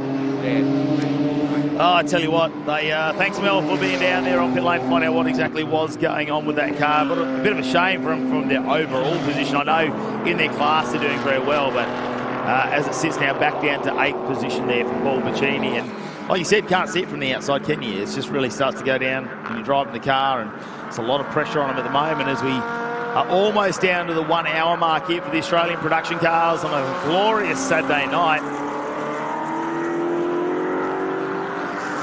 Queensland Raceway really puts on a great show of racing. It's great to be here 6 weeks ago with more of a sprint format style of weekend, and then we changed it up with 3 categories having endurance racing here. So we've got the Innovation Race Cars had their 50-minute race here this afternoon. The TA2 Muscle Cars, a 45-minute race. That was absolutely incredible. I think it was a driver 2 race for me where we knew the fireworks were probably going to happen. We just wait for some of the light views, and that happened. Now, that's going to be repeated tomorrow as well. So plenty going on at Queensland Raceway. This fantastic venue is our leader, Mecklem, now just starting to go through some lap traffic once again and puts Tommy Heyman down another lap, which I'm sure he'll try and get on the back of this and hold on as long as he can, because he won't want to go too much further back, and they're still getting around at the moment. Have a look at Kearns, a 1:19 on the last lap. Yeah, PB lap of the entire race.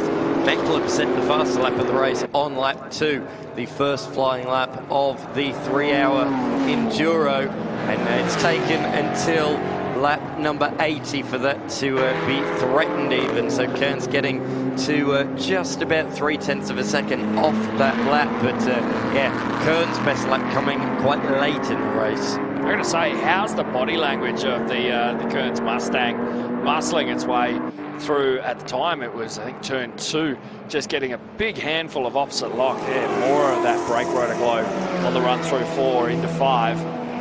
This Car Mods Australia Mustang is running with the best of them. Still, though, some 30.5 seconds back from Mecklem.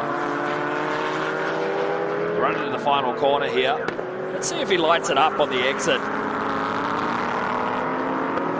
He's going to keep it fairly restrained here, coming up on the back of lap traffic. That'll be the 999 machine for Bacini.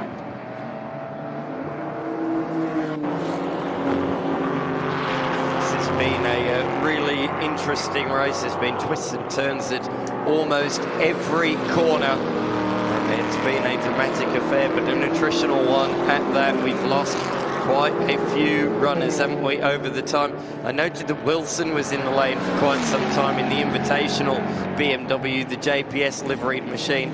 Last pit stop several laps ago, well over 7 minutes, but great to see that car is back out there. Our sole Invitational runner, of course, raced in the one of our sport categories at Sydney Motorsport Park, and then took part in the Invitational class at round number 1, and now here we are a couple of rounds later, once again joining the action. Such a special event here at the Fight in the Night, an incredible day, and come on, Matty Cav, we've got to take the opportunity. It's up to me. Well, you're the host, you're the lead. Do I have to celebrate Dan McCarthy's birthday here in the commentary box? Dan, look, we're 2 hours into this race. You bought your birthday to Fight in the Night. That's how important it is to you, isn't it? It is, so much so I've lost my voice doing it. Yeah. No, thank you very much. You've been very nice to me, you two, all day long, surprisingly. Would you like us to serenade? I think we should. No, probably not. Come on, mate. Surely. I don't think he gets the choice. Come on, Matty. Happy birthday to Stu. Happy birthday. Oh, Dan McCarthy, the man of many names and many talents. Thank you very much, guys. Greatly appreciated. But I'm sure people would rather talk about or hear us listen to us talk about the race, because we are fast approaching the 1 hour to go mark. Yes, I am trying to get it back on terms. We're talking about the race, not my birthday, thank you. So yes, 1 hour to go in this race. The number 9 Mustang is looking quite comfortable at the moment in terms of its pit stop strategy. It's leading by 30 seconds and it only has a splash and dash to go. That can't be said for Kearns behind, so he could potentially and will likely fall behind to horse late on in this race. That voice is getting a bit hoarse. You've had a big day here, haven't you, mate? It's going to be a big night tonight. Don't worry, we're going to celebrate with you down at the Bacini pits. But Macklem, yeah, look, it's all theirs to lose at the moment, isn't it? Leading the race at the moment. Pit stop strategy's on point. Just need to get through this final hour of the race, and they're going to have to come and grab some fuel at this stage, but so much can go wrong in that moment, really. We've seen issues with people trying to refuel cars. Now, we know with the Ling car that was a rollover valve that really started that issue off, but they've got to try and really push that coupling in, and it seems easy, doesn't it? But you can see the pressure they've got to apply. J-Mac, you were down there with them going over the fuel rigs. I was watching, and it was like he'd center the fuel rig into the ports, and then all of a sudden it wouldn't actually depress the spring-loaded valve, and it would actually skate off towards the rear of the car. He had about 3 or 4 goes at it, not to throw the poor pit crew member under the bus, but he was having a really, really hard time. They went for a backup fuel rig, which showed an incredible presence of mind to actually have a backup. They didn't have to resort to jerry cans or jiggle siphons or anything like that, although it would have been a sight to see. Yeah, they had such a hard time trying to get the refueling strategy even started, as looks like a fair bit of smoke coming out of the back of that car into pit lane. No, I think that's the cement dust from they've driven over the remnants of the Ling. Yes, Inferno. I believe so. I thought initially like you. Yeah, I thought initially exactly like you, and I'm like, no, that's exactly where that was. So I'm pretty sure that's what it is. You're not seeing any more smoke around the car or anything like that, and the fuel's gone in perfectly fine. So this car, again, is on the right strategy. Big stop done early. It's now the short fill-up, the splash and dash to the end of the race. So I think this car's in potential for an outright podium. Hats off to the pump man in the back. They are pumping that up with a hand pump. This is a different take on the refueling rig. So it looks like they have essentially a churn that's getting filled by a man right there, the hardest working team member of the Camilleri racing team. Do you train for that? What machine is that at the gym that you train with that on? Last time I was in a gym was over 5 years ago, Matt. I thought that was self-evident. I've been to the gym 3 times in the last 12 months. I'm a regular member. I can see. Oh no, issues here. Issues here. Is that at the front? That's a flat tyre? Yeah, I think the heat from the brakes actually made the tyre go down remarkably. It's done something. Yeah, a bit of fire there, so it's blown the tyre. Now the fire will go out. We know that with the brakes, there'll be a bit of rubber on there as well, but they'll have to throw a tyre on that this time round. Now they'd already taken their 3.5 minute stop, so this is hurting Camilleri in the C class. Troy Derwin, well, he's still a fair bit back, so there's a bit of work to do now. They'll try and clear that away and get into him. Get this car back out on track. Camilleri just doing this as a solo driver. Dan, I wouldn't have known you hadn't been at the gym. See you flexing here in the commentary booth. Oh, dear me. There's something still alight underneath. That's rubber. A little bit of rubber debris just knocked off the inside of the Camilleri front left. And you're not going to want to leave that there, though. Well, no, to catch the new tyre on fire. It's heating it up. Yeah, so that's it doesn't right. go out cold. Just in one spot. We did say, though, front tyres in this car over 2 hours. Yeah, that's where they start to degrade. So might have been very thin already. Camilleri driving solo. Currently holding down the 8th spot. That's a real shame, because that really does rule that out of a potential outright podium, or at least in the top 5, because we said it was just a splash and dash, but that splash and dash is going to take over 3 minutes in the lane. Oh, there's a lot of smoke out there on the circuit at the moment. Not sure if somebody, I'm hearing reports somebody's just run wide and put a lot of dust across the racetrack there. You're pointing away vigorously there, Matty. Yeah, I'm just pointing away. Troy Derwin's gone into the pits too, so finally they did not take that long stop last time either, so I think Oscar Butt's going to probably jump into that Astra as well, so that'll be a driver change for them. Now the Camilleri stop, that would have brought them really close. If potentially there'd been a safety car or something go on for them, but that unfortunately, that 3.5 minute stop means Camilleri is probably going to get that lead back over them. When it comes to the C-Class Championship anyway with them, only those 2 cars left after a couple of retired earlier in this weekend. You can see a bit of a clean of the window as well, the team down there. quite accomplished in the 6 hour this year as well. They've had a couple of people go in. Good to see Oscar Buddies get into one of the legend cars, one of the Come and Try days at Super Series in Sydney as well. So there's some driver changes going around and having a bit of fun out there. You mentioned it earlier, but how good are the LED lights that a lot of the drivers are running? The underbody glow. Everyone's having a great time out here at the Fight in the Night. It just looks like a couple of Instagram posts from you and Nolte at the Mint nightclub. That's what that looks like. Oh, take me back. Take me back. Oh, we've got the lights going. All we need is a DJ in the background. We had them here last time. Where are they?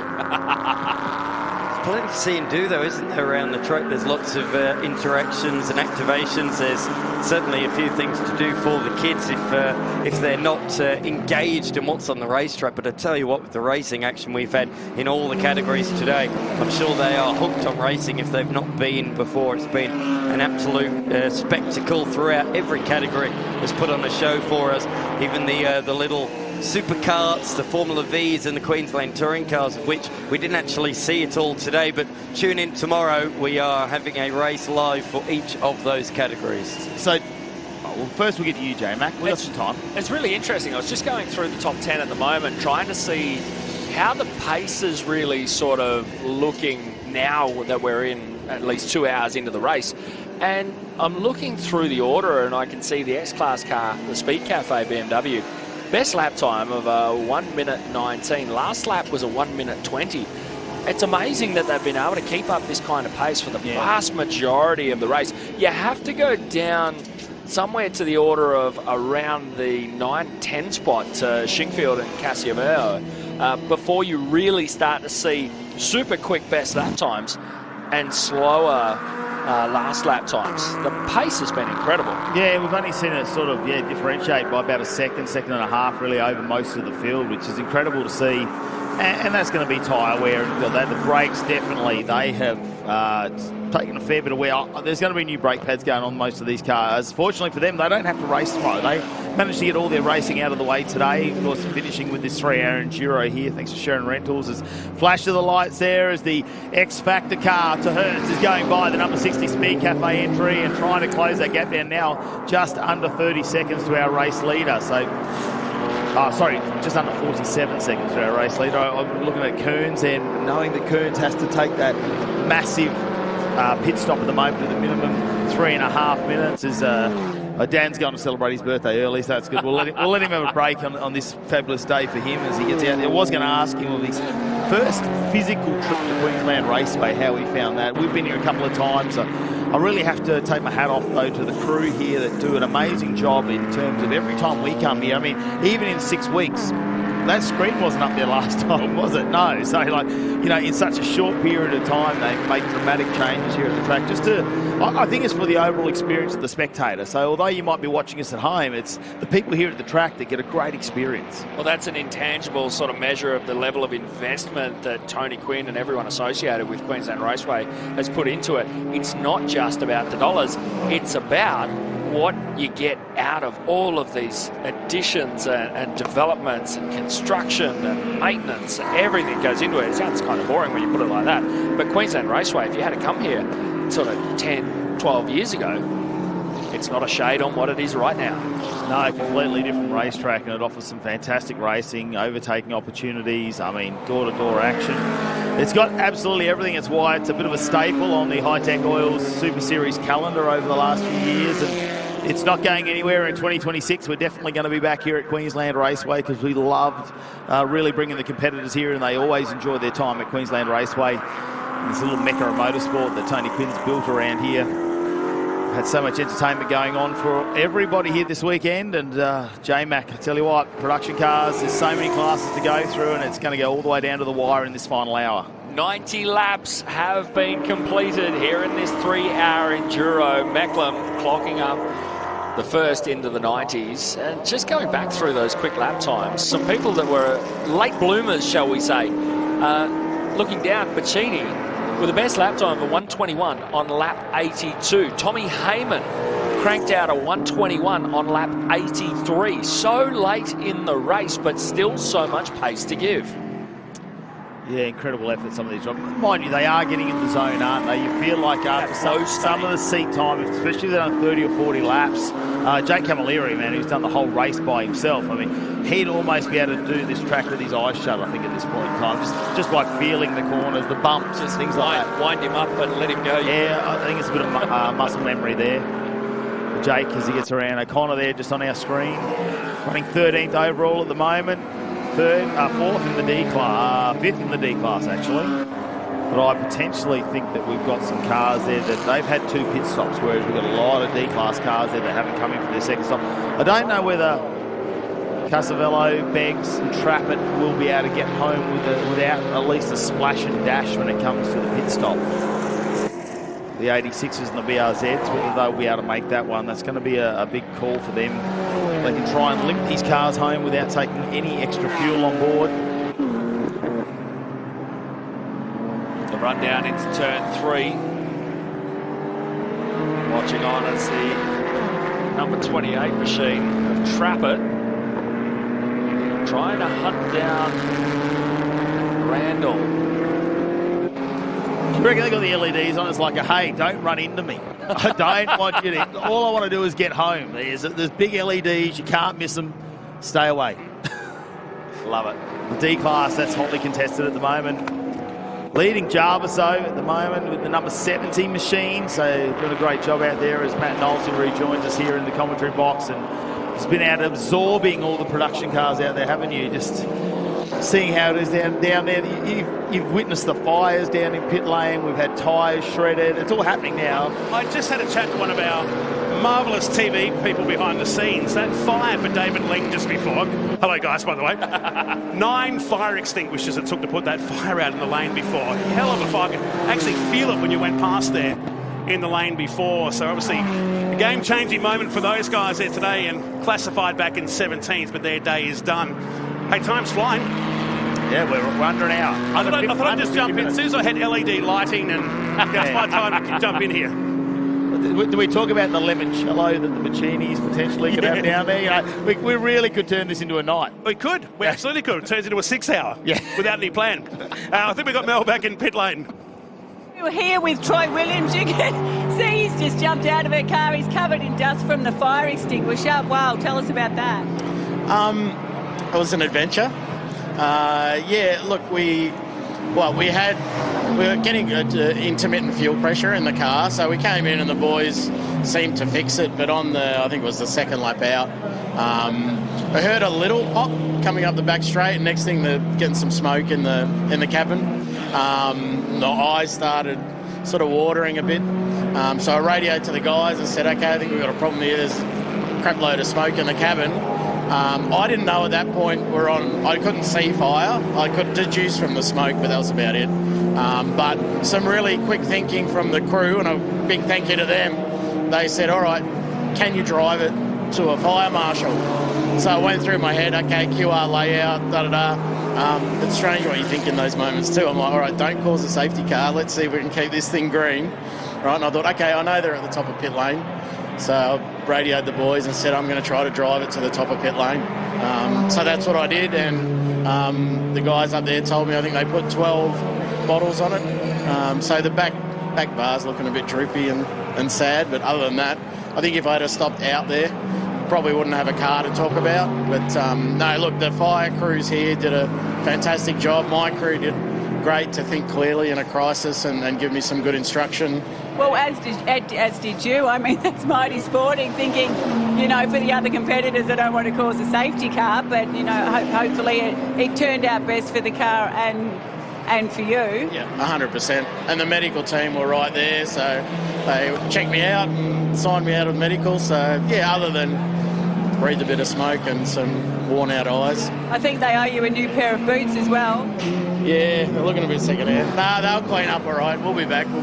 So you just went to have a look at the car. What does it look like? The back bumper's half melted, but yeah, I think the fire was isolated to outside and the rear. So pretty minimal damage, really. Probably looked spectacular on the TV, but yeah, we'll be back next round. Most importantly, we're glad you're safe and it all worked out all well. Thank you. Yeah, thank you guys. Thank you.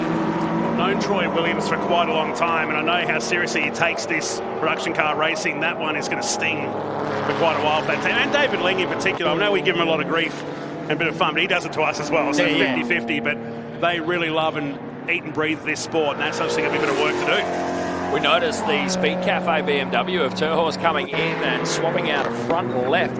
It's interesting how many tyres have been pushed to failure here, and that Terhorst car, you could say, I don't think that thing's been really grabbing a lot of sawtooth curbs or really getting wayward off track. It has literally been pushed to failure. And it's always been front left. That seems to be the predominant tyre. Oh, and it's the drive tyre here, really, when you think about them. If you've done something wrong, you know you've done something wrong if you've come back as a left tyre here at Queensland Raceway in your lifetime. So, I don't know, it's about managing. We've had the same dramas in TA2 this weekend. The left rear has been that problem. Those tyres sometimes have been going up upwards of 10 pounds in air pressure. So it's just managing it. The better drivers will understand it. And we're looking at the race leader now, Tyler Mecklem behind the wheel of the number 9. These guys looking good for back-to-back. We're hearing that there's sparks coming out of, or coming from the brakes of this 9 machine, so we'll keep an eye on that. Definitely after seeing what happened to White, that was very similar, where we noticed the sparks and we witnessed that for a number of laps before those brake rotors cracking. It's just about trying to keep the temperature out of them. So Mecklem, let's keep an eye on the red Mustang who's leading us here in the A2 class. Anything could happen. Kearns still needs to come and take that 3.5-minute pit stop as well. To Horst is done now. That is a fill to the finish. Did not have to take a long stop. So where you see to Horst on the board, that's where they're going to stay. It's whether this might be a little bit of an undercut, getting that car back out there. It did hurt them having to change that front tyre though. That was definitely cut on the front left of that one. Just keep an eye on here. It doesn't look like we see the brake glow that we saw from the white Mustang a little bit earlier. It looks like it's still very manageable out there on the brakes. They did go metal to metal though, like they did say for the white car. Not quite sure whether they had fresh brakes in that one to start with, and not looking to the same degree of degradation we saw from the brakes from White's car. They were really dejected too down there, Nolte. You could really see the body language as they walked away, knowing that was their race over. Yeah, it's a tough one. I mean, this has become such a staple, this event, over the years. It's been mopping up some more fuel down there in the pit lane. It's become such an iconic event. Probably outside the 6 hour, this is the biggest production car race that they all look forward to during the year. And some teams probably won't come back after this for the rest of the year. We probably start thinking about the 6 hour campaign Easter next year at Mount Panorama. But certainly, this really was created out of a concept back in 2012 and just grew into what we see it as today. And there's a lot of sad sacks down in the pit lane right now that know that the day is over. Of course, they won't be back tomorrow. They've had their day with 2 sprint races and this 3 hour format, which is still 42 minutes away from finishing. But for the Mecklem and Kearns guys, there's 30 seconds between them. They've lapped everybody up to 3rd place now by more than 2 laps. And while they motor their way around here, let's head back down to pit lane. Here's Tammy. We're just down here on the pit wall. I've been having a bit of a chat to Jesse Dixon. Rob O'Connor's out in car 87. You've been having a few troubles with that, haven't you? We have. The Kirksworks 130i is usually awesome. Quality was great. Race 2 cracked on really well. 24th to 10th. Bit of contact early on. Stuffed the left rear wheel bearing. We were fighting an A-class car. Pretty cool for a D-class with rocket ship of our little thing. And then we've also got gearbox and clutch issues, but we're about 2 seconds off what we should be. We're nursing it the best we can. I did almost a 2-hour stint. We just want to bring it home. A little update on our strategy. We did our compulsory stop really early to buy us time later on, and we're watching our rivals come in and do their second stop. So we're actually clawing back a little bit, which is exciting. Fantastic. So we'll keep an eye on you. Everything could change. Hopefully. I just want to say a quick shout out to Graham Pello, my brother Jack, whoever else is watching, and my future self who's watching this on replay later on. Hello. Jesse Dixon, I've known you for 12 years. So get a haircut, seriously. Love you, brother. Love his enthusiasm down there in pit lane as we look at the race leader, Tyler Mecklem, coming in. Supercar star that's actually a former world BMX champion as far back in the 80s in Vancouver when he won that before going to 4 wheels. And now they're performing. This is their big pit stop, incidentally, too. This is their one. They took a shorter one earlier tonight. No, the Kearns one has, but Mecklem should be a splash and dash. Right. They're going for a rear left tyre, which has been probably the form of the night or form of the weekend for anything endurance-wise. Just remember, they would have been watching the Kearns team knowing they've got a 3.5 minute pit stop. So, now at this point of the race, I mean, why not? If you can take a tyre, it's really going to give you an advantage on the drive home. I mean, why wouldn't you? So really it's going to be down to these two cars that you watch on screen. As Tyler Mecklem has dropped from the manual jack, waiting to be released from the pit lane. In fact, they're the first garage spot here on pit lane. The Mustang roars back at 40 k's down the 344 metres of pit lane here before returning to the track for the final 40 minutes in this fight in the night. And race 3 of the weekend, Australian Production Car Championship. The question's going to be as to Horse. Can he get back on the same lap? How far behind? Because that was reasonably quick. Now it's had to take that front left. There's a brand new tyre. That lost a little bit of time in the pits. So potentially to Horse can get back on the same lap. We'll wait and see as they come over some timing markers where that all sort of ends up for them. Kearns, already 3 minutes to the pits. Going to have to be a minimum of 3 minutes 30 at the moment. Just having another look down here, as we know, Tommy Heyman hasn't come in for a splash and dash yet. I know he's obviously in the A1 car, but I expect they'd have to take some sort of fuel in that car. Even if it's 20-30 litres, they'd have to come just in to get home. Yeah, just to get home. Also here for pit lane, the Alan Jarvis number 70 Volkswagen cannot participate for the rest of the night. It had one headlight out during the earlier race today, but now the second one's gone, so they can't go out for the balance of tonight's race. It's a shame because they were battling in Class D honours. They've been an outright winner this year in the Australian Production Car Championship too, so seemingly their day has been switched off in the aid of a headlight down there in the pit lane, joining a whole list of cars. We've got at least 6 on our screen there. We didn't have 6 starters from the earlier race today. Max Gagan probably the big one out of that. Rowan Saney didn't start as well, and Anthony Levitt did make it out here for the final race of the weekend. Do you think we could just strap a couple of phones to the front? Yeah, hang it out the window. Yeah.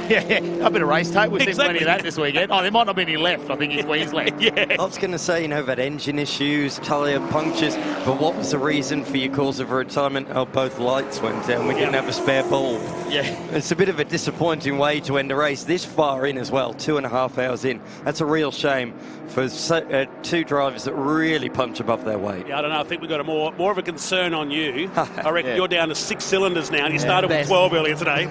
You got one light out too, mate. Like you better keep the other one. It's dully lit. We're going to keep you going. Done a great job on your birthday today, Dano. So go back to our race leader, 45 seconds back to the Speed Cafe BMW that still runs in second position. Lindsay Kearns back on track now after their pit stop. And Tom Heyman, what a performance it's been.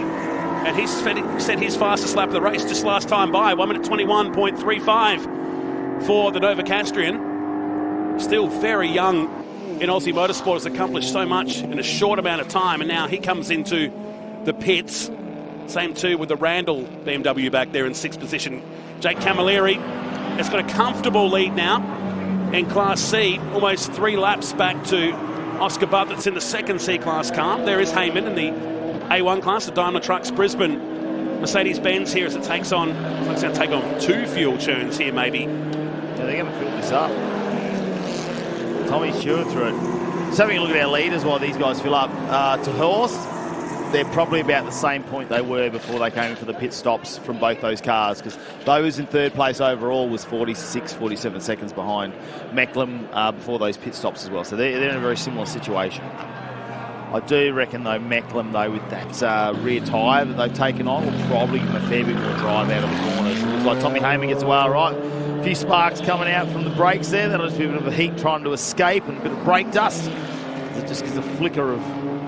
Oh, no, who's sliding around in the background? That was a big slide coming out of turn number 6.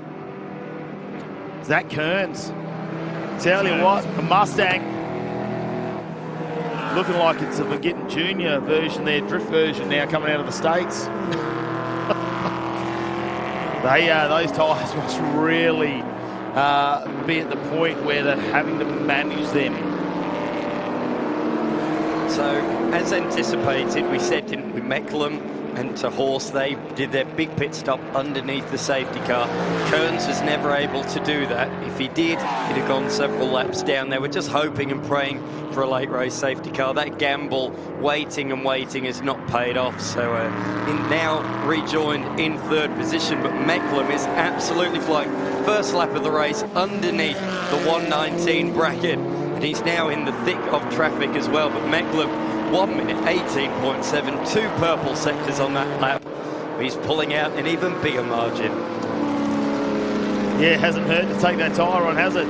It's another one where you can just afford to. Why wouldn't you? Don't take the risk. They would have monitored that over the last race. Oh, no, is that? Oh, it's just a bit of dust on the inside. You just worry when a car pulls over towards the grass, don't you? And you see that sort of thing. You're like, oh, no. We've seen this a couple of times tonight. And have we still got any word on what happened to the game over tomorrow? Is there any official word? We believe it's an engine, but not as bad as last time out there for he and Matt McCutcheon out there. But regardless, that's 2 significant DNFs for the game over team in as many rounds down there. They're back in 18th position, classified now as well, but it's really one that got away. Just got behind the wheel of that car as well. I think 2 or 3 laps, didn't he? Yeah, it wasn't much time out there for him. The good news is he got to get in at this time. He did. There's a positive out of that, I guess. Here's the Bacchini car with Paul Bacchini behind the wheel. Great drive from Carla earlier tonight, who did a fair chunk of the race in that 999 BMW as it comes out of the final turn. Tom Heyman further down the road. This father and daughter combination leading Class B1 here. The sole B1 class car in the field, incidentally. With 8 classes that we had with the Invitational added in for this weekend. But has that Speed Cafe BMW got anything, or is this going to be a 33-minute cruise for the Mecklem and Hadrian Morat? Could they go back-to-back in the fight in the night? I'm more looking at whether Kearns can catch to Horst at the moment. Mecklem is just setting such fast sectors at the moment. Kearns is pretty much matching to Horst with just half an hour left in this race. Heyman up to 4th position. So he's been really they've been the quiet achievers throughout the pit stop sequence. Move forwards quite significantly. Tammy, down to you. I've just been down here chatting to Griffo. You're a little bit shocked, aren't you? You had a great strategy. Yeah, we have. We just waited then till the 3 cars in front of us all pitted and fueled to the end, hoping we might have got a safety car to do our fuel under a safety car. It didn't happen, so now the first 4 are all out there doing what they do. And we're in the little red thing that can, so Tommy's coming 4th. We can't beat the big V8s, but anyway, 4th will be great. But who knows, one of them might run out of fuel or blow a tyre. Nice, so we can just settle in and enjoy the rest of the race. Yes, thanks, Tammy. We'll just have fun now and watch it to the end. Hey, Sandy. That's probably the shortest ever interview Griffo will give. And the least amount of Aussie slang. Exactly. Yes, that's even more a point. Yeah, last round we had like a Aussie slang dictionary come out, didn't we? We needed a ticker every time we said on the screen. What's the countdown clock for? Aussie slang? Yeah. I know, Griffo. Yeah. The 70 car back, and that's the lightless entry of Alan. When they went down the road, maybe found it like gone to the car park. You haven't got a Volkswagen in the car park by any chance? No, I didn't bring mine for this weekend. Not uncommon for that to happen. Fortunately, actually, it would have been stolen. Yes. 17th on track right now. That's right. So they might just get that out, but they might not. You know, would you ever think of that stuff, though? I mean, you've got all the other spare parts. Oh, sensors, drive shafts, oil, gearboxes. Did you bring the headlight globes? Do I need them? What's the chance of losing 2 headlights or in one blinker day? fluid? You know, seriously. Oh, someone bought some sparklers here, though. We definitely saw a few of those here this weekend with the grinding sparks. That's very true. I was walking back to the commentary box from the pit garage, jumped into the Bargwana, played Richards pit. They're going to get their car ready for tomorrow, but it's quite messy down there. And Jason Bargwana looks at me and goes, "Why do we do this? Why do we keep coming back?" I said, "Because you love it." And tapped him on the shoulder and goes, "Yeah, it's probably right." Yeah, we never really talk about the effort that goes in. We get the really lucky position to sit here in a commentary box and see the end result, but you don't hear enough of the stories about what teams do. And you've got to remember, 99.87% of these teams are all volunteers that give up their time. There's not too many people are making a career at this level, perhaps. There's some out there that are doing it at this level now. But you don't hear about the stories that go on here. How do they get here? Teams sleep in transporters, sometimes crews sleep in cars, or they'll share 5 people in a 2-person room at the hotel just to get here and do that. It looks glamorous on the surface, but it actually isn't it sometimes. You've really got to love, eat and breathe this sport. And all the people who help with the car leading up to the event might not even get to make it to the event either, who volunteer their Wednesday nights or their Thursday nights every week. You know, a lot of these race teams have a crew night or 1 or 2 crew nights a week as they try to prepare these cars to come to things like Fight the Night. And, you know, 6 weeks seems like a long time, but when you're trying to fit it in between kids, work, you know, you've got to sleep at some stage. And you know, maybe you've got a social life, or this is it. Exactly right. And you know, you hear a driver say they can't thank the team enough. You know, and people might look at home and go, well, what did the team do? You did the driving. But they did all the work during the lead up to it. And I think we just sometimes don't celebrate the guys and girls behind the scenes that make this all happen. A lot will pack up tonight and start heading home to their respective bases around there. You think, well, why don't they hang around to watch tomorrow? Well, they've got to go back to work at some point. Speaking of working, the lights at turn 2 is back. Oh, that's good to hear. Tony's driven out there and himself. Maybe that's where the light globe went from the Jarvis car. Maybe. So Beckham continuing on here with nearly 60 seconds and just keeps punching out really good laps. He set the fastest lap of the race back on lap 100. This is the 105th lap of the race inside the final 30 minutes of the Fight in the Night Australian Production Car Championship. Its second round here at Queensland Raceway. We'll see him at Winton later this year for the final round with a 2-hour endurance race down there to wrap up the season. And that margin, nearly a full minute back to the Speed Cafe BMW. It's nearly 2 laps back to Lindsay Kearns in 3rd position. Tom Heyman still motoring around the Daimler Trucks entry with Mark Griffith. They're back in 4th spot outright and leading Class A1 with Paul Bacchini leading Class B1 and Jake Camilleri leading Class C, all 4th, 5th and 6th. And I'm not quite sure how many of the Australian production car drivers have actually done a lot of laps at Winton. There'll be a handful of them that have done many laps. I know Paul Bacchini's going to try and head down to the Winton 300 in a couple of weeks and get a few laps in, because you know, they'll start to look at that at the end of the season, the final race, whether there's any races they can possibly fit into or some other cars that they can potentially drive down there just to get a feel for the circuit.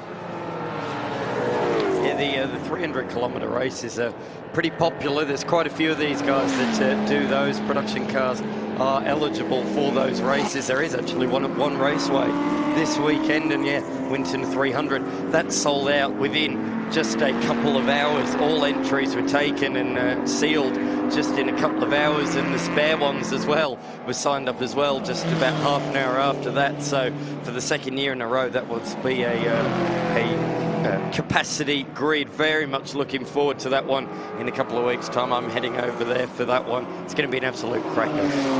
Well, we keep this race going. Mecklem's still our leader, but we are watching those brakes on the front. Although we've seen those cracking laps, especially that lap 100 with the fastest lap of the race, potentially with a 1-minute lead at the moment, and seeing the brakes go on the other Mustang, I know that potentially could have been like a brake duct, you know, something, a cooling issue there in the front of the car. I don't know if I want to be risking it to back that off to a 119 now, just cut a second of lap back off what they possibly could do and try and bring this car home. You've got 27 minutes still remaining. Likely still to get about 15 laps in this race, 15 to 20, somewhere there. I was just about to say about this 91 machine, PB sector. So he's absolutely flying. Out there is Randall. So he's in position number 8 at the moment. J-Mac, I think you've got an update on one of our cars. Well, the Jarvis Volkswagen we thought was retired for the rest of his 3-hour enduro. But have a look. They've found some bicycle lights and they are looking to try and get brake pads back into the car. It's not back out on track yet, but they are looking to try and get the blue Volkswagen that could out there for the finish. I knew someone was listening. If he grabs the cameraman now and they wrestle him to the ground, they'll be able to grab that LED off the camera. Well, the camera guy could jump in for the last 20 minutes, give us another in-car camera. Yeah, that's exactly right. We'll get on to that. One of those great stories you hear about from the pit lane. Well done, J-Mac, the news hound down in pit lane tonight. That's great news. The crowd favourite. Yep, just get a result at least. You love a good underdog story, particularly down here in Australia. An underdog story goes gangbusters, and that's really good to see. That should hit the track in the remaining 25 minutes, and it will be classified. It's done a large portion of this race, so it will be collecting points, albeit it has fallen off the class podium. Yeah, he's 20 laps off the lead, but he'll still be classified if he gets out there and finishes here. So that's a good point you raised. The gun from Randall car coming through to complete a lap. They're 8th outright right now, about to set their fastest lap potentially of the race as they come to the line, and it is a 23.28. So 91 winding this up, although a fair way behind the 7th place car and a long way behind Tom Heyman, the second of the A1 class car, the only other one that's out there on the track, with the Troy Williams David Ling car now out of business for this year's event. With a chance to dash outside the commentary box, and all my hopes of that air condition dropping down have gone out the window. It's quite mild out here tonight at Queensland Raceway, which is a good sign. Tom Heyman using a bit of the pit exit for a wider line into turn number 1. My concern is the smoke coming out of Camilleri's car. Now, I know there could just be a little bit of oil burning, maybe through the turbo or something coming out, but there is a slight haze of smoke coming out what looks like the exhaust of that car. I know they're not in the same class, Camilleri. He's obviously in the C class. Tommy Heyman coming around to put a lap on, but Camilleri been trying to bring this car home to the MPS. You and I have grown up in night racing, whether it's drag racing or speedway over the years. I just think there's something magical about watching cars at night. You just see the different personalities. You even saw that going down the back straight, the puffs from the exhaust, just making the puffs of dust come up there, or the hints of smoke that you probably wouldn't see during the daytime. Yeah, it really highlights it, doesn't it? Yeah. You know, it's that opportunity under lights where you just see a different view or a different perspective there, which, you know, even the brakes, we know they get hot. In the daytime, you can see the rotors, but we wouldn't see the sparks coming off when it goes metal to metal. It's really hard to see during the daytime. So I think the nighttime racing is really where it's at with these cars. I mean, and then you see a little bit of personality, like the LEDs put on the car, things like that. I mean, coming down here, you just see headlights. You're almost waiting for that moment as they come under the lights here at Queensland Raceway to look at the car and the numbers, figure out who they are, and sort of just gives another element. That car is moving around a lot, though, Oscar, but look at the back. I know there's a few bumps down there, but it looks like the back of the car is very stiff at this point. But again, it really shows it, doesn't it? Like the reflection of the headlights shows you the bumps, and that bump's been there since the track opened back in 1999. You can hide it as much as you like, and it'll just keep coming back. And that's what makes this track so quirky. Yeah, it's flat, but it still has a lot of character about it. Talking about those LED lights, there's actually a prize up for grabs. I'm not sure if you guys talked about it during the night, but Tony from Chaos & Co Studios donated a helmet dryer for the best lit-up car for this weekend's event. That's why I think we're seeing so much more of it this weekend in the Australian Production Car Championship, just giving the drivers a bit more incentive and for the cool factor as well. Yeah, absolutely. The number 54, we haven't really mentioned of Beggs. The 54 Beggs and Darren Whittington, they've really stayed out of trouble in this race. They're now inside the top 10 outright and leading Class D in their Toyota 86. A real great news story, that one. Just been under the radar all race long. I don't think we've mentioned them more than once or twice, and there they are late on in the race, leading their class. Not by much, it must be said. Class D is only separated by 10 seconds. Are they the only car to get one pit stop? That's what I'm reading up on the screen, though. Is there potentially a splash and dash still to come from that car? Yeah, sorry, I thought we were all done and dusted with the stops. Good pickup from you. Yeah, that is the... Well, but do you think could he get by? Could he get through? I honestly don't think we've had enough safety cars in this race. I really don't. Yeah, it's a small D-class car, but people are saying to me 80 minutes is about it. I don't think we've had enough safety cars. The fact that all of his other class competitors, all the other Toyota 86s have made a second stop, says to me that that's the outlier. Yeah, I'm prepared to be proven wrong, but that's my theory. Yep, stick your neck out, you never know. He is fuel saving. Look at that down the straight, only 174 k's an hour. Well, that could be the payoff, you know. Like maybe saving like there's no tomorrow. I reckon they're going to try and push that all the way. Why wouldn't you? Maybe you got the lead, you know, reasonably substantial. If you're only going to give up 2 or 3 seconds a lap, you might make it from here. He's going 10 k's an hour slower down the straight, but he's losing because he's fuel saving so much. He is losing nearly 2 seconds a lap on those cars around him at the moment. Yeah, you're right. That's come down to 8.6 seconds on this lap alone. It was 10.3 on the previous lap. So stay with Ter Horst, and the BMW still running in second, but it's falling away. That's blown out to well over 60 seconds now. In fact, it's 1:11 as he comes through to complete a lap, and has a great love affair with the high beams coming down to Nick Johnston straight to indicate the slower cars that on the way through here, but losing touch with Tyler Mecklem, who's just controlled this race, got in that car and banged out a fastest lap, not just for the car, but for the entire race. And it sits there. The only two cars on the lead lap as we're around 20 minutes remaining in this fight in the night, the Australian Production Car Championship here at Queensland Raceway. I'll tell you, having to walk around the pit paddock before, there's still quite a few people wandering around taking this in. It is just perfect player comfort conditions out there tonight. Yeah, I agree. Just nipping out as well. I was surprised at how many people were still in and around the paddock. It's really, really good to see. And people as well at the backside of the circuit. I've seen still quite a few cars parked up on the banks. Of course, you can do that if you enjoying the action and you're around the area. Make sure you come tomorrow. There are park and view options available. So, yes, you can park your car right up at the track and enjoy the comforts from inside your own car even. Dan, I know you're losing your voice with the excitement of today at the moment, but, I mean, this is your first time physically at the track at Queensland Raceway. I know, you watch the racing, you've been involved in a lot of motorsport. What's your first impressions now that you're here?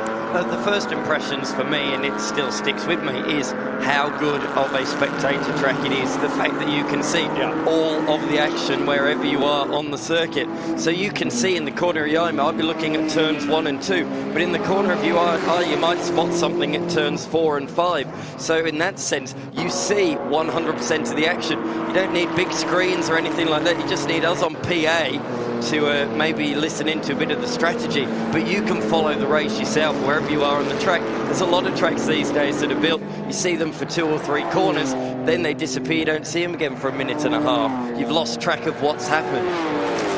Great summary, I totally agree. We need more of these tracks around the country that do produce this. I think where we're from with the bend, you've got some great viewing areas there, but sometimes we lose perspective, the cars disappear. And that was all man-made. That could have been a very flat track as well. Yeah, absolutely. You can see the headlights flashing there from Mecklem, just letting the back markers know that he is coming through. So he's done that very, very nicely. But the lead margin is out now to 1 minute and 16 seconds. Yeah, he's 3 seconds a lap quicker now on the Speed Cafe BMW, but Lindsay Kearns holds down 3rd position. Won't have any threats from Tom Heyman here. Don't forget, tomorrow we're back live from 11 a.m. on the YouTube stream and Hi-Tec Oil Super Series for day number 3 of the Hi-Tec Oil Series, which is going to be feisty, I think, from a TA2 perspective. There's still, I would say, more than 50% of the teams that are working on their race cars right now to be ready for tomorrow's second races before the endurance race tomorrow afternoon, and a full undercard of categories that will be supporting this. Next time out, we head to Malala in South Australia for the first time in the Hi-Tec Oil Series. Another historical track down there in South Australia that we're very much looking forward to being there the final weekend of September. And just like that, Matty Cap, we're finishing up at Winton. Feels like the season just started, but the last weekend of October and the first day of November, we'll be down at Winton Motor Raceway to wrap up the entire Hi-Tec Oil Super Series. Yeah, it was a very early start, wasn't it, to the season there in Winton? It was hot. It was very warm.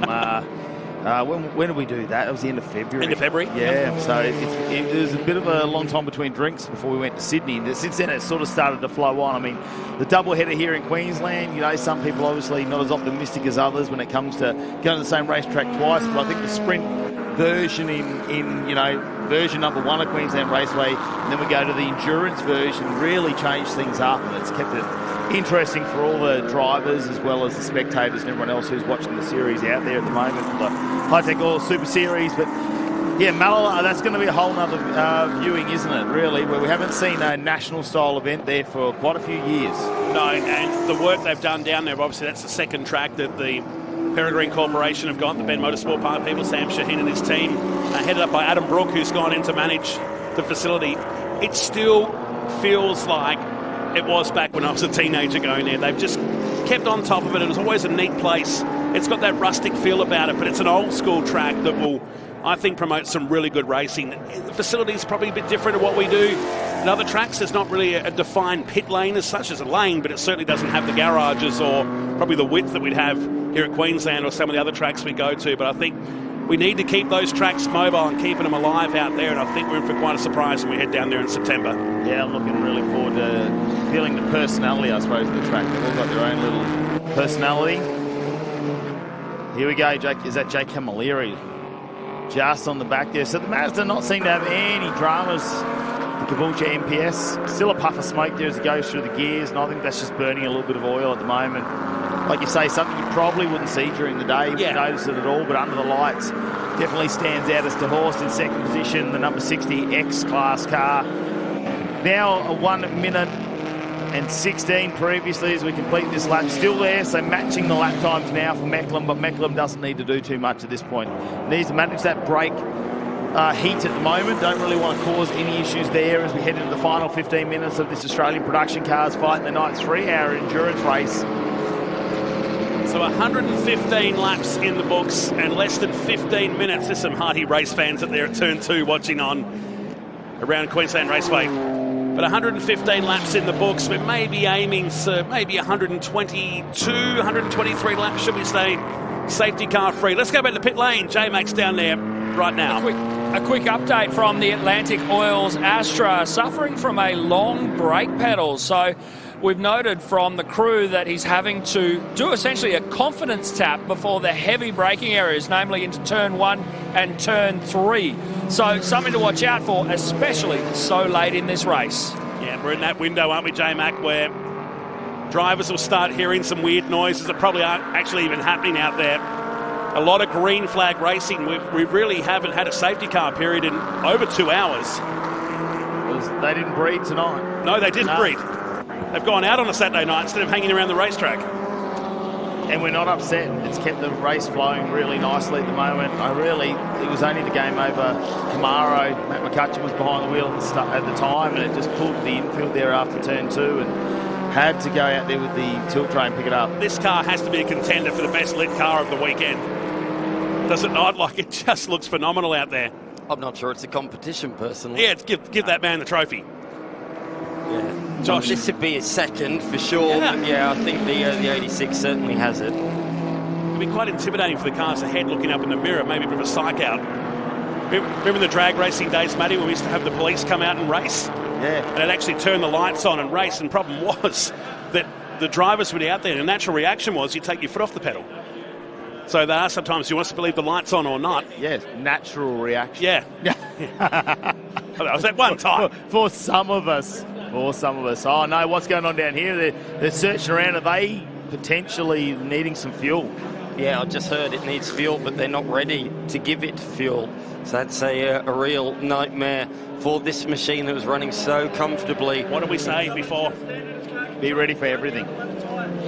You can be complacent, sitting in the pits there going, yep, we're going to be fine, everything's done, our job's done. In fact, you'd even start packing up in your pit area now. Yeah. And now the 119, we believe, needs fuel. Chris Holt, in fact, jumped into this car this weekend after Ettore Vasolo was going to drive for this, but there you can see the fuel in, that's the breather side there you can see.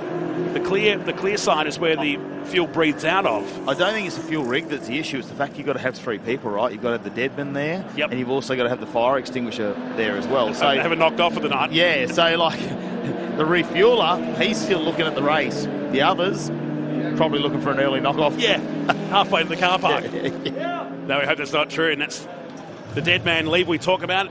Goes back up there, and now they can release him out. But a costly pit stop for the Shinkfield Chris Holt car that was 11th out run. In fact, it's quite safe in 11th position, but clearly he's not thrilled about what's gone down in pit lane.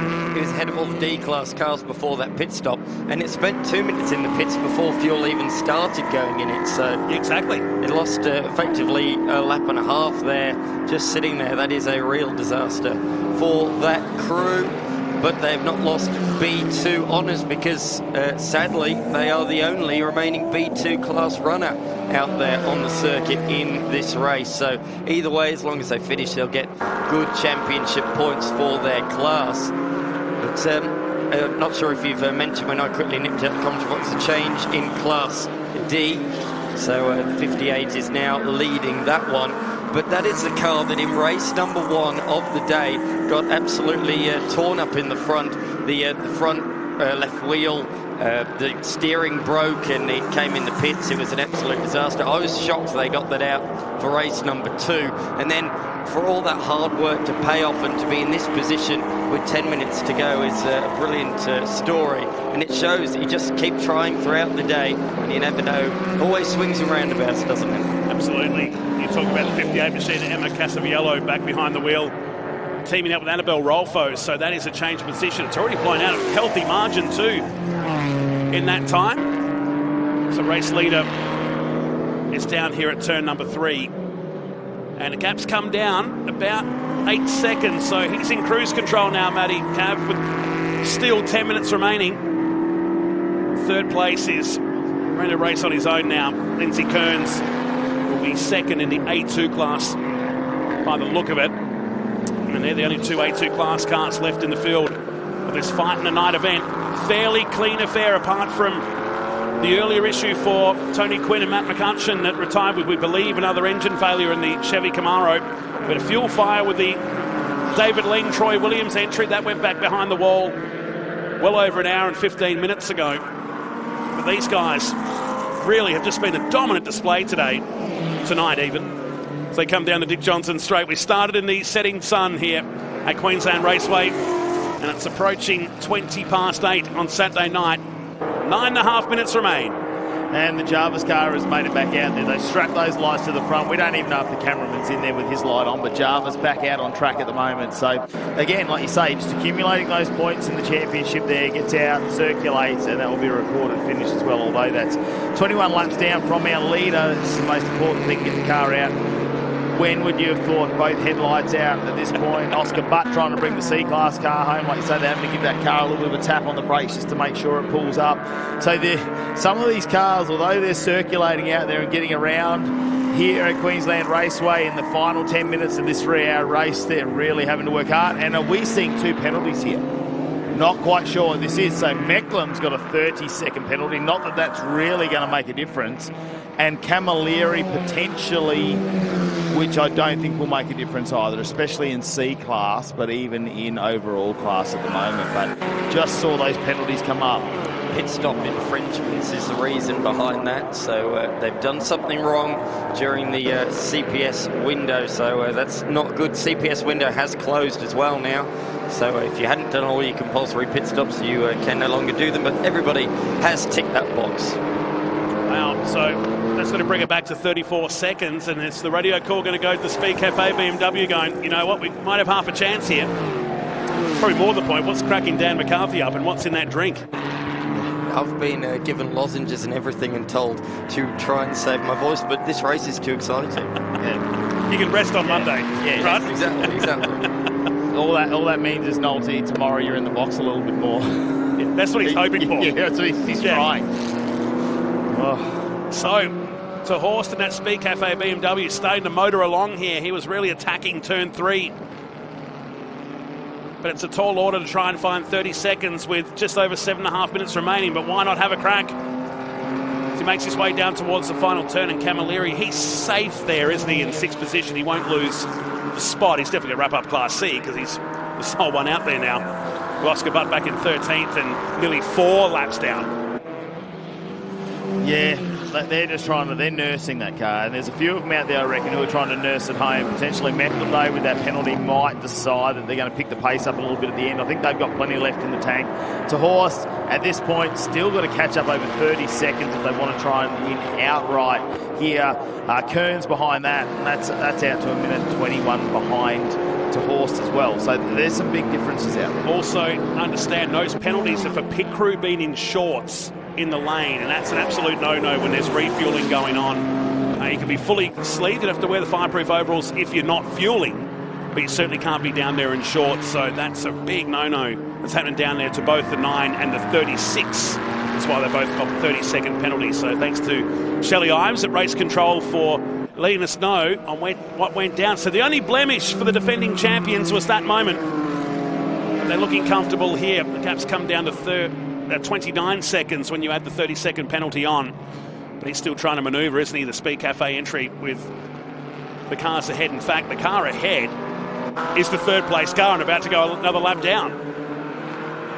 Yeah, and in front of that too, it looks like we've got the 119 of Ryan Shinkfield, who had that moment down in pit lane where they weren't ready to just add a little bit of fuel in there. They did the right thing, had to wait for the fully closed fire suit guys to come in and make sure they could fill that car back up as we head into the final 6 minutes of this race. To Horst, we'll go past the 119 of Shinkfield as well, just ducking behind Kearns, but won't want to stay there as he starts to chip away.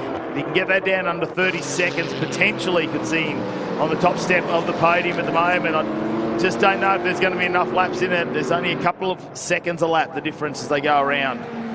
Macklin will know, they'll be on the radio to him if we do get to that point, but I just don't think there's enough time. Another half an hour, potentially this could be a totally different race. But at this point of the time, Hurst just needs to circulate. Keep chipping away just in case. It could be, anything can happen. Brakes could go. You can run wide. There's, a little bit of dirt out there on the track at the moment. Not too much because we've been circulating around really clean, but you just know it's brakes here that are starting to fade away. We're already hearing that with some of the brake pedals. Tyres now really are going to be getting pushed hard. We know that Horst has had that front left go on, that new one in the last stop, so that's only an hour old, and Macklin with that rear left. So that's the drive tyre at the moment when you go around Queensland Raceway, so that'll be keeping plenty of pace there. And have they got enough fuel? I reckon they would. I don't reckon they're nursing that home at all. The only one that's nursing that home will be Beggs in the D-Class there in 10th position at the moment, who's really dropped off the pace and probably dropped off another 10 kilometres an hour down that main straight, so they're running on fumes. So Zero Nullers West with just over 4 minutes to go. Gap is now 26 seconds, first to second. And Kearns being the roadblock at the moment for Speed Cafe BMW, even though he's going to be a lap down, it's affecting the car pace. It's not exactly holding him up here. The car pace is actually quite good for that Mustang. And now from a long way back, those brakes are really, really hot on the Speed Cafe BMW. They have been since probably lap 3 of the race. But it's held on, the Soul Class X car in tonight's field.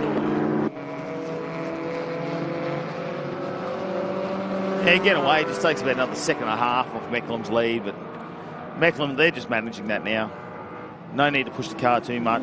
We've seen all of the movement there to Horst. Car has a big moment there coming out of turn number 4 just for a second. It's been a long stint for some of these drivers. Jake Camilleri, I just don't know how he does the 3 hours in one stint. He's always done that, though. I don't think I've actually ever seen him with a co-driver over the years. No, I haven't anyway, that's for sure. He's always done the stints by himself, and no matter what the race distance. This is probably the longest of the lot, but yeah, he always does it himself. What'd you say, Dan? We're going to break him up. He's been too excited. We're going to break him on his birthday. We can't, because he won't show up tomorrow if we keep doing this. Becomes the leader, Tyler Macklin. Years and years of experience, and he'll just be ticking off the laps. In fact, he's slowing down that much at one of the Class D cars. Almost caught him off the final turn, but stretching the legs of that big Mustang to tick off another lap. And 1:23.6 that time around for Macklin. That's 5 seconds away from that fastest lap of the race. So controlling it in the final 2 minutes. Enjoyed it. It's been a very clean race. We started with 26 cars earlier today. Sadly, half a dozen of them couldn't make it out for this 3-hour endurance race, which probably begs the question, do we just run the endurance race with these kind of... This is a 3-hour race. We had 2 sprint races today, and so we're going to say, yeah, but they need the track time to get the practice, but we've now lost 6 cars out of potentially a race that could have been 26 You have that practice time, right? Exactly. Do you have practice and do you just have qualifying in the morning? Run to your endurance race in the night time, potentially. Like you said, they're talking about, do they go to a 4-hour endurance race? Is that what we do? But potentially cut away. But then you drop away to sprint races. Yeah. These cars aren't built for sprint races to begin with. So, you'd go, well, we have a 3-hour race, you qualify them in the morning, shortens down the weekend, the travel time perhaps, and away you go. I think there's too much risk there. This is only opinion. We're entitled to an opinion. I think the risk to run 2 races in a short time, then a 3-hour race, is the reason why we end up with 6 less cars. I'll see myself out. Yeah. And, you know, what are they doing? Last lap board out now. Final lap now for Mecklem. Just needs to stay 30 seconds in front after receiving a 30-second penalty for a pit stop infringement a little bit earlier where someone didn't quite have the longs on down there. Yeah, I mean, can be forgiven for that on a night like this. I mean, it's still 18 or 19 degrees outside at the moment. It certainly hasn't cooled off like last night. But boys, he been hot on track here. Fastest lap of the race, moments after getting behind the wheel of this Mustang. Both he and Hadrian Morale are looking likely to go back-to-back here with a 21-second advantage back to the Speed Cafe BMW that runs in second, will win Class X. Lindsay Kearns back in third position and will win. We runner-up in the A2 class, and Tom Heyman, that was a monster effort from the Daimler Trucks Brisbane entry to wrap up the A1 class honours and be 4th outright as they make their way down to this, the final couple of corners. In the fight in the night, it's been a clean affair apart from the first half an hour of the race, with these guys looking really good. And here we go, our race leader at the moment, Mecklem. Just has to goes past Paul Puccini, and Randall is in the pits now. So I don't know what's happened in the final moments of this race for Randall in the A1 category. Tommy Heyman leading that anyway as Mecklem comes around. Lights are on, Puccini behind. Paul Puccini will be happy with that one. He's worked his way back up into 5th position, and the checkered flag is out. And there we go. Mecklem goes back-to-back in the A2 class here as we light the sky up at Queensland Raceway and celebrate the fight in the night. Great way to finish it. Mecklem and Morale win by 20 seconds when that penalty is applied. That's a lot more fireworks than last time at the end of that 2-hour race. Well, not as many during the race. So, exactly. We saved them up. We didn't use them early. Great little bit of sizzle to end a great day of racing here at Queensland Raceway. As the field all greet the checkered flag, 126 laps were recorded there, 1 safety car period. And Mecklem and Hadrian Morale go back-to-back in the fight in the night to horse. Oh, don't make a mistake on the final turn. Do you think they're running out of fuel there? Potentially. But that was cutting in and out. But he had a moment going through turn 4 and 5 earlier, so I think he's just having some fun on the final lap. Yeah. And will cement second place in that Speed Cafe BMW ahead of Kearns and Tom Heyman. Oh, no, the 91 of Randall just went into pit lane and has come out, and that front left wheel has disappeared. It sparks. Can you believe this? They're going to be 7th on track. This is coming out of pit lane. The wheel was not even there. Someone, is that an issue? We got studs gone? Because I can't, or they the ones that actually screw in when you put those wheels on? I'd have to check that style of Mercedes there, but that's a major issue there from a pit stop. I think they had to send him out quickly before the race lead across the line because pit lane would close as soon as the leader finishes the race. So they've sent him quickly. Well, that's unfortunate. And going around like that, I wish he'd just pull up at the moment and potentially put that on the grass. Yeah, it's a long way back around at that pace, but they'll be classified in 7th position. He's actually going to take the short track in there, which is good. So we've got a replay coming up. So looking... I was wondering where those sparks had come from. I saw there's a small grass fire on the right-hand side. Quite lucky that didn't hit one of the cars heading down the back straight. So the fireworks on and off the track there. And what do we say? It doesn't always finish at the checkered flag. What a great job from these guys. Back-to-back winners of Fight in the Night as they make their way into victory lane to bring the curtain down on day number 2 of the Hi-Tec Oil Super Series. 20 seconds was the margin at the end. Mecklem and Morale win for the 2nd year in succession. So Hurst and Gooley home for 2nd. Kearns and Carr home for 3rd. Heyman and Griffith, that's a monster job for those guys to be 4th. The father and daughter combo, Puccini's coming home for 5th with Jake Camilleri. He'll sleep well tonight.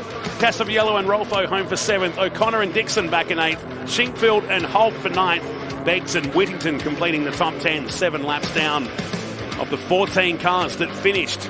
Out of the 20 that started, Trappett and Davis home for 11th. Oscar Bart and Troy Derwent home for 12th position. Wilson back in 13th. Jarvis, they got the car back out there with some bike lights and maybe some iPhone lights as well to get them home for a result. The story had to be that 91. It's actually been given a DNF because it hasn't made it back to the finish line. 7th place outright.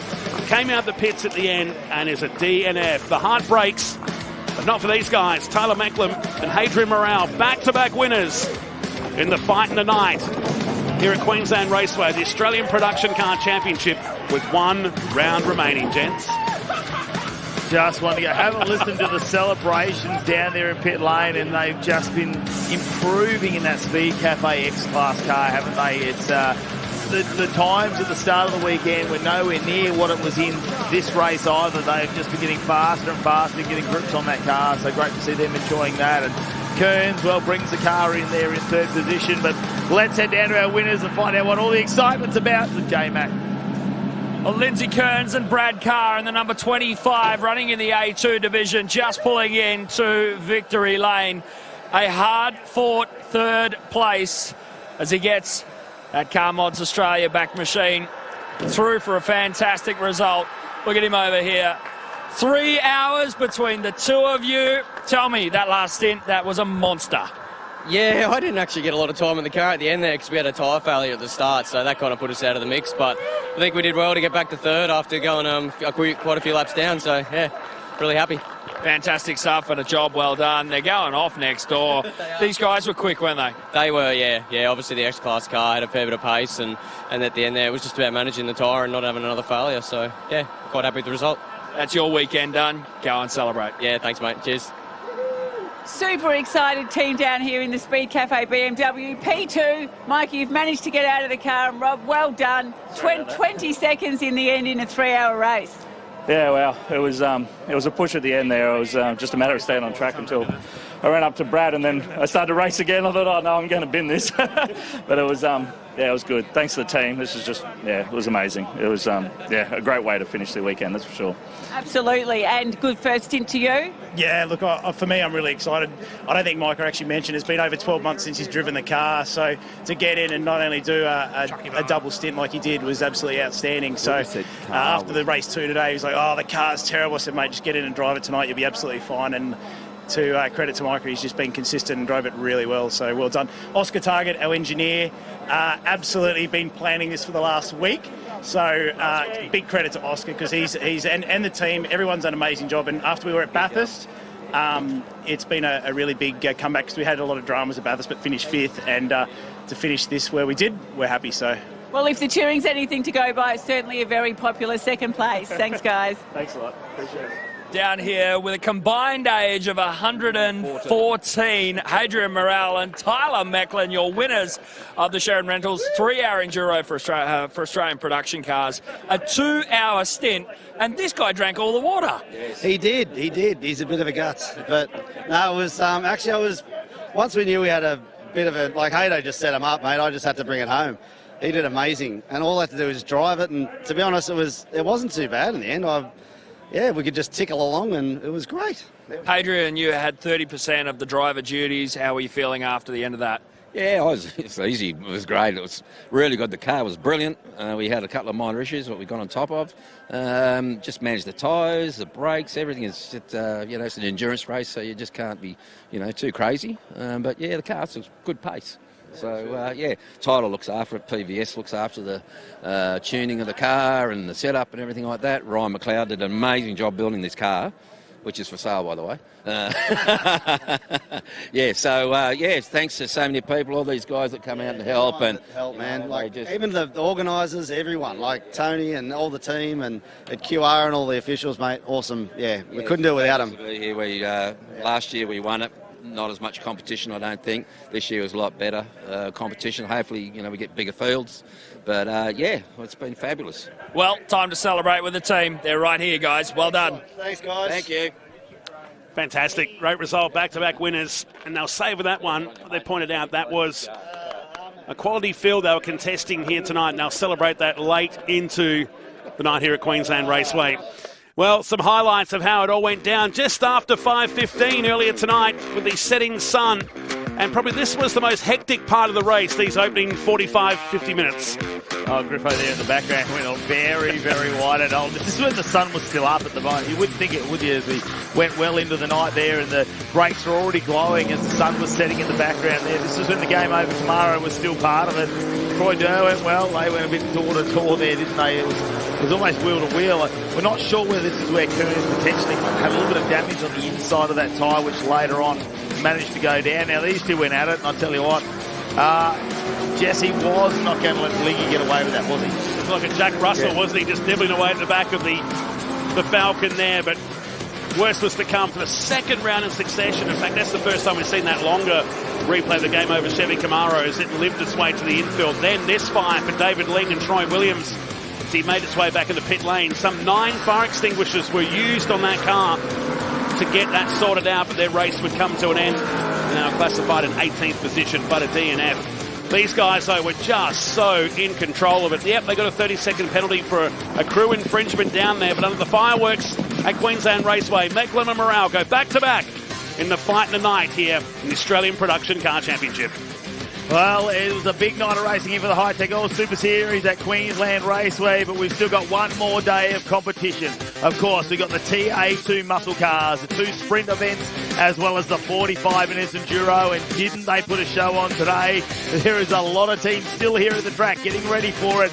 Broadcast starts at 10 a.m. tomorrow morning on our live stream on the Hi-Tec Qld Super Series YouTube, and of course we go live on SBS and Fox Sports from 1 p.m. tomorrow. Make sure you join us for all of tomorrow's action. Don't miss anything. Hi-Tec Qld Super Series, round number 4 from Queensland Raceway.